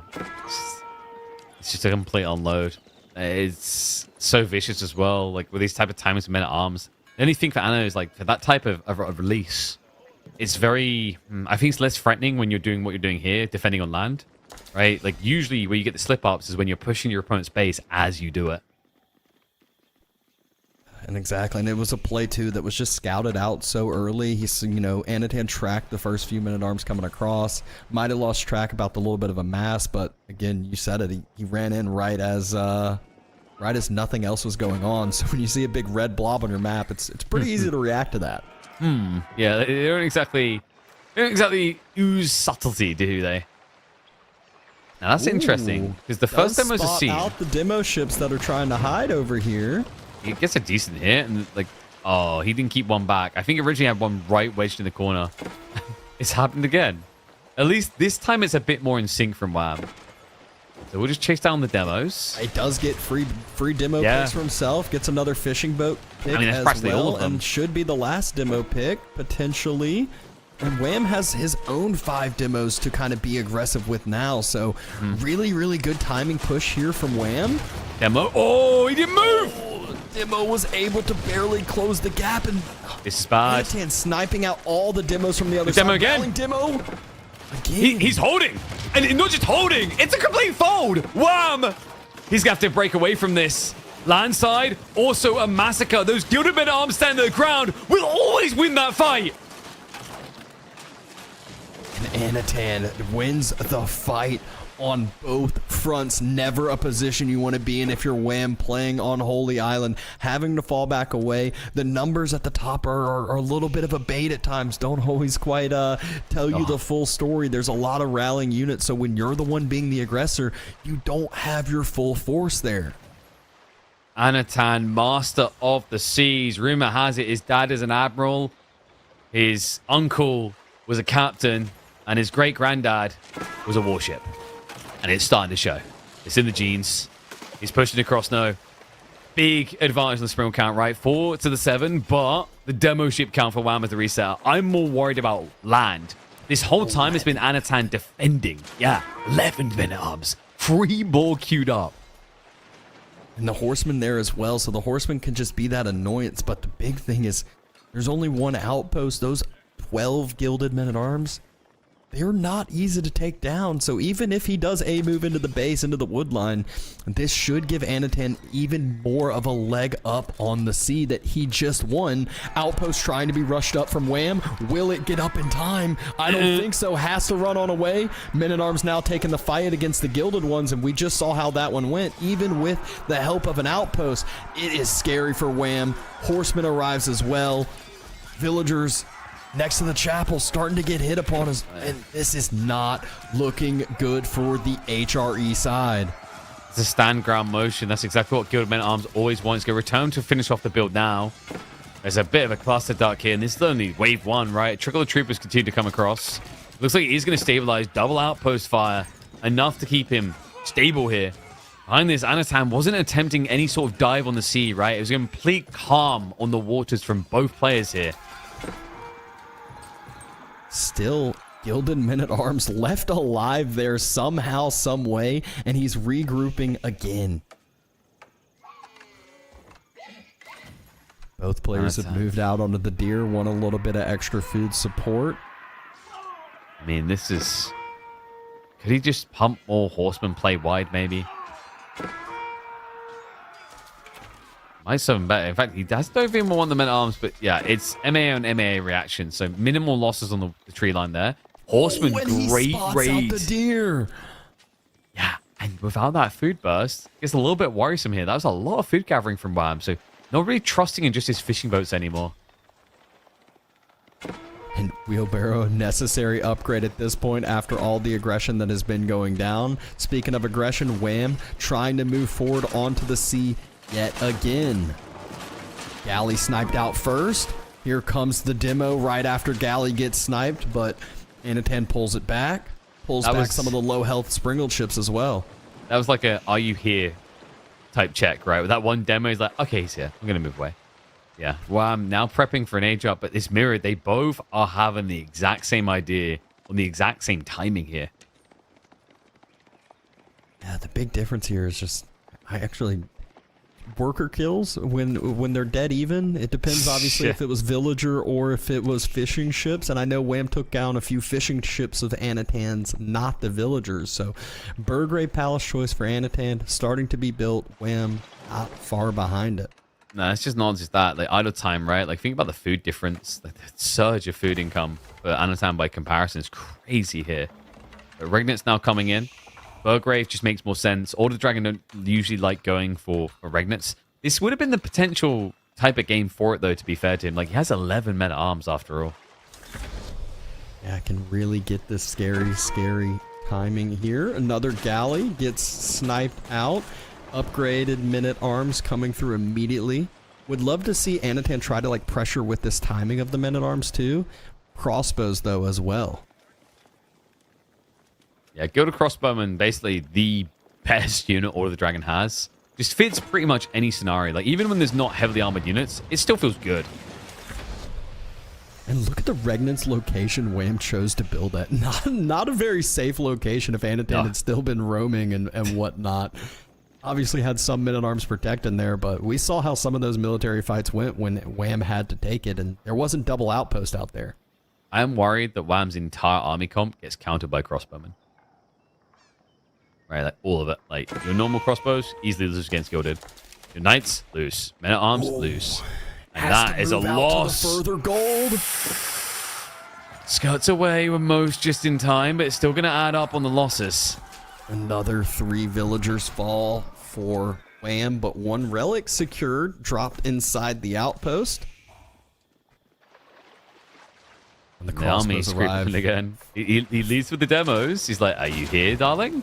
Well, Wham doesn't have the same gold income. We just saw Anatan fully deny the gold, and that's as Castle Age is finishing up, so that just means that upgrades are not going to be equivalent on each side. But it's deceptive, right? Like, you can send... The thing about this position is, like, you can say, okay, he has no gold, so he can't demo spam me. But it's like... He's got 9 sure, demos. Yeah, it's like, sure, you can't afford new demos, but we've been sitting on a big bulk a long time, which I don't think Anatan knows about. So it's very baiting in those type of positions where you know what's logical, but in hindsight, they could have been gathering it. It's 20 minutes in a game after all. Yeah, my thought was more the military ship upgrades were just now seeing the whole finally finish for Wham, so I thought that was the timing that Anatan was going to take advantage of with as well. These MA is scary. Continuing to dive the base. Look at the southern gold near the water. Oh my gosh, that's where Wham went out to. That's Danger Town, man. And you know the men-at-arms aren't far away from skirting down there anyway. This is a scary army. More upgrades trying to come through. Outposts being invested into. Front berries being focused as well. More villager idle time for Wham, and Anatan looks like he wants to pressure with this timing he has. Diving under TC with a bunch of armored units. Totally fine with doing that right now. Can try to sit on production. Villagers. And there are the villagers from the berries. But also, where's the heavy maces, right? It's just a handful of crossbows to counter this many men-at-arms. That's asking a lot. That's a tall order. Not to mention, there's range units around for Anatan. Even a few Gilded Knights now coming through. Night Raid from Wham should be mostly dodged out. In fact, he doesn't realize he's too distracted by this dive. And Anatan, by sea, is on the move. He's entering full submarine mode, looking to sink Wham's battleship. And this is so hard. This is the part of Holy He gets a hit. Oh my gosh. You got to be paying attention at all fronts, and it's so hard to do so. Those crossbows, man, like even the extra movement speed, they're just struggling to get away from this. They're going to get wiped. There's really no land army left. It's all on this, the demo pull. But he doesn't realize he killed the boat already. They stopped moving. Oh, and the galleys looked like they majority got taken out. Looks like he's Splits sending them. a few ships just to bait.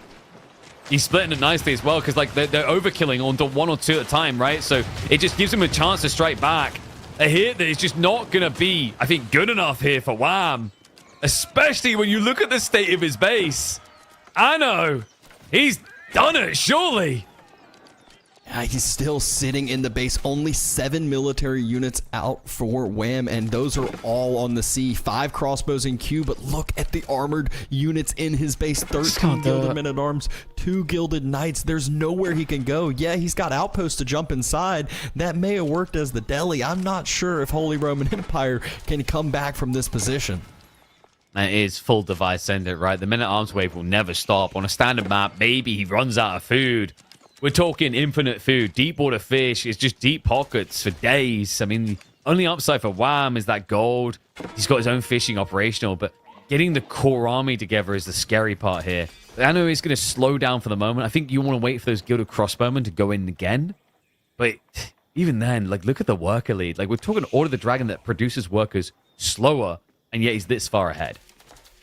Yeah, never is a position you want to be in is lagging the numbers of villagers versus Anatan or versus the Order of the Dragon, but that's exactly the positioning point Wham finds himself in. You can see the economy difference to 1,600 food per minute, 1,000 food per minute. Meanwhile, Wham, highest income he has is 700.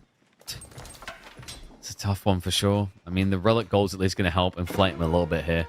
Horseman switch coming in. Pretty cool idea.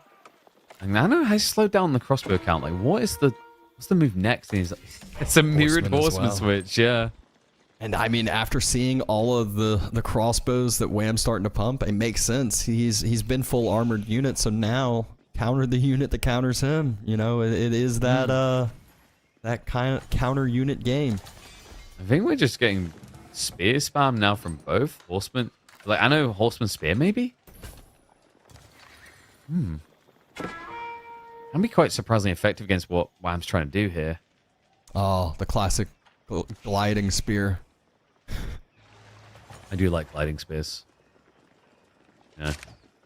It should be a unit. It should just sit, like, stand on their spear in the battle. It should just be a bug behavior, just the default. Emergency repairs utilized on the market here. There are 4 relics now, the 4th one being brought back for Wham, so does have quite a bit of gold income, but another Gilded Knight hits the eco. Yeah, there's 7 spears there, but they aren't really dealing with it effectively yet, and now they kill it. Yeah, but it's just like this. They're basically, you know when you say like knights are medieval tanks, like it's true of all the dragon ones. They've just got so much health.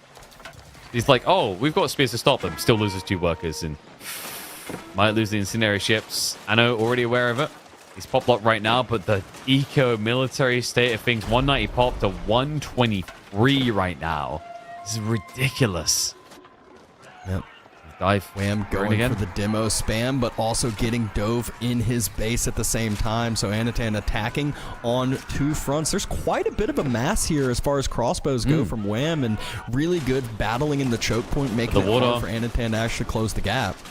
Will look shaky now. Fishing boats have to be pulled for the clutch repair. Might allow him to hold on a little bit longer here. In fact, he's skirting those health bars. Yeah, no target fire coming in. The demo's just sitting there was threatening enough. I know couldn't hard commit, but he did bait the main army on land out a bit. The demos overcommit. They overextend. And now he lacks that much of a boom power here. Only 3 demos to play with. And Anatan's sitting at 2,400 food per minute. He might be thinking Imperial Age soon. Tempting the stage, but reinvestment triples down into the military. That's just 2 Gilded Knights. And the horseman. No, Wham. Slow reaction there. Allowed the gap close. Moved before the spearman got in range there. That's good. Knives coming through now. He's starting to lose fishing. This is the verge the edge of the abyss, but no reaction from Anno. Takes a hit. The demos aren't moving, though. He's still got enough Springles to shut down the fish and end the game. This dive in this time, surely, is the final strike. Yeah, not only is he winning the fight on the water, pushing through past the town center into the wood line. I heard a relic get picked up. We're about to hear an attempted wall low. He needs it bad, especially grabbing some of these gilded units. He's like, no, I just dropped it off. It's not coming out. Oh, no. Woodline fully exposed. Villagers, they're all just dying. I mean, this is the thing. Wham's tried to optimize, keep those crossbows alive, but now it's gilded crossbow against crossbow. You're not going to win that fight. The workers most definitely ain't. That's it. It's happened. NA Dreams crushed this weekend. It is just the Europeans remaining. As Anatan keeps the dream alive, he will head through into the lower bracket semis to face off against Vortix next week. What a final couple series that we got to cast today. I know the viewers were excited. I know we were excited getting to see the crazy back and forth. Yeah, this game started out as a little bit of a lull, but then it just opened wide up, especially when kind of right before that Castle Age timing came through. I mean, an impressive back and forth there. A crazy day. Like, you know, the start of it, went a little bit stompy, a little bit fast, slow, but I mean, the Vortix Poppy Board one definitely still the highlight, but there's some cool games in here coming out from the lads. And, you know, going into this, we talked about the results from like Wham and Anatan in the KPMMs, like a really tight matchup between these two. You're never really sure who's going to take it week to week when they clash. But in the end, Anno, I love it's just Order the Dragon to decide it, because both of these players tend to, I'd say they play it more than like the next 3 or 4 players combined. What a fun series. We now have the next days figured out. Next, what we have in store for ourselves next weekend. It is Marine Lord versus Lucifron in the upper bracket finals. And then we saw Vortix and Anatan now being able to match up against each other. Yeah, it's going to be a fun one to watch those clashes, right? Like Vortix versus Anno. Intriguing one. I think last time they were matching up KPMMs, Vortix was rolling, but that was early weeks. Marine Lord versus Lucifron. You know, Lucifron looking back on form, I think he was even shocked. He's feeling like he's really in that zone right now. If I had to peg someone on current format and current performance to take Marine Lord, he is actually the one. So, you know, tops to him for that. It would be one hell of an achievement as well for him. And a morale booster after, you heard from him earlier, a 9-month break. Right, like that was someone to really recover from, but he's back on the agenda and he's impressing me. But you know, props to Wham, props to Poppy Paw. A little bit of a heartbreaker, man. You heard it from Vortix earlier today as well. Like, you know, if it wasn't for that reset, it could have just been a 3-0 for Poppy Paw, and we see NA Pride on the line. Even this series had its moments. Like that Frigid Marshes game was kind of crazy the way that the Anno played out of the hole. I think we are just waiting to get the lad on the line for an interview. Hopefully, we'll have him in a second to get his thoughts to round out the day. He is in fact ready. So let's go and talk to Anatan.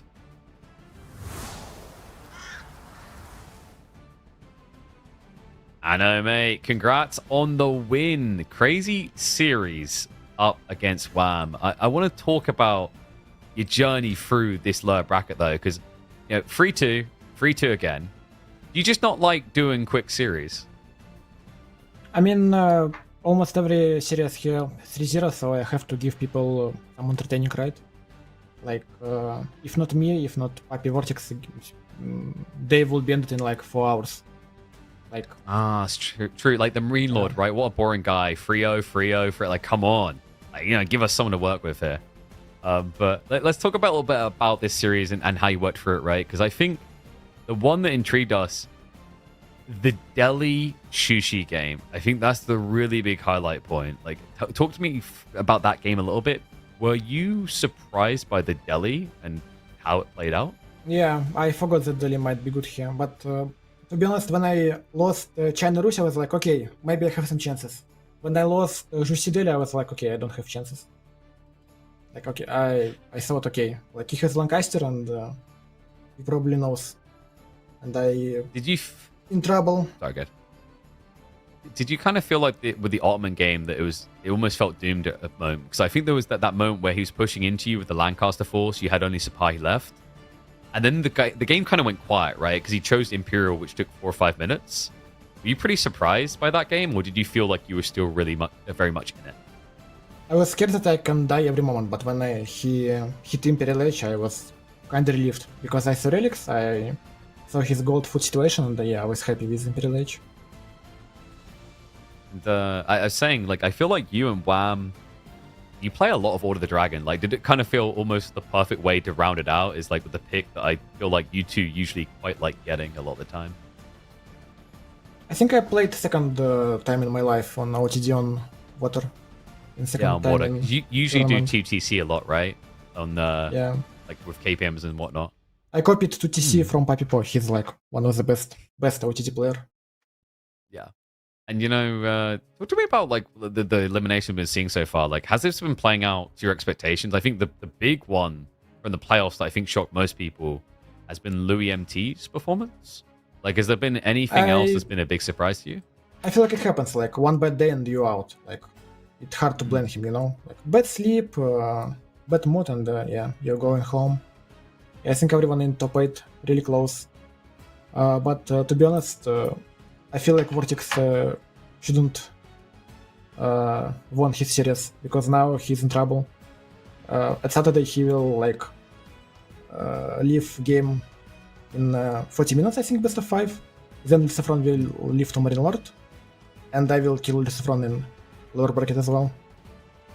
Got it. So because if you beat one, you beat both, right? That's how it works. Yeah, like both Spanish players will be destroyed. And what about Marine Lord? Yeah, that's my goal. What about that guy? Man, to be no offense, but he's playing very straight. Like I don't want to talk about his intelligence, about his IQ, but he can only play in straight line. Let's say that. If because I don't want, I don't get any prize dedication. So yeah. Got it. Which is worrisome for him because Kalauga's rivers aren't even straight lines. So I mean that's a default win already there. I feel like Spanish are more creative and they will be really dangerous. But Marine Lord, he's playing with everyone. He's playing with Spanish, he's playing with me, he's trying to collect all our strats together. But when final moments of tournament, we not playing with him and he's kinda in trouble. Who will play with him best of 9? No one. He will not have strats. He'll play as always 2 games with Lancaster China and then he he don't know how to play the game. He don't play in ladder. He's just playing 5 custom games and that's it.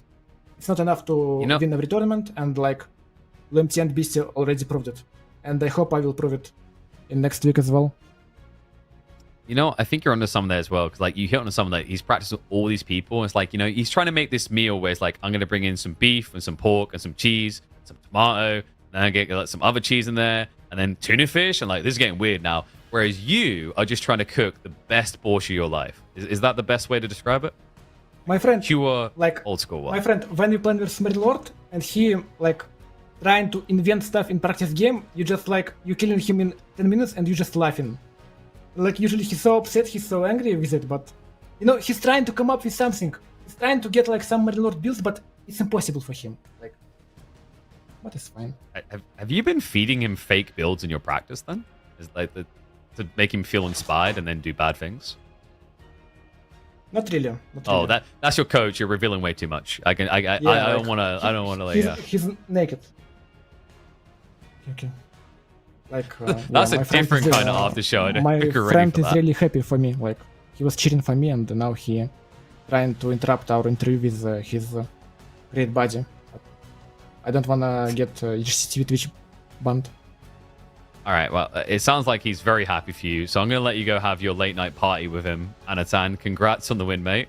Looking forward to seeing you next weekend and seeing how you're gonna slosh the Spaniards and the Frenchman himself. Thank you.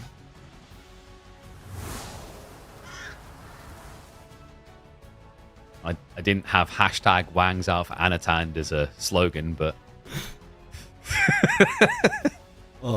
that was a classic interview. And gotta love the responses that he had. I'm sure the viewers are eating that up as well. I know it's an experience really with Anno. We do love it. But it's been a crazy day. I mean, that we actually hit 8 hours. So, you know, I was a little bit worried with those opening series it wouldn't be that quick, mate. But it delivered. And, well, for those who are just tuning in, you missed some incredible games, especially those lower brackets. Sweaty, so sweaty. In fact, I reckon, like, as Anno, Wham, Poppypool, and Vortix all got up from their chairs, it was probably like that noise like you get with Velcro as they just pull away. It's been a crazy day. Absolutely wild day, and you're right. It almost seemed like it was going to be a quick day after the first couple series, but instead one of the longer ones, and you know, lived to tell the tale. And now we're looking at what we got in store for next weekend. Make sure everyone comes out same time as always, Saturday and Sunday. First we'll have the finals and semis, and then finish it on up with the grand finals Sunday. I am so freaking hungry. I started the day with a 4-hour climb. Didn't eat that much. I'm like, hey, it's just a good day. But man, these boys burnt out on me. This was epic though. The Vortix Poppy Pool was the highlight. I think it's the best series of the tournament so far. But there's still so much to come. Like you highlighted, you know, we still got 4 series ahead of us, and this is why we do it, man. Long day, but you don't feel like it was long by the quality of the games. This is exactly why we cast Age of Empires 4. This is exactly why we watch Age of Empires 4. This is exactly why we all love Age of Empires 4 so much. So I hope to see all those familiar faces next week to crown a champion. Will it be the return of the chimp, the non-stop, Marine Lord? Oh, it's happening again. Jailmates. Could it be the Spaniards back on top? Or is the Belarusian right? Everyone's doing straight roads when this is a NASCAR race waiting to happen, and he's going to bring the curves. All that to come. We'll see you next weekend when EGC Masters Fall returns to the finals.